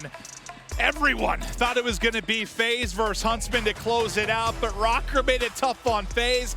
Mutineers now doing the same thing to the Huntsmen. Now, Joe, you were actually talking about the fact it mimics the semifinal we saw from London, 2 best-of-5s. I didn't think about the fact every game's been a 5-game series. Today? Every single one. That's insane. Today's been ludicrous. It's just been all game 5s. Insanity. I mean, I think it's a few things, right? You have a couple of rematches from the groups, but then, you know, when you get to the semifinals, you have some of the best teams in the world squaring off. They obviously all have their strengths and their weaknesses, and both of these teams are testing it. Just 5-game series. What more can you ask for? What's insane is we had 8 best-of-5s yesterday. We have 5 today. Today might end up being longer than yesterday just because the insanity of these series. But now, Joe, all the focus on this 5th and final map. And one of the things that he touched on the desk, the key to victory for Huntsmen, is not relying on Scump in these big game 5s where he's had to go huge. But do you think it is on him? Does he need to be massive for them to take this final map? I think you saw both Formal and Gunless in game 2, both dropped 10 kills. But I mean, we talk about a map like Gunrunner. You talk about the fights for mid control. You rely on your SMG players. So I think a little bit more you're looking for some out of Scump and Envoy. But it's going to be scary because we know on the other side of the stage you have guys like Havoc, guys like Pristini, who both can just put that mid-map pressure on you. And I think after that game 4, you're feeling confident. Feeling good. Gunrunner. It all comes down to this. For a spot in the grand final here in Atlanta, FaZe and the Tiny Tears just lying in wait as they hold home court and look for their first championship of the year. But these two squads, the chance to kill that dream story. Who can take this game 5? Huntsmen, Mutineers, Pristini versus Arcitys, the battle of the brothers, and it all goes down to this 5th and final map. Yeah, what we touch on a lot, obviously, map control, but really about that B bomb site. When you talk about just the retake scenarios that go on there, who's able to come out on top? Who can win those offenses? Right away, you see how aggressive Florida's getting just right up the middle of the map. You have Pristini, you have Havoc. Pristini going in for the first blood, but it goes to his brother. He said, brother, I'm coming! I'm coming! But Arcitys gets the final lap, but the trade does come through. Quick 4v4. Scump tries to pick up the slack, just barely able to stay alive behind those pipes and get back. Yeah, and I think because Scump doesn't go down, Envoy's able to pick up Havoc, who was putting those shots in him. Still have Frosty in a solid position. Maybe he can make the play for Florida. Huntsmen just taking their time, right? Because it's just so difficult to defend this B bomb site. You have to either push up towards that Røkkr or sort of play around a 50-50 where you have to try to guess when they're planning. Yeah, towards B. It just feels like it's like luck half the time. Like, what timing do you get? And behind this timing, because they've taken so long, the 2 players of Crates have just backed all the way up. I mean, look at the position of Mox right now. He's not even close to this bomb site. Bomb not going down yet, and that's actually going to give them time to work their way through. But this is what I was talking about, right? I mean, they have to try to find the bomb planner, and that's going to bait him through. Formal, he's going to get that on the skies. It all comes down to Mox. A clean round for Chicago. Oh, they play at the time and never even need to get the bomb planted, Joe. Yeah. They just locate the kills. Were you surprised by how deep Mutineers backed it up? Yeah, I mean, obviously in the 3 versus 4, you almost have to take a risk, right? They just try to stack a site.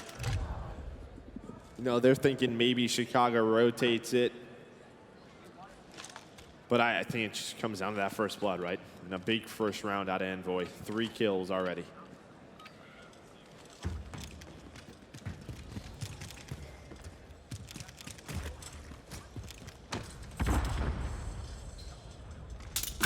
Pristini just spotting for information. It was pretty aggressive from Huntsman towards B for a moment, but who's all the way pushed up? That's Envoy. Just Pristini, he found an opening. Pristini found an opening. He smoked himself out. If we can hop on board with Pristini, finds the first blood. He gets through and gets the kill, but aggressive on the other end of things at the site was Envoy, who puts it in a 4v4. But what a play from Pristini to get right up the gut. Yeah, I mean, he's playing around that and just smokes himself out, runs through the smoke. And you see his positioning towards those lower bathrooms. Bomb goes down. Now 4 versus 4. I'll make it a 3-on-3. And I just don't know. Pristini, he's about to go on the flank here as well. Dead silence pops. And they're not ready for it. He can't quite finish the kill. That nade's going to back himself up as he didn't get quite the angle he wanted. Now he goes to repeat, gets the timing. Arcitys will drop. Can't get the re-snap onto Gunless. All on Frosty. Last alive to make the play in a 1 versus 2. There's only 20 seconds on the clock. He can still make this play. That's doable. He's going to have to get 1 kill. Oh, the smoke. Yeah, nice smoke to hang on to. Gunless going for the defuse. Formal watching over him, but the kill! The kill comes in. He plays the time, and Frosty has clutched it for Florida. I thought the smoke was just enough to force him out of the spot where he had cover. But it ends up almost helping him, right? He can get the angle towards the bomb. But my first thought is that smoke screws him, but it gave him the angle. It allowed him to cross. It's where the bomb was planted too, right? They can't stretch it behind the site. He's all the way out in the open, so as soon as he gets through, it's just a couple of shots. And Formal not there to get on the bomb. A nice clutch from Frosty. Ties this up.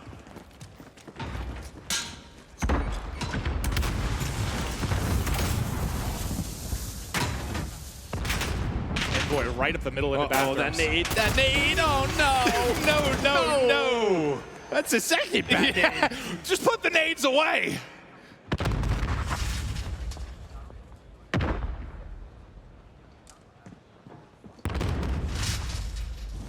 Look at that stack around bathrooms right now for Huntsmen. They've got 3 players there, but Sky still has this high ground. Can he catch the bomb planner? He's still got Deddy Pop for a second. I thought he was going to peek it behind the Deddy, but he should be able to catch the kill. Should be able to get the kill as Gunless tries to back it up.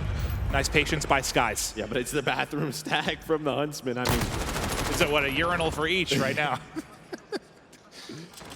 Numbers go the way of Chicago as Scump and Arcitys They get 3 on the board, all down to Havoc.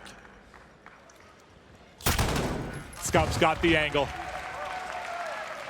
Yeah, they're all just back to back in there. Hey, you guys, let's get in the showers. It works out. Worked out, yeah, Bill and Team Cam. Yeah.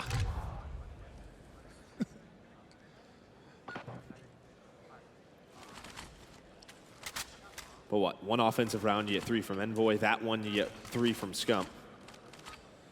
But really, the story of Gunrunner typically is who can win that defense, who can separate themselves. Pristini, peekaboo in the vent, but it's Envoy again with the first blood. Right up mid he goes. He's just sprinting to bathrooms or green, depending on the spawn. Pristini answers back, but still gonna be a deficit for the Mutineers. How can they bring this back? Watch Pristini, he's gonna try to put pressure towards the A side again, try to get behind Chicago. It's close to dead silence too, very close. Yeah, and I think Scump was watching the cross, but did they spot him? It looks like they may have spotted Pristini. It looks like you can see all the arrows sort of back their way on up. Yeah, I mean, he's definitely spotted with the way they're playing this. But just because of the distraction, you had Gunless, who was almost out on his own towards the B side. Look at all the white arrows. They all turn for him. Well, dead silence won't help you there. Yeah, no, I see your feet. It's his shins and ankles just decimated by the M4 bullets of Formal. 25 seconds to go. The plant is going to be in there. How do they play this behind it? Frosty wants to get aggressive. He gets up top. I think he had dead silence pop. Formal snaps around the edge. Can't take it. The trade there, but Mox is still up now in a 1 versus 1 against Arcides. 35 seconds to go. Mox just gets away. He spotted the push. All the pressure on Arcides to be aggressive here. Mox just has to play the time. He knows it as well, but he has to be worried about the defuse. He's going to peek it from middle. Just going to spot him. He gets away again. He's just going to stick it. He's just going to stick it. Mox has got a peek. Mox has got a peek, and the timing is there. That's a big 2v3 from Frosty and Mox. Yeah, I mean, it just felt like the push was just a little off from Chicago. It felt like Formal went a little too quick with his teammates behind him. Frosty's up top, and obviously the trade comes in, but... Good internal clock there from Mox, though. To get the peak just in time to get him off it. Some of these rounds, man.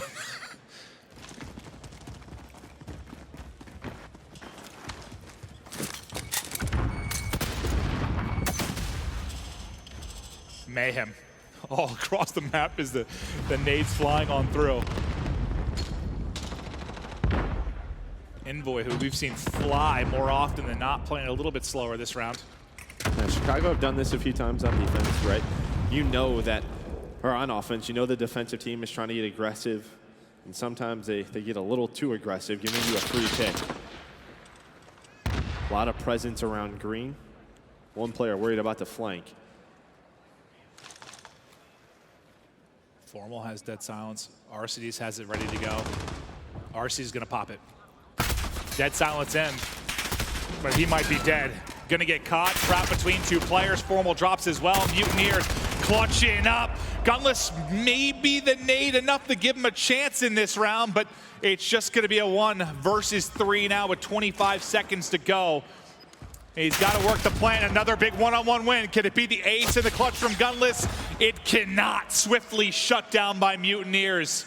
Another round on the board is Arcides, man. I thought when he pops that mid-map, maybe he can make the play with Deddy, but he gets tagged instantly. He doesn't expect Pristini inside of the vent room. I mean, that's what happens when you have a slow offensive round and don't fight for mid-map control. I mean, maybe if Florida gets a little too aggressive, they find one, but when it comes down to it, they can all just sort of make those trades a little bit I think easier. he expected him. I think that's who he was going to push, but he got tagged from behind as soon as he goes to make the play, so he's just scrambling away. As Pristini gets the angle, as he gets a call from his teammate, he just gets caught. That's big. That's a first defensive round win of this game. Can Chicago respond?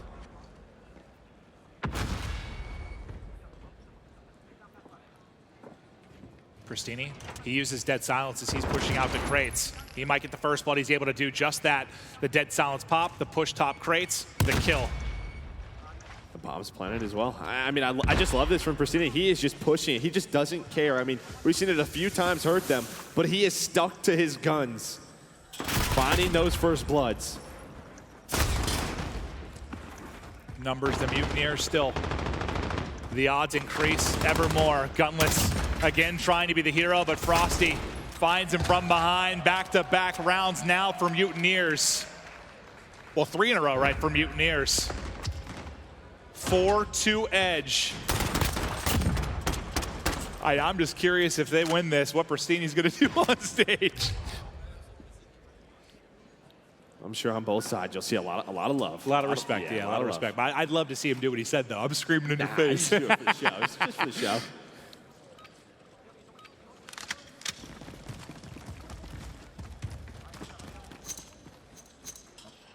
Chicago have got to get this round. They have to. And Skies with the first blood. They combine the nades and Gunless. Taken out so quickly. Envoy able to get away. I think takes maybe some friendly fire as he hits the edge as well, but he stays up, caught with a nade out. Mox and Pristini chained together too. Sky swords forward. Huntsmen are crumbling. They are falling before our eyes. One more round needed for Florida. And it just starts with that first blood. I mean, what we've seen from Chicago a few times is they've had some solo offenses. This time, they just don't worry about it. They get aggressive. Envoy uses Dead Silence, tries to get to the crates, but yeah, the first blood from Gunless, and then they just pounce on out, use their numbers advantage. Now 4 rounds in a row for Florida. Huntsmen, your London champs, at risk of not getting back to the final. They have to rip off 4 straight rounds. We know it's possible. We just saw the Mutineers do it. But the first blood, again to the Mutineers. It's Frosty with the opening pick. Formal backing up with Dead Silence. Sight control over to Mutineers. Again, just picking them apart. And when there has to be trades, there's not trades. There's just not trades. Arcitys and Gunless. It all falls to them to try and clutch up. 2v3. They all go. They all just go forward. They're trying to flank. 2v2 now. This is the type of momentum shift. You still have Havoc as well. Havoc that they inside need. A good spot. Mox is set up deep. Connects on the shots. It's all to Arcitys to try and clutch. He can't do it! As Florida get the W, Pristini wins the battle versus brother.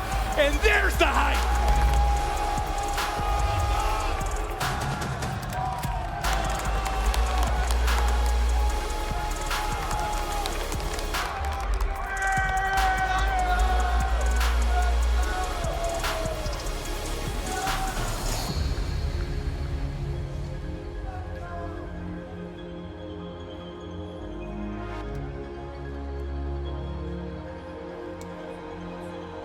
Nothing but love between Pristini and Arcitys, but what a series. Yeah, I mean, for the first time he gets they hyped match up, and then it's like you see him, and it's like, ah, shoot. And you see their mom, like, what a mix of emotions that's got to be. No matter what, one was going home a loser. That's got to be tough. But if anything, you know, as the pair, you saw Arcitys win. Now can Pristini do it? Can he get the W? What a moment between these two.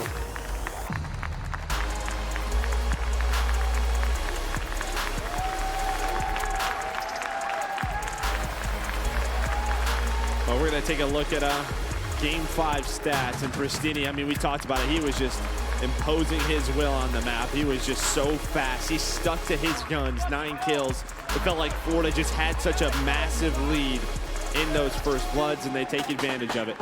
Pristini versus Arcitys, a match for the ages, and we've got him on stage. Thank you very much. Yes, this is the PlayStation Instant Reaction live on stage here. I'm with the brothers. A very emotional match. I think everyone can only imagine what it's got to be like playing on a stage like this up against your very own brother. You guys have been a duo throughout your whole career, and you can see the emotions here. Match aside, what did this mean to you two to go up against each other today? I don't know. He's a good player. He's a good brother. He's good everything. I don't know. Good for him. I'm happy he won. Sucks that we lost. We played like shit. Sorry. I'm just pissed off, and we actually threw that, and we got to play better. You got to play better there from the Huntsman side. Now, Pristini, you guys come out on top. It's got to mean the world to you here. What does this matchup mean to you? I won't even get into it. I don't want to start anything. He's my twin brother. We're the closest people we have in our lives, and I don't want to go into detail, but it's an amazing feeling, you know, to be underrated all this time and do something major without him and prove that I don't need anyone in particular is a really good feeling. Well, obviously, Mom and stage today. The love from this crowd, so real. Shout out to both of you guys who have been teammates, now competitors. And Rossini, you're in the grand finals now. Are you ready to go up against the Atlanta FaZe? Absolutely. After this, it's back to work, going back and going to do what we can to, you know, prep for the match, and hopefully we can come out with a dub. I think we've proven that we're not a team to be underestimated. I know it may look like it online, but we've definitely proven ourselves, and I'm proud, and I'm excited to go up against FaZe. Well, congratulations again. All the love to you guys. Love both of you. What a great matchup there all the way down to Game 5. Coming up next, we have the hype battles, and then it's the Florida Mutineers up against the Atlanta FaZe. Don't go anywhere.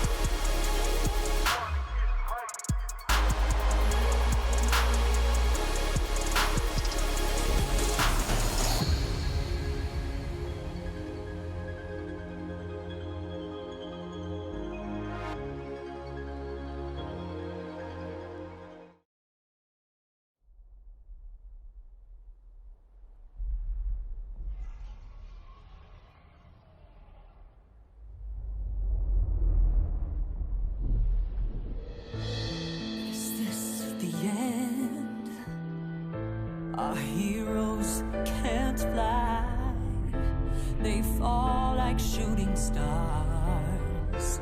Will anyone survive?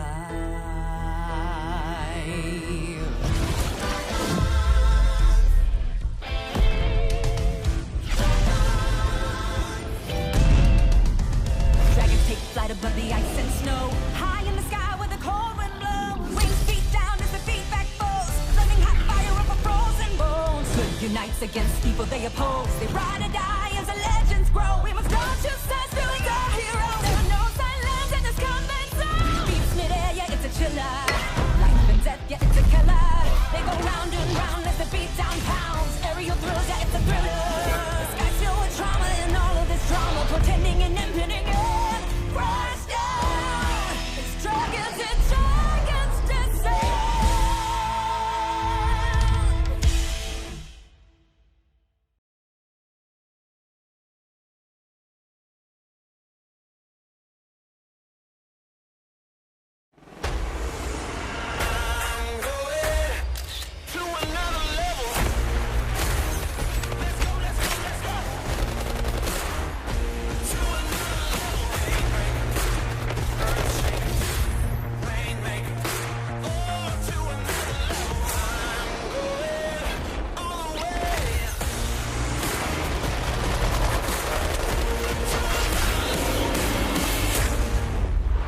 Download free now.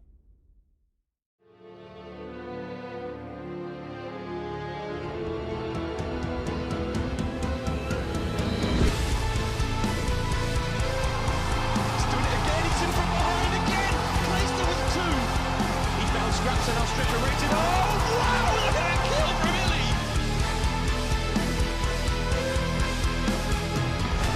It was flawless from the Dallas Empire.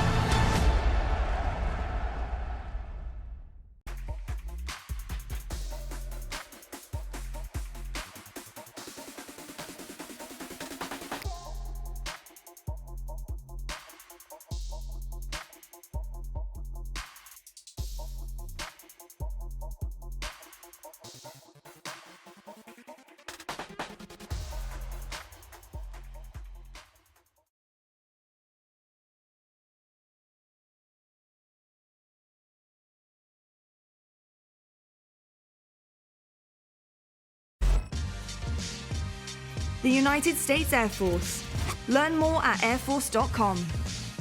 PlayStation 4, the official platform partner of the Call of Duty League. Grubhub, restaurants you love, delivered.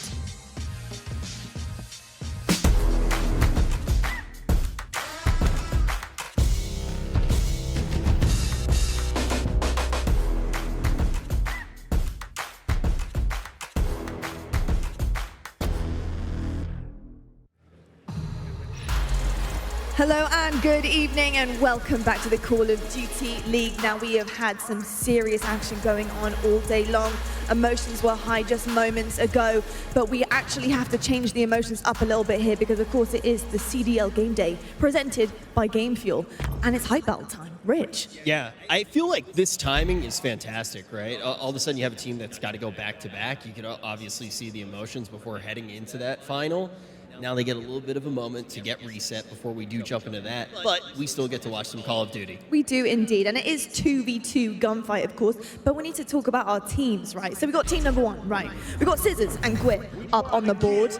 Look at these guys. They have played their way through all weekend, and they're managing to find themselves in the hype battle final. This is what is going to be going down shortly on the stage. And then we've got to talk about our team number 2, Blaze and Dirty. Rich, talk to me about some of these guys. What are we in store for?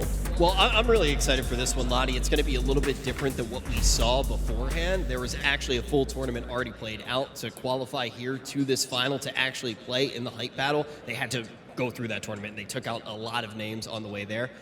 When I saw the lineup, I'm not surprised that it's these two teams. These guys can definitely hang. They definitely can. Well, we need to talk about exactly what is going to be going down. It is 2v2 gunfight, and maybe some of you at home are not too sure how that happens. It is brand new to Call of Duty, so check this out.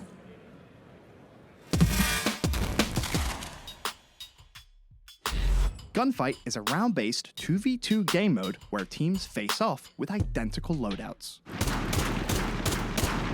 Each team's goal is simple: eliminate the opposition. Unlike core game modes, there's no health regeneration in Gunfight. That means every bit of damage adds up over the course of the round.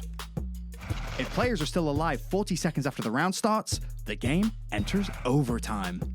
In overtime, a neutral flag spawns in the center of the map. The first team to hop on and capture the flag wins the round. If neither team hops on the flag before the overtime clock runs out, the team with the most remaining health wins. Teams switch sides after every round. The first team to win 6 rounds wins the game. Well, there you have it. It's a pretty of a game that's go hard or go home kind of thing, isn't it, really? It's a game mode that just creates for good situations nonstop. It's exciting to watch. It is indeed. No health regen, switching up all the weapons.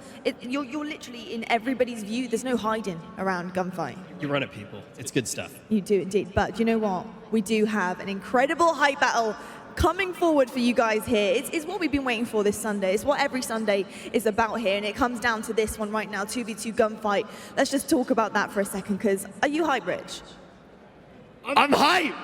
We're hype. We're hype over here. So let's take a look at our hype battles.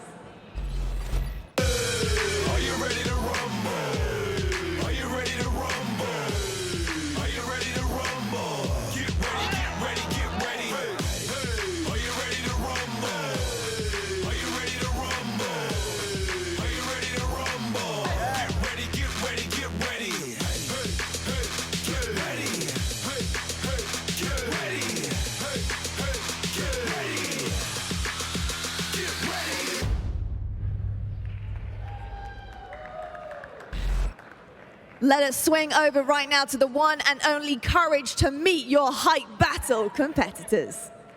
Thank you very much. Yes, from 16 players down to just 4, it's only fair that at the Atlanta FaZe homestand, it's an all-FaZe matchup. We've got 2 great teams for you here today, so let's kick it off with team number 1. Our first competitor, well, you know him for his sniper, but here he's got to go all around. It's FaZe Blaze.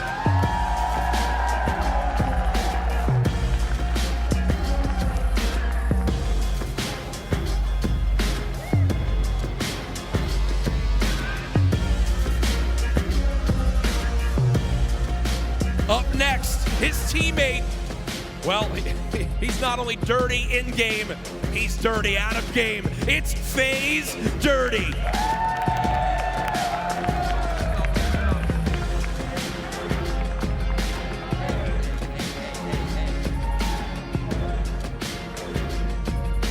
And their opponents. He says his name is Jack, but it's actually John.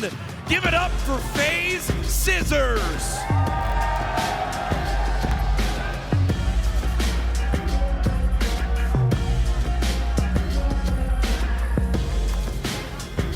And finally, his teammate. He's known for his beautiful voice. If you've ever heard it, it's real nice and smooth. Give it up for Gwen.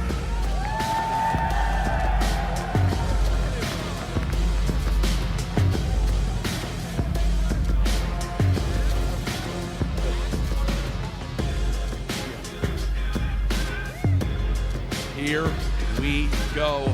Now listen, I get it. All FaZe brothers here, FaZe up, I'm with it.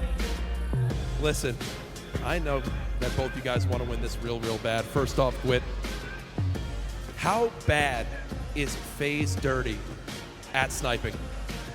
You know, I would like to say he's quite terrible, but he did 3-0 us, so I don't want to lie. Okay.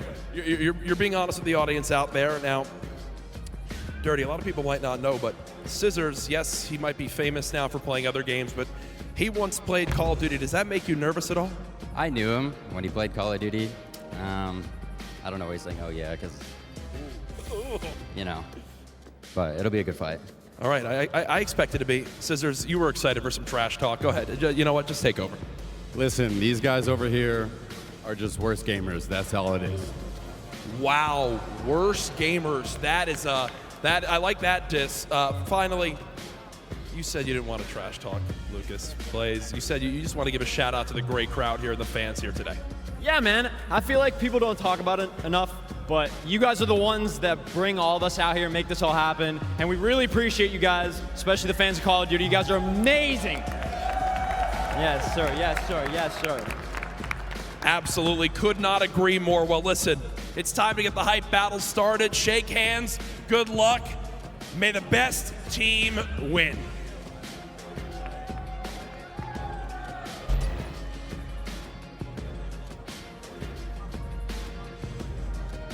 It was the battle of the brothers in our last semifinal. Now the battle of the FaZe Brotherhood. This has been going on all weekend long, from 16 down to 4. I have no idea what to expect, but I'm excited. I'm hype. I'm hype. He's hype. I'm hype. Yes. What about you? You hype? Atlanta's hype?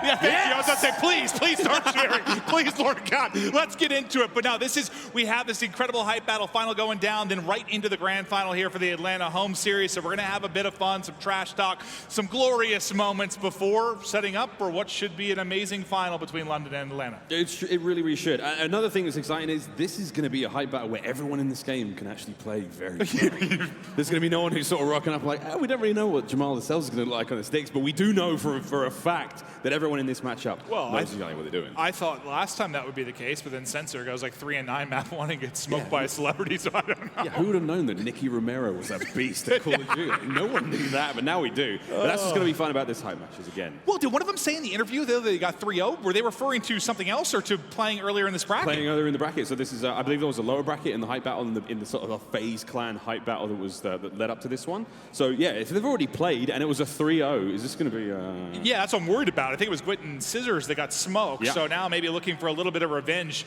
here in the grand finals. They all get in, get set up, get the controllers rocking. But I did love the love. The real love. The love from Blaze to the fans. Yeah, the Atlanta crowd's been incredible. It was really cool to have everyone from FaZe here in attendance, which I didn't know until, a couple days before the event, how many people were actually going to be here. But FaZe, obviously one of the biggest brands in gaming, and it's awesome to see them all here, one big family. Yeah, one of the most recognizable brands in gaming by far. It's incredible to see. And again, the Atlanta crowd has been so good. Esports in Atlanta is growing, and I think it's fantastic. You should all give yourselves a round of applause. Yes, please. Coming out, supporting esports, supporting Call of Duty. It's been fantastic. But what was the whole Dirty in-game and out-of-game? Like, does Dirty not, bathe? I can only assume. I'm just trying to think what he was insinuating with that comment. Like, we need to get a smell test or something. Somebody down there who's close by. Yeah, please, can we get a smell test on Dirty? All right, here we go, Clint. Speedball. Gonna be map number 1. It's a best of 3, I believe. I know that the final map is gonna be like a one and done, which would be very exciting if we have to go there. Unless there was a rule change email that we didn't read. Maybe. I don't.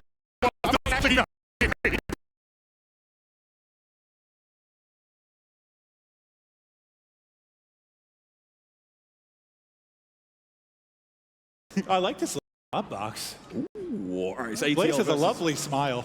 Easy AF versus ATL. ATL will be in the red, and it's a deagle round off the rip. First shot in, Dirty. Does him nasty, but let's hear it from the players. Nice job. Let's go. Trust, we're fine. You hate to see that. Yo, we're Hate to chilling see though. it. Like you said, every round, every That's how it is. round. Yeah, we could maybe die or I die, turn off motion blur. I don't know. Yeah. No, I feel that. I'm gonna go right. Yeah. I heard someone. Yeah, one. One went right. Yep. He's in the white crate. No, they're both left. Headshot. Oh my God, we don't like. Oh, he's on the heady back left. Yeah, I see that. He's running. I'm reloading. Go, I got F, bro. I got F. Did you hit him? No, I didn't. Oh my gosh, I'm choking. Where is he? You got this, bro. Yes! Good try. We're chilling. I Good love try. the deagle. Yeah, we're You're fine. chilling. We're You're fine. chilling. Good Great try. Good stuff, try. bro. Let's go. Quit. We're fine. All right, AK, pistol, C4. Let's go right, yeah? Yeah. Remember, you have C4. Yo, one's super left. strong. Super strong, but I'm pretty One's sure middle. Dirty's Middle, left. head glitch. Dirty's left. Are you flash? Dirty's left. Dirty's No, I left. got F up. Oh, I Let's shouldn't go. have jumped Good there. stuff. That was We my love it. bad. We Let's love go, it. baby. All good. This is a Keep it up. weird gun. All right, then we make that comeback. Oh. Good stuff, Sis. Oh. You don't want to be jumping around too much with this one. Yeah, facts, bro. I'm gonna go left. Yeah. Nothing left. they're Oh, both one right. left. They're both Other right. side of Don't blue peek right crate. One's at heady. Holy, the recoil on yeah, this is insane. lit right. I'm flashing. I think Dirty's Don't forget you have C4. Let's go, Yeah, baby. with that. Holy. One more. One down. He's still in spawn. He's through crates. Got him. Let's go. All right, calls. good shit. Good shit. Good shit. Good shit. 2-2. Let's go. We're making that comeback, baby. Yes, Let's get sir. it. Nice try. I tried, brother. I'm sorry, man. I died No, on it's you. okay. I effed up too. Oh, Uzi Uzi. action. Bragging a flash. Let's go. Wait, can they hear Nothing us? left? Can the No. crowd hear us? Ah, both Got are. one. One's left. One's in the middle. One's mid. One's mid. Oh, wait, no. Back right. No! You're good. You're good. I can't crouch. Oh no! Oh my goodness. Oh my goodness. Bro. I want to walk up to. I want to do the Hey, assassination. no, we're so fine. I We're want to. so Don't. fine. How good that would be. Listen. It's a new game right here. Every single round. Yep. All right, I'm gonna go right. Yeah, sounds good. Nothing One right. left. They're both left. One's close Back. right. One on heady. They're both that's close insane. mid. I hear him. Oh shit. I let him only a little bit. Bro, Nice. Let's go, Dirty. Let's go, bro. Don't leave me. Good try. Good Oh, try. I'm sorry. Yeah, nah, I ran in and died, bro. You had that Good stuff. 2v1 though. That was close. Good try. EBR, shotgun here is we go, secondary. Here we go. Yep. Shotgun's insane if you get up close. Both might be Oh right. no, that timing was bad. Both might be right. One left. I'm taking the heady. He's on the back, very back mid. Oh, you got a frag. Oh, why did I do that, bro? Nice He's pick. back left. He threw a nade. He's middle. I'm weak. Middle. I got this. Oh my god. He picked me. Oh my god. Oh my god. Oh my god. Yo, bro, let's go. He's like, how did you see me? How did you see me? Shot. Bro, Nasty all shot. him right here. That's all Dirty, bro. No. Let's go. 5-2. They're still the worst gamers. It doesn't matter. Yep. It doesn't matter. I heard that too. One's left. Listen, Lucas they're is- still the worst Can we gamers. please obviously. humiliate him? No, dude, let's just win it, bro. Please. Playing. Yes, let's go. Let's go. No way, bro. Let's go. Let's go. Oh my goodness. Oh my god, bro. Wow. No way, bro. Ooh. Okay. That's crazy. Let's go. That was sick. I had to do it. Let's go. I see you, Dirty. I see you, Dirty. Yo, I can't believe you got it. I actually can't believe you got it. Let's go. I actually can't believe you got it. That's facts. This guy right here. That's how I always see I it. threw a flash and he didn't even run into it. I just hoped. More maps. That's all we need. All right. Now. That was good. Pick? That was good. great, bro. I was That was confident. great, bro. That was great. I love you. I love you. I thought I was gonna be We way should more do nervous, docs. but If we it's can Call of pick, we Duty. should do docs. Facts, bro. Like once you get Docs. here, it's Facts, bro. you're in the zone. Yeah, I'm down for docs. All right, what's the next map? Do you guys pick? What's the next map? We can. That was good. We should definitely do docs if you guys can pick. Start docs. Docs? What a sequence that was from Dirty. What, he hits the little snap, rips him off the head with the snipe. Then the assassination comes in later. After Scissors was talking about them being the worst gamers, I believe he's the one that got the assassination. He got the neck crack. Yeah, and also like Dirty called for it. He was like, "Yeah, I'm gonna get an assassination this round. I'm gonna do this one. I'm gonna do it." And he was like, "Oh, you're gonna do that?" It's like next thing we see, crack, neck finish, 6-2. We like it. It was funny to hear that from Dirty though, because a lot of these guys, whether YouTubers, streamers, a lot of times playing for their bedroom. They're not usually on like a stage like this, right, between the fans. He's like, I thought I'd be nervous, but once I got playing, he got into a rhythm, and he was hitting the shots. What was he, 10-2 or something through that first map? Every hit was just as lightful. It was very, very good. And again, we knew this coming in. We knew they were going to be good. We knew they were going to be talented players regardless. But again, a 3-0 coming in, Scissors and Gwit. Hey. Now a 4-4. Bounce back. Time to bounce back. Hey, I also love the fact that we're getting socials done on stage. Check the Snapchats out. Check the gram out. Blazing Dirty, 4-0 so far against Scissors and Gwit. Well, they need 2 more to win this. Who is it that keeps saying? Who is it that keeps saying, like, it's a fresh round, it restarts? So you could say that every round, but you didn't see it. It's like new round, new game, new round. Yeah, new round, losing again. 6-2. Oh, it's over to Stack now. Stack's going to be the next map up. It's a tiny one, Clint. It's very small. There's a couple of stairs. So it's like a Momo. It's a tiny Momo. Yeah, it's not built. It's not ripped. It doesn't work hard. It's just tiny. Doesn't matter how much time Phil spends in the gym. He's still 5'2". He can't grow muscle upwards. It's still his birthday. We have to. Oh, that's right. It is his birthday. You're a monster, Phil, Clint. I'm sorry. Maven, it's his birthday. I'm sorry, Phil. Well, here we go into our second map of our hype battle. It's the FaZe family affair, man. Here we go. Hello? Yo, controller.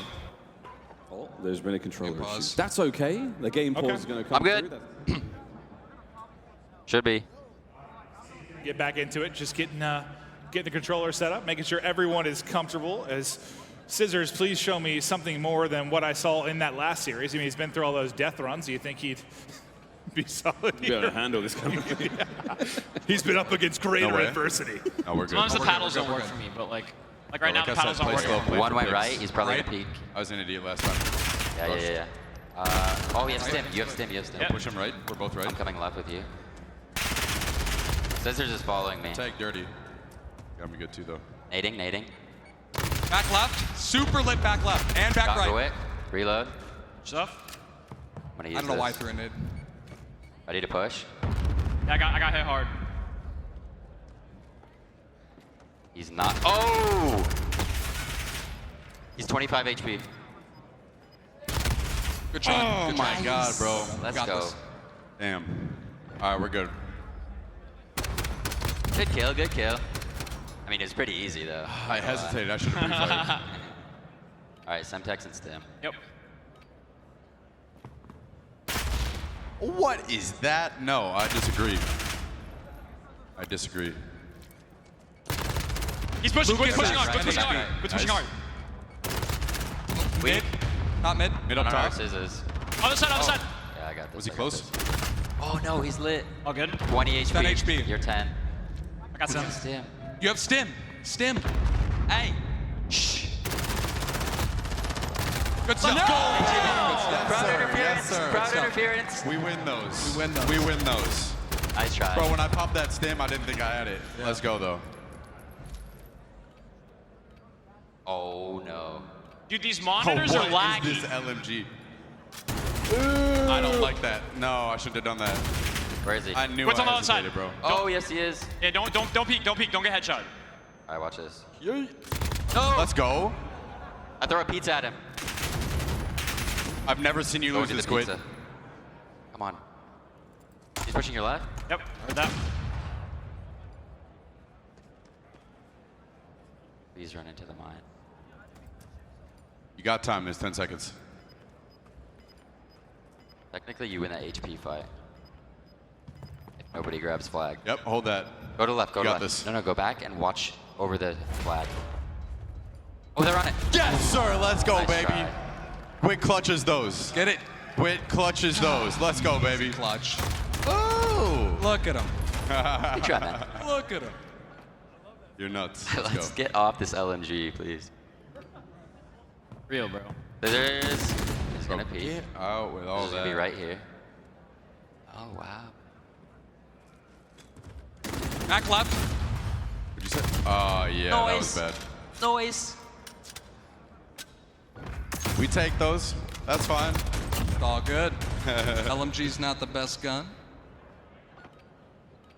But I do like the FAMAS. Bro. That it? There's a GL on it. Watch this. Oh shit, why did I do that, bro? Yo, No. Dirty speaking stairs left. Where do you think he's pushing? Right side on the ground. Oh my It's god, probably oh gonna my be god. stairs. You're cracked. I'm 20 Right side. HP. Oh my god.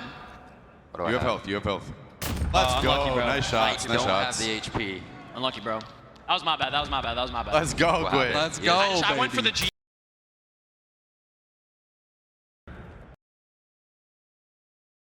First I don't know why I went for the believe GL. so. I did it too, actually. I just think We gotta it's win just this. Shot. Oh, I can't even see. Nice. Lucas is down left. Oh, he's mid. He's up top. Heard that. He's pushing you. Behind you, he's behind you. Nice. Yeah, that was my bad. That was my bad. Doing. Good stuff, bro. Wit's getting That was my bad, aggressive. too. No, bro. Good stuff, Dirty. Hey. Oh, we got pistols. And a throwing knife and a flash. Ready? I got tags. I got tags. Just play slow. Yeah, I got tags Speaking too. back right. I'm lit. They're both on the same side, He's looking up at top me. mid. I flashed right him back tires. right. Flashing. Yeah, I'm on the right too. Yo, Gwait, you should watch behind me. We should hold this. They're definitely on those stairs. Back left or bottom. Tagged up Bottom Gwait. left. Go back. I hear him left side. Go all the way around to the left. Oh, middle, center, center, center. My bad, bro. He's right side stairs. I'm so right side bad with stairs. pistols. Let's go! Let's go, Let's go, Saints. baby! Let's go. Did we trade or did You Gwait killed get him, me? and then Gwait Did we killed you kill each after. other? Oh, we traded. We Okay. take No those. way. Let's go. Oh, let's go, baby. All right. Comeback. Follow me, follow me. Don't call it a Down to the comeback. left. Yep. Rush. Rush, rush, rush, rush, rush. Yep. One's close, right? Oh! Where is he? I choked. No, I Where had the is he? two pieces. Where is Bottom he? right, our side, our side. He's Let's weak. go. Our spawn, our spawn. Full HP. Oh no! Nice Bro, try. he almost Nice throwing try. knifed me. I should have choked. I should have had that two piece, bro. You know, something almost crazy throwing knife. is I you would've used to thrown do my throwing shots. I had knives, the and throwing Scissors knife right used to do away. running with knives. Oh really? Yeah. No, I had no idea, bro. Yeah, he did, because he had his running with scissors. Oh snap! We have the EBR now. Yikes, watch this. He's gonna be on the right heady. It's a hybrid scope if... Oh, he saw me. No, it wasn't him. Oh, he's on the right stair. One's close left. One's close left. Yo, I flashed Can somebody you on watch the our left. spawn? Left side. Yeah. Oh, it's done. I'm going top. Oh, he's on top middle. Oh my gosh, he's Center behind me. spawn. Yeah. Nice. Let's go. That was my Let's bad. go. Let's go. Yep. Oh, I Good didn't try, even good realize try. that was match point for Yeah, that. it's match point, bro. Oh, okay. I should have had my pistol out, honestly. So I probably should come back and win. Thoughts? That would be pretty dope. I'm down.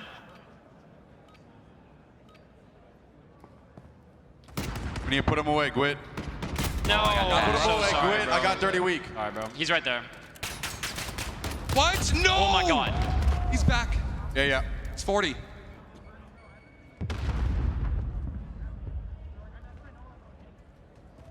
Where are you, Jack? I hear you, Jack.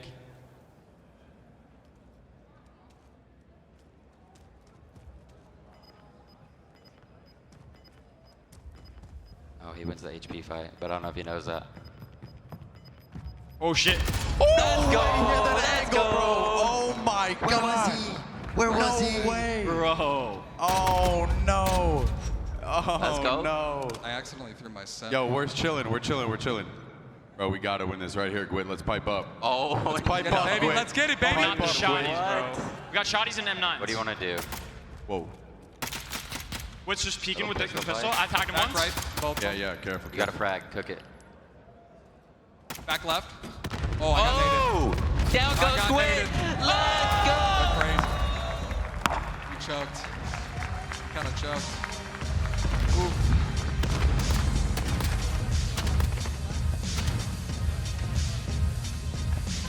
Defensive.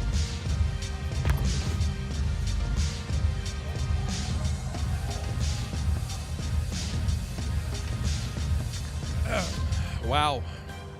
Scissors. Gwit. You guys are trash. Get in here. Oh, gee, this can't end well. This cannot end well. Look at this, Dirty. The only person on this stage over 6 foot tall. Yeah, probably for the better. Oh, wow, that was athletic. Guys. We won! You guys not only won, but you stomped these two. Some GGs, but listen, Dirty, you said it was going to be easy. It was. Walk me through what happened there. You know, we didn't even really do much comms. We kind of just played, and it was a pretty clean 2-0. It was that easy. Now, Scissors, you had a rough game one. The casters were roasting you. Yeah. People in the venue were trying to roast you. What do you have to say to any of the haters out there? I guess I'm all bark and no bite. It was a good time, though. I definitely had fun, and we'll get them next time. Hey, of all the tournament of everyone that competed, to get second's pretty darn good. Now, some of the FaZe boys backstage gave us some trophies. They are not for you guys. They're for the losing team. This is a thumbs up that says good effort. There you go for you, Scissors. And this one has actually Sharpie that's barely legible. It says nice try. So congratulations to you guys for losing. But no, to our winners of the hype battle, ladies and gentlemen. Oh, actually, shout out here. I just want to shout out my girlfriend and my mom. They're watching at home, and I took this dub for them. Dirty took this dub for them. He carried hard. All my family's watching. Shout out to them. Shout out to my cats. And be hammy. Let's go. Meow to the cats out there. And folks, one more time, Dirty and Blaze, your hype battle champions. And when we come back, it's time for our grand finals between the Atlanta FaZe and the Florida Mutineers. Don't go anywhere.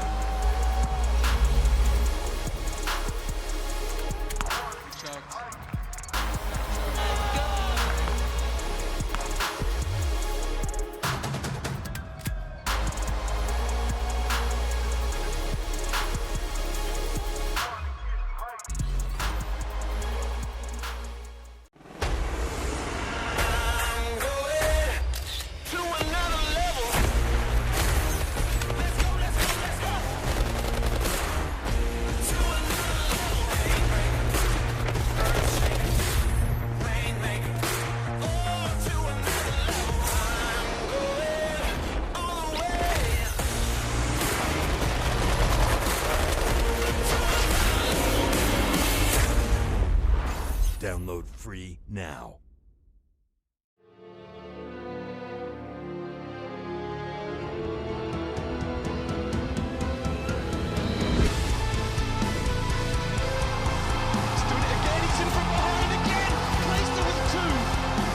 Scraps and now stretcher rated. Oh, wow! Look at that kill from Illy!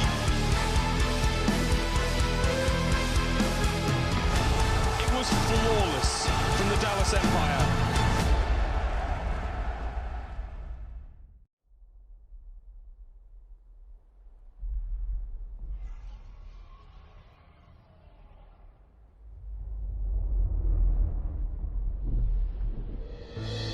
Is this the end? Our heroes can't fly. They fall like shooting stars.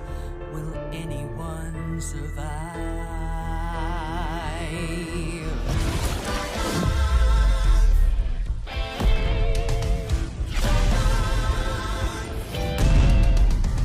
Dragons take flight above the ice and snow. High in the sky where the cold wind blows. Wings feet down as the feedback falls. Flaming hot fire over frozen bones. Good unites against evil they oppose. They ride or die as the legends grow. We must go to such build our heroes. There are no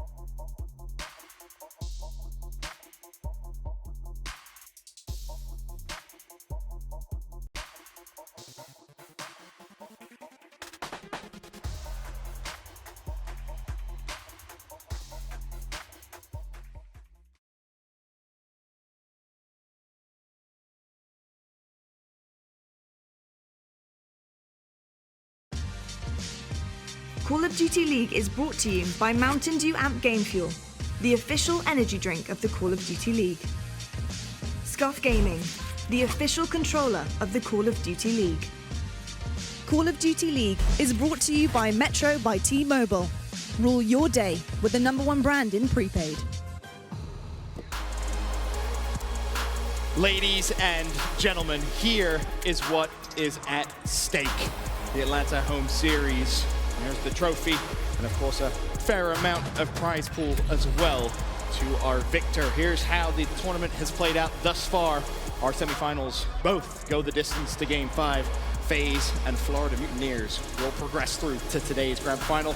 And Chance, I guess it begs the question, can Atlanta FaZe defend their city? I mean, they might be the first team in CDL history to do so. Obviously, it's very early in the year, but absolutely they are the fan favorite, at least for the event. They are the team I think most people expected to win the event. Of course, the Huntsmen were the #2, if any. That's what the grand finals a lot of people wanted to see. Florida said, thank you very much. We will take that and see Atlanta in the final. So it's going to be a banger, Ben. And that was honestly mainly due to increased productivity that we've seen from Florida. And I'll hold my hands up. I didn't really expect much from them personally coming into this event, but they have really, really shone. One of the key stories we focused on has been Prestini. Yesterday wasn't really a great day, but specifically in some game modes, he has just improved his stats so much. I think his Search and Destroy KD went up by like 0.4. His hardpoint was 0.5. It's truly been a good day for Prestini, that's for sure. And of course, beat his twin brother as well to add to those accolades. But we'll talk about Game Fuel keys to victory chances. Is there anything that jumps out to you specifically for Atlanta FaZe? I mean, generally speaking, in my mind, it just kind of keep the ball rolling, right? They're still like the only undefeated team left in the series. They also don't have to rush, right? We saw them go down 0-2, and that's where the calculated decisions come into play. It's take our time, take this thing map by map, and just play our game. It was their first series on the day. You drop a few, you just need to make sure you stay calm and then get the ball rolling. Definitely showed some weaknesses, that's for sure. And then on the flip side, for Florida Mutineers, their keys to victory? Prestini, again, you mentioned it already. It's every single respawn today where he's gone positive, they win. If he goes negative, they lose. He is the fulcrum point for the team, and you just get a real good sense on how well the team is going to do based on that one man. But frankly, it's not just him. Obviously, the entire cast at different times is performing. Havoc's been making plays all the time in Search and Destroy. Skies has been having a phenomenal event. Yes, he should have his name in the conversation of the likes of like the Wuskins who we talk about, like some of the better ARs in the game. His productivity has been ridiculous. Well, moving on, I want to take a look at our Game Fuel key player for this grand final. He's been in our keys to victory as well. We've talked about him already. It's Prestini. And again, I want to reiterate just how well he has played so far. Statistically, day one, his hardpoint was a 0.67, his S&D a 0.64. Moving into today, his hardpoint bumps up to a 0.88, and the S&D goes to a 1.0. So you can see, yes, they're not crazy statistics by any means, Chance, but it's an improvement, and it's what he himself said this morning. He needs to play better. He needs to find that type of form.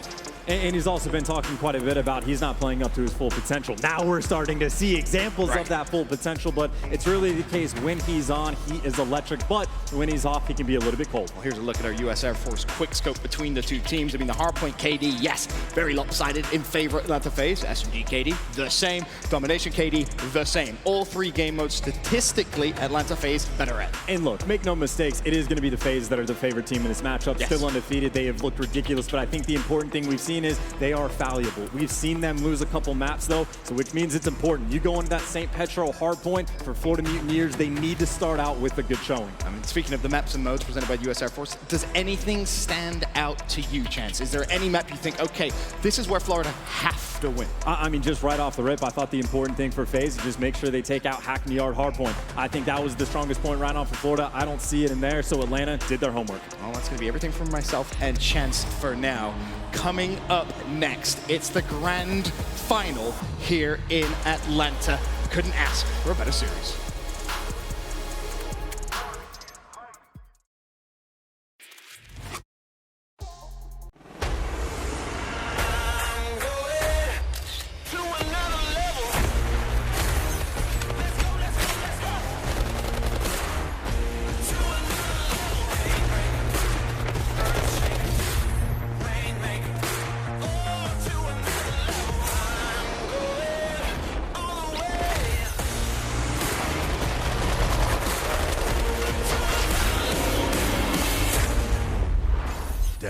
free now.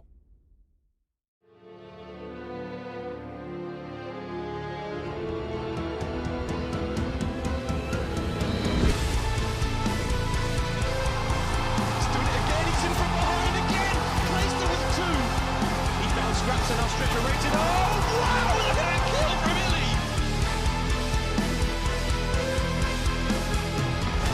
It was flawless from the Dallas Empire.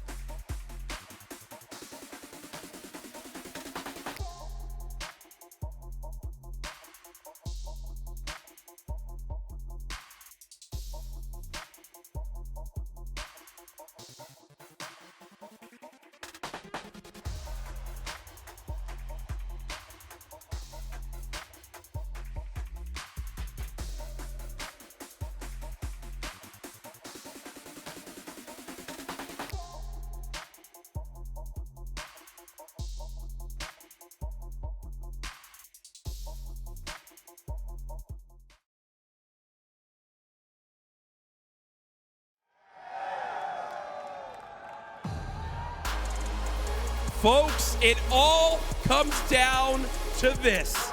The entire weekend of competition leads up to our grand finals matchup.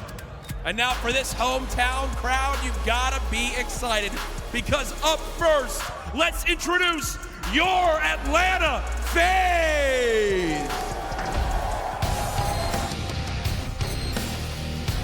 1, 2, 3 for Major Maniac. Oh my God! For Simp!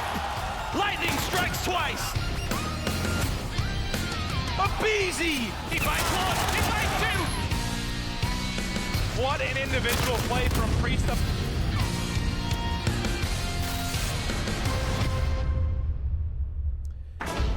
There we have it. This team is stacked from top to bottom.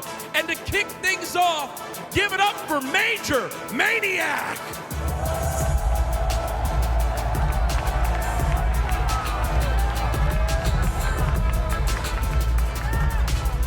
He has become one of the greatest players in all of the Call of Duty League. It's Sim.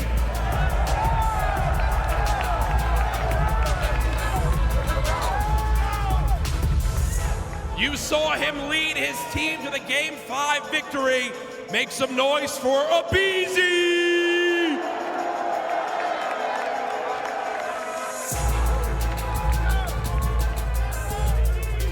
MVP! MVP! It's none other than Celio!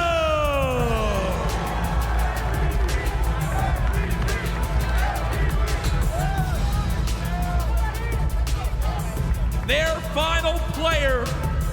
Folks, give it up for Priesta!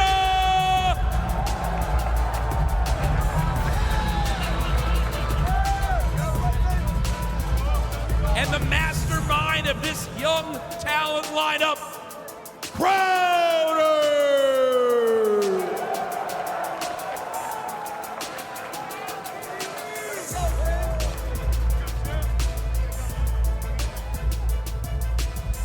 One more time, folks, your home team, the Atlanta FaZe! One team has been introduced. Now it's time for their grand final opponents. It's the Florida Mutineers. Thousands and thousands of hours of hard work lead to this moment. The Mutineers will go in with a small lead. The Mutineers will have the advantage. Now they're on your point. Look how close it is, Joe! A millimeter! What a round! What a round!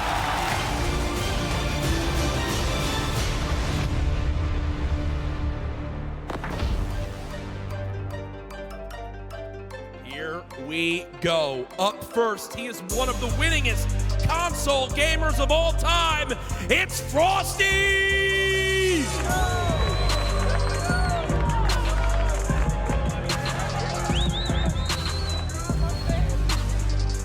Our next player, he's already had quite the emotional day, but his job is not done yet. Pristini!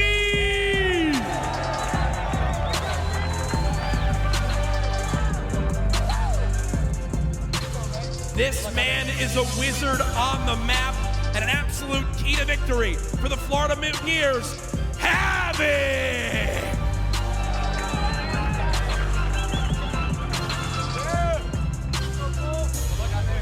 From S&D tourneys online to a grand final, Skies!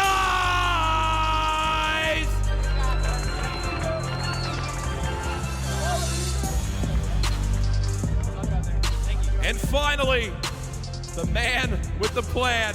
Make some noise for Mox!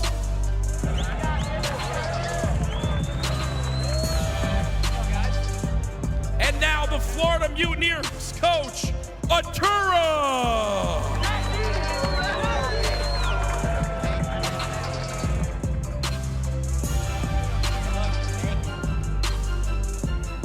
There we have it. The stage is set. The Atlanta FaZe, the Florida Mutineers. Folks in the venue, are you ready?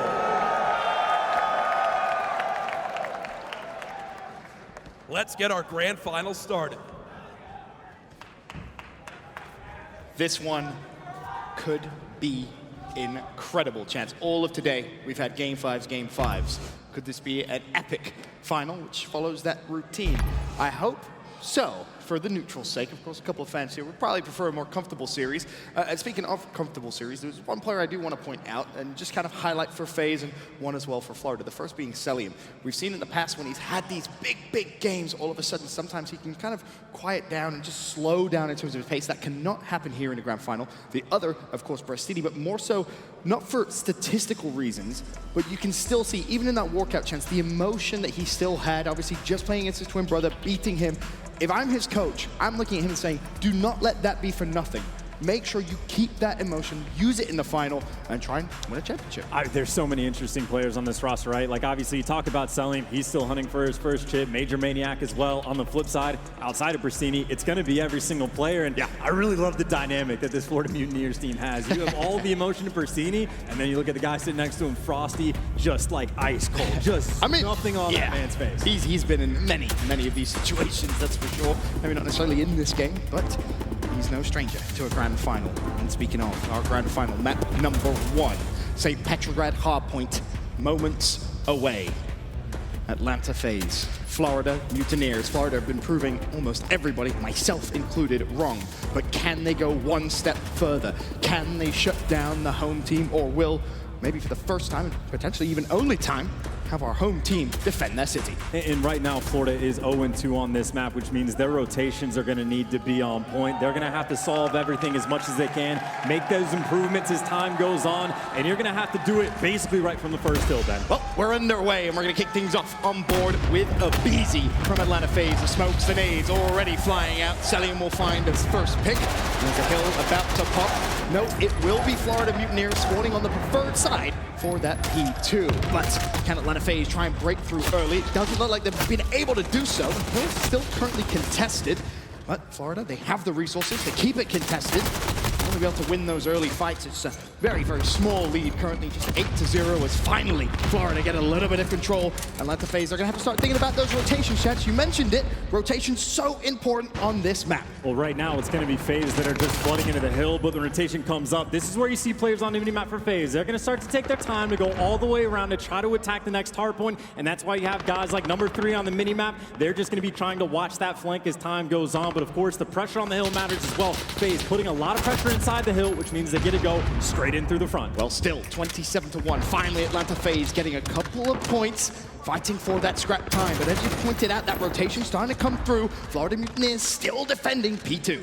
Still defending P2 and doing a great job so far. Some of the nades up top from Sympho are going to be forcing Mox down, but as Mox jumps down, you see all those FaZe players actually just run straight underneath them. So they're actually going to have that early spawn control, which means a very short run to the hill, but they have to win the gunfights as well. Skies, pretty much the lone man. He's going to get dropped. Look at the kill feed. Nice and red. Atlanta FaZe inside. Major Maniacs had a couple of cold starts today. This, not one of them, currently sitting at just 2-2, but the 2 kills he found, pretty important for that rotation. It's going to be Simp 4-3 leading the way. Priest is not far behind at 4-2. Here is Major Maniac as he finds his 3rd kill. You can already see he's thinking about that rotation. He's just booked it straight through mid-map. He's ready and waiting for P3. And that's the man to watch, number 8, Major Maniac. He's getting hunted though. He's going to get shot in the back and cleaned up. So nice job from Florida on the rotation. And again, that's the key to success for them on the map. If they're struggling on it, you have to make sure the rotations are on point. So yes, they give up the lead to FaZe, but now it's about how well you can do holding on to Hazmat. Simp, the leading man on his team, can always make the play by himself. You can see doing the right thing, waiting for his teammate to at least approach the hill together. Tries to take the first fight, shuts down Prestini, scrambles away for his life. It will be early control here for Florida Mutineers, but how much pressure can Atlanta try and put on that back spawn? Well, if Simp can stay alive here, potentially even find a kill, it would be huge for Atlanta. Not going to be the case, though, and Florida's still going to spawn close. Florida's still going to spawn close, but Simp might just be the cutoff man. You see, he's just waiting for these spawn kills while his teammates are going to be fighting for the actual hill time. And the question is, how many can he pick up along the way? The first cross is in. Simp's going to drop him, but not enough damage. He does get traded. And there was a super smart play there that came through from Havoc. He just waited to contest and find a couple of kills before instantly running away. And this is beautiful. Actually, FaZe are going to spawn in the back, which you do not want these close spawns after that 30-second mark on the hill. So Florida, again, the rotation battle is going to be pretty good for them. They're going to get to pull Haw early, but look, we've seen this before, and FaZe obviously on Hazmat. They did break through pretty quick, and they're still able to maintain that lead. Pressure's on FaZe, though. They're going to have to do it once again. Full hole, though, can be one you can really lock down for a full 60, which is why Florida Mutineers made that decision. Slow start from Frosty so far at 3-6. Prestini, 7-11. Keep your eyes out for number 4 on the minimap. That will be Prestini to try and just pop off. He did it on this map earlier on today. Went on a 13 kill streak. He needs to try and replicate that if he's going to give Florida Mutineers a bigger lead, and it's going to start there. 1 in a team kill, turns, finds 2. Can he stay alive? Yes, he can. Unfortunately, not for long. Simp springs into life. He'll challenge and trade. However, Florida flying straight back into the hill. Prestini did his job, but his teammates let him through the back. Now Atlanta FaZe have just all the pressure in the world in the hill. They're going to break on through. And again, the early rotation for FaZe does not matter. They are too strong in the slang. They're just walking on through. And this is something that we've seen in so many different hardpoint maps from Atlanta FaZe. They don't necessarily rotate early, but they will just use brute force to fly in and break hills. And because of that, there's going to be quite a little bit of a lead, one of the biggest leads we've seen so far in this map. 107-73 as it currently stands. The final few seconds of scrap go to Atlanta FaZe. And the big problem for Florida, well, Atlanta has rotated early this time. And Simp is a man not afraid to be on the main stage. This is where he thrives, and he's got 16 kills in the moment, leading the lobby. But the MVP right behind him, cleanup crew inside of the hill. And this is the first time FaZe with that early rotation. How much time can they get? Well, it's going to be important that Florida try and break as quickly as possible. Frosty soars into the hill. He'll find Selly, and the trade's going back and forth. Still contested now, once again, back under Atlanta control as they try and build an even bigger lead with just 30 seconds left on this hard point. And you keep your eyes on the minimap for the rotations, but Priesta lines up too. He's 16-6 as things stand. Having a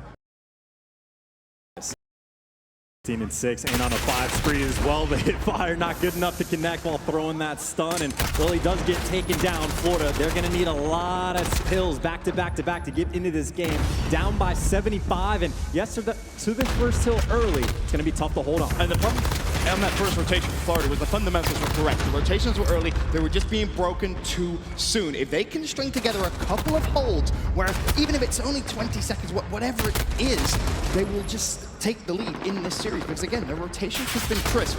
FaZe have been out-rotated almost every single time outside of the very last hill we saw in that first rotation. And this has just been beautiful work from Simp and Abizi. Abizi was the man who was able to go on the full flank and effectively flip the spawns for FaZe. And Simp is the man that is killing literally everything on the map. 21-11 then. He has been an MVP at every single tournament that this man has won. And he is trying to let that ride as now Celium starting to heat up his The best thing is Simp, he's gassing up Celium.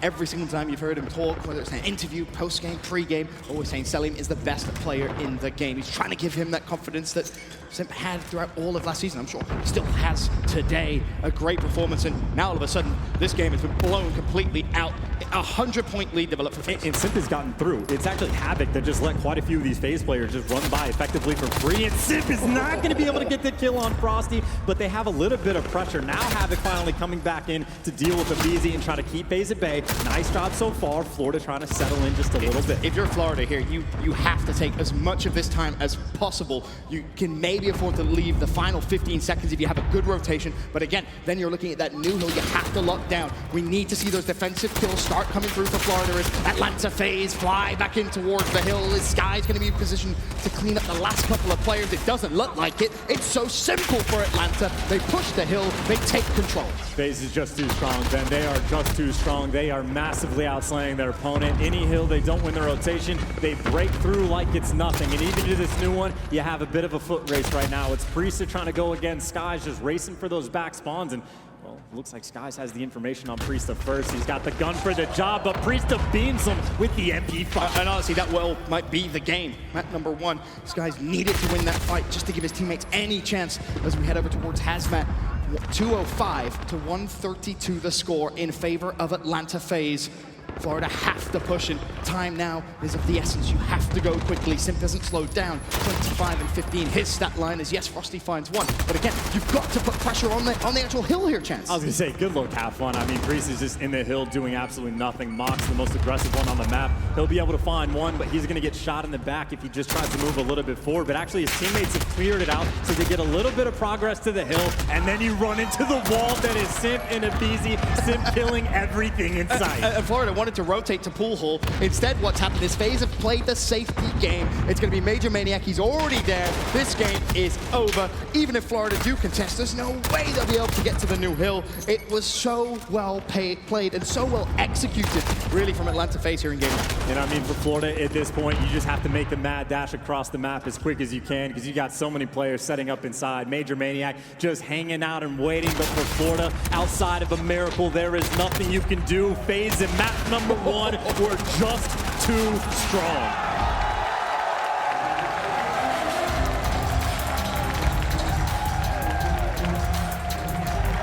Atlanta FaZe take the lead in this final. A great performance in that hardpoint. And once again, they weren't even necessarily rotating early. Florida played the fundamentals of hardpoint maybe a little bit better. But when push came to shove, Atlanta just kind of walked into the hill and said, nah, this belongs to us now. I mean, it's just pure gun on gun. Every single player positive except for Celium, who's just hanging out on the map. There's not that much for him to kill when your teammates are going off like that. But realistically for me, Atlanta was 8-1 in hardpoint coming into this game. And then, of course, Florida were 0-2 on this map. The expectation was not for Florida to get off to a hot start here on St. Petro. They were hoping just to keep the guns warm enough. That way they can go and win that map number 2. Potentially Simp, the standout player from game 1, 29 and 17. But let's take a look now at our Scuff Gaming play of the game from map number 1. Priestahh, we haven't even really talked about him that much this season, but when he's hot, he's on fire. And he's a streaky player as well. This is where he ends up going on a nice little 5 spree, and there's the triple kill he gets as well. And just cheeky little stuff from him. I'm sure double kills like that, those are par for the course for Priestahh. That's just how good he is. It is strange to think, you know, last season we talked so much about Priestahh and the effect he's had on his team. This season, he's just been doing his job, and he's been doing a fantastic job at that. But really, the 2 players that, as you so often know, we talk about, Simp and, of course, Celium here at this event. And, you know, I talked at the very beginning, Chance, about my main worries for Celium. Is he going to underperform here in a grand final? No, still making good plays. That's not necessarily the craziest of stat lines he's ever had, but did his job. I was about to say, if you win by, what, 125, whatever. There's only so many kills. It's not like there's much you really need to do. And I think the standout thing for Celium as well is he has just been hyper aggressive. I mean, when you look at the engagement between him and Major Maniac, it's absurd. Major Maniac has not broken 100 kills or 100 deaths up until that map in the tournament. Celium was at like 160 kills before that map started. So he has just been light years beyond some other players in this league so far. Florida down 1-0 in this final. Up next, we head to a search and destroy on Gunrunner. Chance, is this where you expect now Florida to maybe tie this final up? I mean, they don't really have much of a choice at this point. I think going down 2-0, like, well, I say that. They pulled off from first sweeps. They looked great. So obviously a team that has a plenty of composure in the Florida Mutineers, but at the same time, that is not the situation you ever want to find yourself in. And the good news is, I guess a little bit, we actually did get to watch FaZe play on this map. Unfortunately for them, only once. Yes. And I have to imagine FaZe is going to be a very well-calibrated team, and especially on a map like Gunrunner, where you can just be hyper-aggressive and trade everything. Like 80% of the gunfights, it feels like on this map, have been around the B site, have been around that crate area. If you're trying to play aggressively and with trades, that's where FaZe is at their best. The one thing Florida do have going for them is their, to be honest, absurd first blood percentage. It seems like it's every single map, it doesn't matter who they're playing, they're consistently picking up that first blood. The problem they've had is actually converting first bloods into rounds. This is where that needs to change, Chance. If you're getting a first blood against Atlanta FaZe and Search, you have to close that round out. And we did see that earlier in their series against London, where on Arklov Peak, despite all the first bloods, they were losing a ton of rounds. They actually were doing a much better job converting here on Gunrunner, so they got to keep it up. They got to bounce back. They got to figure something out to try to take down FaZe, who on offense again have been fierce and Abizi already with the double kill. Fast start for him. Trade did come through, though. It was Skies that shut him down. There's, of course, a map that Florida have just played, but there's a ginormous flank on that minimap. Number 5, that's Priesta. Furthest right. That's going to cause all sorts of problems. I don't think Florida have any idea he's there. And as the trades come through, he's going to be the playmaker. In my mind, Priesta is just going to win them this round just on the flank. Should be able to shoot players in the back unless his teammates kill him before he can get there. But there's no way that player is going to know. And, well, it does come down to 1v1. Priesta tagged. Prestini, is he going to go for the challenge? Has to be careful. Prestini has Priesta dead to rights and gets the kill as well. A huge 1v1 in round 1 from Prestini. You needed him to have the ice in his veins, and he doesn't disappoint. 3 kills for him in this round. And that is a beautiful 3v5. There should have been no way Florida Mutineers had any right to win that round. You open up, Abizi just gets the double kill, which, yes, you do trade out, but then the flank from Priesta. I mean, he got the kill for free, shooting the player in the back, and had a pretty good advantage going against Priesta as well for the positioning. But he just lit Priest up, even though he's on the rock. As soon as that flank comes in, if you're Florida Mutineers, you're worried about so much. You're worried about behind you, you're worried about in front of you. You have to try and hunt down the remaining players from Atlanta FaZe, but overall a great start. And as I mentioned, for Prestini, 3-0 to kick off game 2. Former teammates, Abizi opens up with 2. Prestini finishes Something off with 3. About, nice little SMG bounce back, trying to vie for being the better player. Former United crew, so what a day for Prestini emotionally, right? Plays against his brother, former teammate, now playing against more former teammates here in the final, and a great start for him, as we said, in round number 1. But round number 2 underway. You really want to go through that door, Simp? Havoc's not going to let you. I've seen this out in Florida where they just play corner to corner around the door, and Simp, well, he's got a lot to worry about. That bomb is going to get planted. This retake is not easy. Of course, Abizi makes moves. He'll be coming up behind Prestini. The question is who's going to hear? Meanwhile, selling him on top, you got gunfights everywhere. Prestini wins his, and Havoc's going to find the next. Havoc just running around top blue crate, ring around the Rosie. Simp will fall. Mox with the trade, but trades absolutely everywhere. Mox and Frosty still up here for Florida. With 20 seconds on the bomb, it's down to Priesta now. Try and find Frosty. He did, but couldn't find the kill. Florida Mutineers take the advantage, 2-0. And we've seen this quite a bit from FaZe, where they're kind of happy to give up that B plant, try to go for the full-on 5-man retake. We've had a couple times where they've been successful, but this adds to the list of a couple times where they are not. Florida, 2 rounds in a row. Doing a very nice job by the bounce back, and got to give credit where credit is due. Prestini in his first bloods. Yes, he gets traded pretty quickly after, but just finding that opening kill on Gunrunner can be massive. Definitely can. As now, FaZe, they'll go back onto the attacking side. See Florida, as you would expect, heavily pushing over towards B. Trying to set the defensive play, but Prestini just gone straight through the smoke. I don't know about that one. And Selim says, well, okay, thank you for a first blood. Seems like every now and again, Florida, some players see smoke on the map, they flip the coin and hope they can make a play this time. Hey, we've seen it work. No benefit. Atlanta very far back in their spawn. Frosty on the cross, though. This is important. He's in a great little spot, and he has teammates as well acting as a distraction, but Skies will fall. Simp gives Atlanta FaZe a massive advantage, and Priesta will follow that through as well. And surely Atlanta FaZe's first round in game 2. Priesta again on the flank, wins a close gunfight, but his teammates were there for the trades. Frosty, he had the cross earlier, and now he is stuck in a very poor corner. Simp has him locked down. Priesta there for the trade. Perfect teamwork. Basically an alley-oop, really. Sip tags him up, and Priest says, I got you. Just jumps straight across, and Frosty dead to rights. Absolutely nothing he could do. Atlanta FaZe, they got on the board. And Florida's got to keep this in the back of your mind. That's the second time we've seen Priest to get all the way back. They dealt with it pretty well the first time around when they just flew on the aggression on defense. This time a little bit more stagnant. Priest starts causing problems, and well, now he leads the lobby with 6 kills. Yeah, 6 and 2. It's Major Maniac who's struggling a little bit in the first 3 rounds. Still looking for his first kill. 1 and 3. But we start off on board. A little bit easy for this round. Atlanta FaZe trying to defend B. Beasy may be able to find that first blood very, very shortly. Unless a potential rotation comes through. I don't think we're going to see that just yet. Havoc tagged up. Almost full. Stays alive. Mox gets first blood. Simp should be able to trade that very quickly, though, as Prestini drops and Simp, well, just gets straight out of it. Time is going to be of the essence for Florida. They do have 55 seconds, but because of that flank from Simp that got a kill, they're dedicating 1 man for the flank. Which means they don't have a ton of resources to push towards B, but at some point, they just have to make that move. I think Havoc saw him cross. Time ticking. Monk's tagged up. Priest are looking for any angle he can possibly try and find. Shots going down to no avail. You still have 1 player from Florida Mutineers trying to watch the flank to see if anyone from FaZe can get a little overzealous. Bomb has gone down, though. FaZe now looking for the retake. Skies with that opening pick, and actually Simp effectively has a trade on the map. FaZe right now, they have the site surrounded. Priest is able to find the next pick and now just needs to stay alive and wait for his teammates to help him out. Skies and Havoc. 2v3. Skies will find 1. Havoc somehow gets away as well. Skies may have to worry a little bit about what's going on toward the bomb site, but Simp's going to try and push him. Simp weak as well, but he will win the gunfight. On the other side, Havoc still alive though. 14 seconds.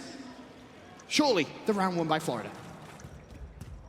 Havoc, he wins all these rounds. Simp makes the right read for the kill, but Havoc times it perfectly to make sure Simp can't get the defuse. A smart play coming in from Havoc, a situation he has been in, at this point, probably thousands of times 100%. In his career. Just played the 1v1. So smart, very disciplined, didn't needlessly just fly out. Knew he couldn't possibly be on bomb. Waited for the perfect time to check. And of course, Simp not on the bomb. Yes, Simp will get the kill. Doesn't matter though. Florida take the round. 3-1 the advantage here in game 2. Nope, Major Maniac still looking for that first kill here in game 2. I was going to say, Simp and Priest need a little bit of help. Abizi opened up the game with a double kill. Hasn't gotten a single thing since in the next 3 rounds. Prestini has been a first blood machine, and timing goes well. Might be able to attack another one on the board. Prestini being so sneaky. Door already open for him, so he's searching. What will he find? Well, there's Abizi. Makes it 4v4. Gets away very, very quickly. Did not even allow Priest at any time to search for that trade. So 4 versus 4. Under a minute on the clock. FaZe needs to climb.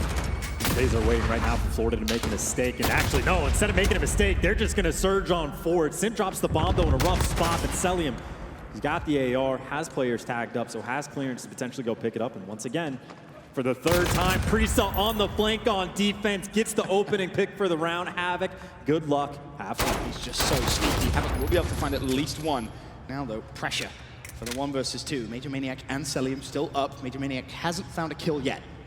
They've got him trapped in. He opens up the door. There's no one on bomb because Celium's waiting for him to make the move. Is he trapped?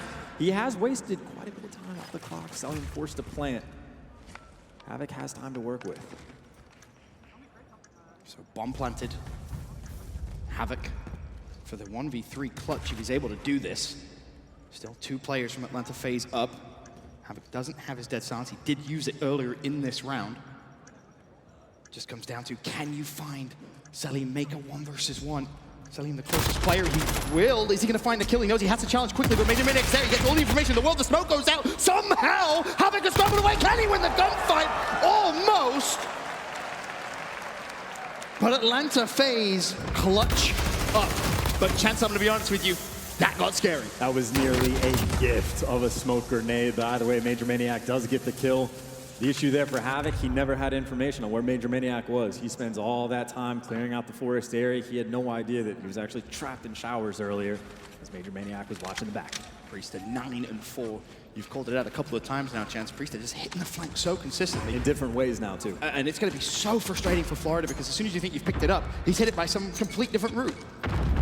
players now, though, back on the attack is Florida. They've been very happy to be stagnant, but aBeZy is not one of those players. He is up in your face, in your grill. Another first blood to his name.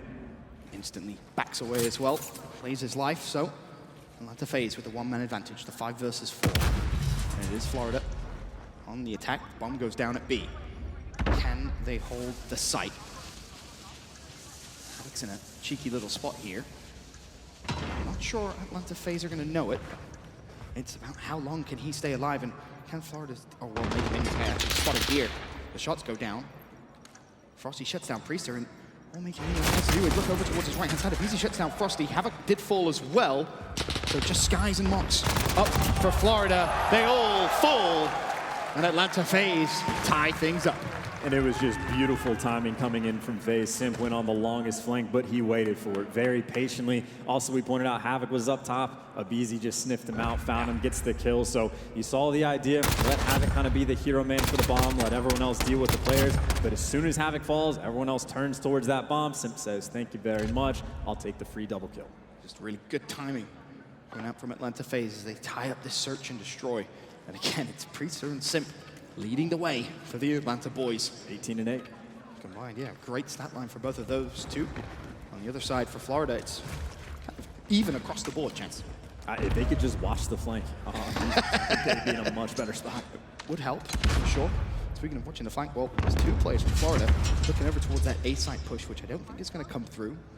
For Atlanta FaZe, they slow down the pace massively here, waiting to see if potentially someone from Florida is going to open them. And look at the adjustment from Florida. One, the grenades on point, but they've actually had 2 players kind of dedicated to waiting for Priester to make his move on the flank. But either way, first blood is nice, but the move is in.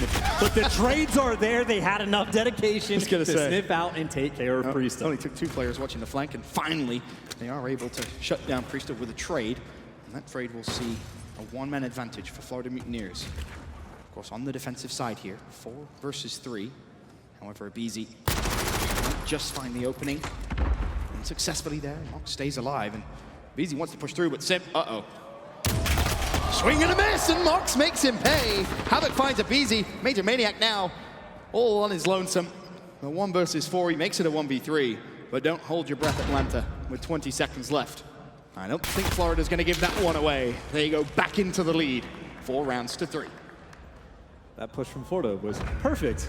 It was very close to being the complete opposite. That was, you could feel those collats when they're about to come in. It's a good read, though. It's a good read. Knowing Simp has a sniper rifle and know that they have to challenge in, a more unconventional just way. Just making sure you double challenge out. Exactly. One guy wide peeks, one guy takes the close angle, make sure you win the gunfight. That was obviously a great point. The most important thing was find Priest on the map, shut him down. He's been just a menace. Completely involved. He's been up in your grill the entire time, double digits. You sniff him out, you get the kill. It makes your job that much easier. That's where the adjustment came in from Florida Mutineers on defense. We've seen Prestini snipe on this map today.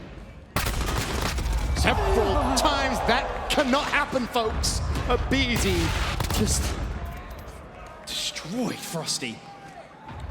Major Maniac also finds the pick on towards Havoc, so now 5 versus 3. Honestly, the saving grace there for Frosty is none of his teammates saw that happen. I would hate to play against aBeZy. I think we all would, Chance, to be honest with you.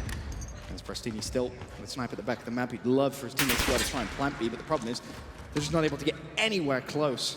It's a bit of an issue. Of course, Atlanta FaZe push so far up and force Florida Mutineers so deep into their own spawn that you're really relying now on Prestini hitting a very impressive snipe, which, I mean, if you're Atlanta FaZe, you just don't have to peek in this final 30 seconds. You might need to hit a couple.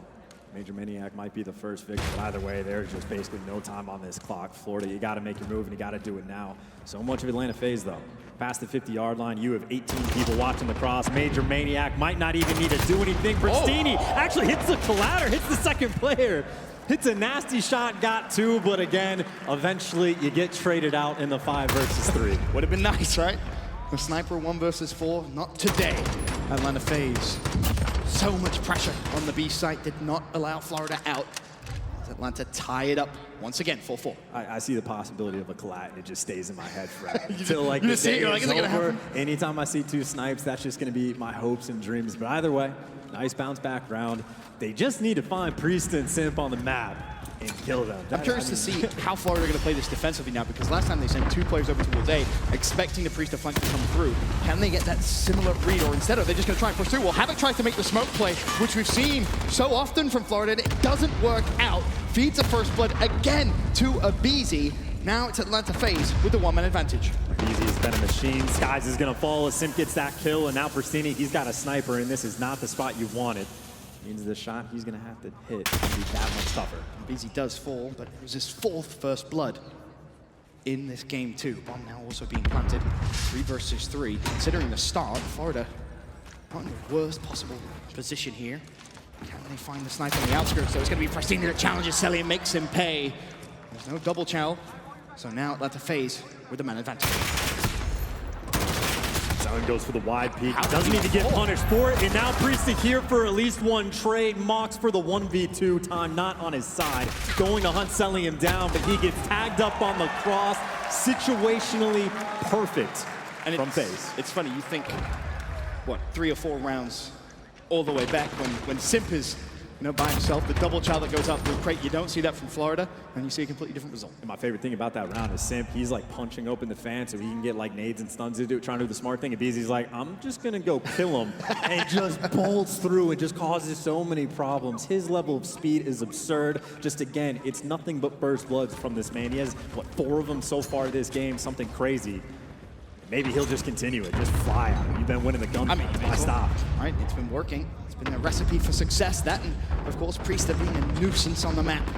So many little flanks, consistently forcing Florida to panic and worry about what's behind them. As Florida back on the attack here in what could be the final round of map 2, or can they force a round 11 to try and tie up this grand final? Selly tagged again and somehow again stays alive. Slippery Snake is going to check the bomb. No, it's clear. Havoc, though. Greasy gang up top. Couple players in you. And he just gets taken down by Abizi. FaZe trying to go up 2-0 in the series. Major Maniac knows bombs down. Skies is able to find 2. That's a huge trade from Skies. Just when it looks like the round is going away from Florida Mutineers, he springs into life, forces a 3v3, but Priesta says sit down. Frosty with the trade again, though. So now 2 versus 2. 30 seconds on the clock. Pristini and Frosty are up. But unfortunately for Pristini, Simp's going to see him. And Simp's going to find the kill. It leaves Frosty for the 1 versus 2 with 18 seconds left. The only information he has is Simp. Now the 1 versus 1. But the round is over. Atlanta FaZe take game 2, 6-4.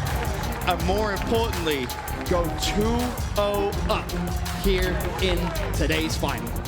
Filthy stuff from the FaZe clan the whole way around. I mean, you talk about Priest that had, what, 15, 16 kills by the end of the game. I think he finished off with 15 in absurd performance. The flanks coming to him from ridiculous, but then Abizi and those first bloods. He opened up the game with the double kill, slowed down for a couple rounds, and then started destroying people. This kill on Frosty Ben, it just can't happen.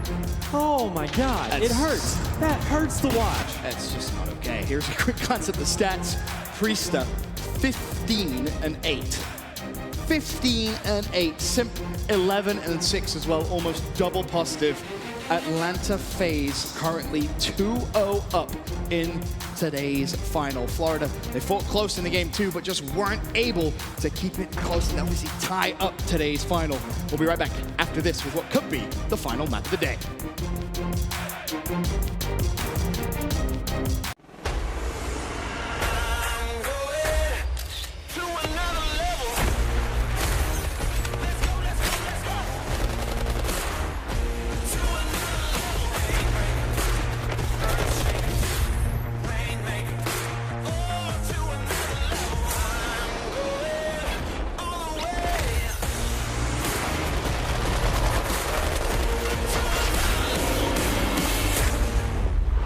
Download free now.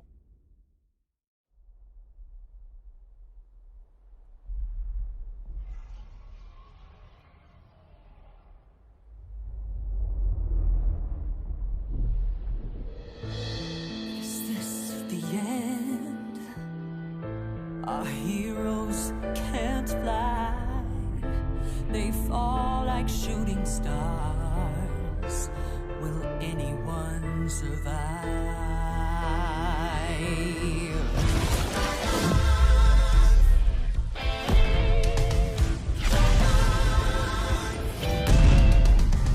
Dragons take flight above the ice and snow. High in the sky where the cold wind blows. Wings feet down as the feedback falls. Flaming hot fire over frozen bones. Good unites against people they oppose. They ride or die as the legends grow. We must go to sense, doing our heroes. There are no silence in this combat zone. Beats mid-air, yeah, it's a chiller.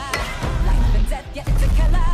They go round and round as the beat down pounds. Aerial thrills, yeah, it's a thriller. The sky's filled with trauma and all of this drama, portending and impending. Crash down. It's dragons descend.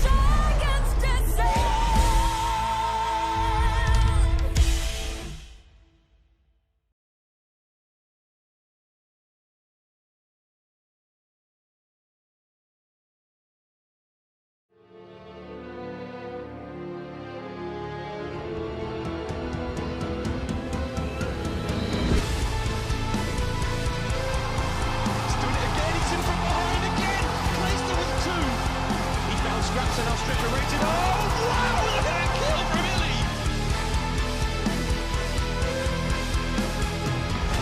It was flawless from the Dallas Empire.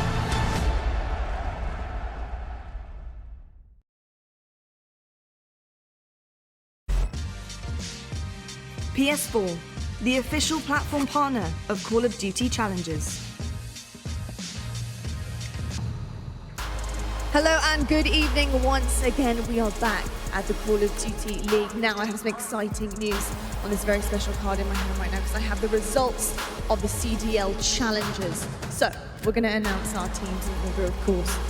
Now, in third place, we do have Insight. Round of applause, please, everybody here in the arena for our third place team in Challenges. That brings us on to our second place. It's going to be UYU. Please put your hands together for these guys as well. There we go. I like to hear that. And now, of course, without further ado, I've got to talk about our first place team. These guys actually had one hell of a run through Challenges. Now, I believe they actually did lose to the second place, UYU, earlier on, but then went to win 5 matches in a row, which actually 2 of them were UYU. So please give it up for these absolutely incredible gentlemen behind me. It's FaZe Academy. Come on, Atlanta. Hey, there we go. Gents, congratulations. Amazing stuff from all of you. Every single one of you guys on the stage has performed phenomenally all weekend long. So thank you so much for taking part in the CDL Challenges. We're going to head back to our casters right now to get back into our grand finals. Benson, Johns, what's up, guys? Thanks, Lottie. Congratulations, of course, to those 3 teams. One FaZe team is won here in Atlanta. Will it be number 2? And there's some of those players that there might be some CDL teams that should be taking a peek at some of those guys and be like, Probably. maybe we should, I don't know, pluck them from there, put them on our team. Maybe, just a thought. Some of those guys, pretty talented. Yes, for sure. But in terms of game 2, I want to take a look at our U.S. Army tactical play. I mean, FaZe, it was a close one, sure, but honestly, this could be the turning point in the entire game. I mean, take your pick, right? You're down 3-1. You need to make something happen, and Havoc is a player in a 1v2 that can just pull something absurd out of the hat. He has been a playmaker all week, but it's Element Major Maniac that try to find a way to shut him down, and this is when Havoc was forced to go on that full flank, and he never knew where Major Maniac was. The one thing I want to pay attention to is who the hell threw the smoke grenade that almost gave this to Havoc, but of course, in the end, it was just the gunfight from Major Maniac that shuts him down. I think it was Selim. If you look down on the bottom right, he still had a smoke grenade available this round. There's the shots that go down. I think he threw it just to try and stay alive. Unfortunately, he didn't realize just how chaotic that was going to make things, but Major Maniac with the push, with the kill, and more importantly, with the round win as well. And it's just one of those swing rounds again. The difference between being down 4-1 and 3-2 is insane. That 4-round margin is where teams really start to get nervous, where the panic begins to set in. But let's move the series forward. Yes, Atlanta FaZe 2-0 up against the Florida Mutineers, but we now go to domination on St. Petro. And I feel like we've seen Florida on this map a fair amount. They're not immune to reverse sweeps. Not at all. They've had a couple under their belt, Ben, and every single time it does start with St. Petro Dom. They're 3-0 on the map, and the one talking point, as soon as we've seen some fallibility from FaZe, it was really just we saw their domination at the start. It was the first map they dropped as a team. It's the weakest they've been on any game mode. They're 1-1 on St. Petro. So for Florida, obviously it's been the turning point for them a couple times already. They need it to be the same thing once again. The best map advantage you could possibly have against FaZe, at least on today. They need to make something happen. I mean, we both kind of mentioned how important we thought the search and destroy was going to be for Florida. They led for the majority of it, but were not able to close it out.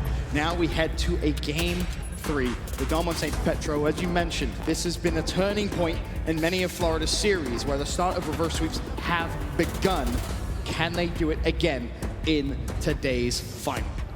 It's going to be a long series ahead if Florida can make it happen. A lot of Call of Duty potentially left to play, but of course, if you're FaZe, you're trying to bring it down for the home fans, be the first CDL team to win on your own soil. And if there's any man you're expecting to have a big game, of course it's going to be Simp or Celium, who opens up with the double kill. Okay, that's a nice way to start. Atlanta FaZe, of course, on the preferred side of the map, spawning on the C side. It's going to allow them straight away, well, the double kill will, to put pressure over towards B. They're not going to jump on it just yet, but they do have pressure now on Florida's side. And if there's any man to watch from Florida, it's going to be Frosty. He's been putting on a show in domination for his team, but Skies is the great AR duo to do it with them, especially on St. Petro. Just trying to lock it down. You can see the feed. They're the guys that are picking up kills right now, just vying for that mid-map control before they hop the flag.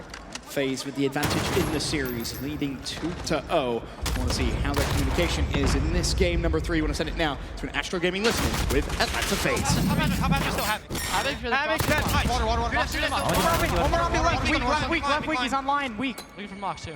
Retrieve tracks. Does someone pick up right side tracks? I got it. No, what a sheet. Mid tracks in the left side. He's on B, right? He's on B now. On B, nice. Go down, guys. Havoc Mox. All tracks on spawn. I have tracks. Come down here. Bottom, Havoc, weak. Hop down the chains. No, there's 2 on B. The team kill. On B. One more B. Go see. Okay, we have like an A split. We can spawn on BSD if we go A. Go back to you. No, one's on me. Blue court. Check. Back flowers. Caesar. He's blue. He's dumper. Get on T, guys. Frosty on T. Yeah, back flower, Caesar. He's here, all the way back to front. Mid. Ben. Nice. Go for him. Let's see. He's back flower, Caesar, guys. Big kill. He's AR. Check, dead. Come see. Gotta make. That's 4. BSD. I got the guy on B. Last one. Trophy down. Yeah. There's one blue. Push him. Top shot. Push it. Yo, he's on B. Push it. One shot on B. He go tracks. Yo, one's top down here. Oh, Caesar dead. Shot on B. Water's open. I'm trying to pick up water. He win. Nice, dude. Army tunnel, Pristini. Army tunnel, Pristini. Yeah, our tunnel. I'm gonna go back to scene. Make sure he doesn't hop it. Follow him. Spawn in. One shot. 2 left street. Things got a little scary there. Chance for Atlanta FaZe. Florida Mutineers locked in a trip cap briefly before Atlanta FaZe was able to break through, but I mean, you kind of called it correctly, right? Frosty and Skies, both those two guys with a fantastic start. Frosty at 7-4, Skies 9-3, really leading the way for Florida. And FaZe, they have to find an answer to try and shut this man down. He's just going to lock down a lane and get all the kills possible. Adds another one to his list. And of course, Priesta finds one, but Havoc's there for the trade. And this is when the annoyance of a map like St. Petrograd can set in. Havoc gets behind enemy lines, and now he just needs to kill as much as possible. Start to slay or get beat down by Sim. Okay, not how Havoc would have foreseen that gunfight going. But with just under 2 minutes to go, it's Florida with a 57-31 point lead. B is now the target of attack for FaZe as Frosty springs into life. There's one simple go down. We'll see Major mid-map. Does he want to take that fight? Well, there's still pressure coming in from behind. His teammates assist him there as Frosty now can decap B, but Priesta manages to find one. The team kill also came through, but Sky springs into life on B. Again, Florida playing this first side so well, Chance, keeping the pressure consistently on that B hill. They have accrued a very nice lead. FaZe has their work cut out for them. They desperately want to get this second flag on board for the final minute and 20 in the game. They got a body on the point, and they are keeping Frosty at bay, able to secure it. Now you just need to settle in for the next minute. You're just trying to stabilize, keep this 2 flag cap for the rest of the game. Of course, here, if you're Florida Mutineers, a decap on B would be absolutely massive. but you just cannot get trip capped. And that's what's happening now. Atlanta make their way over towards A. It's a great nade, I believe, that flew straight over. That's going to stop that attack. And the assist as well, but still, Atlanta doing a little bit of damage limitation. 2-1 flag advantage, 20-point lead still for Florida. And again, if you're Florida, just don't get trip capped, right? Go into the half with the lead. Going in the half with the lead, you can look at the stats, you can have some listen-ins, you can do a lot because Dom can get chaotic right now, but FaZe just doing a nice job of trying to stabilize as much as possible, right? Anytime you see someone from Florida cross that 50-yard line, they are dealt with immediately, and now FaZe, they're pushing for the trip cap. They want it for the final 25 seconds. If they can jump up, they're down by 15 now at the end of the half. When they get 3, we're gonna have, well, a lot closer to a tied game. 18 seconds left, you're absolutely right. Florida not gonna get any points whatsoever to close out this first side. So all of Florida's hard work completely undone in about 30 seconds to close out this first side. And don't forget, it was Atlanta FaZe that spawned on the favorable side here. So going into the second side, Florida's massive lead, I believe, finishes at just 4 points, 77-73. And talk about like the play of the game type deal, at least of the first half right there from FaZe. They were down by 15 with 28 seconds left on the clock. Now they go into the new half down by what, 3 or 4 points? That massive turnaround. And at some point in that game, they were down by like 30 points. Yeah. Florida was teeing off on them for a very long time. As like, whatever team normally gets the B flag right out of the gate, normally that's the team for at least the next 2 or 3 minutes. They have a lot of success. Bear in mind, it took about a minute and a half before B was even capped. So a very slow start from both two teams, giving each other a lot of respect. But as you mentioned, Florida now on the preferred side here. Watch to see how Atlanta FaZe, if they want to, are going to try and flip the map and put pressure on C straight away. But unfortunately for them, Priester falls early. So those home hills capped up. Now the fight for B commences. Havoc just has incredible vision through that smoke, but Simp is there, going to be for the help. Able to find 2, saves Major Maniac's life, and Major Maniac says, hey man, I'm just here for the bait. Really, it's just the C flag that's been capped. Well, actually, there was an interesting play from Prestini, I believe that was. He pushed all the way through, he neutraled A, he stopped FaZe getting any points, and that's going to force FaZe now to make a conscious decision off spawn. They're spawning P1. Where do they want to push? They don't have control of anything. Admittedly, it's not the worst case scenario because Florida only have 1 hill. Now they're putting pressure over towards B, but you do not want to lose control of C, and unfortunately for Skies, he's all by himself. He essentially now has to try and fight a 1 versus 3.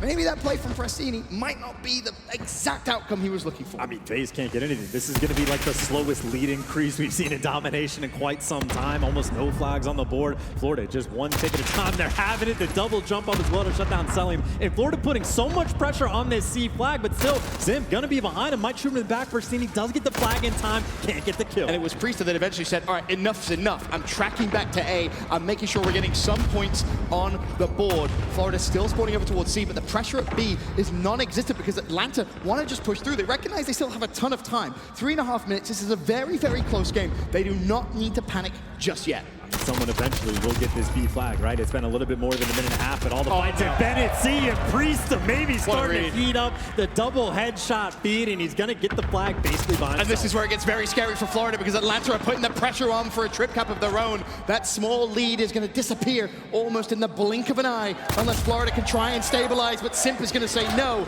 you're not going to get close to B. He has that completely locked down. Now he's going for the cap as well, and Florida off spawn. They're going to have to push over towards A because they have no control whatsoever. Atlanta have turned this game 3 completely around. In Florida, they got to get to A quick, but they're getting killed along the way. You got Priester that's behind the lines, chopping them down on their way there, and the lead has changed, and it's going to get worse. Skies, though, trying to be the man to stabilize just a little bit. Florida do secure the A flag, but now they're down by 4. And with 2.5 minutes to go here in game 3, Atlanta so close to closing this out and defending their city. Can they do it? Can they cross that finish line? Or potentially Florida Mutineers get a little bit more control in this map, force a game 4. 8 points is the current advantage for FaZe. And there will come a point in this map where someone from Florida has to make a play, whether it's an overextension C, which we're seeing now from Havoc, unsuccessfully, but there's going to be one more right behind. It's going to be Mox. Someone has to decap something relatively soon. We've seen him here before, though. Look at his teammates. They're just nowhere to be found. So FaZe, they put all that pressure on C just to find that man that's wrapped all the way back, which means for Florida, they have to make a play on B. Frosty is able to snip the first player out, but they still have not cleared out their base. Knows he can't just jump on that B flag just yet, but the kills now start coming coming in for Florida. That's 4 down for Atlanta FaZe. As Mox tries to push through the trades, they should come through. Skies with 1.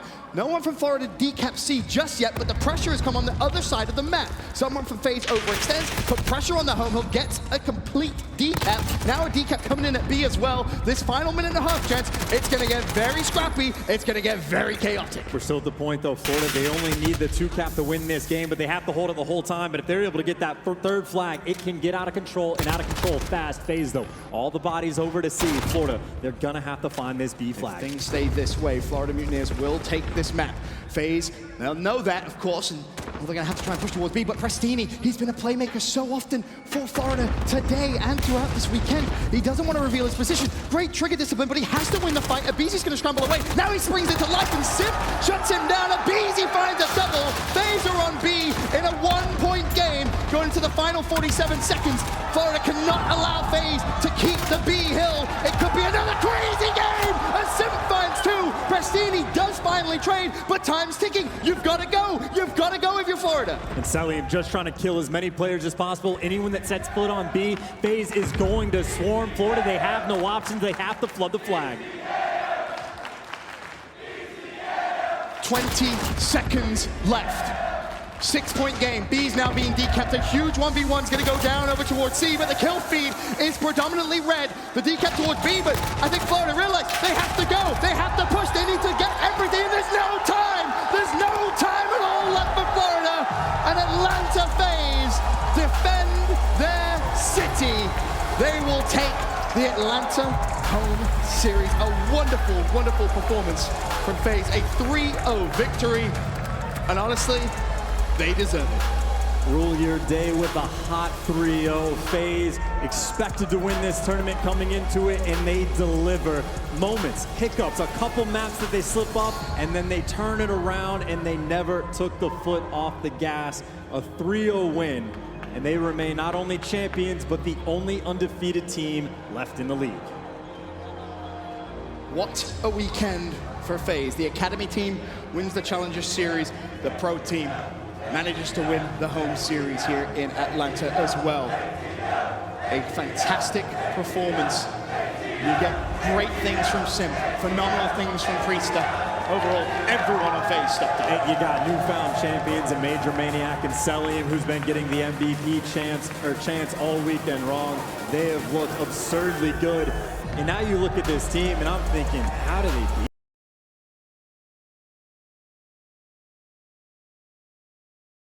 Top down is absurd. Their stats are going to be insane. Their coaching staff as well, about as good as you could possibly ask for. But you look for the MVPs, and Simp in the finals. He just puts on a show. This final Dom game, 26 kills, leading the lobby, just cruising right along. Tell you what, that man Salim as well, 20 and 12. A fantastic performance from him. We'll now pass it down to Lottie on the main stage. Thank you very much, gentlemen. This is your instant reaction brought to you by PlayStation. I'm here with the man himself, Abizi. Oh man, incredible job up here. You can hear the crowd already. I'm sure you can hear them while you're playing as well.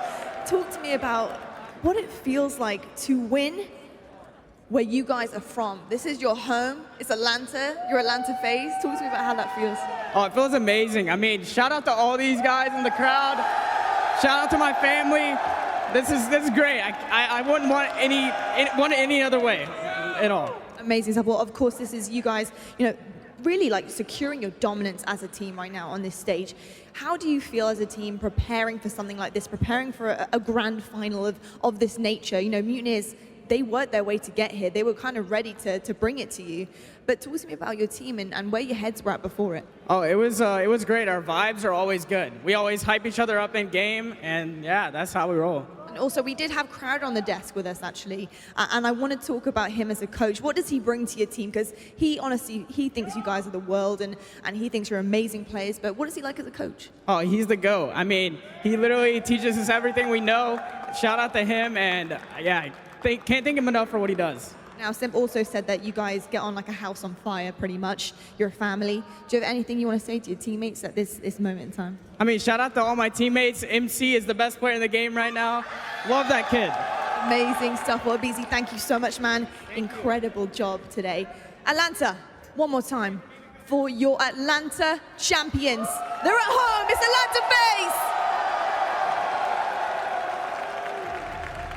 Amazing stuff. Now, you need to go back to your team and lift that trophy up. Come on, man. Come on now. Right, we need to move on to this MVP. I think you can see here this gorgeous little trophy next to this helmet of peaches here. Of course, we're in Atlanta, Georgia, people. Let's talk about the MVP right now because it's going to one man and one man only in Atlanta. I want you to erupt at this name. It's Celium!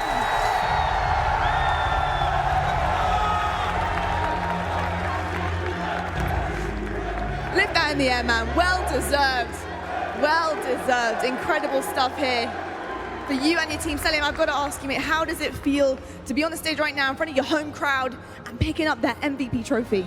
It's honestly an unreal feeling. Like it's just unreal. Like I have no words. He has no words, people. He has no words. But I tell you what, your gameplay does because you are phenomenal, man. What about your team? How much does it mean for you to do this together with your family on the stage at home? It honestly means the world to me. Like just seeing all you guys come out and support. I'm so grateful to be doing this for like a job. I'm so grateful for everyone. Thank you so much for like supporting me. There we go, guys. What a humble guy. Go join your team. Crowder, one more lift. One more lift. Atlanta, this is the last time I'm going to ask you this, but please give it up for your Atlanta champions! It's Atlanta FaZe!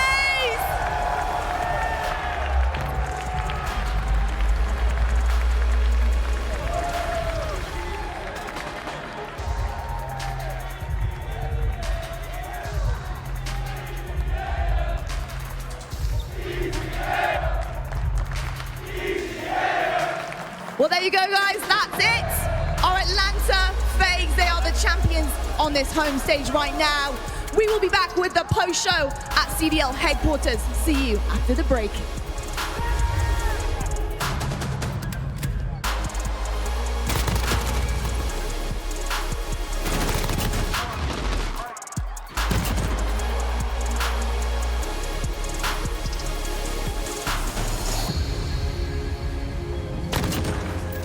What am I supposed to do?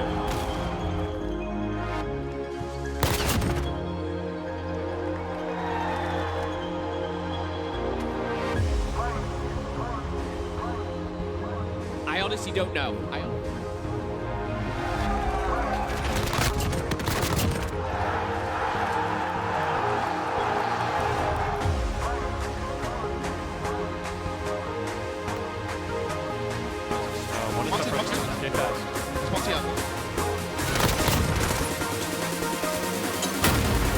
I can't believe that. 'Cause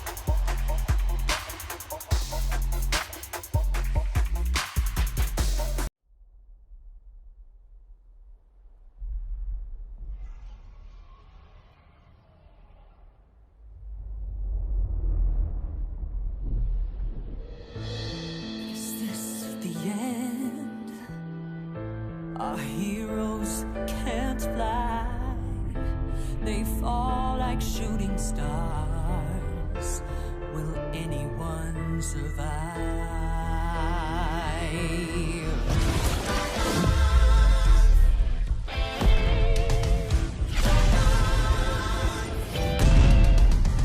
Dragons take flight above the ice and snow, high in the sky where the cold wind blows. Wings beat down as they beat back foes, flaming hot fire over frozen bones. Good unites against people they oppose. They ride or die as the legends grow. We must not just stand still as our heroes. There are no silence in this combat zone. Beats midair, yeah, it's a chiller. Life and death, yeah, it's a killer. They go round and round as the beat down pounds. Aerial thrills, yeah, it's a thriller. The sky's filled with trauma and all of this drama, portending an impending end. Crash down. It's dragons, it's dragons descend.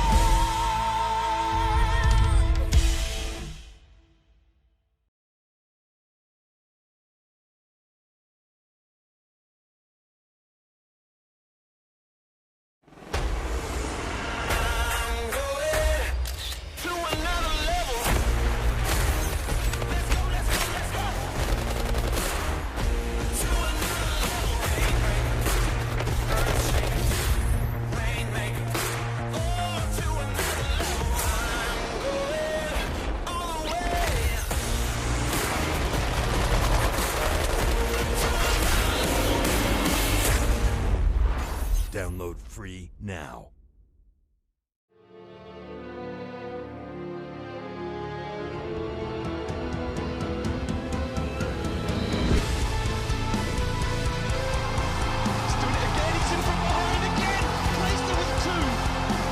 Scraps and Ostrich are rated. Oh, wow! Look at that kill from Illy!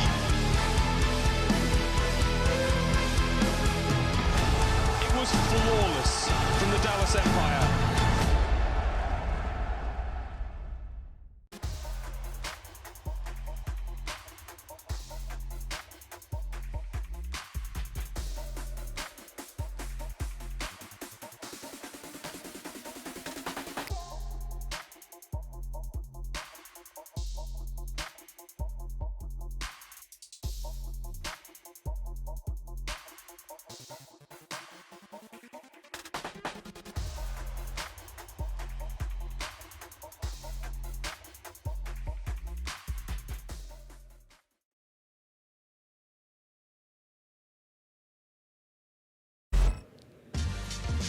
Call of Duty League is brought to you by Metro by T-Mobile.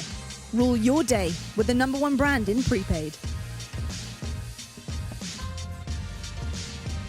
Well, hello there, friends on YouTube. Thank you for still sticking with us here. Of course, we're here for the CDL headquarters post show. We have seen some of the same stuff today. Boy, have we on that main stage. What an amazing final that was. And to win it all, Atlanta FaZe. Who would have thought, guys? Who honestly would have? I honestly had no idea that they'd win this whole thing. And to end it, how they started everything, just 3-0 in dominant fashion. And, you know, Celium getting that MVP, I think he truly deserves it, man. This is a guy who got a lot of criticism when he first started playing at a pro level. People said he couldn't perform in the big matches. Well, look what happened. This guy's MVP, dominant performance. Also, I think you can start to make the claims that they're the best team in the league without feeling the claim. It's a fact. I mean, yeah, it's factual. But I mean, I don't think that anybody's power rankings right now is going to reflect anything else. The real question is, do you still have Huntsmen at #2? Yeah. I definitely do. I think the real question is who #3 is, because I think you could pick pretty much anyone, and they could all have a different team. #3 is hard to figure out. There's a lot of questions about that, I'm sure. And power rankings are really difficult, especially at this stage where we're still kind of figuring some things out. But one thing we have figured out is that Atlanta FaZe is the most dominant team that we do have here in the league so far. Undefeated. And what's great is we've seen a little bit of everything from this team. We've seen a reverse sweep happen from them. We've seen them actually drop 2 maps in a row and be in a really, really difficult and quite dangerous situation for them early on. And that says something about this team, that they show you all their cards on the table, what they can do. It was a little bit of a showcase this weekend. Any questions that you had about this FaZe roster, they've answered it over the launch weekend and now, right? Like, people were saying like, oh, they had some time off, maybe that'll affect them a little bit. No, it didn't. People were saying like, if they go down in a series, maybe that'll affect them a little bit. No, they showed the tenacity, they came back and they won it. They've literally done everything that you can ask of them. They are unstoppable at this point in time. Yeah, they checked all of the boxes that are even outside of the game, right? You ask the questions, oh, will we ever see them in a scenario where they show mental weakness? No, we see them in a position where they need to be clutch. They have all of that stuff under wraps. The question is, though, when you look at some of these other squads, you go, okay, this is missing. This is something that needs to change. Oh, if there's ever a meta where this happens, they're good. This is the only squad where nothing needs to change. There's only one question left, and it's like, we just want to see them versus Huntsmen. That's the only thing left. Like, people want to see them play Huntsmen. Even though Huntsmen didn't look that great today, people still want to see that matchup, right? So that's, I guess, something we can look forward to in the future events. They did indeed. It was the most anticipated matchup. But let's see how it actually unfolded in our bracket right now, because of course that did not happen this weekend.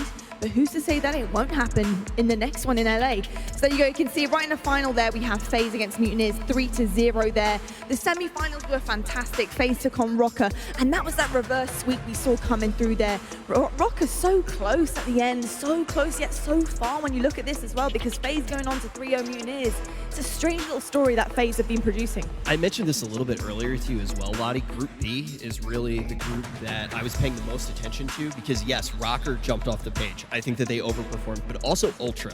It was on hard points. Joe basically said, we have 7 incredible teams at this tournament. It's absolutely stacked, and then we have Ultra. It was not a team where a lot of people expected to see much, and then they go against Huntsmen. They look fantastic, and then you say, oh, is Huntsmen coming out a little bit slow, or does Ultra look good? Then we see the next matchup with Ultra against another fantastic team, one of the teams that's in that conversation for that #3 slot for me on the power rankings as well, and they're able to not only take a map, but look convincing even in the ones where they do go down. I think this Ultra roster, now that they've started to maybe decide completely on the players that are going to start. Maybe Vance is going to stay in that lineup. We're going to start seeing improvement very quickly, and they're going to be moving up. Their stonks are rising. Indeed, we're looking at these teams trying to sit into their forms right now and see the formations that they're going to be bringing this season, and just to see where they're really sitting alongside other competitors. But talking about competition, we have seen plenty of this weekend, and of course we've seen a lot of damage too, because we're going to go to the damage dealt by PlayStation, of course, right here. And on the top of the list, we see a BZ. I spoke to him on the stage. This guy is so excited to be taking that trophy home here today in Atlanta. Simp second, Celium third, Priester fourth, Major Maniac fifth. This is in domination in only today, of course. But this team, just looking at that damage on that board, it's across just incredible. Yeah, they're fantastic. And if you were to pick like a weakest mode for them, it's probably domination. It's probably the one thing that they're going to go home and key in on and try to figure out before the next time they go to play. But yeah, that's like their only weakness. But good thing for them, that's 1 out of 5 game modes. So they're fine for the foreseeable future. You know the funny thing, though, when we actually do look at different things like damage dealt, how consistent where each player's name is for FaZe in particular. Everybody has their role. They play that role perfectly, and that's why we see such consistency out of this roster. Some of the other squads, it feels like they don't know what they want half of their players to do yet. People are all over the place. They don't look like they're playing the same Call of Duty that FaZe is playing. And of course, gents, we are here because these teams need to rack up CDL points this season. This is what they're here for. This is what it comes down to. So let's take a look right now at the CDL points presented by Game Fuel to see where our teams lie after this weekend at Atlanta. Now, we do know one thing, and that's OpTic Gaming are on 0 right now through this weekend. I was expecting them to have a few points on the board by now. Chicago sitting at 90, FaZe just behind with 70. Guys, any surprises here? Were you expecting, apart from obviously, you know, the obvious? Let's just talk about some of these middle tier teams right now. Well, Nameless, I'm sure it feels pretty good. I know it feels good for me to know that I have as many points as Slasher, JCap, and Kenny right now. It feels pretty fantastic. This is the high of my career. I'd have more points, to be honest. If I was sitting here. Put me in, coach. No, that's bad, man. OpTic Gaming, you know, they're in disarray right now. They need to make a change. I think they all know that. They're going to be making some phone calls and figuring some stuff out before the next time we see them. And where are we going next?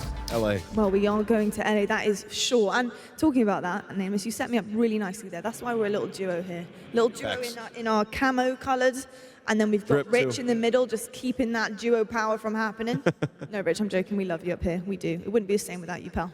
It wouldn't be as funny, half as funny. But we need to talk about our schedule for LA, because that's where we're going to be going to next. That's our next location on our CDL world map. So here we go. We got the It's by US Army, of course. How could I forget that one? But we got FaZe taking on Mutineers. It is a revenge match right starting there on Saturday, which is pretty incredible. They're probably shook going into that one, like, oh no. They've got to clean up some stuff there. They do. Oh, that sucks.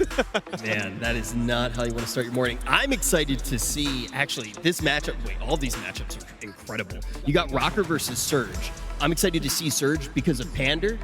He's coming on for the first time, and now he's going to be playing against his old duo in GodderX, who has looked like one of the best players in the league. Then we look at New York. We know that they needed to fix everything about themselves. We get to see them early as well, and they're going up against Dallas, I believe, is what we saw. And Dallas is one of these squads where, not seeing them this week, they really were competing for that number 3 spot. I want to see if they come out hot again. I'm already very excited for LA. 100%. I think another thing just to note there on the schedule for LA is that double LA matchup that we're going to be seeing. It's the marquee match presented by Game Fuel, of course, and that is going to be awesome. I'm really excited to see where those two teams are at and whether OpTic Gaming can actually bring something to the table. Yeah, it's super interesting. You know, even if they might not even have the same roster, and we've already heard rumors that Aches got benched for Blast, who's one of their substitute players that a lot of people have been saying he's very good at this game. So, you know, we just don't even know what 10 players we're going to see on that stage, which I think is very interesting and a great story going into Los Angeles homestand. Maybe we could have Patty P up on the desk. Let me know if you want to sit next to me, Aches. Wow, we'll see. Maybe he won't want to come up here if it's next to you, Rich. I don't know about that. You don't know what you're going to do on here.